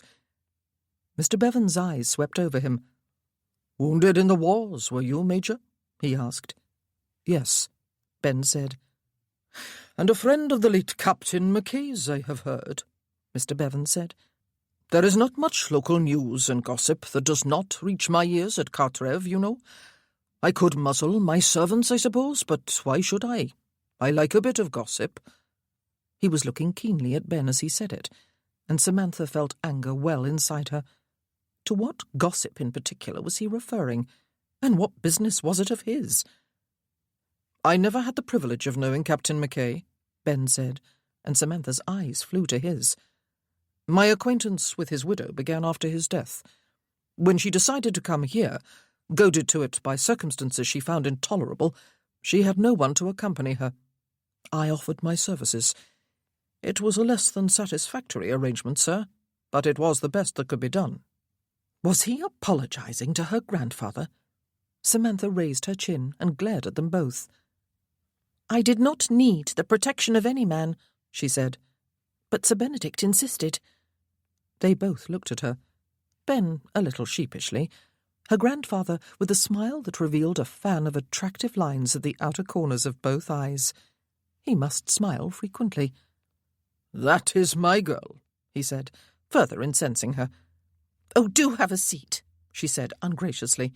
"Both of you." But of course they both waited for her to be seated first. They were being perfect gentlemen. "I have neglected you for the last 6 or 7 years, Samantha," Mr. Bevan said. He was smoothing one hand over Tramp's head, while the dog's eyes closed in ecstasy. "For the last 6 or 7 years?" She raised her eyebrows. "After your father wrote to say you were married," he said, "I decided to stop writing to you. Captain Mackay was the son of an earl, wasn't he? Very high class. I did not want you embarrassed by a family member who had made his fortune in coal and iron. I knew your husband had been wounded, and that you were living in the north of England. I have kept myself informed, you see, even if only from a distance. I had not heard of his passing, though. I am sorry about that, and I am deeply sorry for you, girl." He had decided to stop writing. He had kept himself informed. He had known all about her, all her life. Samantha gazed at the hands she had clasped in her lap. She could see the whites of her knuckles. "Thank you," she murmured, just for something to say into the silence. "I have been in Swansea for a week," he said. "When I got back yesterday and heard you were here, I thought you must be annoyed with me since you had not let me know you were coming. I sent Evans over this morning to test the waters, so to speak, and he reported back that you were indeed annoyed. Sometimes we are damned if we do, and damned if we don't, if you will pardon my language, which is probably not the finest for the daughter-in-law of an earl. But would you not agree, Major? If I had kept writing, that might have been the trouble. I stopped, and it looks as if that was the wrong thing, though you never wrote back, Samantha, except for the messages you sometimes sent." Messages? Samantha looked up at him. A suspicion was beginning to form in her mind. More than a suspicion. Her father had written to him at least once. How much had her father kept from her? "You abandoned my mother," she said, "when she was little more than an infant. You had nothing to do with her while she lived here with your sister. When she ran away to London, you did not follow. When she married and had me, you did not come. When she died, you did not come. There was never anything. There was nothing." She wanted to be right. She did not want her world turned suddenly upside down again. His face had turned pale. His hand was motionless on Tramp's head. "What did they tell you, girl?" he asked her. "What did they tell you about me?" "Nothing," she said, "except that early abandonment of my mother after her mother had gone back to her gypsy people. Nothing at all. You disappeared from her life." "Ah." His hand slid away from Tramp's head to rest on the arm of his chair. "It was not just that you were ashamed of me for my very middle-class wealth, then?" "I did not know about your wealth," she cried. "I did not know anything. I assumed you were a labourer or a wanderer who had made a foolish marriage and was left with the encumbrance of a daughter, whom you then foisted upon your sister. I did not know anything about her, except that she had owned this cottage, which my mother described as a hovel. I assumed it was a hovel. I only hoped it would be somehow habitable while I made a new life for myself. I did not even know you were alive." Ben got to his feet again, crossed to her chair, set a large handkerchief in her hand, and then made his slow way over to the window. Samantha swiped at her eyes. She had not even realized she was crying. "Oh, my dear girl," her grandfather said. But he had no chance to say any more for a while. The door opened, and Mrs. Price came in with a large tray, her face wreathed in smiles. Samantha hastily pushed the handkerchief down the side of her chair. "Ah, Mrs. Price," Mr. Bevan said. "Trying to fatten people up as always, are you?" "Just a few pieces of cake to go with your tea," she said, placing the tray on the table beside Samantha and proceeding to pour the tea herself. "What else am I to do with my time but cook? Mrs. Mackay is a very tidy lady, and she has Gladys Jones to look after her personal needs." "And how is your son, the blacksmith?" he asked her. "His hand has healed, has it? Hammers are always better used on anvils than on the backs of fingers, in my opinion, anyway." "They were swollen to 3 times their size," she told him, "and black and painful too, though he would never admit it. He is better now, though, Mr. Bevan, and thanks for asking. I'll tell him you did. And thank you for sending—" But she broke off at a slight motion of his hand. "Well, it was greatly appreciated," she said. "He couldn't work much for a week." She handed around the tea and left the room. "I have been justly punished, it seems," he said with a sigh. "And poor Mrs. Price. The last thing I feel like doing is eating a piece of her cake, delicious as I am sure it is. I suppose you feel off your food too, Samantha? Perhaps we had better force some down anyway, had we? She will be hurt if we do not. Major, come and help us, if you will." Ben looked over his shoulder and then came back to his chair. "I will tell you my story, Samantha, if you will listen," Mr. Bevan continued. "But not now, perhaps. And I want to hear your story. I want to know why you would come here, expecting only a hovel of a cottage, and presumably you have a noble family to look after you as well as your father's family. But perhaps not now for that either. Major Harper, how long is it since you were wounded?" He was a man used to command, Samantha realized, and used to doing it without bombast. Here he was in her sitting room, directing the conversation, taking from it the heat of emotion that had been here just a few minutes ago, and he was feeding cake to Tramp, who was quite willing to make it seem to Mrs. Price that they had all eaten her tea with hearty appetites. Ben told him where and when he had been wounded, and how, though he did not go into great detail. He told him about the years of his healing and convalescence at Penderys Hall, and about leaving there 3 years ago. "You are never going to be able to walk without your canes, then?" her grandfather asked. "No," Ben said. "And what do you do to keep busy? Do you have a home of your own?" Ben told him about Kennelston, and, when asked, about his brother and wife and children, and his own reluctance to remove them from his home and the charge his brother had of running the estate. "You are in a bit of an awkward position, then," her grandfather said. "Yes," Ben agreed. "But I will work something out, sir. I was not made for idleness." "You were a military officer by choice, then?" her grandfather asked. "Not just because your father had that career picked out for you as soon as you were born. I understand many noble families do that. One son to inherit, another to go into the church, another into the military." "It was my own choice," Ben said. "I never wanted anything else." "You like an active life, then? You like being in charge of men and of events?" "I will never be an officer again," Ben said tersely. Looking at him, Samantha realized fully just how that fact hurt him. Perhaps it even explained why he had not taken a firmer stand with his younger brother over his home. Running Kennelston would not be a big enough challenge for him. Perhaps nothing would ever again. "No," her grandfather agreed. "I can see that, lad." He talked a bit about the coal mines. He owned 2 of them in the Rhondda Valley, and about the ironworks in the Swansea Valley, where he had just spent a week. Ben asked a number of questions, which he answered with enthusiasm, and then he rose to take his leave. "How long do you plan to stay, Major?" he asked. Ben looked at Samantha. "Another 2 or 3 days," he said. "Then maybe you will come with my granddaughter to dine with me at Cartrev tomorrow," her grandfather said. He turned to look at her, a smile on his face, but some uncertainty in his eyes. "Will you come, Samantha? I have a cook as good as Mrs. Price, and I would like to hear your story and to tell you mine. After that you can live here in peace from me if you choose, though I will hope you do not so choose. You are all I have, girl." She looked at him in some indignation, until she remembered what he had said earlier. He had written to her before her marriage, and she had sent messages. What had her father done? And after her marriage, he had stopped writing for fear she would be embarrassed by his humble origins and by the way his fortune had been made. She at least owed him one evening in which to plead his case. But he had still abandoned his own infant daughter. There could be no excuse for that.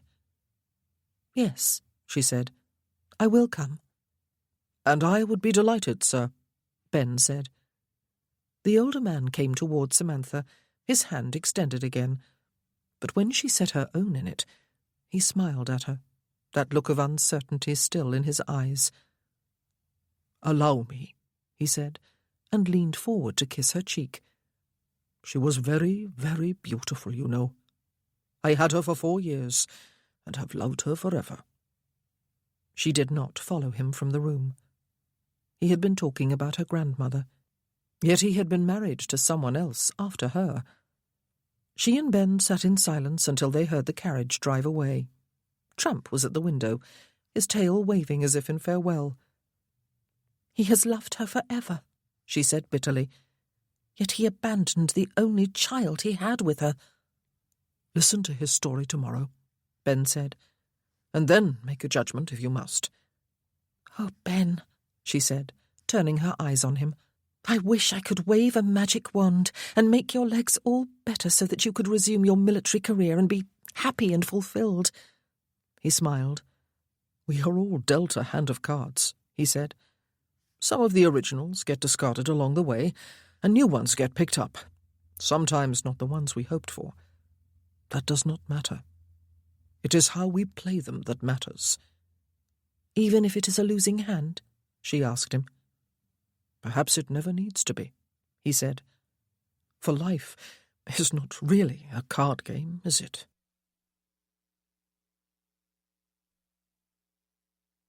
Chapter 20.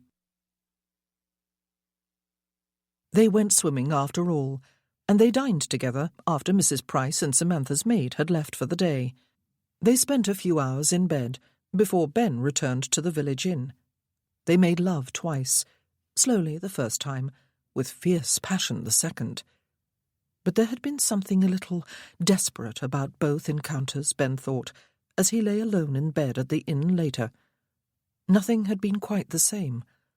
Real life, in the form of Bevan, had intruded. A small part of his story had been told, and more would be told tomorrow. Samantha had consented to listen. Her life, he suspected, was going to be very different from anything she had dreamed of when circumstances had led her to remember the run-down little cottage in Wales she had inherited. She had a grandfather, a rich and influential man who, it appeared, cared for her. Whether she could care for him depended a great deal upon the story he would tell tomorrow, but she craved the closeness of some family tie, whether she fully realized it or not. Ben suspected that she would come to care for Bevan, and she needed time and space and respectability in which to do that, and in which to recover fully from a 7-year marriage. It was time to leave. Almost. He had promised 2 more days after today. Though they had not spoken of it, they had both been conscious tonight of the fact that their affair, their early summer idyll, was almost at an end. Ben laced his fingers behind his head and gazed upward at the ceiling. Part of him was longing to be gone, to be done with the whole business. He wished he could just click his fingers and find himself on the road back to England. He hated goodbyes at the best of times. He dreaded this particular one. Tomorrow was Sunday, the first day of a new week, very nearly the end of his week. He had no idea where he would be next Saturday night, except that it would be somewhere far from here, and he had no idea what he would do. No, that was not strictly true. He was going to go to London, though not in order to participate in the social whirl of the season, or to allow Beatrice to matchmake for him. He was going to explore various ways of employing his time, perhaps in business, perhaps in diplomacy, perhaps in law. He would talk to Hugo, to Gramley, to various contacts he had in the Foreign Office. It did not matter that he did not need to work. He wanted to work, and he would work. His elder brother had done so after all, but an obstacle stood between him and the rest of his life. There was the end of the affair to live through, and goodbyes to be said. It was Sunday tomorrow. He had promised to go to church with Samantha. They were to dine at Cartrev later in the day, and then, after tomorrow, goodbye. Surely the saddest, most painful word in the English language. Perhaps it had something to do with the fact that Ben walked with painstaking slowness and with the aid of 2 canes, but with evident courage and determination, Samantha thought. Or perhaps it was his lean good looks, enhanced now by suntan, and the indefinable air of command that always somehow clung about him. Or perhaps it was simply that everyone loved a hint of romance, even a touch of scandal. However it was, they were both greeted with smiles and friendly nods when they appeared at church together on Sunday morning.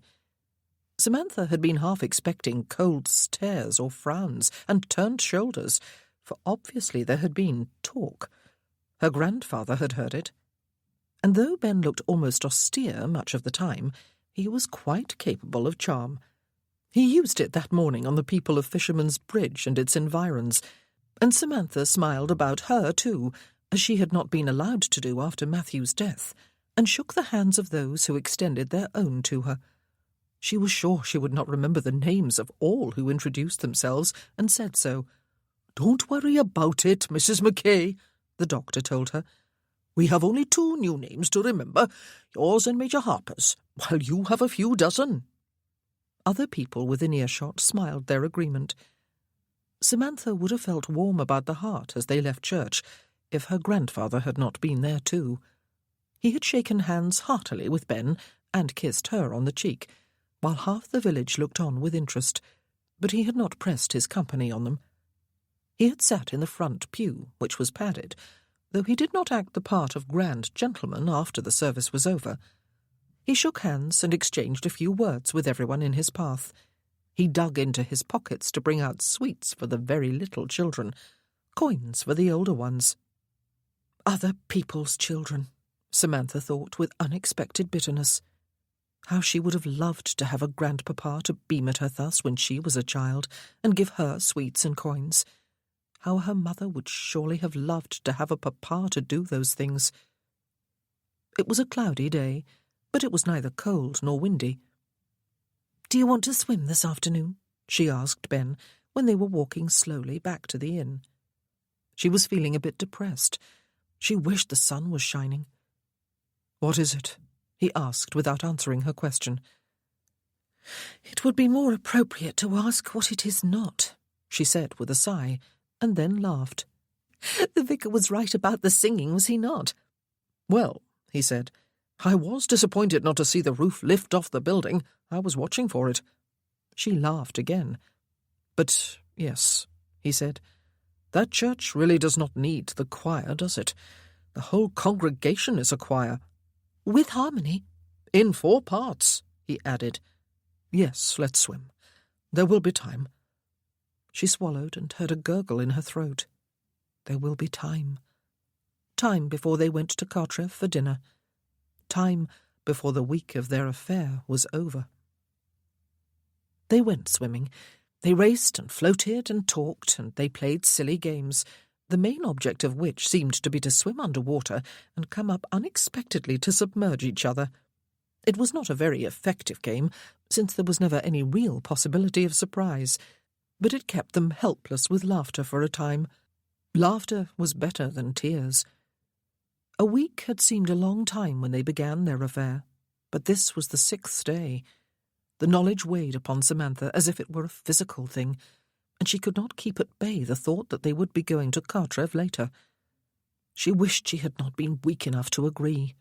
And yet, her grandfather had written, and Papa had written back to him. She ought to listen to his story, Ben had said. When they left the water, they went to their usual rock, where they were met by a tail-wagging, bottom-wiggling tramp who had been guarding their belongings against seagulls. But instead of spreading her towel on the sand as she usually did, Samantha wrapped it about her shoulders.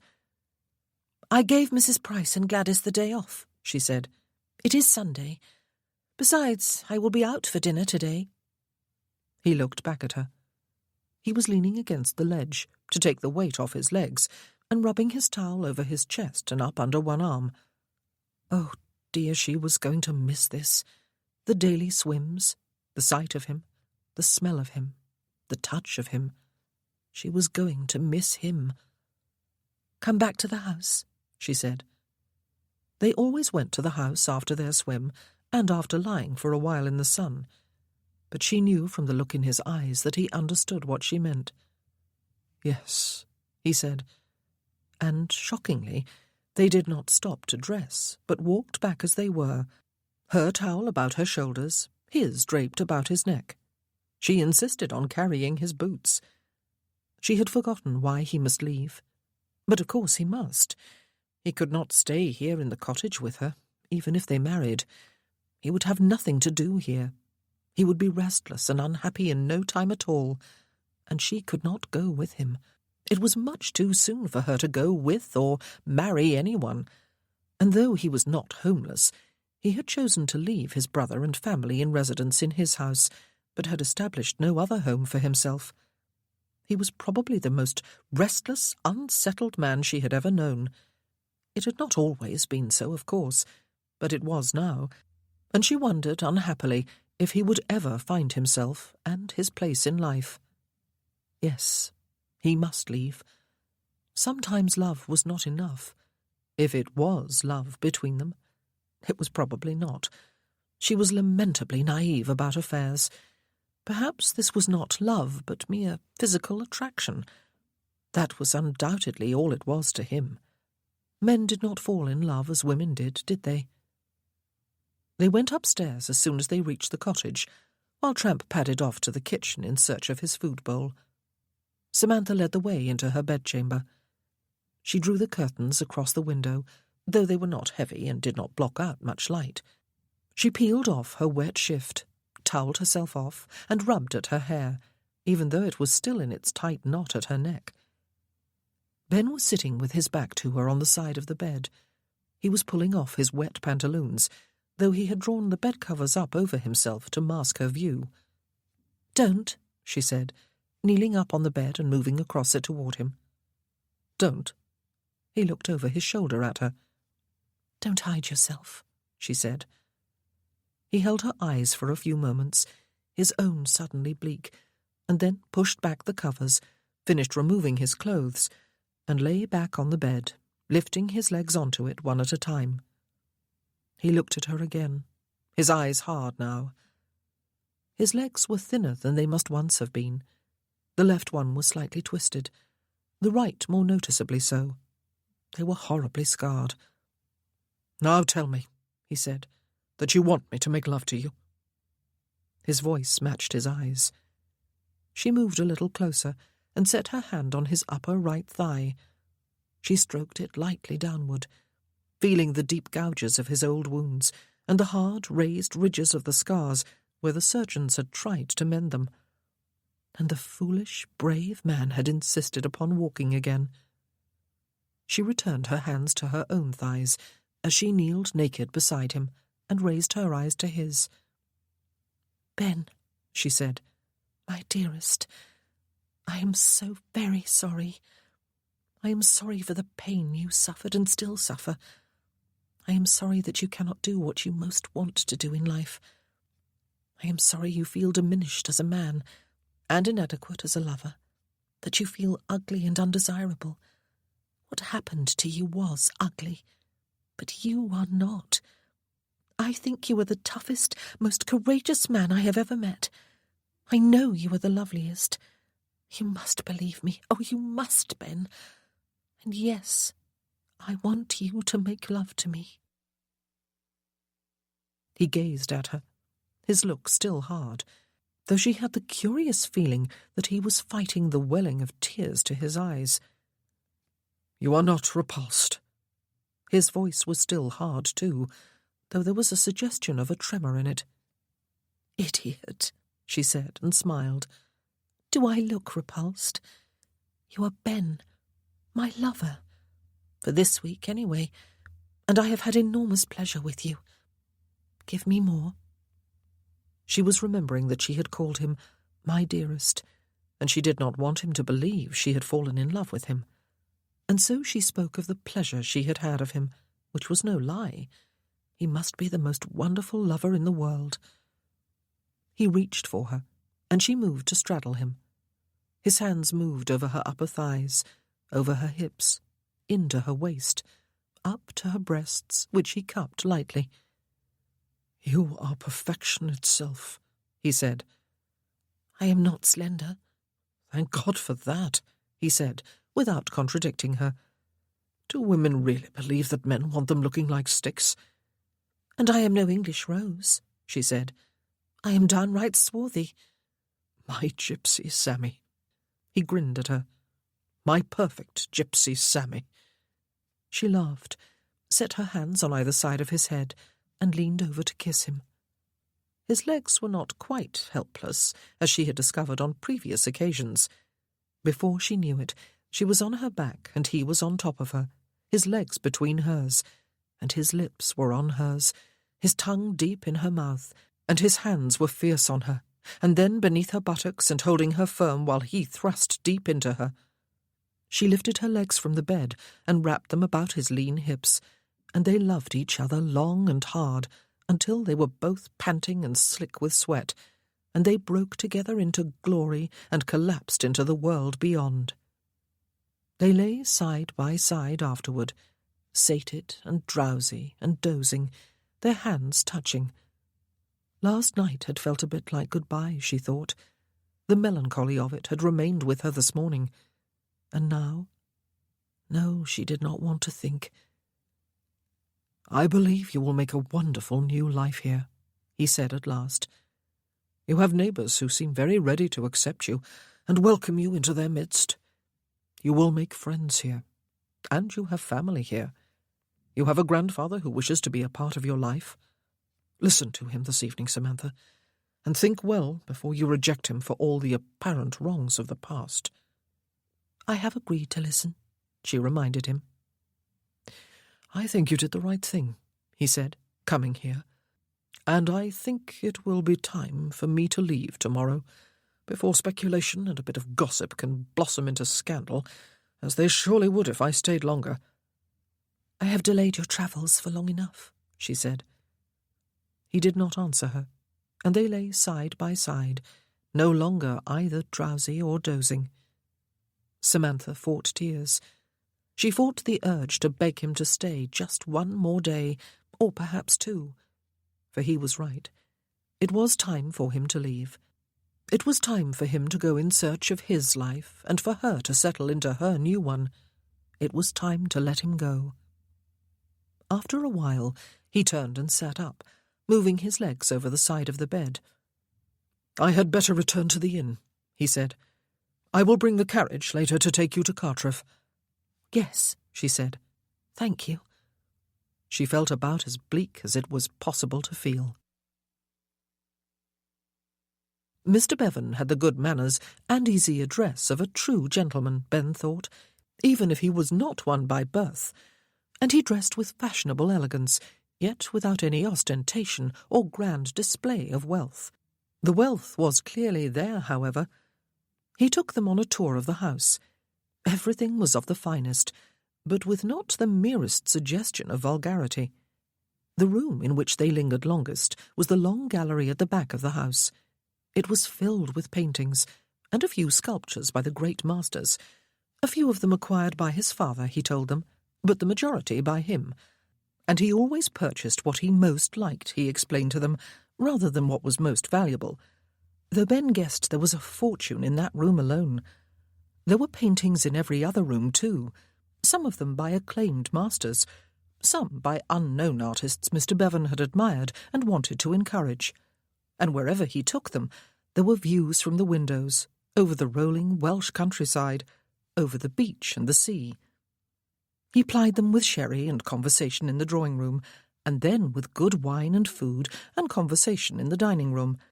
He told them about his travels and his reading, and he asked them about their own lives, with skilled questions that would draw more than monosyllabic answers from them, and yet would not seem intrusive. When Ben asked him about his businesses, he answered thoroughly, but without monopolizing all their time and perhaps boring Samantha. He appeared totally at his ease, and in perfect good humour with his guests. Samantha, Ben guessed, was troubled even as she admired the house, and ate and drank, and listened to her grandfather's conversation, and Ben's, and made her own contributions. She was looking extremely beautiful, in a turquoise-blue high-waisted dress he had not seen before. Her hair was elaborately styled, considering the fact that she had not had the services of her maid today. It shone in the candlelight. While they drank tea in the drawing-room after dinner, Mr. Bevan told them about the male voice choir, made up of 80 or so of his miners. "There is no finer choir in all of Wales," he told them, "and that is saying something. I am not entirely impartial, of course, but they did win at the Eisteddfod in Newport both last year and the year before. I always say that coal dust must do marvels for the vocal cords." Ben asked. "Eisteddfod," Mr. Bevan said, pronouncing the word clearly. "A Welsh arts festival." He turned his eyes on Samantha, who was swirling the dregs of her tea in her cup, and watched her in silence for a few moments. "Your grandmother was dancing when I first set eyes on her," he said. The gypsies had camped down by the sea, as they sometimes did, and I went to have a look with some of the other lads from around here. I was 21 at the time. Her feet were bare, and her bright, full skirts were swirling about her ankles, and her dark hair was tumbled about her face and shoulders, and I had not seen anything as lovely or as full of life and grace in all my days. I didn't know anything at that time about not putting birds or butterflies or wild things in cages. I wooed her and I married her, all within 6 weeks, against everyone's advice, her own people's included. We were going to live happily ever after. She was 16. Samantha's cup, held between both her hands, was still. Her eyes had lifted briefly to her grandfather's, and then returned to her cup. We were happy for a year or so, Bevan said, though we had to keep travelling about. She did not like to be in one place for very long. And then your mother was born, and only a few months after that my father died. My mother was already deceased. I had to take over the running of the businesses. I had been working in them, though not as much as I had before I met Esme. The baby needed a stable home. Esme did not like it, but she understood and tried to settle. She tried hard. We went on for a few years, but then the gypsies came back, her own group. She spent some time with them while they were here, and she went to say goodbye to them on the last night. She never came home.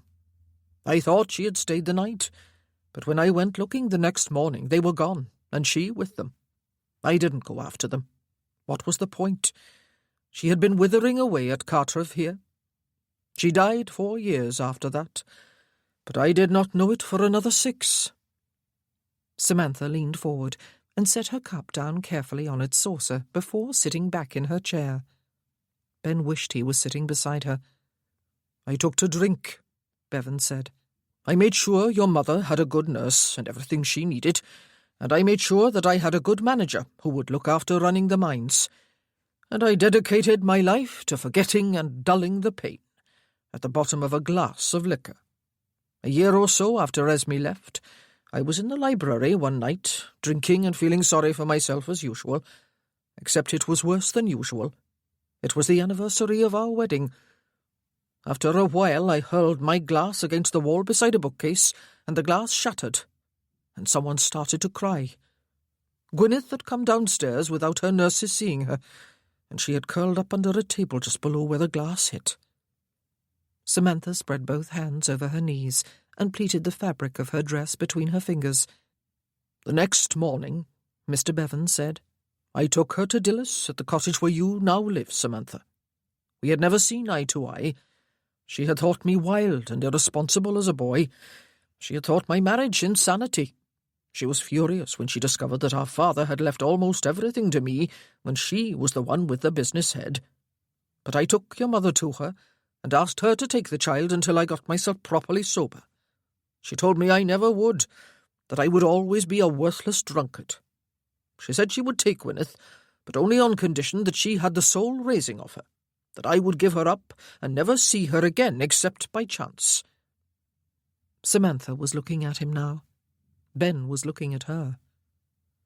I drank for 6 more months, Bevan said, and then I stopped. I did not drink at all for years.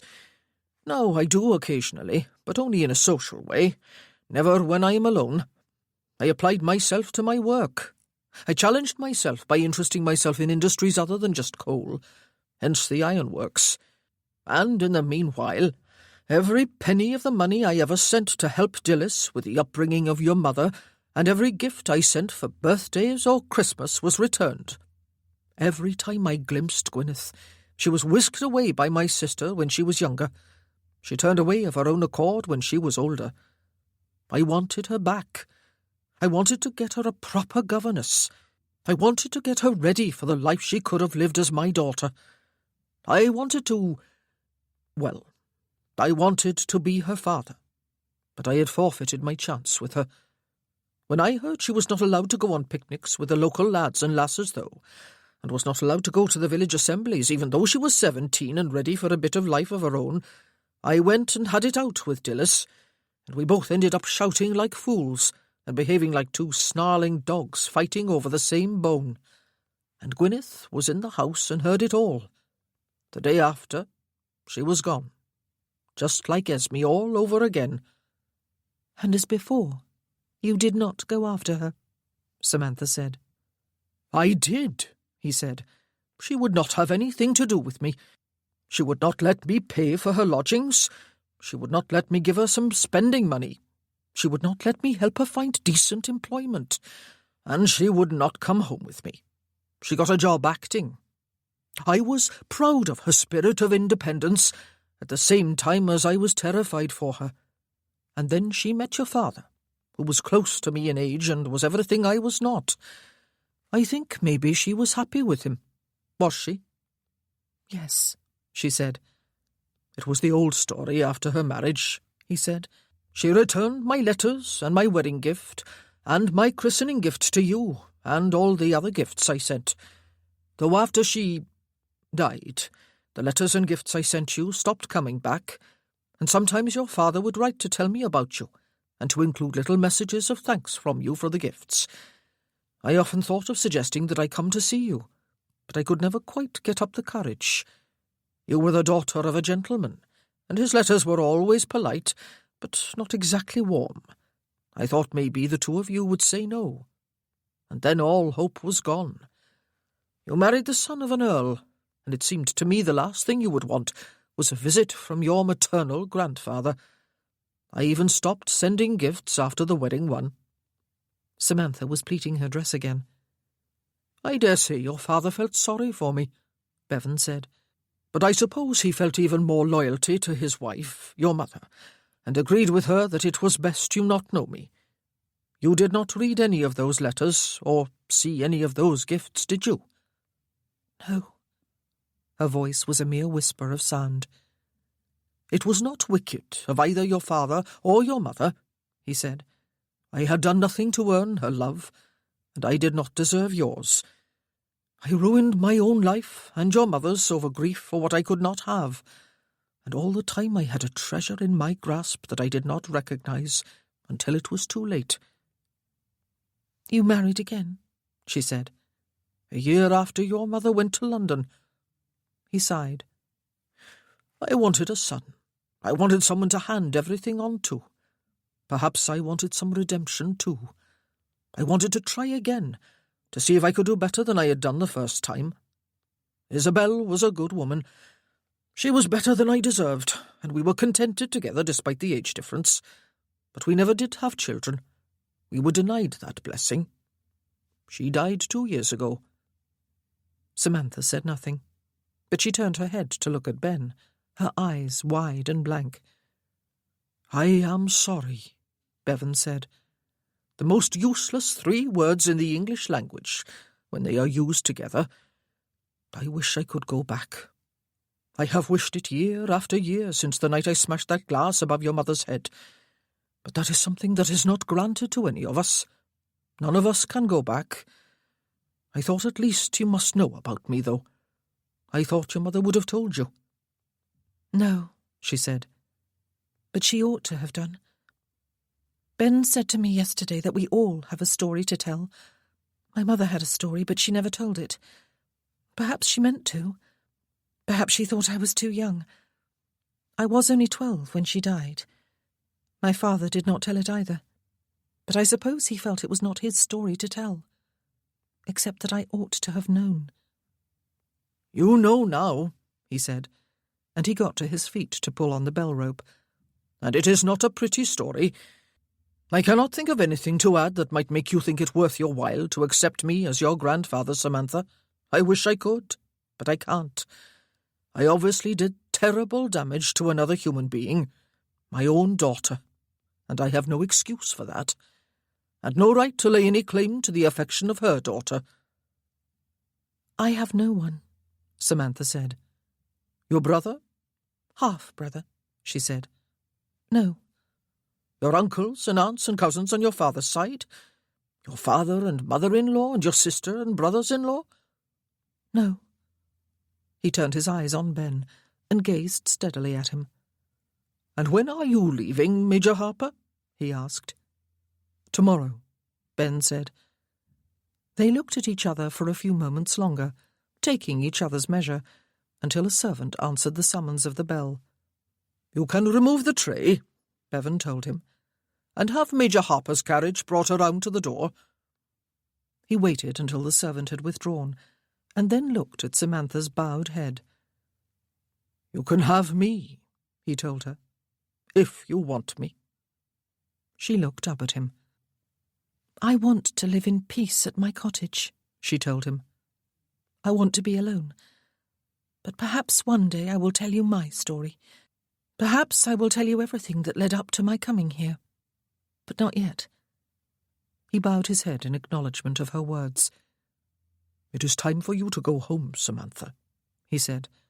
"The Major will see you safely there." "Yes," she said. "Thank you. It has been a pleasant evening." "It has indeed." He shook Ben by the hand, kissed Samantha's cheek, and was again the smiling, genial host.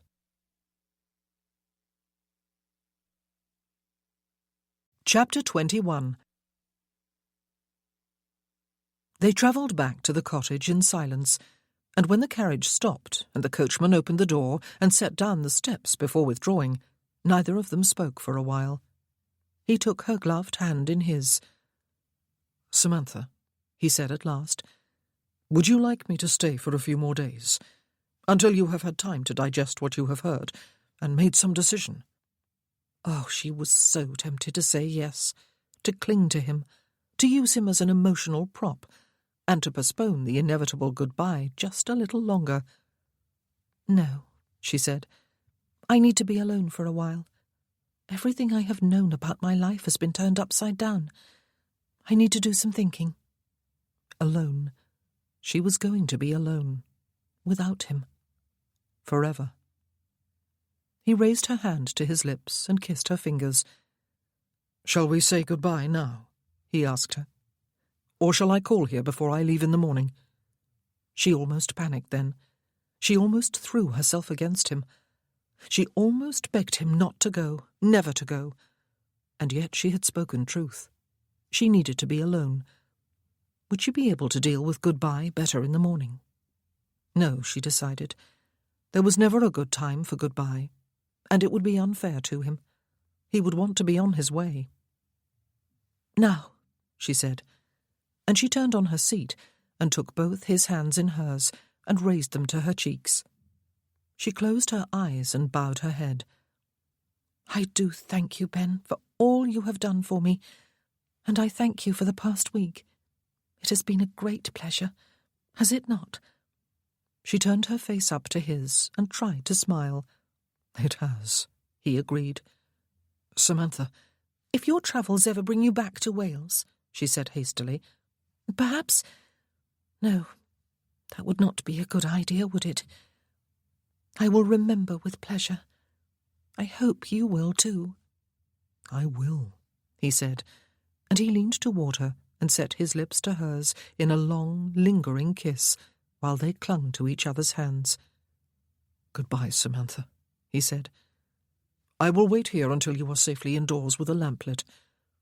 He rapped on the front panel, and the coachman appeared in the doorway to hand her down.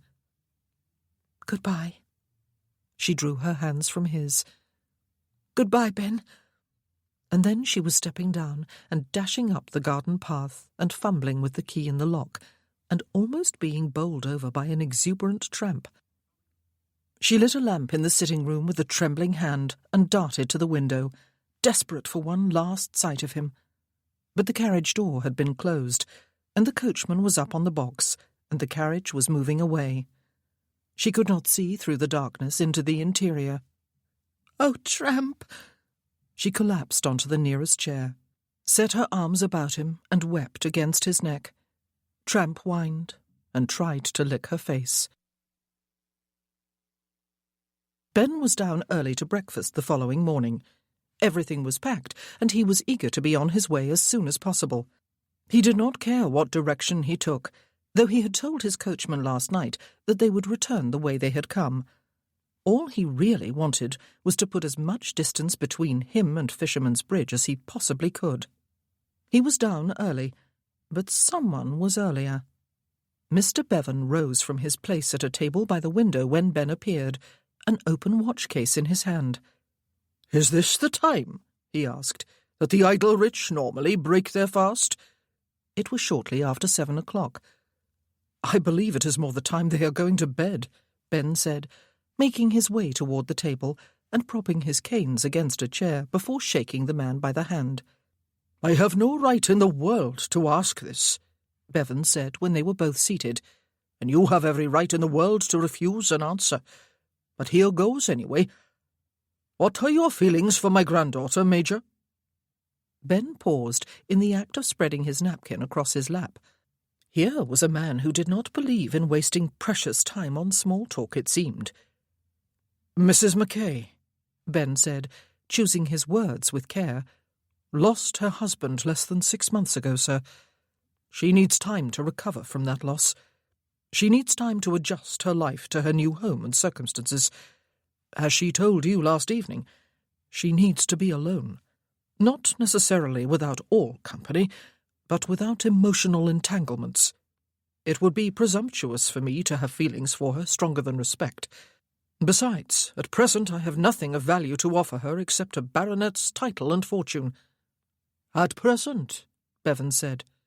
"And in the future?" "I was wounded 6 years ago," Ben told him. "I have been well enough for the past 3 years to get my life in order and set on a new course, since the old one will serve no longer. But I have procrastinated. Until now. I am going to London. I am going to find something challenging to do." "Other than carousing all night?" Bevan smiled. "That sort of life has never appealed to me," Ben told him. "I must be doing something useful and meaningful." Neither of them spoke while the landlord set their food before them and exchanged a few pleasantries about the weather with them before withdrawing. Bevan sat back in his chair, ignoring his food for the moment. "Tell me more about the way you used to be," he said. "Tell me about being a leader of men. That is what you were, is it not? You were a major, which is not quite the same as being a general, of course, but nevertheless it put you in a position of considerable authority over men and actions and events. Tell me about that man." Ben picked up his knife and fork and thought a moment before cutting into his food. Where to begin? And why begin? Why had Bevan come here this morning? "That man was happy," he said. He was not used to talking about himself. It was something he had never been comfortable doing. Even at Penderys, he had talked less than any of the others, more content to listen to his friends' problems than divulge his own. He had always assumed that he could not possibly be of any great interest to anyone else, that he would merely bore other people by prosing on about himself. But for the next 15 or 20 minutes he did nothing but that, led on by skilled, persistent, probing questions, and a look of genuine interest on the other man's face. He talked about his dreams and ambitions, his war experiences, the feeling he had always had that he had been born to do just what he was doing. He talked about the battle in which he had been wounded, about his long fight for survival, and his longer fight to restore himself to physical wholeness so that he could get back to the only life he knew or had ever wanted for himself. He talked about the past 3 years and his reasons for not going home, about his growing frustration and restlessness, about his corresponding determination to overcome lethargy and lowness of spirits by finding something to replace what he had lost.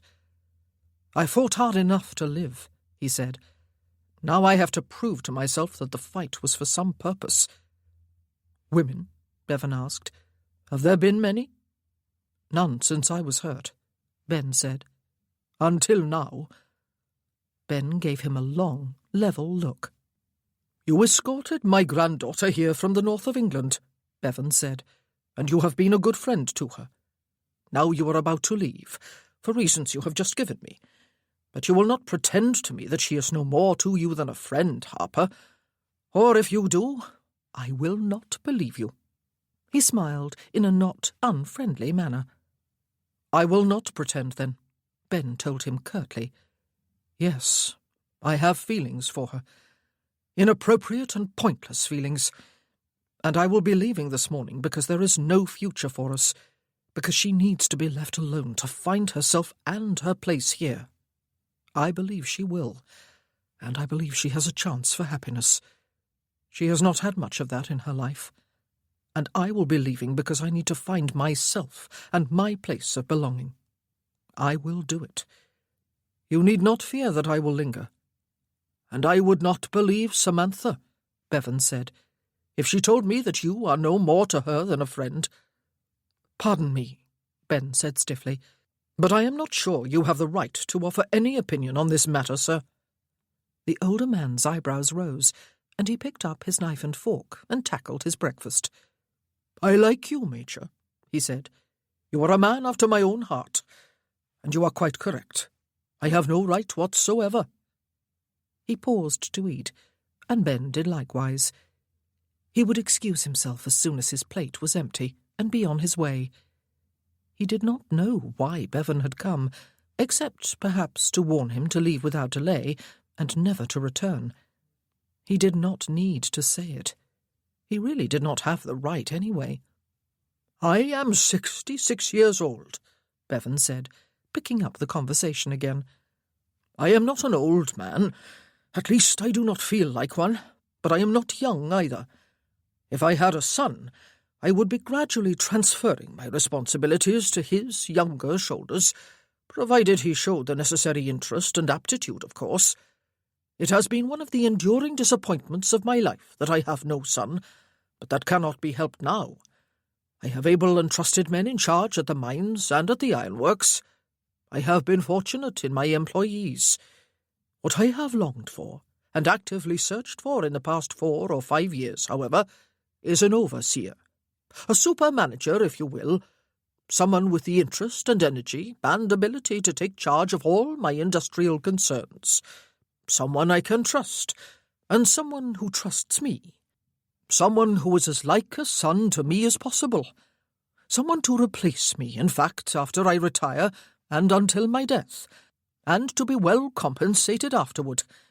He would have to be a special kind of man, for it is not enough just to understand facts, or to have ideas, or even to have both together.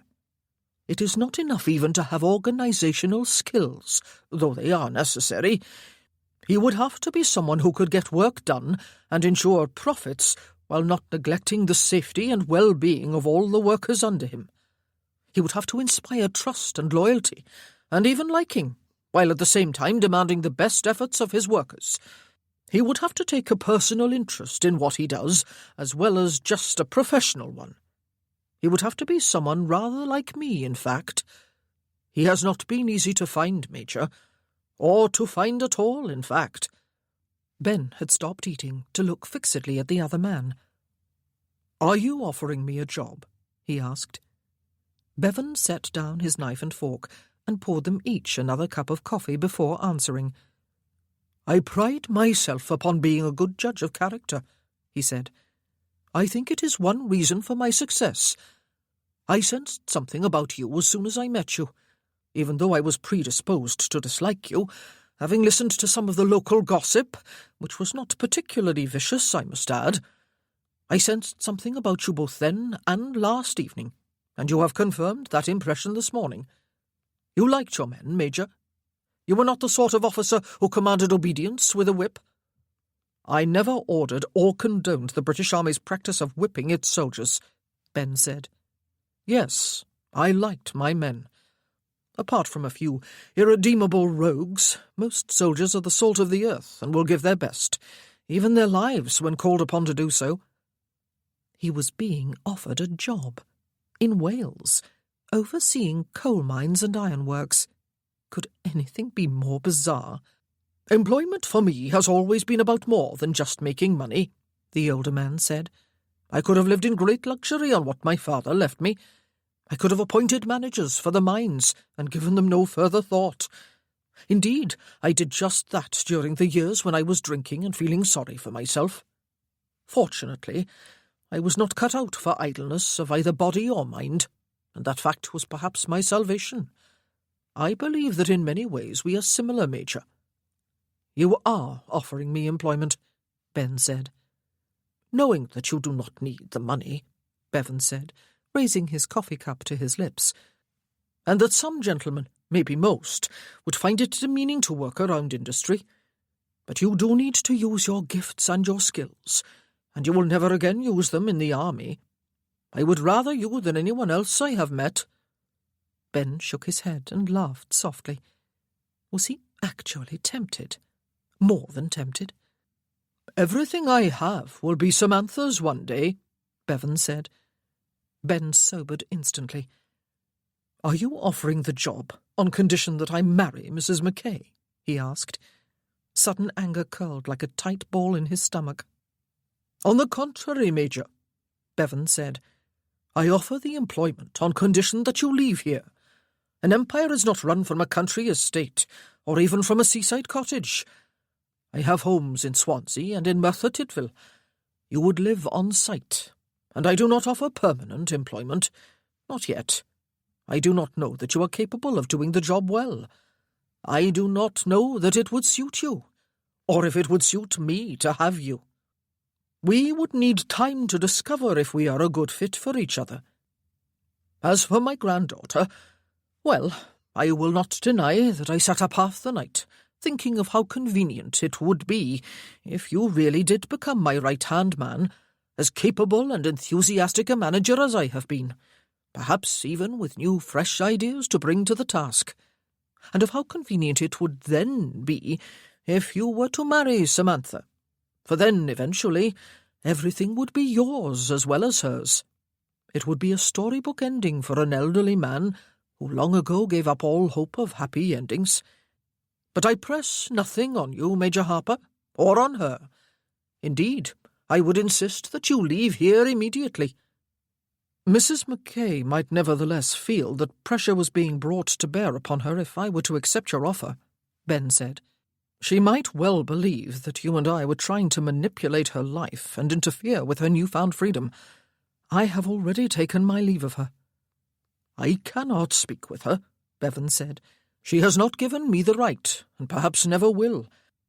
You must do it then if you feel you must, and if you accept my offer, which I believe you are inclined to do. But remember that the employment may never be permanent. There would have to be a trial period of several months before any contract can be drawn up or agreed to. When did Captain McKay die? In December sometime, Ben said. Then perhaps we can get together at Cartrev sometime just before Christmas, Bevan said, to discuss our future association, if we are to have one. His meaning was unmistakable. Samantha's mourning period would be over by then.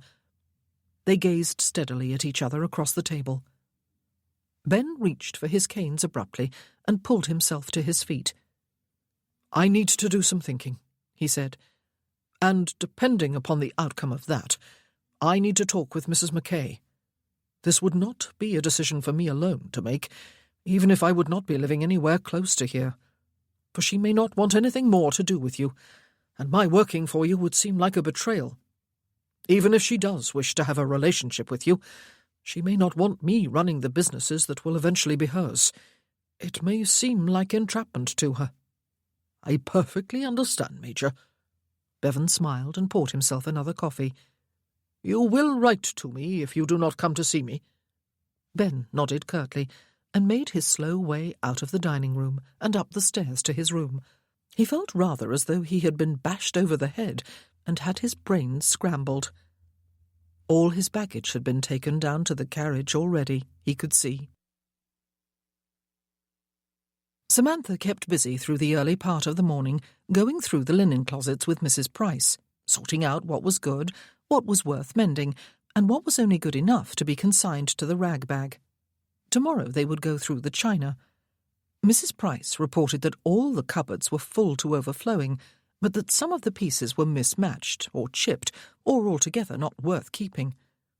She was going to go through simply everything, she decided, until the cottage felt entirely her own, until it felt like home, as Bramble Hall never had. She had not even realized that until now.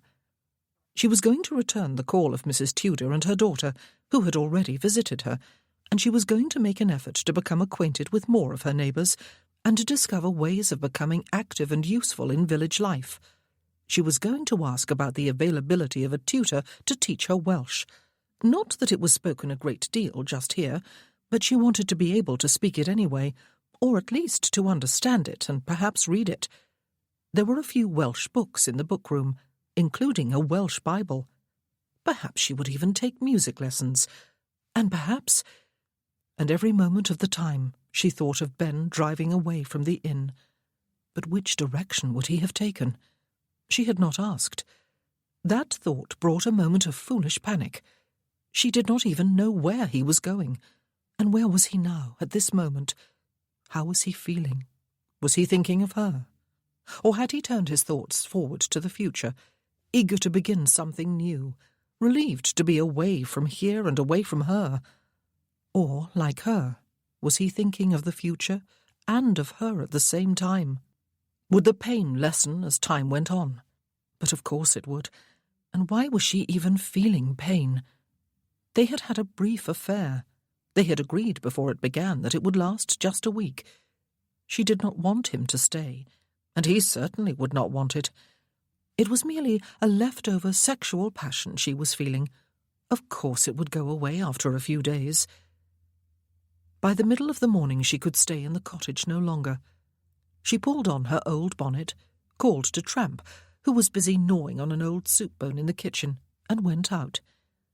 She hesitated only a moment at the garden gate before turning in the direction of the beach. There was no point in avoiding it, unless she intended to do so for the rest of her life. Nevertheless, it felt painfully bleak to step through the gap between the rocks and onto the sand after removing her shoes. She found a piece of driftwood to throw for Tramp and strolled along the top of the beach, trying to keep her eyes off the rock she had come to think of as theirs. She was on her way back, not far from the gap, when Ben stepped through it. She stopped, wondering for a dizzying moment if she was imagining him. And then she was filled with an unreasoning surge of hope. "I thought you would have been long on your way by now," she cried, hurrying toward him. "I had breakfast with your grandfather," he said. "He came to the inn." She stopped abruptly, while Tramp came tearing up without his driftwood and panted and wagged his tail in front of Ben. "Why?" she asked. "He has offered me employment," he said. "What?" "As manager of all his enterprises," he said, "as someone to oversee them, as he withdraws gradually into retirement." She gazed at him as anger balled inside her. "You do not like the sound of it," he half smiled. "It is an insult," she said. "You are a gentleman, a baronet. You have property and fortune. He is a coal miner." "An owner," he said. "There is a difference." "He cannot be serious," she said. "Did you tell him how insulted you were? Did you give him the set-down of his life? It is time somebody did." "I did not feel insulted." "And why you?" she asked. "Does he believe that by offering you employment he will be currying favour with me?" She glared. He half smiled, and a thought struck her. "Why have you not set out on your journey?" she asked him. "Why did you come?" "To say goodbye," he said. "I had been delayed anyway, and thought another hour would make no great difference. Goodbye, Samantha. Try not to think too hardly of him."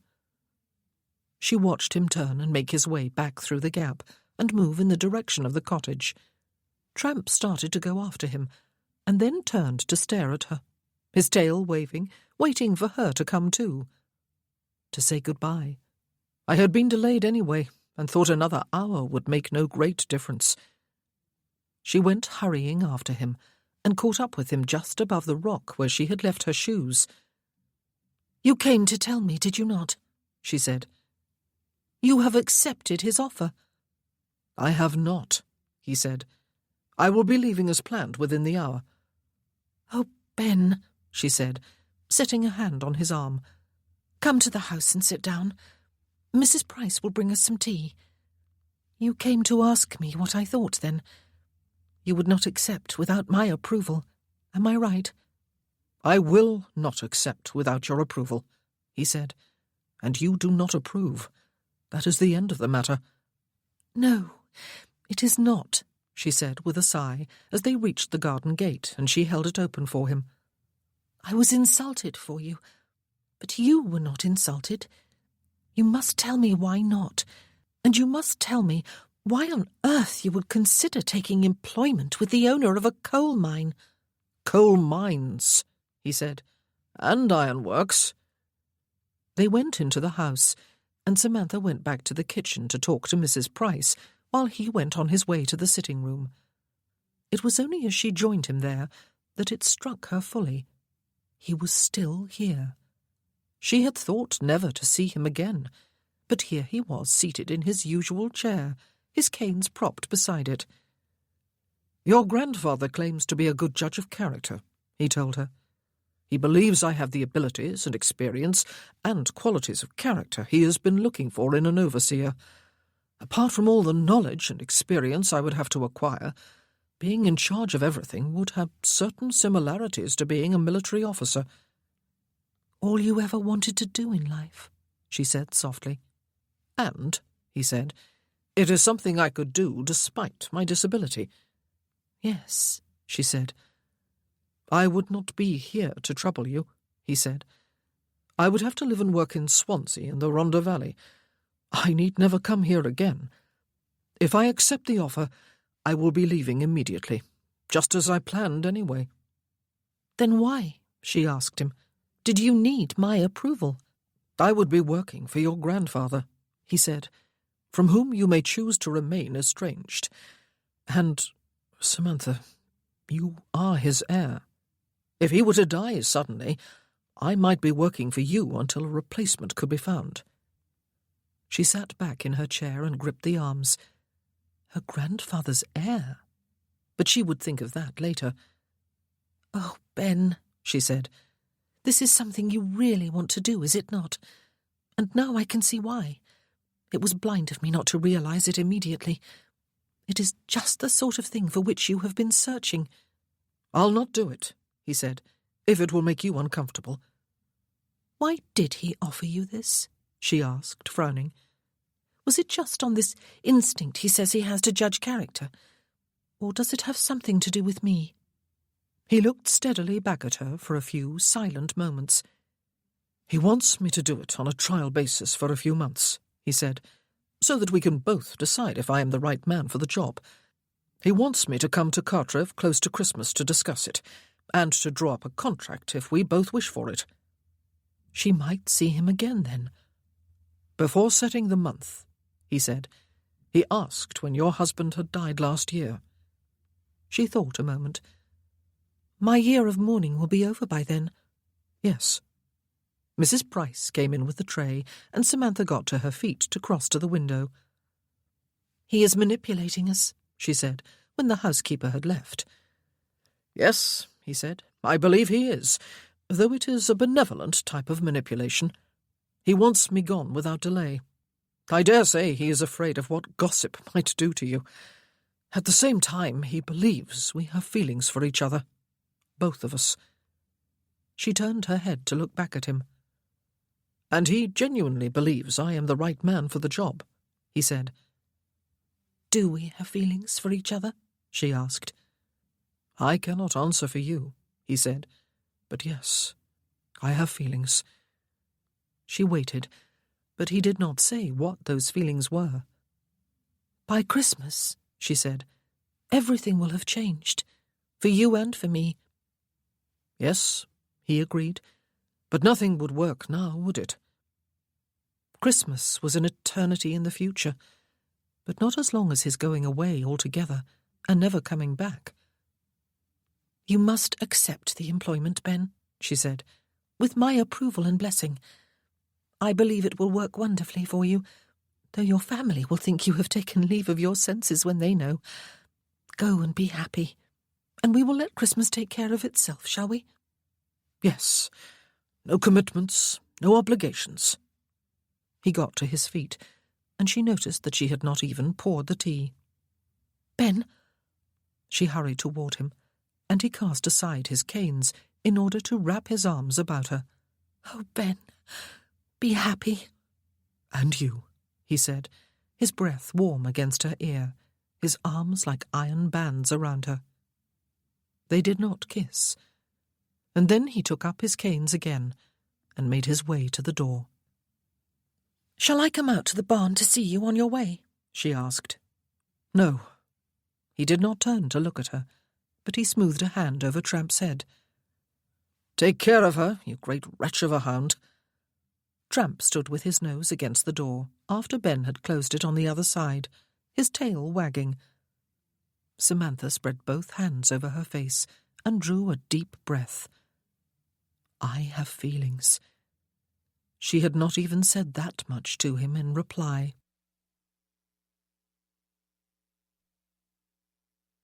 Chapter 22. Perhaps the most surprising and significant thing about the next few months, Ben thought later as he looked back on them, was that he commissioned a wheeled chair to be made for himself, one with which he could propel himself about. He used it a great deal, and wondered why he had not done it years ago. He had been too stubborn, of course, to give up his dream of walking unassisted again, and he could not really fault himself for that dream. Without it, he probably would not have walked at all ever again, but he was very much more mobile in his chair. In fact, it set him free. He no longer thought of himself as crippled. He could ride, he could move about freely with his chair, he could and did walk, and he could swim. He tried to do it every day when there was the sea or a lake close by. He enjoyed those months immensely, despite all the hard work that was involved, or perhaps because of it. He started from a position of total ignorance and ended up knowing as much about the working of the mines and ironworks as anyone, his employer included. And his work was indeed the next best thing to being back with his regiment. He had always liked people, and he had always had a gift for getting them to like him, even those who were subordinate to him and subject to his command.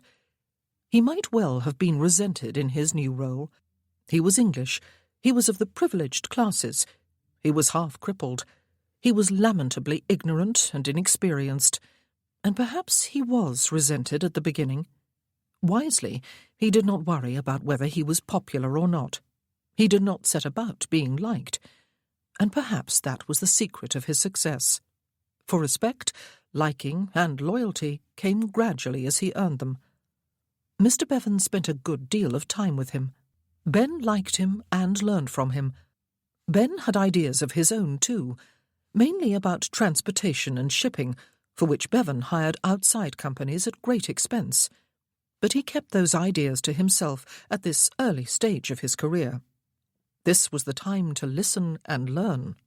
He did not write to any of his family or friends for several months. He did not want to hear or be influenced by their opinions on what he was doing. They were bound to be negative, and he did not want to confide in anyone until he was more certain about his long-term future. There was the whole question of Samantha, too. He did not want to tell anyone about her until there was something to tell, if there ever was anything.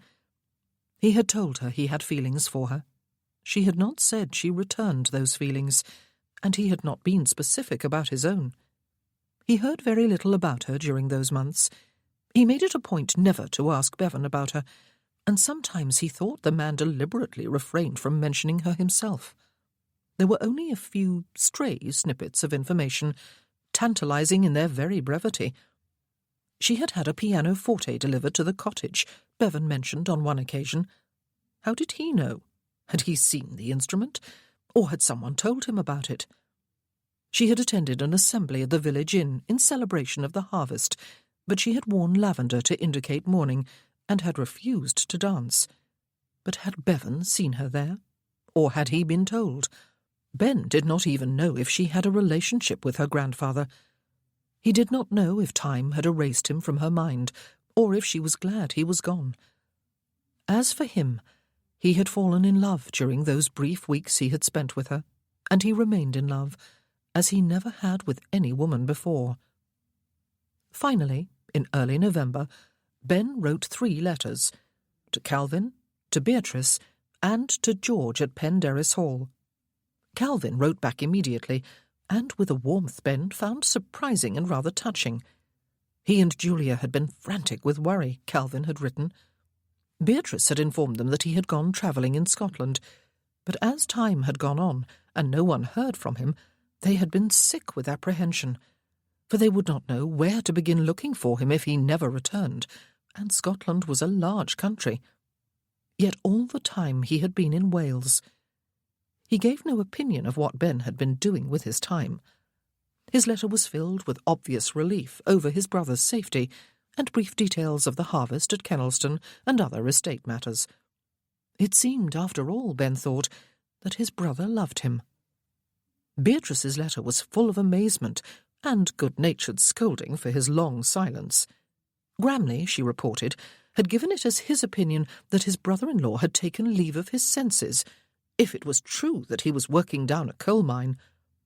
Bea thought it was all vastly diverting, and wondered when and if her brother would recover from the novelty of actually working for a living. She went on to complain about Mr. and Mrs. Rudolph Mackay, whose presence at Bramble Hall was a severe trial to everyone else in the neighbourhood, and to ask Ben if he had heard about Mrs. Samantha Mackay's fleeing back in the early summer, never to be heard from again. "I do hope she is kicking up her heels somewhere exotic, enjoying life," she wrote. "Apparently she was expected to go to Leyland Abbey under heavy guard, there to live at the tender mercy of the Earl of Heathmore and that killjoy of a sister-in-law whom you met when you were here." George was delighted to hear about the new life Ben was making for himself, and believed it would suit his friend down to the ground, even if he did get some coal dust beneath his fingernails. He had some startling news, too. Hugo and Lady Muir had indeed married in London, at St. George's on Hanover Square, as planned. All the survivors had been present, except Ben and Vincent, who could not be found. However, he had arrived on Hugo's doorstep 2 days after the wedding, bringing with him Miss Sophia Fry, a young lady whom he intended to marry without delay. And marry her he did, by special licence, 2 days later, also at St. George's, with all his friends around him except Ben. The new Lady Darley was in expectation of her first confinement just before March, when the Survivors' Club usually gathered for a few weeks at Penderys Hall, and had suggested that they meet at Middlebury Park in Gloucestershire, Vincent's home, instead, since Vincent had declared that he would not leave his wife and child so soon after the birth. Now Ben would be able to give his opinion on the matter. Everyone else was in agreement, the Duke reported. Life had gone on without him, Ben realised, and Vincent, the youngest of them, the blind one, was married too. It sounded as though there must be a story behind such hasty nuptials. Ben would hear it in time, he supposed, but he hoped it was a happy marriage. Those friends of his were like brothers, and one sister. He wrote again to George as well as to Hugo to explain why he had not replied to his wedding invitation. And he wrote to Vincent, knowing that someone, perhaps his wife, would read the letter to him. How strange to think of Vince with a wife. Mr. Bevan finally set a date for the planned meeting at Cartrev to discuss Ben's future as his overseer. It was to be 1 week before Christmas, and was to coincide with a ball he had planned for his friends and neighbours.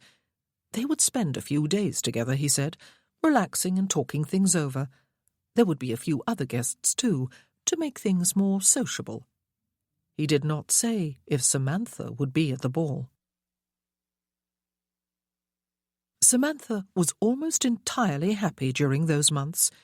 Sometimes she felt guilty about it, for poor Matthew was dead, and perhaps she ought to be far sadder than she was. But though she thought of him frequently, and mourned the fact that his life had been cut off so early, and so unhappily, she did not dwell upon what she could not change anyway. She and Mrs. Price, and even Gladys, worked hard at making her house into a home. She changed curtains and rugs, and replaced some vases and ornaments with ones she liked better. She purchased some pieces from the village potter. The only actually new piece of furniture she added was a pianoforte, which she purchased when she knew there was a music teacher in the village who had time to take on another pupil. There had been a harpsichord in the house when she was a girl, and while her mother lived she had taken lessons, but she had never enjoyed them and had abandoned them after her mother's death. Now she regretted having done so, and was determined to learn to play again, at least well enough to amuse herself. More important, perhaps, the same teacher gave her voice lessons and taught her how to use her mezzo-soprano voice to best advantage. She took Welsh lessons from Mrs. Jenkins, the vicar's wife, and wondered if it really was the most difficult language in the world to learn, or if it just seemed that way, because she had never tried learning anything else but French. She made numerous friendly acquaintances among her neighbours, and one definite friend in Mary Pritchard, the schoolmaster's wife. She might have attracted the romantic interest of a number of men, but took to wearing grey and lavender on public occasions, so that it would be known that she was still in mourning. Her grandfather did not come near her for a week after she and Ben had dined with him at Cartrev. Finally, Samantha went to see him, and was fortunate to find him at home. The next day, he told her, he would be going away, and staying for a couple of weeks or so. She wondered if he would be seeing Ben, but he did not say so, and she did not ask. She sat with him in the main drawing-room, from the window of which there was a magnificent view down across the park and the village beyond it to the sea, and she told him her story, ending with her decision to come to the cottage, which she had expected to be a mere run-down hovel, and Ben's decision to accompany her here. He nodded his head slowly. "And you knew nothing of me," he said, "and nothing of your heritage here?" "Nothing." She shook her head. "Drink is a terrible thing," he said. "Or rather, drink in the hands of a weak and foolish man is a terrible thing." "You overcame it." "For myself, yes," he said. "But that was no consolation to your mother, was it? I am glad she found a good man, and that she had you for a daughter." "I would like," she said after a short silence, "to call you grandfather." She watched tears brighten his eyes, but he did not shed them, and after a moment or two he went to stand by the window, his back to her. "I loved her with an all-consuming passion," he said after a while. "Your grandmother, I mean. Unfortunately, I was young, and I had no wisdom to balance out the passion. When she left, she took everything that was me with her, and left behind an empty shell of raw pain. Love ought not to be like that, Samantha. One should love from a position of wholeness. One should have a firm and rich sense of self, no matter what, for there is always pain. It cannot be avoided in this life, more's the pity, but pain should not destroy the person who feels it. I should not have been destroyed. I had my life and my health, this home, my work, friends. Most of all, I had Gwyneth. I loved her too, more than life, I believed, before her mother left me. But it turned out that I loved my self-pity more, and the drink helped me wallow in it, until I had lost my daughter as well as my wife." He turned away from the window to look at Samantha. "You loved your husband with passion," he said, "and survived its early loss, putting duty before self-pity when he needed you. You are stronger than I was, and I am proud to call you granddaughter. You will find it again, passion, that is, and love. Perhaps you already have, but take it and offer it from a position of strength, Samantha. Use these months to—" He stopped and smiled suddenly, with an expression of great warmth. "And listen to me, giving advice upon loving wisely and well." "You are my grandfather," she said, "and someone who has had experience of life and of hell." He nodded toward Tramp, who was lying at her feet. "And what is the story of your dog?" he asked. "He does not look like the type one would willingly choose, unless he was a tiny pup at the time and one did not know his full parentage." "Oh, poor Tramp!" She laughed and told his story, or the part of it she knew. Her grandfather left the next day and stayed away for 2 weeks. He was frequently gone after that, but whenever he was at home, he would come to the cottage, or she would go to Cartrev. They became gradually acquainted with and fond of each other, until she realized that he had become quite central to her life. He was family, something she had craved since her marriage and the death of her father not long after. They sat together at church on Sundays. He escorted her to a concert in the school hall when a visiting choir was performing there with some solo artists, and to the harvest assembly at the inn, which she enjoyed immensely, though she did not dance. He invited her to dinner whenever he was entertaining guests, which happened quite frequently when he was at home. He was a sociable man. He never mentioned Ben directly to her. She would not even have known for certain that Ben was still working for him, if he had not answered an inquiry from one of his guests at a dinner one evening in October, with the information that, yes, the man in question was indeed a baronet, Major Sir Benedict Harper. It was Ben who kept Samantha from being perfectly happy during those months. She had not swum since he left. She had not even walked much on the beach, and when she had, usually at Tramp's insistence, she had found it desolate rather than magical. For she did not know for sure that he would come back. She had more or less forced him to accompany her on her journey here after all. She had forced him to stay when she arrived, and he would have resumed his own travels. Perhaps she had even half-forced him into their affair. Perhaps, once he had left here, he had found that he was glad to be free of her. And what about her? For such a long time she had yearned to be free. Now she was free. Would it be wise to give up that freedom so soon after her bereavement? If she was asked to give it up, that was. It was only at night that all doubts fled, and she knew that she loved him quite differently from the way she had loved Matthew. She liked his looks, yes, and his charm. But whereas at the age of 17 she had not looked beyond outer appearance to wonder if Matthew had the character to match his looks, at the age of 24 she had looked, and her love was for Ben himself. His looks were unimportant. His half-crippled state was no encumbrance whatsoever to her. She loved him, and surely he loved her. He would not have taken employment with her grandfather, she believed, if he did not. Or if he had, he would not have come to consult her first. He would not have talked about coming back. He would not have told her what her grandfather had said about their having feelings for each other.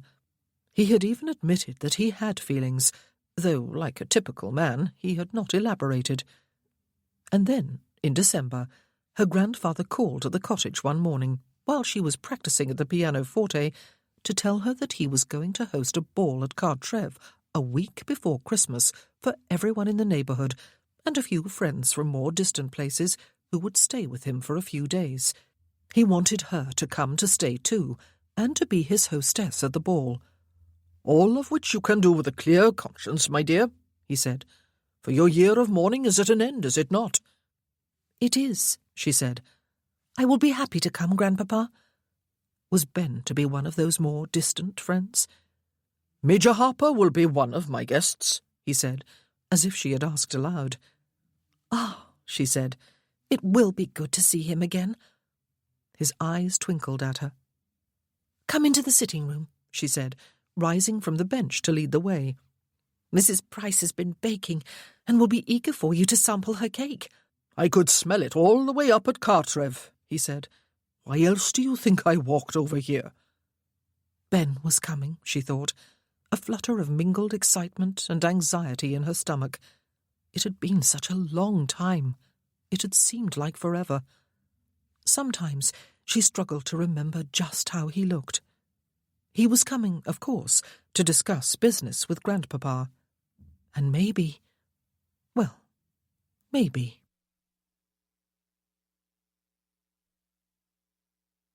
Chapter 23. It had been arranged that Ben would arrive at Cartreve the day before the ball. His departure from Swansea was delayed, however, by a minor crisis at the ironworks. As a result, he did not arrive until late afternoon on the day of the ball. It did not much matter, he supposed, even though his legs were stiff and aching. It was not as though he would be dancing, after all. The journey had been a long one, across bare, wind-swept countryside, never far from the sight of a leaden-grey, foam-flecked sea, under heavy, lowering clouds. Hot bricks at his feet did not remain hot for long, and his greatcoat did not keep out as much cold as it ought. A few times there were flurries of fine pellets of snow, though fortunately they did not develop into any fall thick enough to gather on the road and make travel hazardous. There were toll gates at tediously close intervals to slow travel, though, and toll gate keepers too tired or too cold to hurry. As he drew closer to the white house on the hill above Fisherman's Bridge, Ben could think only of the fact that he was within a couple of miles or so of Samantha, that he would see her again soon, perhaps at the ball tonight, if she was not estranged from her grandfather, perhaps tomorrow at her cottage if she was, and if she was willing to receive him. But there was no reason, surely, why she would not, even if she did not wish to continue their acquaintance. Had she forgotten him? That was a ridiculous notion, of course. Certainly she would not have done so. But had she moved on with her life to a point where he no longer had any place in it? Her official year of mourning was at an end. She had been here several months. Was there someone else by now? Someone who did not remind her in any way of the late wars? And did she have any sort of relationship with her grandfather? Bevan had not said either way, and Ben, of course, had not asked. He took his canes from Quinn's hand when he had descended from the carriage and made his slow way up the steps and into the house. He was immediately cheered by the welcome warmth given off by twin fires on either side of the marbled hall, which was decorated with festoons of ivy and bright-berried holly for the season. His host was waiting for him, and came forward to greet him, right hand extended, a broad beam of a smile on his face. "Major," he said. He always called Ben that, even though the rank was not really a part of his name any longer. "You must be frozen and fatigued, and you are the last of my guests to arrive. It is quite dusk out there already, isn't it, even though it is still only late afternoon? Never mind. Today is the darkest day of the year. Things can only get better from now on. What? No wheeled chair today? Bevan, good to see you." Ben clasped his hand. "Unfortunately, no one has yet invented a chair that will climb or descend steps. Besides, I am not a cripple, and feel the occasional urge to prove it. I don't think anyone in his right mind would think of calling you any such thing," Bevan said. "Come upstairs to the drawing-room. Never mind your appearance. The tea-tray is still there, and more hot water will be brought. I'll see that some brandy is added to your cup, purely for medicinal purposes, of course. Come and meet my other guests." It took a while, as usual, to climb the stairs, but Quinn was waiting at the top with his chair, into which Ben sank gratefully. He would more easily be able to greet the other guests and shake hands with them if he did not have to cling to his canes while trying to ignore his discomfort. There were a dozen people or so in the room. A few of the men Ben had met before, since they were business colleagues of Bevan's. Others were strangers, as were all the women. Ah, except one. He inhaled deeply and held the breath. She was coming toward them across the room, a smile on her face, both hands extended. She was wearing a wool day dress of deep forest green to match the greenery with which the drawing-room too was decorated. It was obviously a new dress, far more elegant and fashionable than anything he had seen on her in the early summer. Her dark, almost black hair was swept back in a sleekly elegant chignon. She was smiling warmly. He exhaled slowly. She was a part of her grandfather's life, then. "Ben!" She set her hands in his, and his fingers closed tightly about them. They were warm, while his were still cold from the outdoors. "Samantha." For a moment they gazed deeply into each other's eyes, but then she stepped back the length of her arms, though her hands remained in his. "But what is this?" She was looking at his chair. "Oh, don't answer. It is obvious what it is. You have not grown weaker?" "Stronger," he said. "I am no longer ashamed to admit that my legs do not work as other people's do. I am as I am. I still walk, but I can get around much faster and more efficiently with my chair." Her smile deepened, and she squeezed his hands before releasing them and looking up at Bevan. "Grandpapa, shall I introduce Ben to everyone else, or will you?" She had the faintest trace of a Welsh lilt to her voice, Ben noticed. It was very attractive. Indeed, it sent a slight shiver up his spine. "I will, my dear," her grandfather said firmly. "You look after the Major's needs. Call for more hot water, if you will, and pour him some tea. And add a touch of brandy. He looks frozen." "Yes," she agreed before turning away. "The tip of his nose is red." Ben's hand went up to cover it, as though he would be able to feel its redness. He was soon involved in a round of introductions to those he did not know, an exchange of greetings with those he did. Everyone was in a sociable, festive mood. Conversation was brisk and hearty, and Ben settled to enjoying himself, despite his undeniable fatigue, and despite the fact that his head was spinning from seeing Samantha again. He had forgotten just how very vibrant her beauty was. Had her greeting been anything more than sociable? He had thought so, but he noticed now that she spoke as warmly and with just as bright a smile to everyone else during the minutes before she brought him his tea. Was she glad to see him? More than glad? Of one thing he was certain. The months he had spent apart from her had not dimmed his feelings for her. Quite the opposite, if anything. Seeing her again now, he knew that he was more than just in love with her. He knew she was essential to his happiness. And then she did come with his tea and a piece of fruit cake on a tray, but she did not give them to him or set them down beside him. Instead, she bent to speak quietly to him.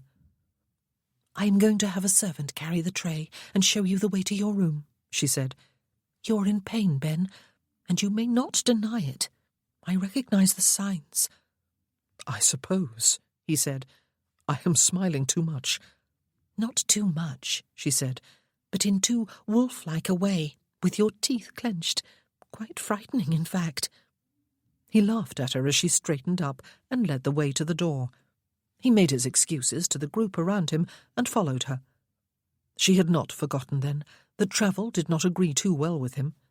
She had noticed that he was in pain, though he had made an effort to disguise the fact. Oh, Samantha!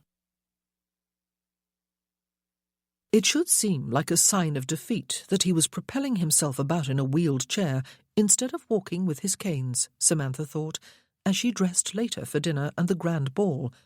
Yet it was not. Somehow it was quite the opposite. "I am no longer ashamed to admit that my legs do not work as other people's do. I am as I am." Despite the fact that he had been in obvious pain, obvious to her at least, she had been able to see a new confidence in him. He looked like a successful man who had found his place in the world and was at peace with it. And yet he was working for a salary for a man who was not even a gentleman by birth, while he was a titled gentleman with property and a fortune of his own. Sir Benedict Harper was a fascinating mixture of contradictions, with which he seemed quite happy. She had come to Cartrev yesterday, bringing a delighted Gladys with her, as well as Tramp, of course, who had taken up happy residence in the kitchen, where he had become a favourite during the past months. Ben had been expected yesterday, but had not arrived, even though she and her grandfather had waited up late for him. And today he had been the last of the guests to arrive. Each time someone else came, she had hidden her disappointment and growing sense of gloom behind smiles of welcome. He was just not going to come, she had concluded at last. Something had changed his mind. Perhaps it was the prospect of seeing her again. Perhaps he could just not face telling her that he had moved on since early summer, that he had no desire to renew or to further their acquaintance. And then, when the gloom of early evening was already settling in, he had come. She had forced herself to remain in the drawing-room with everyone else, while her grandfather went downstairs alone to greet him. It had been something of a shock to see him wheel himself into the room in a chair. She had sensed something different about him, at the same time as he had looked so achingly familiar that it had amazed her she had not always been able to bring his face into clear focus in her memory. His greeting had been warm, despite his cool hands. Certainly he had watched her with steady eyes as she approached across the room, but he had been in pain, and their journey from County Durham had rushed back to her memory. Of course he was in pain, and hiding the fact behind smiles and warm handshakes, the foolish man, and so there had been no chance for further conversation with him. Ah, but if she had ever doubted it during the last few months, she doubted no longer. She loved him utterly, totally, pain and lame legs notwithstanding. She loved him. But perhaps he had come here only to discuss business with Grandpapa. "There, Mrs. McKay," Gladys said. "I do like your hair with some curls and ringlets, and you look awfully good in royal blue. The colour would swallow up most women, me included, but you can take it with your bold colouring. I wish I was dark like you. I bet all the single men will have an eye for you tonight, and some of the married ones too, I don't doubt, though I oughtn't to say it out loud, ought I? My mam says it comes natural to men to look at women, no matter if they are married or not. That Major is here, isn't he? I thought he was ever so gorgeous back in the summer there. I was disappointed when he went away and nothing happened. Disappointed for you, I mean, not for me. That would be silly. But he has come back, even if he was late and almost missed the ball. I bet he will have an eye for you. He did back then. But I suppose he knew you were in mourning for Mr. McKay, and it wouldn't be right to press his attentions on you, didn't he? You aren't now, though. Are you glad to see him? I bet you are." "It is very pleasant to see him again," Samantha said. "Oh, I bet it's more than pleasant," Gladys said. "Even more than very pleasant. There, your necklace is done up. I always have trouble with that particular catch. You are ready to go. Oh, you look a treat." "Thank you," Samantha said, laughing, and she wondered for a moment what Matilda would think of a maid like Gladys. But Matilda was someone from her long, distant past, even though it was considerably less than a year since they had been living together at Bramble Hall. She went downstairs early, in order to step into the ballroom to see that all was ready for later. Not that it was her responsibility. Her grandfather had made all the arrangements. The ballroom was large and 2 stories high. Floor-length mirrors on both long walls made the room seem even larger, and multiplied the effect of all the Christmas greenery with which it was decorated. The wood floor gleamed. There were instruments on the dais. The orchestra members would be downstairs having their dinner. 3 great chandeliers rested on the floor. All the candles would be lit just before the ball, and they would be raised to hang from the ceiling. It seemed an extravagance to have such a room in the depths of the country, but her grandfather had told her it had almost always been used several times each year for balls and fêtes and grand banquets. She did not linger. It was time for dinner. Samantha was seated at the foot of the table as her grandfather's hostess. He had arranged the seating, though she had offered to do it for him. She had Mr. Morris, his white-haired lawyer, on her left, Ben on her right. She was surprised by the latter placement. She would have expected him to be seated higher at the table, but when she glanced along its length, her grandfather's eyes twinkled back at her. He had been matchmaking from the start, of course. Interfering, she had called it back then. But after Ben had left, he had scarcely mentioned him, and she had concluded that she must have been mistaken. She knew now she had not been. Wily old Grandpapa had known that they must be separated so that her new neighbours would not be scandalized, that she must be given time to live out the year of her mourning. And now, just as he had planned it from the start, he had brought them back together, on the day of his grand festivity. He had set the stage, and hoped they would play their parts. Would they? She had not seen Ben for the past several months, and she knew something fundamental in him had changed. Did she have any part in his new life? Samantha turned her attention to Mr. Morris, while Ben conversed with Mrs. Davies, wife of one of Grandpapa's Swansea friends, on his other side. But before the first course was finished, Mrs. Fisher, wife of Grandpapa's physician from Tenby, claimed Mr. Morris, and Samantha glanced at Ben. He was gazing steadily back. "You are in fine looks, Samantha," he said. "Finer than fine, in fact, even if you are looking a little less sun-bronzed than when I last saw you." He was looking very fine, too, in his black form-fitting evening coat, gold-embroidered waistcoat, and gleaming white linen. His starched shirt points were high, but not ridiculously so.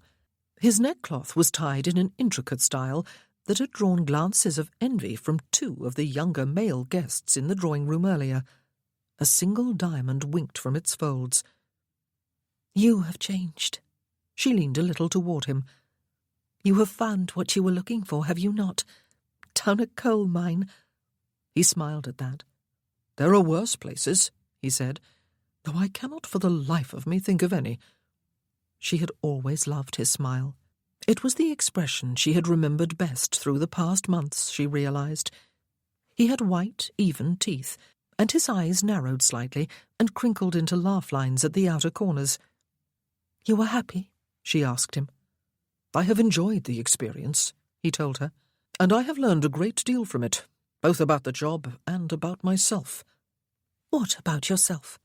"Mainly," he said, "that I can work with my handicap rather than let it work against me. Indeed, I do not even think of it as a handicap any longer." She beamed at him and leaned slightly to one side while a servant removed her plate. "But do you intend to keep working for Grandpapa?" she asked. He seemed to give his answer some thought while his own plate was being removed. "That depends," he said. "Upon?" "Oh, no." He laughed softly. "This is neither the time nor the place." Mr. Morris touched her arm at that moment, and she turned to listen to what he had to say. Upon her? Was that what he had meant? And this was not the time and place for what? Sometimes life seemed like one big tease. What it depended upon was whether or not she would have him. Ben had known that from the start, but he had been confirmed in his decision since arriving here this afternoon. He had known as soon as he set eyes upon her again that he would not be able to bear any association with her, even with her grandfather, if she would not marry him. He would rather go away, back to England and start again, though he would not be right back where he had been for 3 years after leaving Penderys. He knew now where his interests lay and what sort of life suited him best. It would be a dreary life, at least for a while, if there was no Samantha and no hope of her, but he would survive. Outside guests began arriving soon after dinner, and Ben moved into the ballroom. He had seen it before, when Bevan gave him and Samantha a tour of the house. It had seemed a grand room even then. Now it looked quite magnificent enough to belong to a London mansion. The chandeliers were filled with candles, all of them burning, a splendid extravagance. Holly and ivy and pine boughs were draped everywhere, giving the effect of an indoor Christmas garden. Smells of the greenery, and of cider and mulled wine from an anteroom added to the festive atmosphere. Ben took a seat. He was using his canes this evening, and looked around at it all. His eye paused on a few sprigs of mistletoe hanging from some of the window recesses, and he smiled. Samantha stood inside the door with her grandfather, receiving the guests. Ben recognized a few of them. She looked nothing short of stunning tonight, in her royal blue gown, her hair piled high in elaborate curls and ringlets. His eyes moved down her shapely figure. He had waited for her letter for a month or two after leaving here, but it had never come. He had been glad of it, though part of him had been disappointed too. She seemed to know everyone. She was flushed and laughing, and she occasionally turned to say something to Bevan. Ben was glad she had not held aloof from him, out of some sense of loyalty to her mother. She needed him. Her husband's family had offered her no love. Neither had her half-brother or any of her relatives on her father's side. She looked happy. The thought gave him a bit of a pang. Someone was beaming down at him, hand extended. "Major Harper," the Reverend Jenkins said, "this is a pleasure." His wife, wearing a hideous headful of plumes, beamed and nodded at his side. No London hostess would be entirely pleased, Ben thought, when everyone had arrived and the orchestra members were busy tuning their instruments. The gathering could hardly be called a grand squeeze. Nevertheless, the ballroom was pleasingly crowded, and everyone would have space to dance. while those who sat or stood on the sidelines would have a clear view of the dancing. And the first set was forming. Bevan led out Mrs. Morris, while a young man Ben did not know led out Samantha. She stood in a line of ladies, smiling across at her partner. She was to have her wish at last, then, Ben thought a little wistfully. "I want to dance," she had once told him, a world of yearning in her voice. She had been dressed in her heavy, ill-fitting blacks at the time, and standing in the gloomy, darkened sitting-room of Bramble Hall. A long time ago. A lifetime. Ben watched her perform a series of lively country dances over the next hour. Meanwhile, he did not skulk in his corner. He got to his feet a few times and moved about, exchanging greetings with people he had met in Fisherman's Bridge early in the summer, and comments with his fellow guests. He would wait until tomorrow, he decided, or the day after. Would she be returning to her cottage? Perhaps he would call on her there.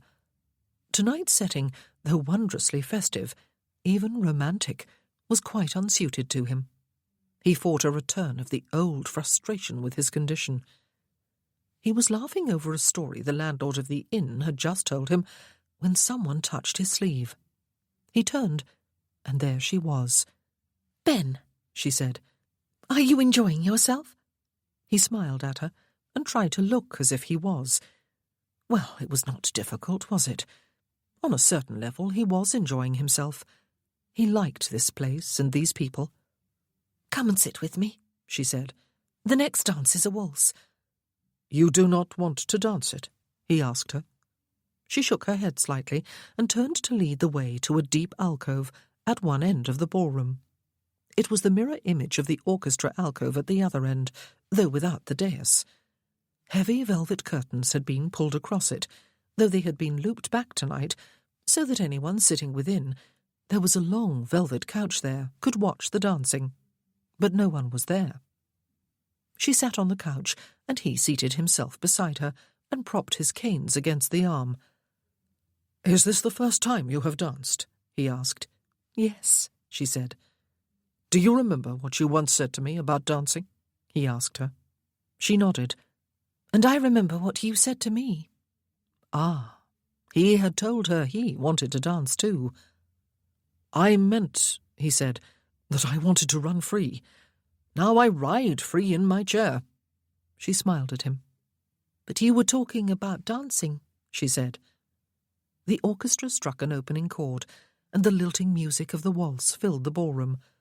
Soon couples were twirling past the alcove. "I always thought," she told him, "that the waltz was the most romantic of dances." "But you do not want to dance it tonight?" "Oh, I do," she said. "I want to dance it with you." He laughed softly. "Perhaps," he said, "we can close our eyes and imagine it, like rising above the rain clouds in our hot air balloon." She wanted to waltz with him, he thought. "Stand up, Ben."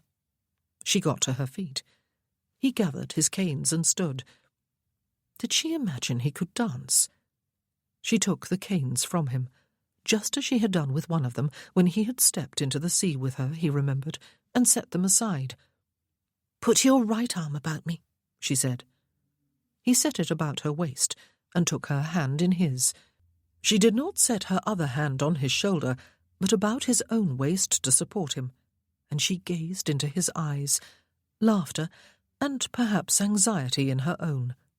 Good Lord, she was serious. And they waltzed. They danced one whole turn about the alcove, while it seemed the music became part of them, and her eyes lost both the laughter and the anxiety, and they simply gazed at each other and into each other. Reality was still reality, of course. They did not, as they might have done in a fairy tale, suddenly waltz out from the alcove to twirl all about the ballroom while everyone else watched in wonder. But they had danced. They had waltzed together. Something drew Ben's glance upward. A sprig of mistletoe hung from the ceiling at the very centre of the alcove. "Ah," he murmured to her, while he could still stand. "And for this I do not even have to beg permission. Christmas has handed me its own special permit." He kissed her, wrapping both arms about her waist while she twined her own about his neck. And then they smiled at each other, and for the moment he felt invincible. But only for a moment. "If I do not sit down immediately or sooner," he told her, "someone is going to have to scoop me up from the floor and bear me ignominiously hence." And then they were sitting side by side again, their shoulders touching, hand in hand, their fingers laced, and they were both laughing as she tipped her head sideways to set her cheek against his shoulder. "That was probably the shortest, most ungainly waltz ever danced," he said. "And that was perhaps the shortest, most glorious kiss ever enjoyed beneath the mistletoe," she said. He rested his cheek briefly against her dark curls. "I loved you before I left here in the summer, Samantha," he said. "I did not mean to fall in love with you. It did not seem quite fair when I came with you to protect you. But it happened anyway, and my feelings have not changed." "Oh, you provoking man," she said, after several moments of silence between them, while the waltz proceeded in the ballroom beyond their little haven. "How dare you stop there? You cannot stop there, Ben." He turned his head and grinned down at her. "I was giving you the chance to stop me, if you did not want me to embarrass myself further," he said. "Oh, no," she said. "I want you to embarrass yourself." "Wretch," he said. "Will you marry me?" He heard her swallow. She said, her voice a little higher pitched than usual. "Let me see. I will have to think about this." "Right," he said. "I will go away for another 6 months while you do so." She laughed softly and lifted her head so that she could turn her face to his. Her eyes were shining, he could see, in the light of the chandeliers beyond the alcove, shining with unshed tears. "Yes," she said. "Yes?" "Yes."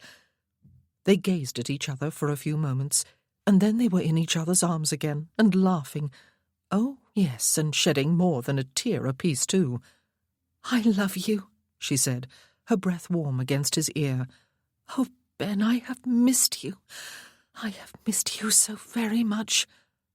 He drew back his head and smiled at her. Samantha. His love. Oh, the wonder of it. "Am I forgiven?" he asked her. She raised her eyebrows. "For ripping up at you the day we met," he said, "and swearing most foully. You never said I was." "I will think about it," she told him, and laughed.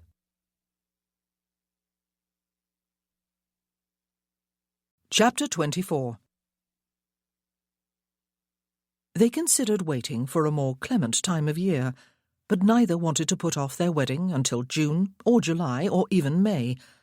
They considered Kennelston as a venue, but it had not really been Ben's home since childhood, despite the fact that he owned it, and it never would be home now. They settled upon Wales at the end of January, specifically upon the church in Fisherman's Bridge, with the Reverend Jenkins officiating. Samantha, after insisting that she would leave for her wedding from her cottage, realized that she had hurt her grandfather, though he did not say so, and changed her mind. She would marry from the big house, with her grandfather to accompany her and give her away. Ben would move to the village inn on the eve of the wedding. A grand wedding breakfast would be held in the ballroom at Cartrev. It was the very worst time of the year in which to expect guests to travel from any distance, but invitations were sent out anyway. Beatrice and Gramley were the first to reply. They would come, though Beatrice reported that her husband was now quite sure his brother-in-law had taken leave of his senses. A letter came from Calvin the next day. He and Julia would also be coming. After that, while the banns were already being read at the village church, a steady stream of replies were delivered, all but one of them acceptances. Amazingly, all the survivors were going to venture into the darkest bowels of Wales, Flavian's description, to attend Ben's nuptials. The exception was, of course, Vincent, whose wife was close to her time of confinement. "I will not leave, Sophie," he had written, "though she has urged me not to miss your wedding, Ben." It was obvious that his wife had written the letter for him, for there followed a brief message in parenthesis. Vincent is more nervous than I am about the coming event, Sir Benedict. It would be cruel for me to try insisting that he go to Wales when he is so anxious for my sake. You will come here in March, though, for the annual gathering of the Survivors' Club, will you not? Even though you will be so recently married. And you will bring Lady Harper with you, please. I so very much want to meet all of Vincent's friends. On a separate sheet of paper, enclosed with the letter, was a charcoal drawing, a very fine caricature indeed, of a man who bore a remarkable resemblance to Vince, pacing with his head down and his hands clasped behind his back, droplets of sweat falling from his brow, and generally looking very worried indeed, while a little mouse in one corner gazed kindly up at him. "I am so sorry," Ben said, taking Samantha's hand in his, as they sat together on a couch in her sitting-room at the cottage one afternoon a week before the wedding. "All the outside guests will be mine." "Ah," she said, "but all the inside guests will be mine, you see. All my friends and neighbours will be about me on what I expect to be the happiest day of my life, and Grandpapa will be there to give me into your keeping." He squeezed her hand. "Besides," she said, turning her head so that he could see that her eyes were twinkling, "I had a very civil letter from Matilda today." "You did?" His eyebrows rose in some surprise. "Indeed," she said. "She congratulated me upon having snared a very eligible husband for the second time, despite my origins." "Your shady gypsy past." "That," she said, "and the fact that my grandfather is in coal. It does sound very murky and dusty, does it not? She hopes, no, she fervently hopes and prays that I have learned my lesson, and will not lead you a merry dance as I did her poor dear Matthew." "No." "All very civil," she said, "though she did sink just a little into spite at the end, Ben. She took leave to give it as her opinion that it would be no less than you deserved if I do lead you a dance, since you appear to be the type of man who believes it quite unexceptionable to ride out with a widow when she is in deepest mourning." "We deserve each other, then?" he asked her. "It would appear so," she said with a sigh. "Oh, she is not, by the way, coming to our wedding. Neither are the Earl and Countess of Heathmore. I was rather surprised by that announcement, since my letter to them was merely to explain that I will be remarrying, and was in no way an invitation." The next day, Samantha was surprised by another letter. The Reverend John Saul, her half-brother, was pleased to hear that she had settled well in Wales, and was happy there with her mother's people. He felt it incumbent upon himself to honour his late father by attending the wedding of the daughter of whom his parent had been so obviously fond. His dear wife would not be accompanying him. Samantha, alone in her book-room when she read the letter, unabashedly wept over it, its stiff pomposity notwithstanding. "I will have an outside guest of my own," she said, thrusting the letter into Ben's hand when he drove over from Cartrev with her grandfather during the afternoon, and she turned and wept all over again in her grandfather's arms while he patted her back and read the letter over Ben's shoulder. The preparations for the wedding were all made. All that remained was to await the arrival of those who would be travelling from England during one of the potentially most inclement months of the year. They would all acquire cricked necks, Ben remarked on one occasion, if they gazed skyward much more than they did. It was a cold month, and the wind, which blew almost constantly, was what Mrs. Price called a lazy wind. "It can't be bothered to swerve around you," she explained. "It just blows straight through." But the sky remained blue much of the time, and when there were clouds, they were high and unthreatening. There was no snow. There rarely was in this part of Wales, but the key word was rarely. They would all have relaxed a bit more, perhaps, if it had been never. Snow was not the only threat, of course. Rain could be just as bad, or worse. It did not take a great deal of it to turn the roads to mud, and sometimes to quagmires. And rain was common in this part of the world, especially at this time of year. But the weather held, and the guests began to arrive. All the guests from England stayed at Cartrev at Mr. Bevan's insistence, though Ben removed to the inn a little earlier than planned to make room for them all. Calvin, who was to be his best man, came there the evening before the wedding to stay with him. All the survivors came with him just for the evening, to the great pleasure of the landlord and the equal consternation of his wife, who had discovered not only that the lady and all the gentlemen were titled, which was bad enough, but that one of them was actually a duke. "And there is only that much," she whispered to her husband, even though they were in the kitchen and two closed doors stood between them and the gathered company, "between a duke and a king." She held her forefinger 1/4 of an inch from her thumb. George Crabbe, Duke of Stanbrook, meanwhile, was asking Ben about his wheeled chair. "It seems a sensible notion," he said, "but you have always been quite adamantly set against using one." "I have nothing more to prove," Ben told him. "I can and do walk. I have danced. Now I can be sensible and move around as fast as any other man." "One is tempted to challenge you to a race along the village street, Ben," Flavian, Viscount Ponsonby, said. "but one would not wish to make a spectacle of oneself. Or lose ignominiously to a man in a wheeled chair, Flav," Ralph, Earl of Berwick, added. "You will be able to race against Vincent March, Ben," Hugo, Lord Trentham, said. "He is having a racetrack built about the outer boundary of his park. Had you heard? That will be a sight to behold." "A blind man and a cripple," Flavian said. "Heaven defend us." "Call me that name again, Flav," Ben said cheerfully, "and you may find yourself being beaten about the head with a cane. It might cure his stammer," George said. "Ben?" Imogen, Lady Berkeley, was looking intently at him. "You have danced." "Waltzed, actually." He grinned at her. "There is an alcove at one end of the ballroom at Cartrev. I waltzed all about it with Samantha during a ball just before Christmas." "Was that wise, Ben?" Calvin asked him. "I have always thought you may do more harm than good to your legs by insisting upon walking on them. But dancing, I worry about you, you know, all the time." But the survivors were all beaming at him. "Bravo," the Duke said quietly. "I suppose," Flavian said, "this alcove is the size of an egg cup, Ben?" "Probably a thimble, Flav," Ralph said, grinning and winking at Ben.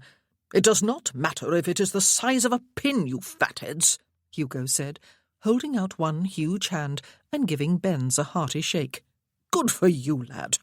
My Gwendolen dances too, and you have all seen how she limps when she walks." Imogen bent to kiss Ben's cheek. "It was your dream to dance one day," she said. "Everyone ought to have a dearest dream come true." Ben caught her hand in his. "And what is yours, Imogen?" he asked her. He immediately regretted the question, for everyone fell silent to listen to her reply, and she gazed back at him, her eyes large and luminous. Something flickered in them, and then died. "Oh," she said, in her soft, cool voice, "to meet someone tall, dark and handsome, and be swept off my feet, of course." He squeezed her hand and held it to his lips for a moment. He wanted to apologize, but that would be to admit that he knew she had not answered his question. "I am sorry, Imogen," Hugo said, "but I am already taken." "She said handsome, Hugo," Ralph said. They all laughed, and the moment passed. "There must have been something in the air in Cornwall last spring," George said, as the landlord came into the room with a loaded tray. 3 of our number married within the year, and my nephew too." "The heir?" Ben asked. "Julian, yes," George said.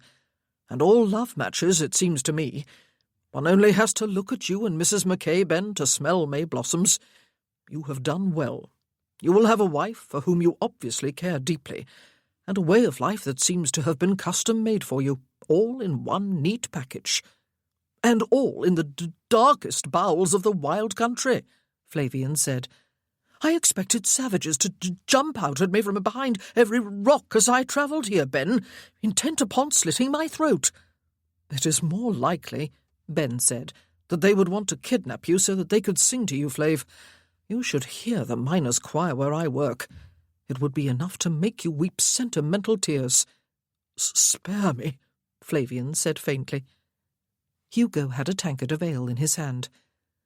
"We must not keep Ben from his beauty sleep tonight of all nights," he said, "and we will not try to get him foxed. But we will drink a toast to you, Benedict, that all your life your heart will dance as your person did in that alcove before Christmas." "Oh, the devil!" Flavian said, getting to his feet and holding aloft his glass of port. "Marriage is turning Hugo embarrassingly poetic, but he has the rights of it, Benedict, my boy. May you be happy. It is all we have ever wanted for one another." "To you, Benedict," Imogen said, lifting her glass of wine. "and to Samantha." "To your happiness, Ben," Ralph said, "and Mrs. Mackay's." "To you, brother," Calvin said. "I always admired you greatly. You knew what you wanted and you went after it, and did superbly well. It almost killed me when you were so badly hurt so soon after Wallace was killed. But then I learned to admire you more than I ever had, and I still do. Even if you do cause me worry when you won't come home, and let me look after you, and when you insist upon walking and even dancing for the love of God. To you, brother, all the happiness in the world, and to Samantha too." Ben, smiling at him, felt rather as if he was seeing his brother for the first time. "And may you always ride your wheels as fast as we can run, Benedict," the Duke said. They all drank, and Ben laughed. "If you do not want to see me turn into a watering pot," he said, "and if you do not want to find the doors of Cartrev locked against you, you had better leave. I will see you all in the morning." "One word of advice, Ben," Hugo said, as they were taking their leave. "Get your valet to tie your neckcloth looser than usual tomorrow. There is something about being at the front of the church when you are a bridegroom waiting for your bride to arrive that makes the neck expand." "And he is not lying, Ben," Calvin told him. Samantha's half-brother arrived the day before her wedding.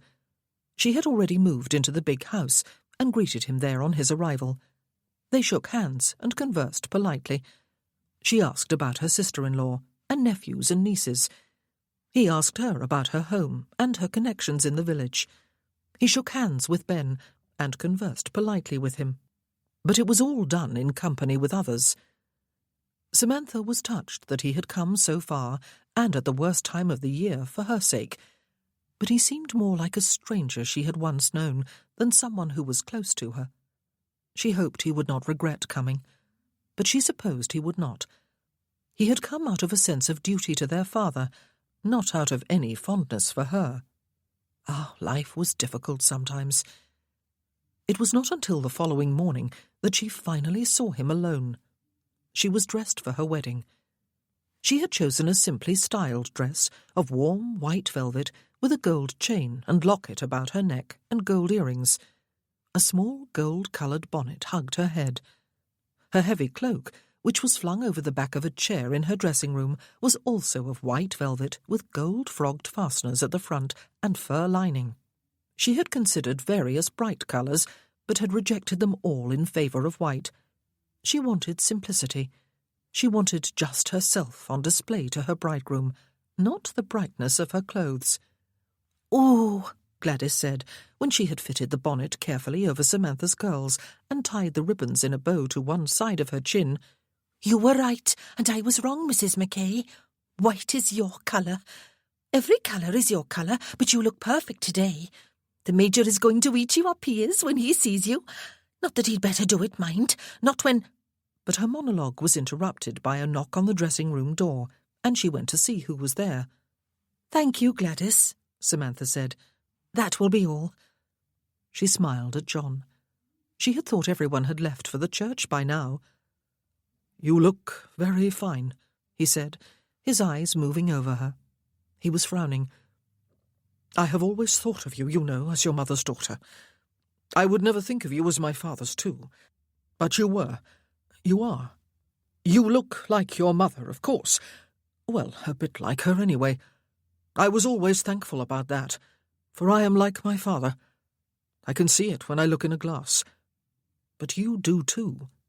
Not in obvious ways, Just sometimes in a turn of the head or a fleeting expression. Not anything I can put my finger on exactly. But you are his daughter. Not that I ever doubted it. I just ignored it.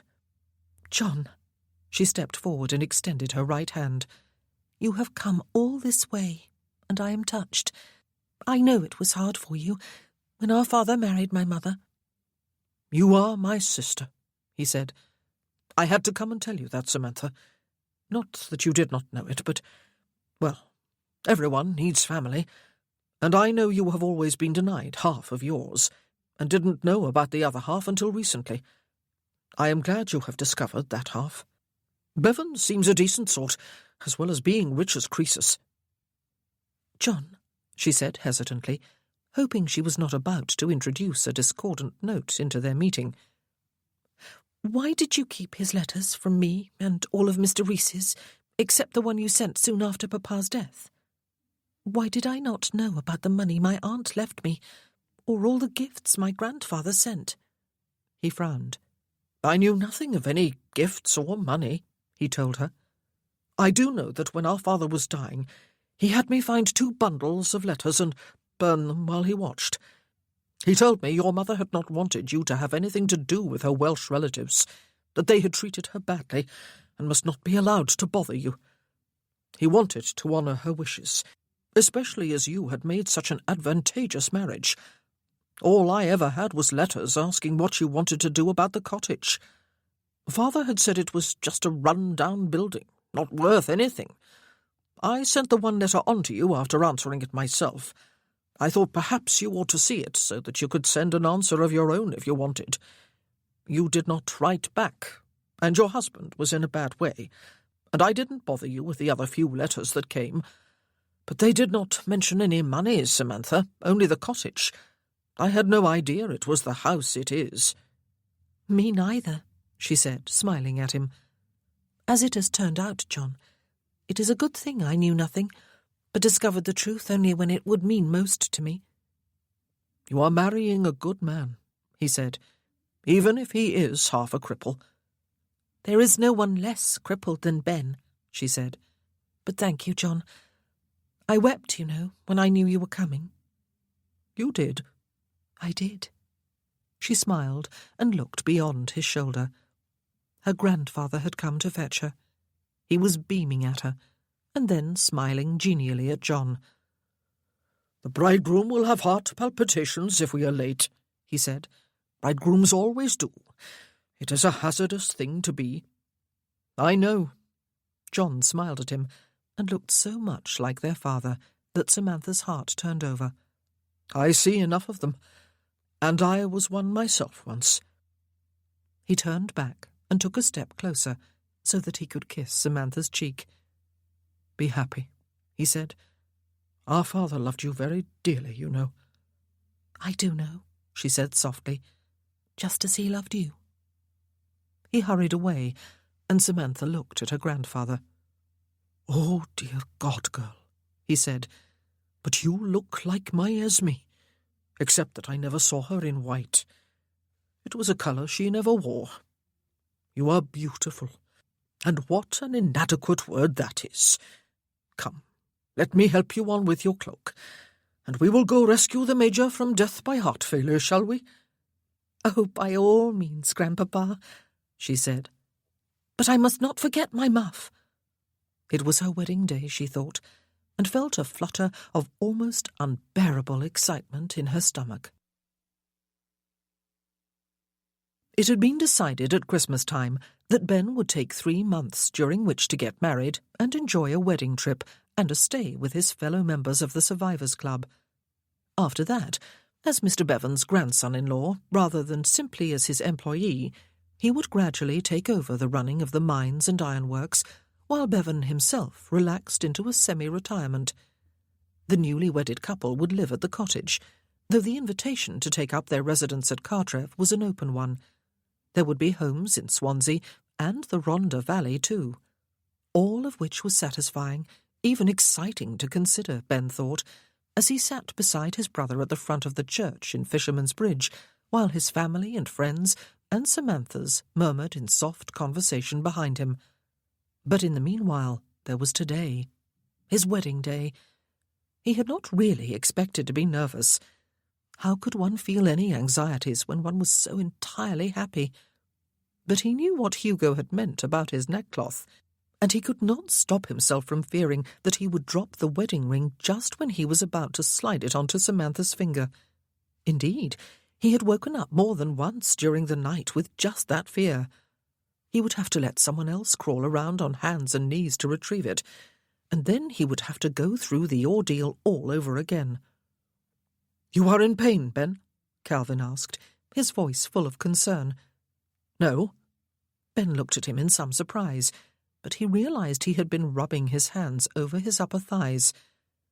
"Make sure I have a good grip on the ring, Cal, before you let it go." His brother grinned at him. "No one ever does drop it," he said. Now he was in for it for sure.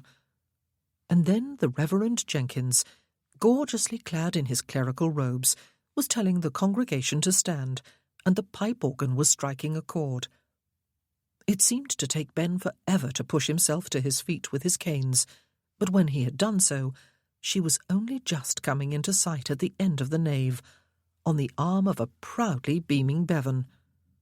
Oh, Lord God, Ben thought with reverence rather than blasphemy, had there ever been such beauty? Could she possibly be his bride? And then she looked along the nave, and her eyes came to rest upon him, and she smiled. He was quite unaware of the slight little sigh that rippled through the congregation as he smiled back. And then she was beside him, and they both turned toward Mr. Jenkins. "Dearly beloved," he said in his lovely Welsh accent, and just like that, all within a few minutes, the world changed. They were married, and not only did he not drop the ring, but he did not even think about the possibility, as he took it in his hand and slid it over her finger while he spoke the words the clergyman recited ahead of him. He did not even think about how he was to manage without his canes for a few minutes. They were married. And then they signed the register, and it was all done up right and tight. They were man and wife. They made their slow way back up the nave. Ben did it with one cane. Samantha's hand was through his other arm, holding it firmly without appearing to do so. In her other hand she held her white muff. He felt no pain from the walk as he looked to left and right, acknowledging their guests with nods and smiles, while Samantha did the same. And then they were outside, and a chill wind cut at them, and they turned their faces toward each other and laughed. "Lady Harper," he said. "Absolutely," she said. "Your friends are not holding what I think they are holding, are they?" There were a number of villagers in the street beyond the church, come to see the show and cheer the bride and groom. But in their midst, sure enough, were Flavian and Ralph, who had obviously slipped out of the church early. Where they had found flowers in January, the Lord only knew. There must be a hothouse somewhere. But those were unmistakably flower petals clutched in their hands, and then raining over bride and groom as they made their slow way to the carriage that was waiting to convey them back to Cartrev. "I think the answer was yes," Ben said, laughing as he climbed in after Samantha. "And I think what is trailing behind the carriage is what I think it is too." The church bells were ringing. The crowd was cheering. The congregation was beginning to spill out of the church. "Here," Hugo said, "I'll close the carriage door for you." Which he did, after tossing another great handful of petals inside. Ben sat back on the seat and laughed, and he took Samantha's hand in his as he turned to her. "Happy?" he asked. She nodded. "Words are ridiculous sometimes, aren't they?" he said. She nodded again. He dipped his head and kissed her while the crowd beyond the carriage cheered more loudly, and there were a few piercing whistles. The carriage lurched into motion. Noisy motion, as it dragged numerous pieces of metal hardware behind it. "Ben," Samantha said, gazing into his eyes, "I forgive you." "For?" "For calling me woman," she said. and for uttering a whole arsenal of foul words in my hearing and Tramp's." He smiled slowly at her. "I suppose," he said, "I have just married that wretch of a hound too, haven't I?" "For better or worse," she assured him. "Damned dog," he said, and kissed his wife, somewhat more ruthlessly than he had done a minute before. This ends The Escape by Mary Balogh, narrated by Rosalind Landor. And now, Mary Balogh's delightful and heartwarming novella, The Suitor, also narrated by Rosalind Landor. Chapter 1. Philippa Dean was sitting sideways on the padded window seat in her bedchamber, her very favourite spot in the townhouse her father had leased in London for the spring months, so that she could make her come out in society. Her feet were drawn up before her, her right hand, in which she held one of her opened letters, draped over her knee.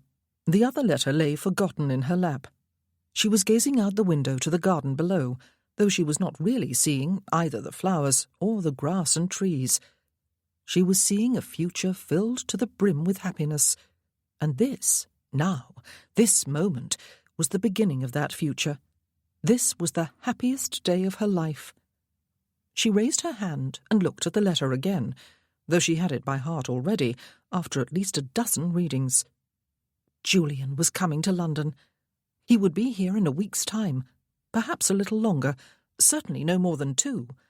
And when Papa saw him again, he would discover the changes 2 years had wrought, and he would have no further objection to him as a suitor for her hand. Julian would be allowed to court her openly, and, after a decent interval, he would offer for her and then marry her, and they would live happily ever after. For a moment she felt a twinge of anxiety, for this desirable outcome had not yet been achieved, of course, and, as her grandmamma was fond of saying, there was many a slip twixt cup and lip. But she refused to allow a silly old adage to lower her spirits. She had waited 2 long years for this moment, or rather for the moment that was now within her reach. Nothing, surely, could or would go wrong. Julian had changed. He was also undeniably eligible, and she was 18 now, rather than 16. She was of marriageable age. Indeed, she had been brought to London for that very reason.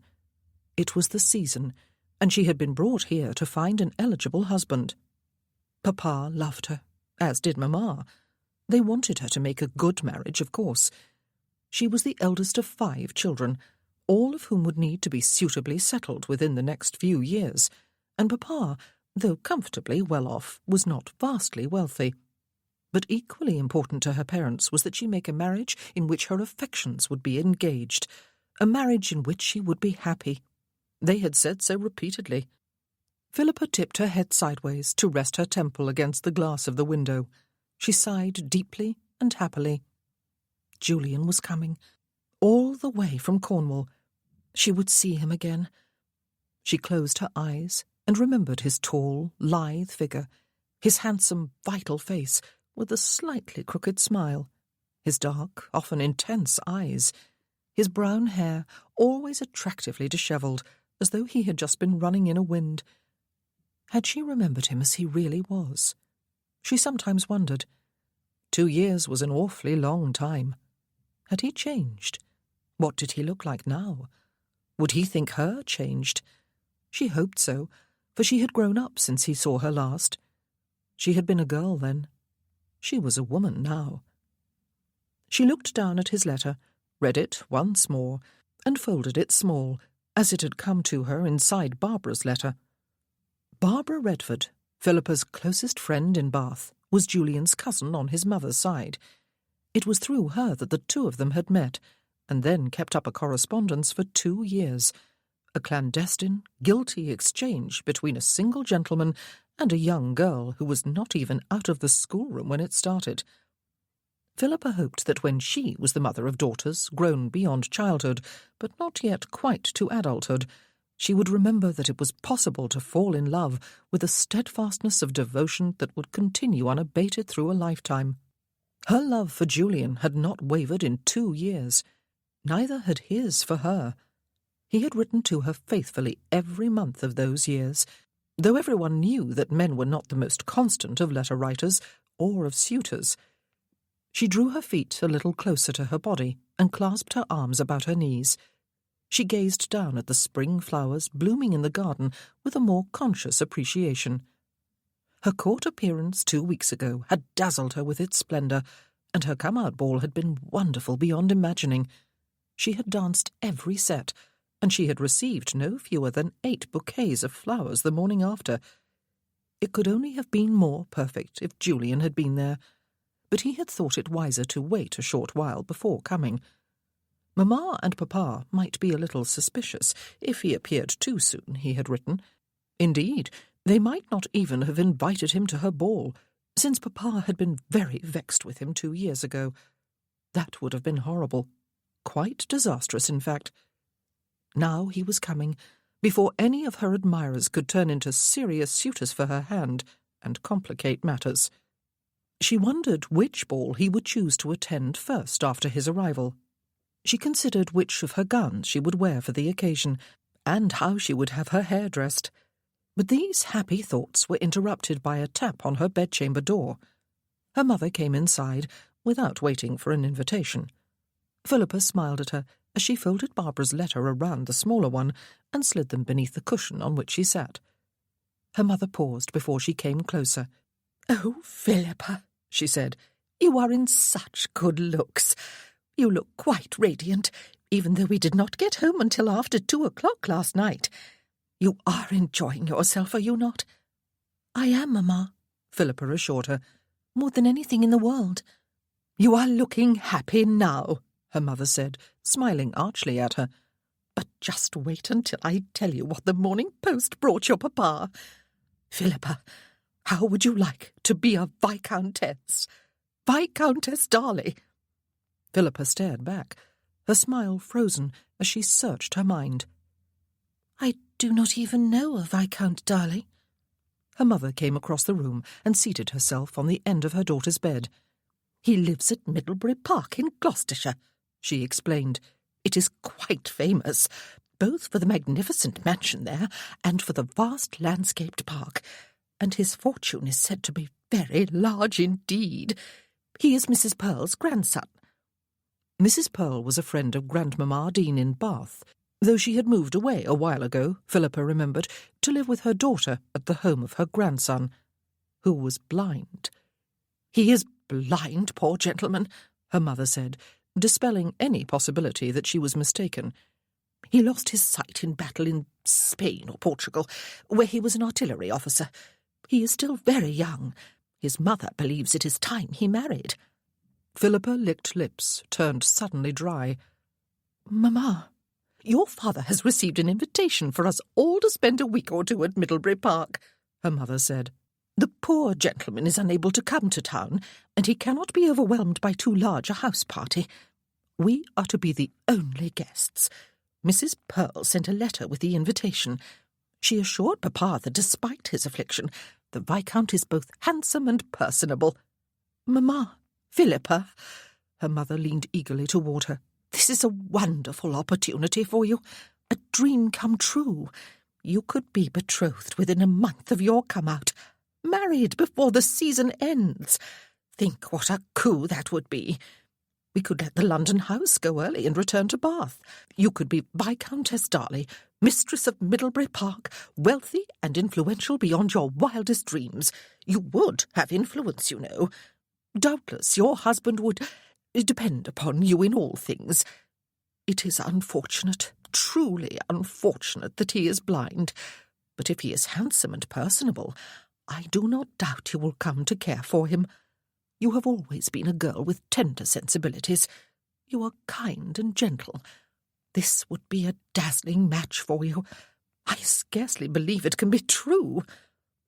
"But I have just made my come-out," Philippa was almost whispering. "I have just begun to make friends here.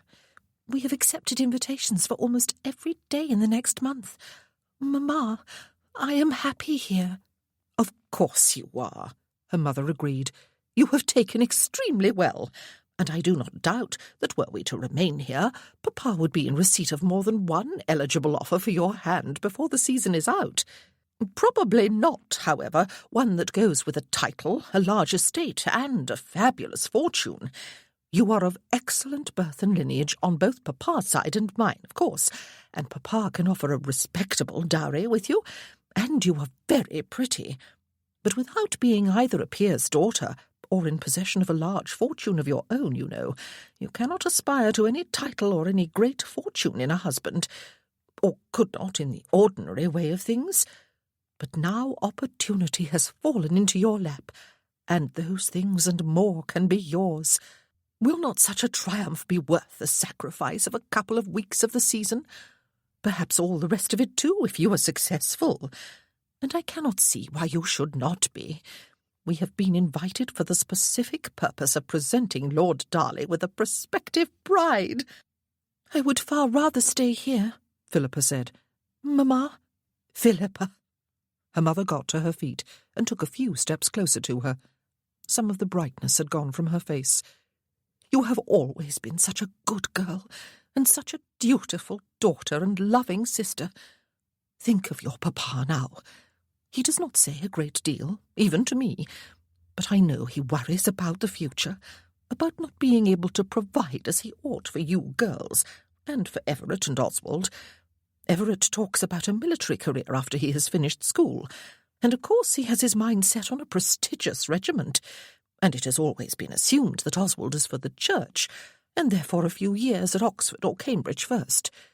Think of what you could do for your sisters as Lady Darley. Think of how sad it would be for them if they were unable to have a season like yours, if they could not have the opportunity to meet eligible husbands. Philippa, please, for Papa's sake. He is so pleased at this flattering opportunity for you, and so relieved too. Philippa felt physically sick. Julian should have come at the start of the season after all. He was eligible. He was the grandson of the late Duke of Stanbrook, and the nephew and heir presumptive of the present Duke, his uncle, who had lost his only son in the wars, and his wife soon after, and had assured Julian that he would have no other sons. And Julian had a more than comfortable fortune even apart from his future prospects. He had a sizable estate and farms in Cornwall, and they were prospering at last. He was more than eligible.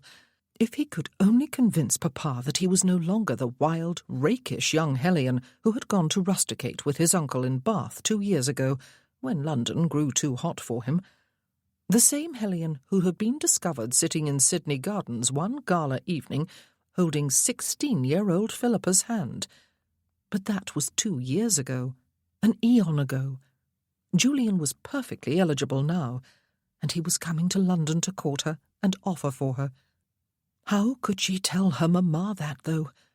As far as her parents knew, she had neither seen nor heard from him in 2 years, and even if she should tell her mother that Barbara had mentioned in this morning's letter that he was coming to London, mamma would be displeased more than anything, for she would remember him as he was, or as he apparently was, when Papa had sent him packing, and Philippa had been sent to her room for 2 days of quiet reflection. And even if mamma was not displeased after all this time, she would nevertheless not understand that Julian was coming because he had loved Philippa unwaveringly for 2 years, and loved her still, and because he was going to persuade Papa that he was a worthy suitor for her hand, that 2 years had made all the difference to his character and position and means. Her mother also would not understand that she had loved him all that time without wavering, even during the past 2 weeks when she had been surrounded by handsome and charming and eligible young gentlemen who might easily have turned her head. She could not tell her mother any of these things. Whatever was she to do? Whatever was she to say? There was nothing, of course. Absolutely nothing. "When must we leave?" she asked. Perhaps it was an invitation for the summer. Her mother beamed at her again. "Within the week," she said. Oh, my love, I am so happy for you. And Middlebury Park is not even so very far from Bath. We will be able to come and visit you there after your marriage. I do not think Mrs. Pearl would have described the Viscount as handsome and personable unless he were really so, for we will know for ourselves as soon as we get there, will we not? I dare say he will love you, for you are very sweet, and he is very much confined to his own home. And you will grow fond of him, I know you will. It is easy to love people who are dependent upon us, you know. We love our children for that very reason, as you will no doubt discover for yourself within the next year or two. She leaned down and hugged her daughter, who hugged her back, and was filled from the top of her head to the tips of her toes with misery and utter despair. This was suddenly the very worst day of her life.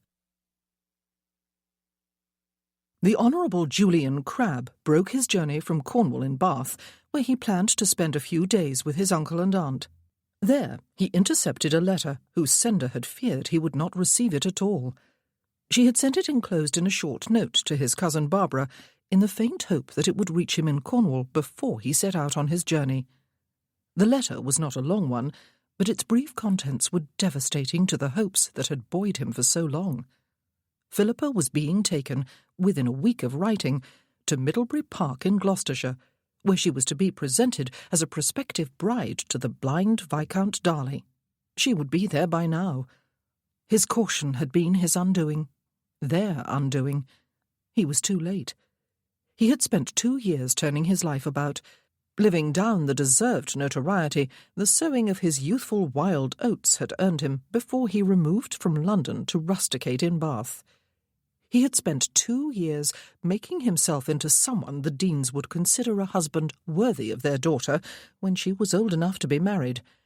It had not been an easy thing to do, for they would not be meeting him as a stranger when he presented himself to them, but as the wild jackanapes whom Mr. Dean had caught in Sydney Gardens in the nick of time before Julian debauched his young daughter. Or so the man had thought, anyway, and who could blame him?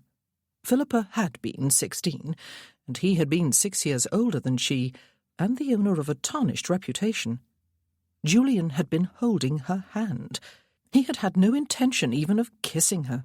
He was well aware that she was still just a schoolgirl, but, well, there had been his reputation, and he had been fully responsible for earning that. He had been a wild and reckless young cub who had dabbled in every imaginable vice, except that he had never been a womanizer. He had expected a dull time in Bath, especially when his cousin Barbara showed a tendency to hang about him as if his arrival was the most exciting thing that had ever happened to her. But he had liked her despite himself, and he had liked her friend even more.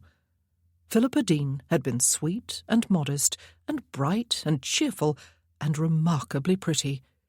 He had enjoyed her company for a number of weeks, until it had suddenly occurred to him that he was falling in love with her. It had been an alarming as well as an astonishing realization. She was far too young for courtship, and so was he, and even if they had not been, he was in no position to court her. He had scarcely a penny to his name. But love, he had found, did not follow the laws of logic. And so, when sober good sense replaced astonishment, he had decided to leave Bath and return home to Cornwall.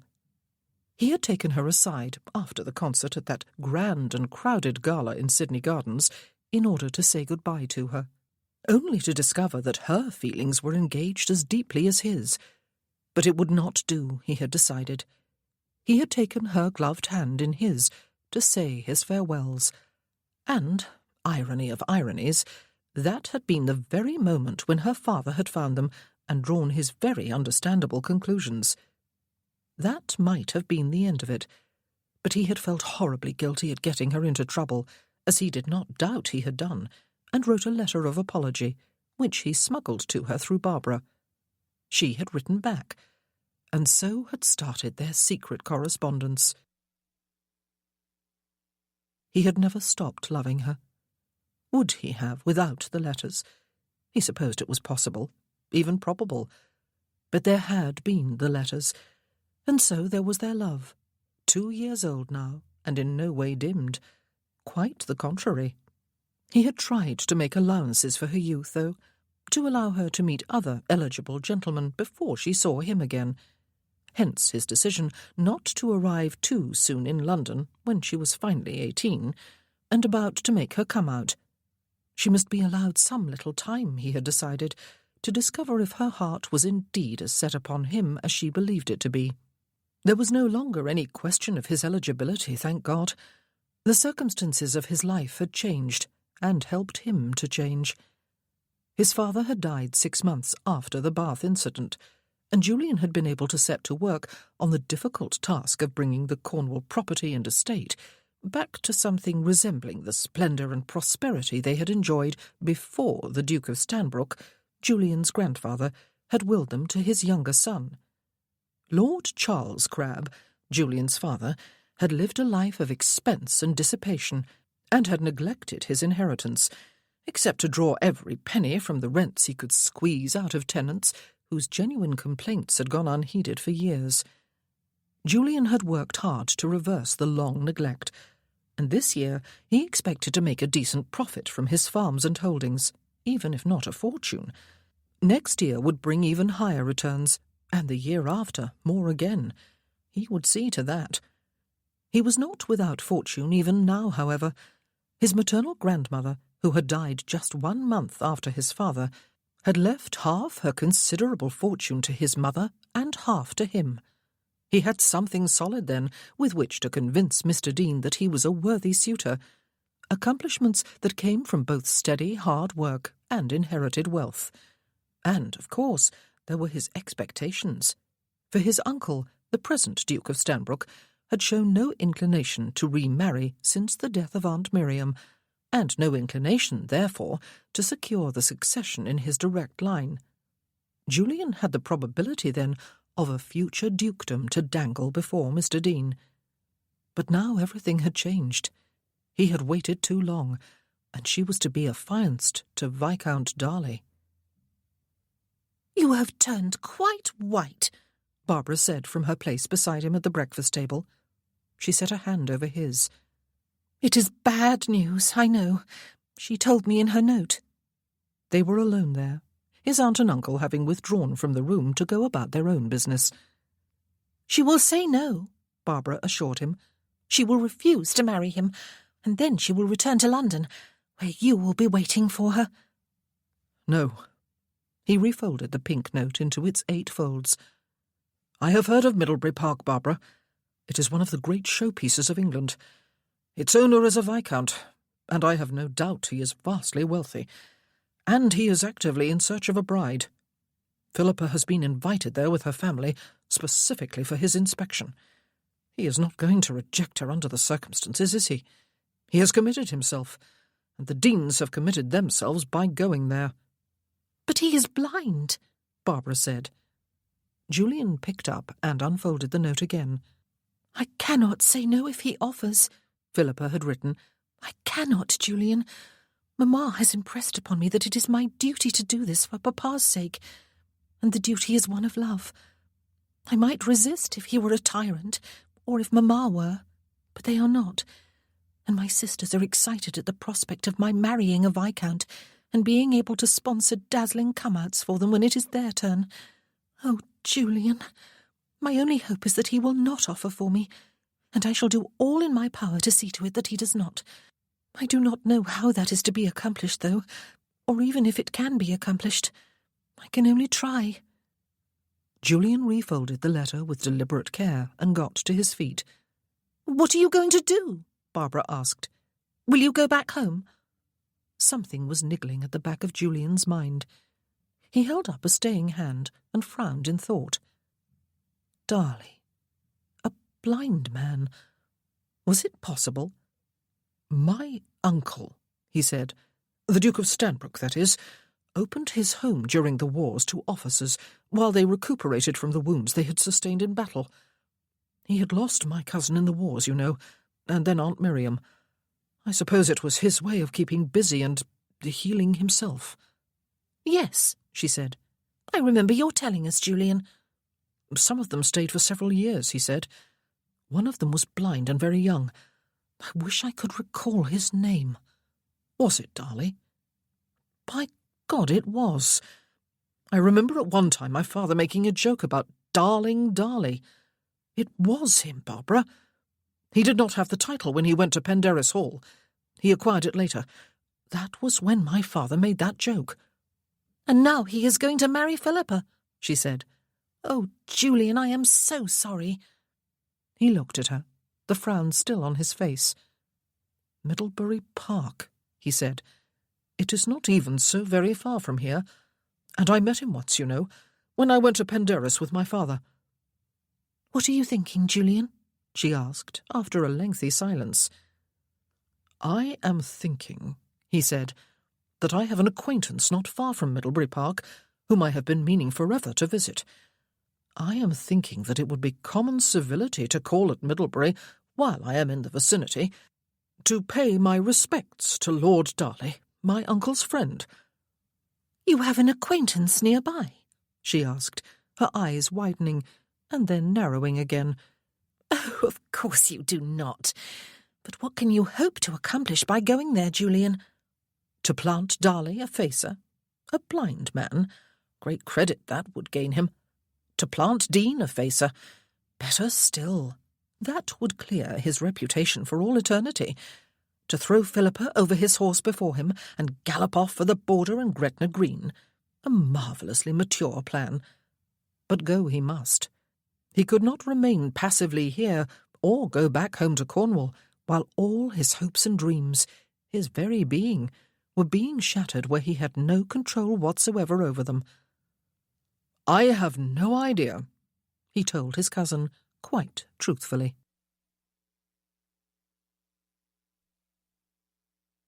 Chapter 2. Middlebury Park was indeed an imposing mansion, its grey stone central block flanked by long wings with tall round towers at each corner. There were formal gardens in front of it, a lake and island off to one side, below undulating lawns dotted with ancient trees. It was all enough to strike terror into the most intrepid of hearts. "Oh, Philippa," her mother said, her voice hushed with awe as the carriage made its way up the straight driveway toward the house. "You are to be mistress of this place." "The offer has not been formally made yet," her father said more cautiously. He turned his head to smile fondly at his eldest daughter and reached across the seat to squeeze her cold hand. "But there can surely be little doubt that it will." Philippa's two sisters and their governess were coming behind in a second carriage.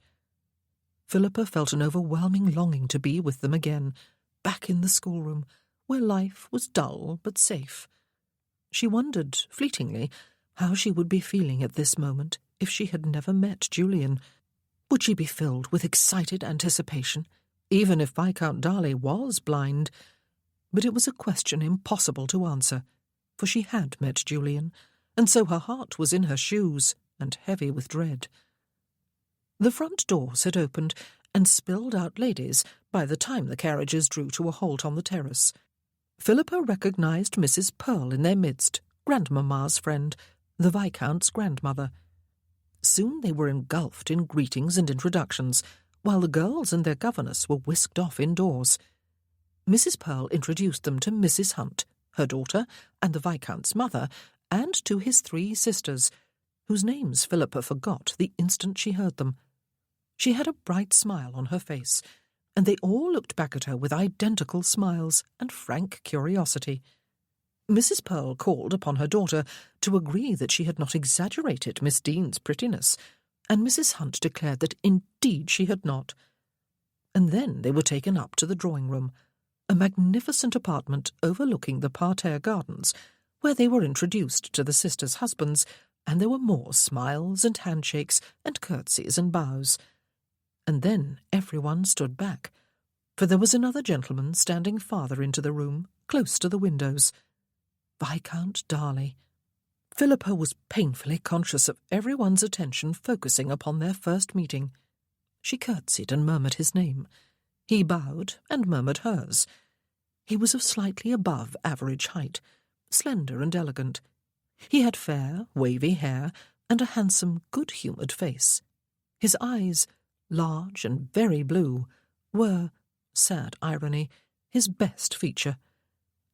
Philippa felt her heart sink lower than it already was, if that were possible.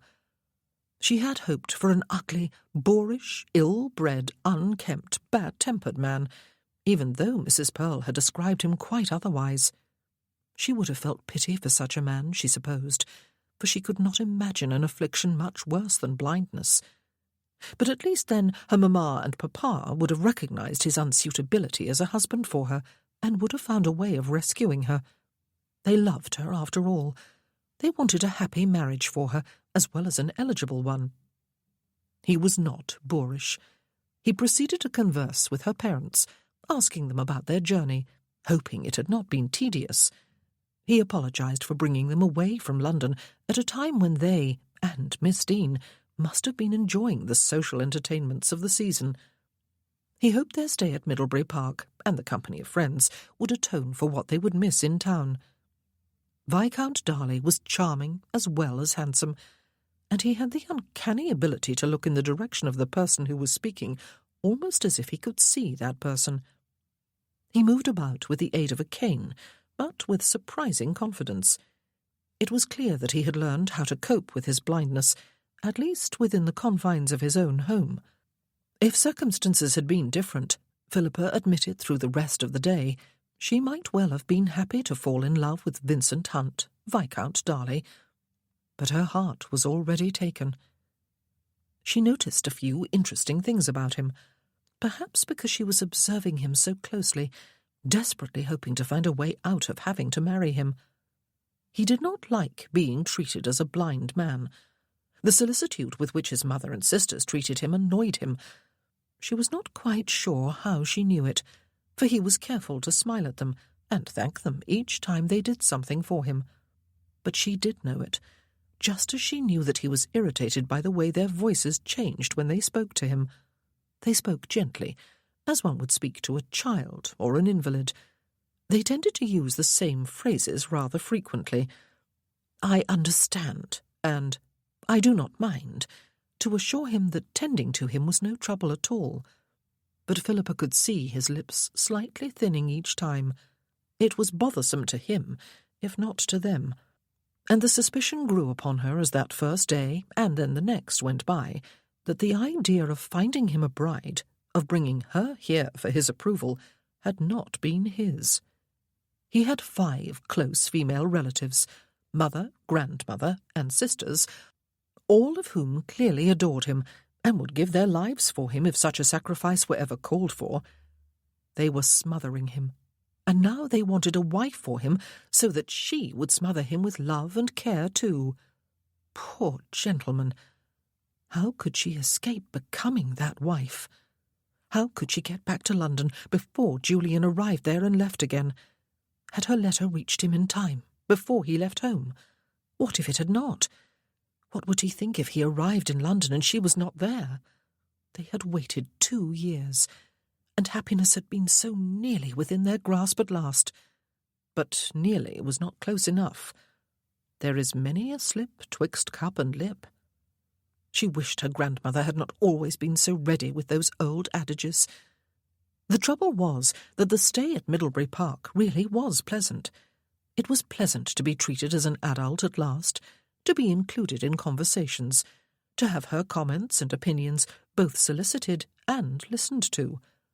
But all too often she was pushed into Viscount Darley's sole company, even if they were in a room with others, as they almost always were. Mamma was always punctilious about her being properly chaperoned, but everyone, Mamma included, contrived ways of allowing them to conduct an almost private conversation. She was tongue-tied and breathless with him, as she was not with everyone else, and unable to think of anything but the most banal things to say to him. She found herself simply agreeing with whatever he said. Was her problem that he was blind, or that she did not want to encourage his addresses, or that she would surely have liked him if she did not also have to marry him? But the great discomfort she felt in his presence eventually gave her an idea. A rather dishonourable idea, that nevertheless developed into a definite plan. Of course, she could have dispensed with a plan altogether and simply told him the truth. She was almost sure he would be relieved, that he did not wish to marry her any more than she wanted to marry him, but was being almost sure enough. What if she was wrong? And so she made her plan. She started to agree with him on purpose and upon everything. She began to speak breathlessly and to use a tone of quiet attentiveness, as his mother and sisters did. Whenever possible, she lent him a helping hand when she knew he did not need one. She felt dreadful. But she had not been wrong in her understanding of him, she soon realized. His gentle, smiling courtesy was largely a shield behind which he hid the frustrations, even perhaps the anger, of a man who could not meet his world quite on a par with other men. She wondered that everyone else had not noticed. She could have tried to be his friend. A friend was what he needed in this house, but she dared not. She dared not risk being misunderstood and forced into marriage with him. Not that she was sure she would not be anyway. Oh, if it came to the point, she would have to tell him. He needed more than a friend in a wife, and how could she be even that when her heart belonged to another man? Matters came to a head on the afternoon of the third day, when they were sent out to the parterre gardens, the two of them, while Philippa's maid stood unobtrusively on the terrace beyond for appearance's sake. She would be willing to bet that there was more than one pair of eyes surreptitiously watching them from the drawing-room above. She did not look up to see. They were seated, though there was a crisp breeze blowing. They were surrounded by tulips and irises in freshly turned soil. It was tragic that he could not see such beauty. They had conversed politely on a number of topics, or at least he had said a few things and she had agreed with him. She was feeling mortally depressed, for his family had been exceedingly kind to her and her parents, and even to her sisters, who had been invited to tea in the drawing-room yesterday. Her mother was over the moon with happiness for her, as she had told her last night when she came to her bedchamber. She was delighted with Viscount Darley's appearance and manners and address, as she had every reason to be, and she spoke of her daughter's betrothal to him as a foregone conclusion. All she wondered was how many days would pass before he declared himself. Surely no more than 2 or 3. There had been a brief lull in the conversation. Philippa clasped her hands very tightly in her lap. She could feel her heart thumping in her bosom. Should she simply do it? Tell him the truth, that was. Tell him that she liked him but could never marry him. But how could she? He had not even asked her yet. What if he had no intention of doing so? She would want a hole to open up in the garden and plummet her down to China. "I am firmly of the opinion," Lord Darley said, in his pleasant, courteous voice, "that the scientific world has been in a wicked conspiracy against the masses for the past number of centuries, Miss Dean, in order to convince us that the earth is round. It is, of course, quite undeniably flat. Even a fool could see that. If one were to walk to the edge of it, one would fall off and never be heard of again.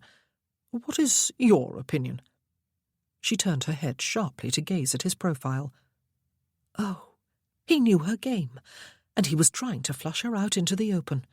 Surely. He could not possibly be serious. Surely she could relax now, laugh merrily, and ask him if he was as desperate to get out of this situation devised by their parents as she was. But it was so much more difficult to be spontaneous with a stranger than it would seem, for there was the smallest possibility that he was serious, and if she laughed at him, well, she simply could not risk it. "I am quite sure you have the right of it, my lord," she said, and she willed him to laugh and ask her if she was as desperate as he to be free of this farce. Instead, he smiled politely and asked her if the wind was too chilly for her. She was a bit angry, a bit bewildered. He was playing games as surely as she was. Did he expect her to speak the truth first? It was very unfair of him. It showed a lack of gallantry. But perhaps he believed she really was a pea-goose. She set her fingertips on his sleeve, and spoke in her sweetest, most breathless voice. She really was quite angry. "I did not at all mind coming here, you know, Lord Darley," she said.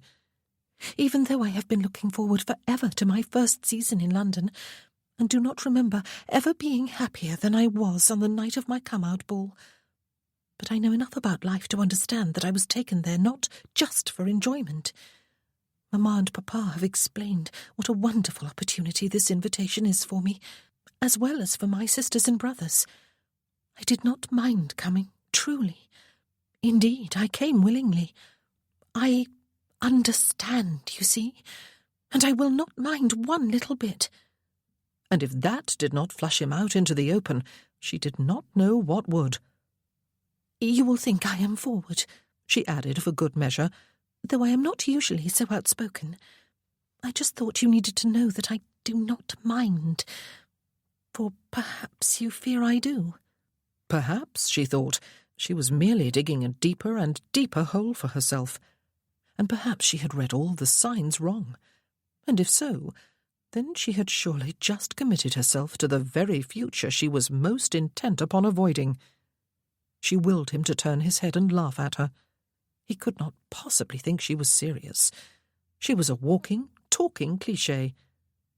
He got to his feet, and she took his arm and deliberately steered him along the path toward the house, even though he had his cane and had used it without mishap to find his way out here earlier.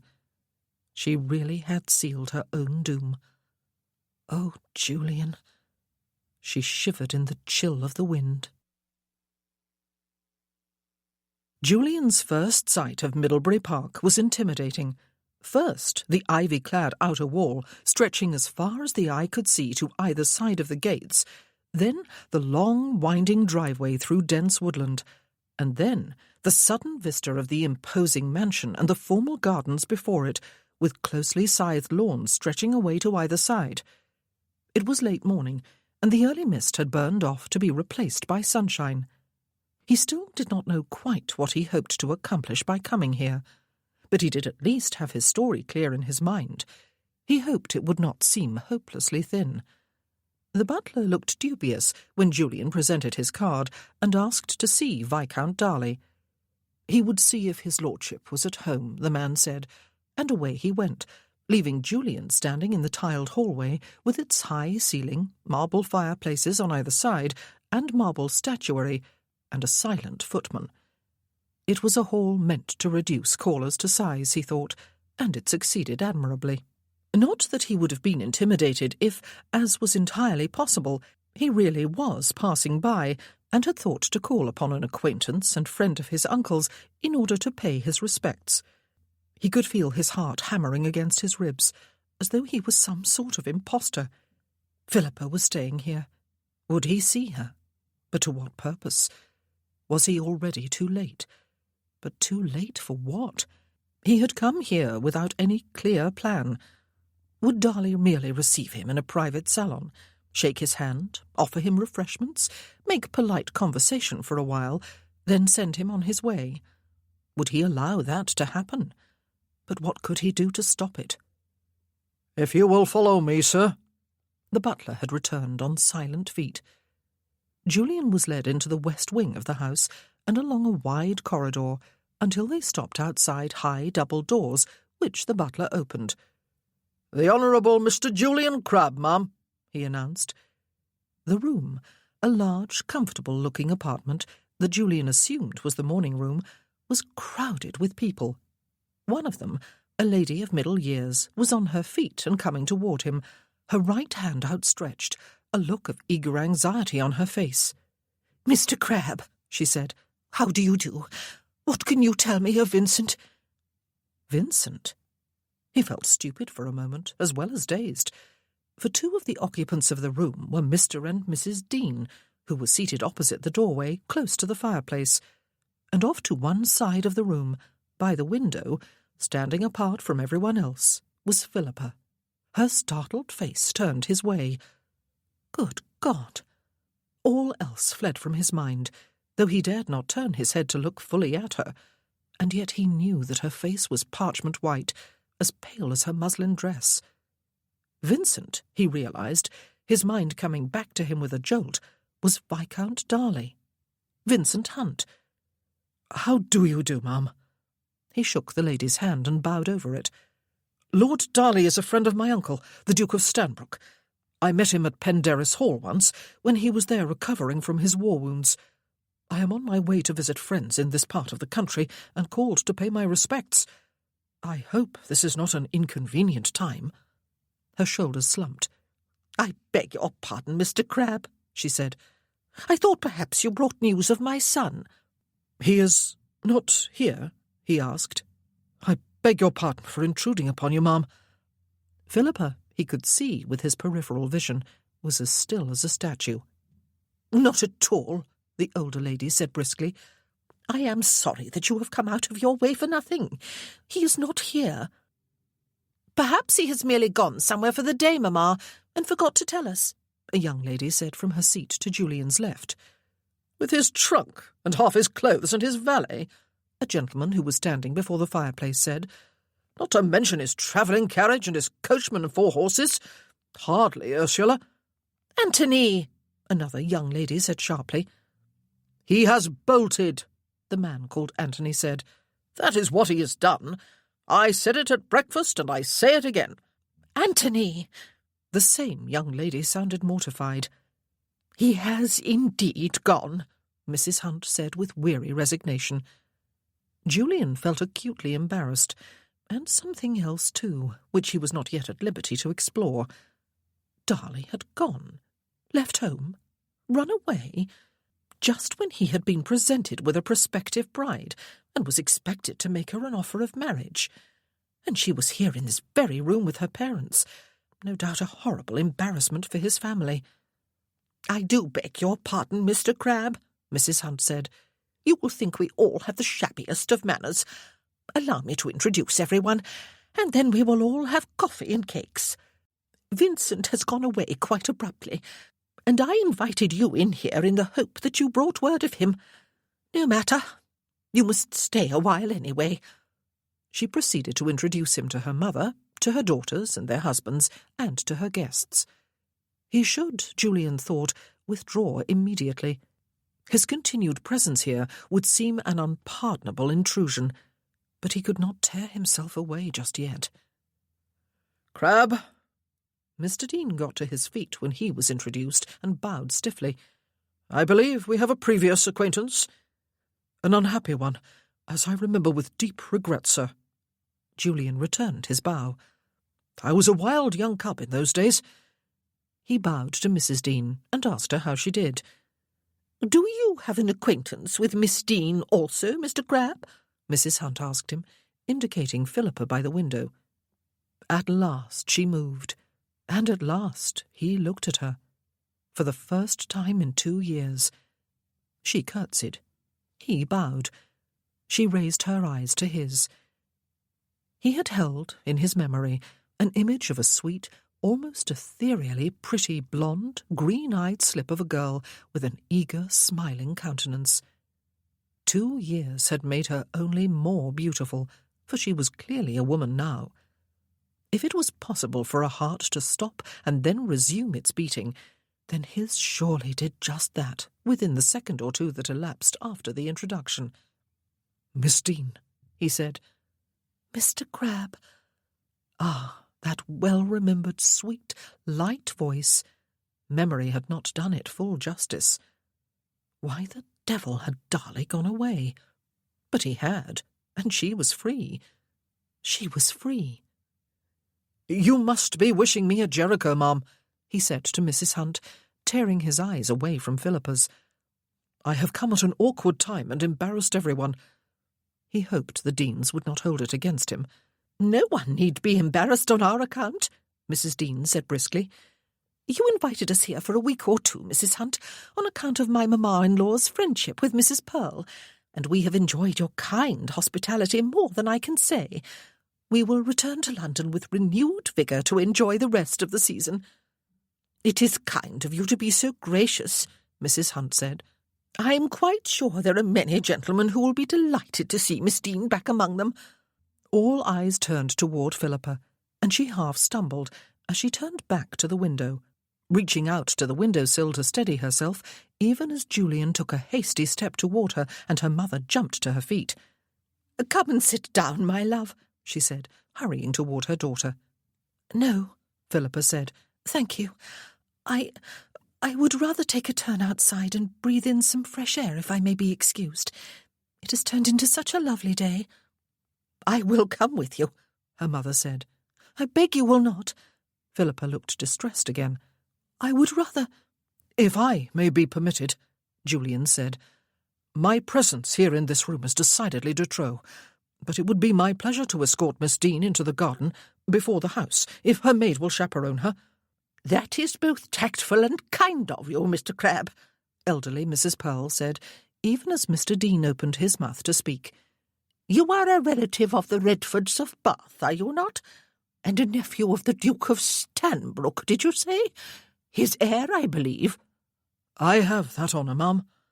Julian inclined his head to her. "Mr. Redford is my mother's brother." He looked beyond her to Mr. Dean, who was frowning at him. "With your permission, sir, I will escort Miss Dean into the garden before I resume my journey." "This has all been too much for you, Miss Dean," one of Darley's sisters said. "Oh, just wait until I get my hands upon that brother of mine." "If you will be so good," Mr. Dean said to Julian, still frowning, "my daughter's maid will be sent for." And Julian crossed the distance to the window and offered his arm, and she slid her hand through it, and for a moment the world stood still. Her eyes met his, and it seemed to him that the world stopped for her too. "Thank you, sir," she murmured, and he led her from the room while everyone watched with deep concern. They walked along the wide corridor to the great hall without speaking. He led her through the double doors, down the flight of marble steps to the terrace, and across it to the parterres of the flower garden. A young woman, presumably her maid, came scurrying after them, but remained on the terrace. He drew air into his lungs and allowed himself to feel elation. She was free. "Julian," she said softly. "Philippa." He looked down at her and saw that colour had taken the place of paleness in her cheeks, and her eyes were bright. "My love." "They thought it was because Viscount Darley has run off rather than marry me," she said, "when in reality it was because the butler came into the room and Mrs. Hunt took your card from his tray and said your name. And then you came." "Did you think I would not?" he asked her. She turned her face up to his. "Just yesterday," she said, "I was out here with him. He is charming and good-natured and very likeable, and I played horrid games with him. I am ashamed of myself." "Games?"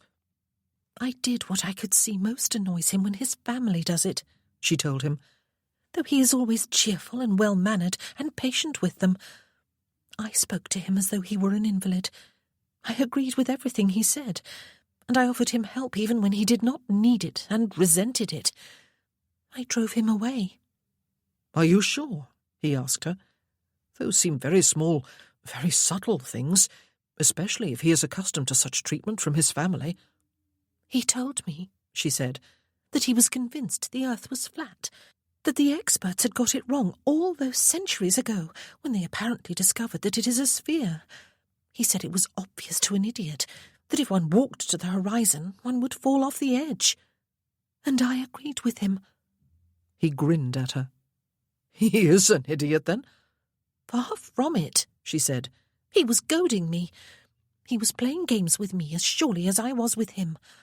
I strongly suspected it at the time, and was even more sure last night in bed when I thought it all over. I decided to do today what I was tempted to do yesterday, tell him the truth and beg him not to offer for me, for I was convinced that he did not wish to marry me any more than I wanted to marry him. But he was not at breakfast, and he did not appear afterward, and everyone was horribly embarrassed and horribly cheerful. Just before you came, Mrs. Hunt admitted that he was gone, and was very probably not going to come back for a while, though she had no idea how long a while that would be." "Philippa." His grin had softened to a smile, and his hand came to rest over hers on his arm. Elation bubbled up inside him. But he was aware of the watching maid, and of possibly watching eyes behind the windows, as he bent his head a little closer to hers. "You are free." But she looked troubled. "It is such an embarrassment and humiliation for Mamma and Papa," she told him. "Papa is looking quite uncharacteristically bewildered. Mamma is trying to be gracious about it, as though she really believes we were invited here merely to enjoy a few days in the country with friends. I feel dreadful, for it is all my fault." "Yet Darley is the one who has fled," he said. "If he is not an idiot, and I must confess I was not given the impression he was when I met him at Penderys Hall, then clearly he was desperate for a way out of marrying you, Philippa, especially after you drove him to the brink yesterday. I dare say you were forced upon him by all those female relatives of his, and he has been feeling as trapped by circumstances as you. If he had really wished to marry you, he would not have played such a trick upon you yesterday. The blame, if blame is the correct word, is entirely his. All you did was agree with him after all. Your parents will recover from their embarrassment. They would not wish to see you married to a man who would run away from home without a word to anyone, rather than make you an offer after all." "Oh, Julian," she said, and they stopped walking and turned to face each other. "I was so relieved to hear that he has gone, and it was so difficult not to show it, when everyone else was horribly embarrassed and humiliated and sorry for me." He devoured her face with his eyes and fought the urge to pull her into his arms. "It has been an eternity," he said. "At the very least," she agreed, and for the first time she smiled at him, brightly and radiantly. "You came. I never expected it, not for a single moment. I only hoped you would remain in London, and that I would have a chance to come back there to you. You had my letter, then?" "In Bath," he told her. "I have not even been to London. How could I go there when you were here, and I was in danger of losing you?" He was about to reach for her hand to raise to his lips, but something caught at the edge of his vision, and he was saved from repeating the error he had made 2 years ago. Mr. Dean was striding toward them. "I appreciate your thoughtfulness, Crabbe, in leaving when you did," he said stiffly, "and in removing my daughter from the embarrassment of being in that room after she had been jilted in the most shameful manner. I am glad to see you have some colour back in your cheeks, Philippa." "I am feeling better, Papa," she said, "and I am not terribly disappointed, you know. I hope you and Mamma are not." "We will return to London tomorrow," he said. "Your mother is already remembering all the invitations she accepted for you from the day after tomorrow on." "Ah, London," Julian said. "I am on my way there too, after I have spent a few days with my friend close to here, that is. My townhouse has been opened, and my mother is there expecting me. I will hope to call upon you there, sir, to assure myself that Miss Dean has fully recovered from her embarrassment here. And I would say that Lord Darley's loss is very definitely the gain of some other fortunate gentleman." "Good of you to say so," Mr. Dean said gruffly. "You lost your father a few years ago. You have brought your property in Cornwall back from the brink of ruin, I have heard." "It is making a decent profit again this year, sir," Julian told him, "and will make even more next year. It has been hard work, but worth every moment." Mr. Dean gave him an affable nod. "Well, Philippa," he said, "your mamma is awaiting you inside." "I must be on my way," Julian told him, making a bow that encompassed both him and Philippa. He gazed hungrily at her, but only for a moment, and she gazed back, before making him a slight curtsy and turning back to the house with her father. Julian watched them go for a few moments, and then strode resolutely toward the stables. His heart was singing, even while he urged caution upon it.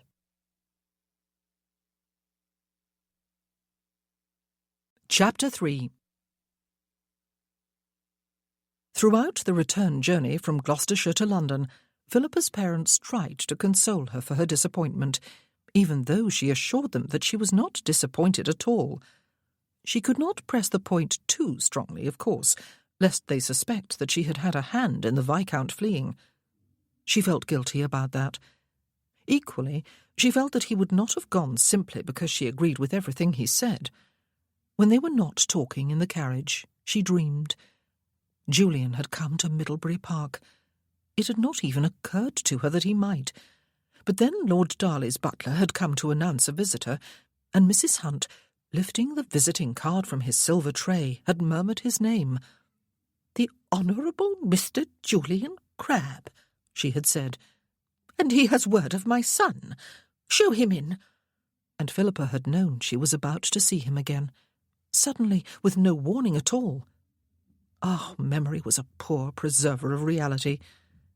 Philippa had had vivid memories of Julian from those weeks in Bath, memories of a tall, young man of pleasing, athletic build, with a handsome, good-humoured face, and a smile to make her breath catch in her throat, and dark eyes that could turn her knees weak, and thick, dark, shining hair that made her fingers itch to run through it.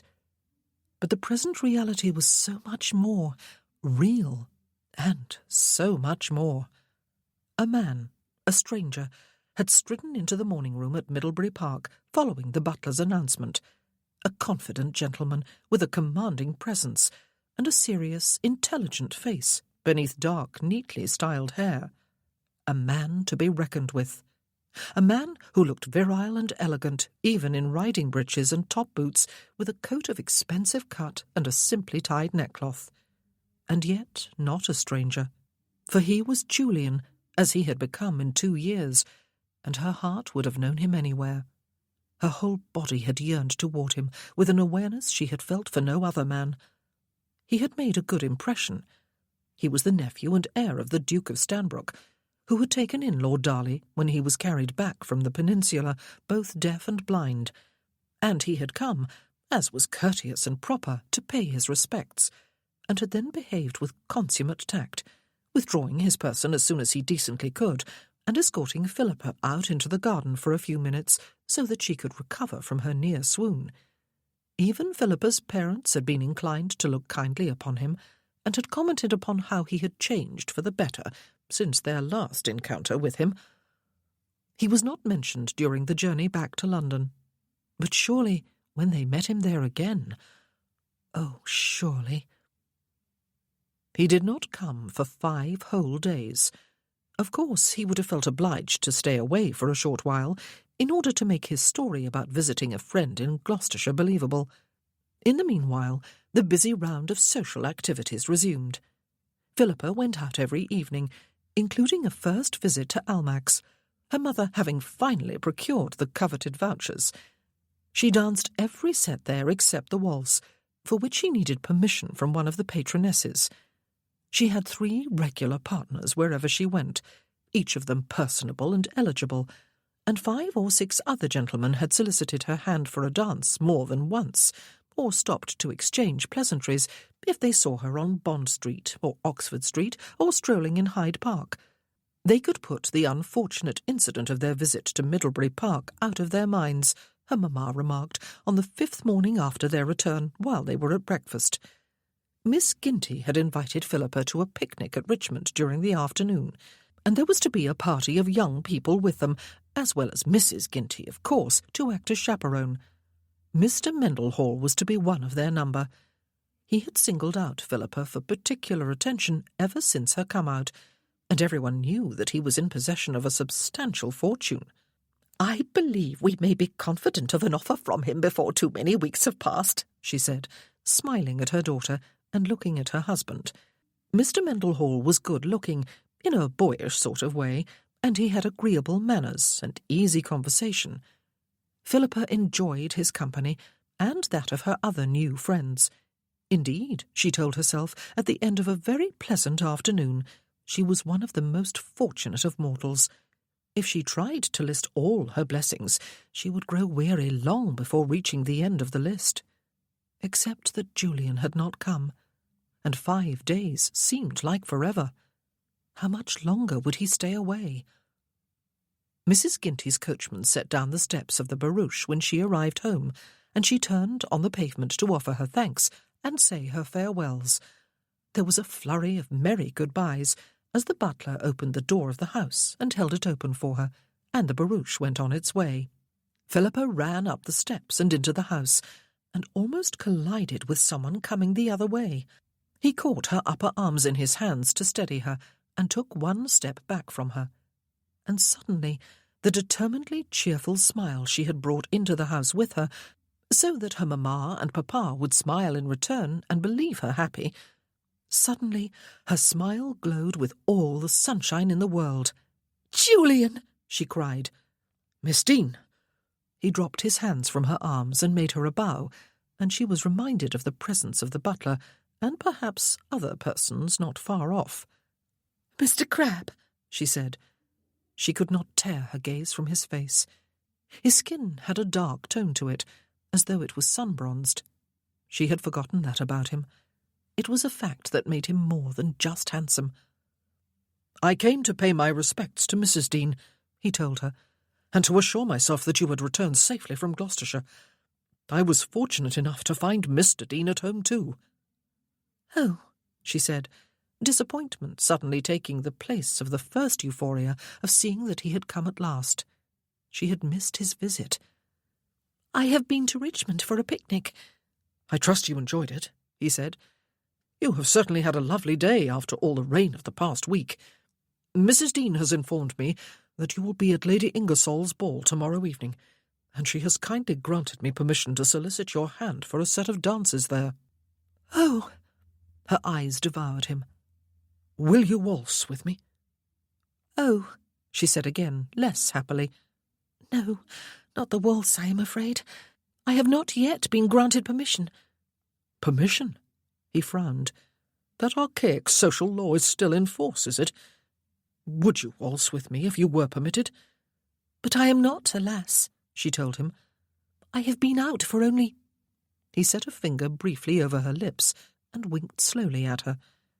For a moment he looked like the old, roguish Julian who had so attracted her when she was 16. "I said if," he reminded her. "If you were allowed to waltz, would you waltz with me?" "For all the rest of my life," she said. And for a moment there was that intense look in his eyes before he smiled and bowed again with graceful formality. "I shall avail myself of the permission of your mother, then, Miss Dean," he said, "and the tacit permission of your father, and ask for a dance tomorrow evening. I beg you to reserve a set for me." "I shall certainly do so, sir," she promised him. "Good day to you, then, Miss Dean." And he was gone. Her father was coming down the stairs, even as the butler closed the door behind him. "You saw Crabbe, then, did you?" he asked, as she hurried toward him to kiss his cheek. "I might have considered his visit the height of impertinence if we had not seen him at Middlebury Park. He seems to have grown into a decent young man after all. Your mamma gave him permission to dance with you at the Ingersoll ball, but only if you wish to dance with him." "I have already said I will, papa," she said. "I do not mind at all, even if he did cause me 2 days of unutterable boredom in my room 2 years ago." He actually chuckled, and she laughed with him. "You had a good time at the picnic?" he asked. "But I do not need to ask, do I? You have a glow in your cheeks and a sparkle in your eyes. Mendel Hall, is it? Well, if he chooses to call on me, I shall listen to what he has to say, and allow him to pay his addresses to you, if I am satisfied with what I hear." He continued on his way to the library, and Philippa ran upstairs to dispose of her bonnet and parasol. She was going to dance tomorrow night with Julian. If only she could waltz with him. But she must not be greedy. "You have been in town scarcely 2 days, Julian," Lady Charles Grab said to her son at dinner that same evening. "Yet you have already conceived a tendre for a young lady, making her come out this year." She was looking at him in some surprise, her eyebrows raised, her knife and fork suspended above her plate. "The tendre was conceived 2 years ago, Mother," he confessed, "in Bath, when I stayed for a while with my aunt and uncle, if you remember. Miss Dean is Cousin Barbara's friend." "But how old was she?" his mother asked faintly. 16, he said. "She is 18 now." 16? She set down her cutlery very carefully across her plate. "I have been waiting for her to grow up," he explained. She contemplated her plate for a while, a slight frown between her brows. "I do remember that time," she said. "You were rusticating in Bath. You were a severe disappointment to me. I had hoped for a son who was different from his father, and then suddenly you were different, and have remained different. Is there some connection here, Julian? Was it not the death of your father, after all, that caused the change? Was it this girl?" "Yes," he said. "Philippa Dean. A young lady now. I fell in love with her when she was but a girl, and I have remained in love with her." "Yet I am now hearing about her for the first time," she said, transferring her gaze to his face, "even though she has had such a startling and positive influence upon your life." "She was too young to be courted," he explained to her, "but no longer, and she means everything in the world to me." She continued to gaze at him in some amazement. "I am delighted, of course," she said. "At least, I believe I am. I have feared that you were driven and lonely, Julian, that you would neglect your personal need for love and companionship. Well, I would declare myself speechless if I were not sitting here talking. And tomorrow evening I will meet this paragon who has held your heart for 2 years. And that brings us back to your original question. Yes, I am acquainted with more than one of the patronesses of Almack's, though none of them are my bosom friends. Lady Jersey is probably the most amiable and the most approachable. I shall see what I can do, Julian. I'll call on her tomorrow afternoon, though if I find her at home it will be a miracle." "Thank you," he said, as she picked up her knife and fork again and resumed her meal. "You will like her, Mother, I promise you." "Lady Jersey?" she said. "I do not like her above half, you know. But for your sake—" He laughed, and her eyes twinkled at him. "I am predisposed to like your Miss Dean," she said, "if she is prepared to rescue you from the loneliness I thought you prey to, Julian. Goodness, I had not the slightest suspicion of any such thing. I dare say, then, that all those letters you have exchanged with Barbara in the past few years have not been entirely due to a strong cousinly affection between the two of you, have they? I need my head examined." He laughed again. "I am fond of Barbara." He was not laughing the following evening. He was feeling quite absurdly nervous, considering the fact that this was by no means his first season. He had attended ton balls by the dozen in the past, but usually only to ogle the newest beauties on the marriage mart, and to play a few hands in the card-room, if the stakes were high enough to be worth the effort. He had danced with all the prettiest girls, flirted outrageously with them, and moved on long before he could become entangled in expectations he had no intention of honouring, or else long before the more careful of the papas could discover the precarious state of his finances and his father's. Tonight he was here for another purpose entirely, and tonight he was an almost entirely different person from that careless, expensive, rakish fellow he had been. Both Mr. and Mrs. Dean were present with their daughter, he saw immediately, and in some surprise. Most fathers left the dreary business of chaperoning their daughters to their wives. There were a couple of young ladies with Philippa, and they were engaged in conversation with a group of gentlemen. All were laughing merrily as Julian came up to them and made his bow. He felt 1,000,000 years old. Philippa introduced him, and he joined in the conversation for a few minutes before directing his attention exclusively to her. "Miss Dean," he said, "dare I hope you have a space free on your dancing card for me?" "Oh," the red-haired Sir Dudley Foote cried, "not the first crab. That is already promised to me." "I was hoping for the first waltz," Julian said, smiling, his eyes still on Philippa. She gazed back at him with wide, wistful eyes. "Alas, sir," she said, "I am not yet allowed to dance it." "Then perhaps," he said, "you will allow me to sit it out with you, Miss Dean." "Now why did I not think of that?" Michael Forster lamented, smiting his brow with the heel of his hand. "That would be kind of you," Philippa said. and he scrawled his name on her card before lifting his eyes to hers. But the orchestra members were tuning their instruments, and the opening set was being announced, and Foote led her onto the floor while the other gentlemen claimed all the other young ladies except one. "Miss Hancock," Julian said, bowing to her. "May I have the honour?" Her eyes lit up with relief. "Thank you, sir." She set a hand on his wrist. The waltz, one of two, did not come until just before supper. Julian danced every set before it, for he did not want anyone, least of all her parents, to think he was singling out only Philippa for attention. He thought those dances would never end.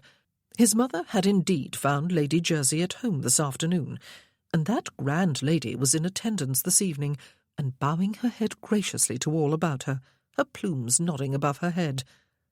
"Ah, Miss Dean," she said, as Julian took his place beside her before the waltz and prepared to sit on a bench with her if necessary. "You look very fetching this evening, my dear. Did your dancing master teach you the steps of the waltz in Bath, is it?"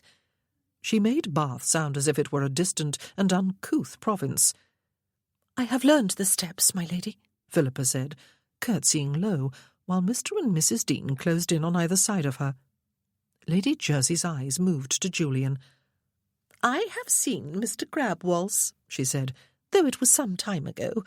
He performs the steps quite creditably, I seem to recall.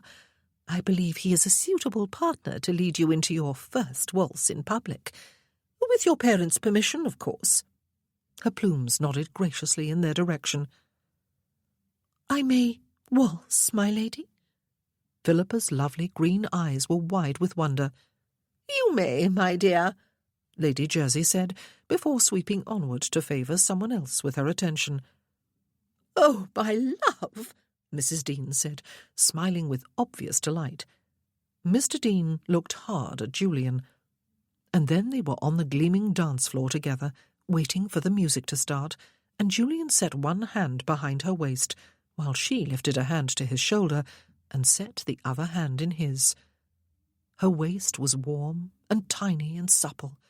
She was wearing a sweet and subtle perfume. "I can waltz!" Her cheeks were flushed and her eyes were shining. "Julian, did you have anything to do with this?" "Well," he said, "my mother does happen to know Lady Jersey, and she did happen to call upon her this afternoon." "Your mother?" "The lady in emerald green sitting over by the first window," he said. "I hope you will allow me to introduce you to her at supper. This is the supper dance, you know." She turned her head to look at his mother, who was looking back. Philippa smiled uncertainly, and his mother inclined her head and smiled back. And then the music began. If there was magic alive in this world, Julian thought, after the first couple of minutes, it was surely present in the waltz, danced with someone one loved more than life itself. The ballroom about them suddenly seemed enchanted.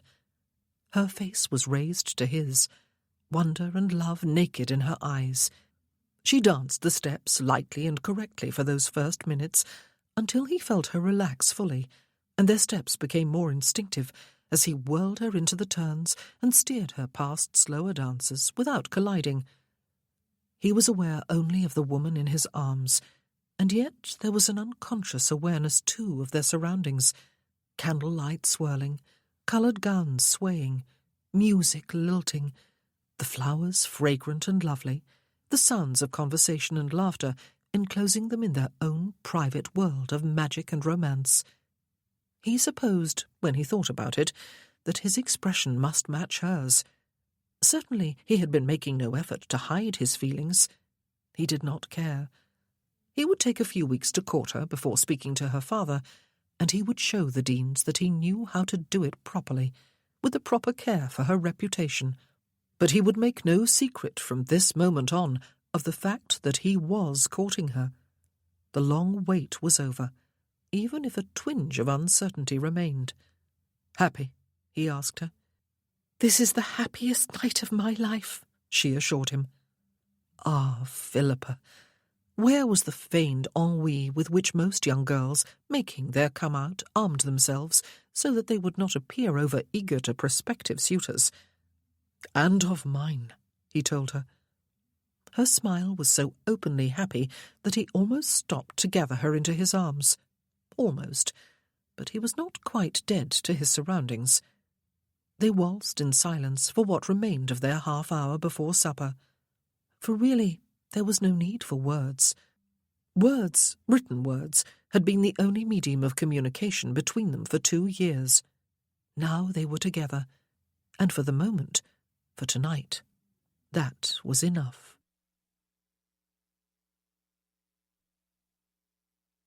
Chapter 4. Julian courted Philippa for 6 weeks.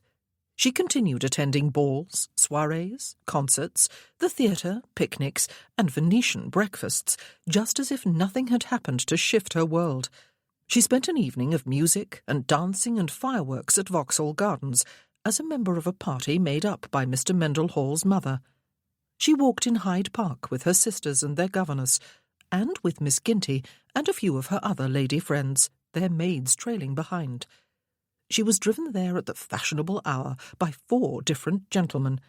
She went shopping with her mother and with her friends, and 3 weeks after her return from Gloucestershire, her father received an offer for her hand from Mr. Mendenhall. It pained Philippa to say no to him, for she liked him exceedingly well, and he had been kind to her. So had his mother. "I dare say," he said, when she refused him in the book-room, where her father had summoned her before leaving the 2 of them together. "It is Crabbe, is it, Miss Dean? And that was an unmannerly question to ask. Do please forgive me. I wish you well, and I hope we may remain friends." "I hope so too," she told him unhappily. She had indeed danced on several occasions with Julian.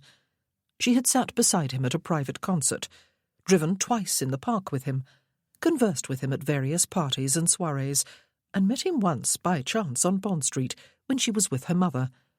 He had invited them on that occasion to partake of tea and cakes with him at a nearby pastry-cook's.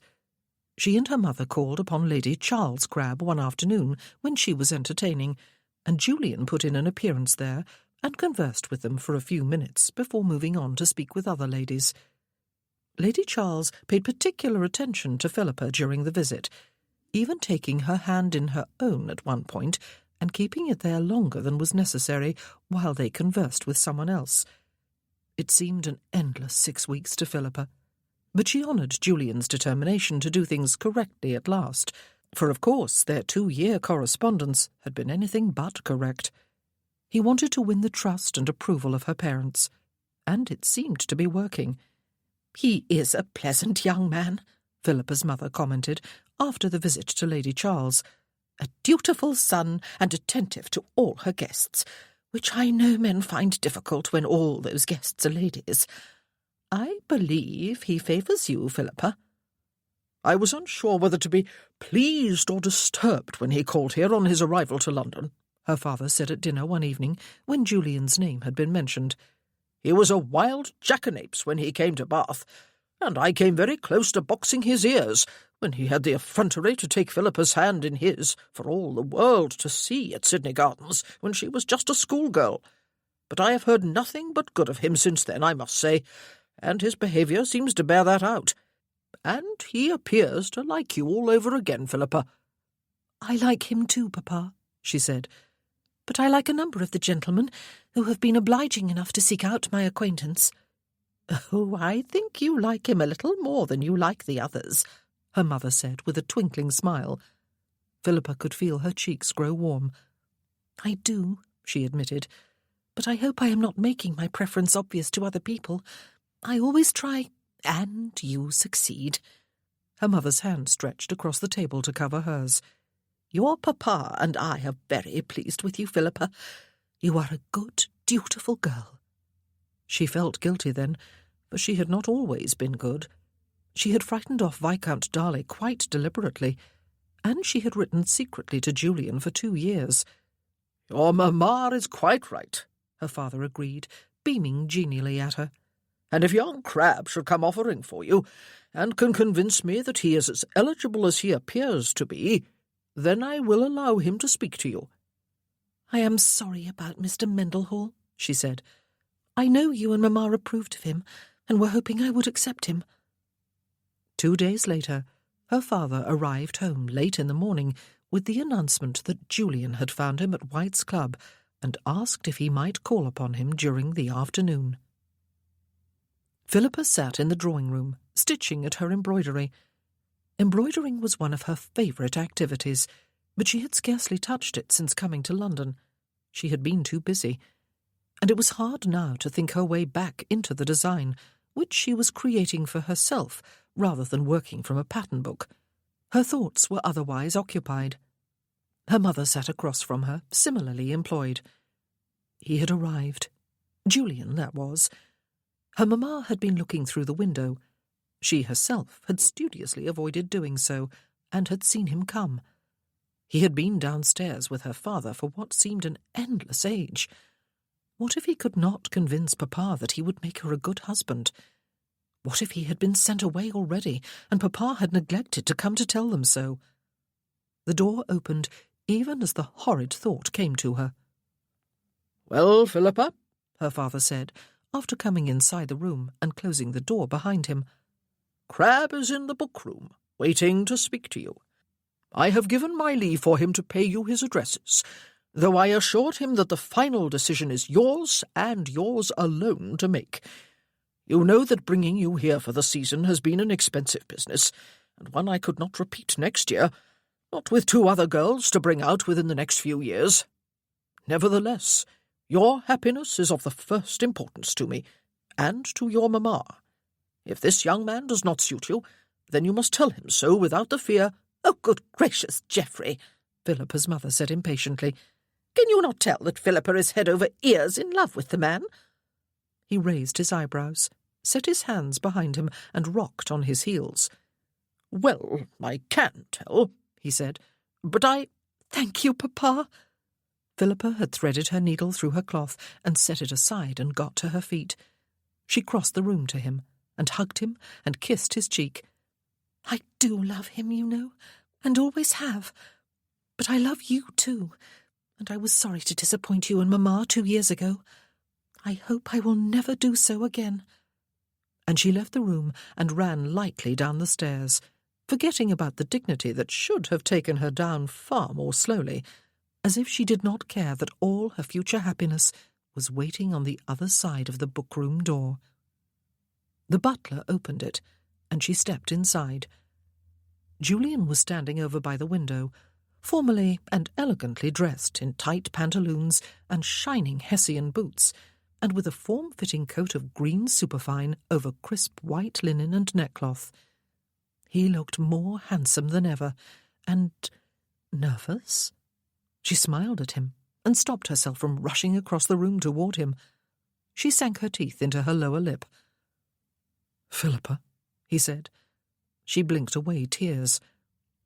"My love," he said, "will you marry me?" If she had pictured bended knee and a poetic speech and a few dozen red roses, the picture vanished beyond a trace. "Yes," she said, and if she had imagined the pretty speech she would deliver after he had asked, it was gone from her mind, never to be recalled. He took one step toward her, and then another, and she released her lower lip and moved toward him. They met with a rush in the middle of the room, both of them laughing, and he wrapped his arms about her, lifted her off her feet, and spun her around in 2 complete circles before setting her down. But he did not release his hold on her waist. She set her hands on his shoulders and gazed into his eyes. She had never been this close to him before, even when they had waltzed. His arms had never been about her like this, holding her to him as if he would never let her go. She had never felt the hardness, the maleness of his body against her own. She had never felt his breath warm on her face. He had never kissed her. His mouth hovered now a tantalizing inch from her own. "I love you," he murmured. Her lips parted, and she gazed back into his eyes, oh, so close to her own. I love you too. How lame words could be, especially such words. But it did not matter. It was not words they were saying to each other. It was all that the words meant. He loved her, and she loved him. He closed the inch of space, and his lips touched hers. Oh, no. Words were quite unnecessary, except that they echoed in the mind. The words everyone dreamed of hearing from that special someone, and dreamed of saying in return. I love you. Her arms twined about his neck, his wrapped more tightly about her waist, and they kissed with all the passion of young love. Words no longer existed.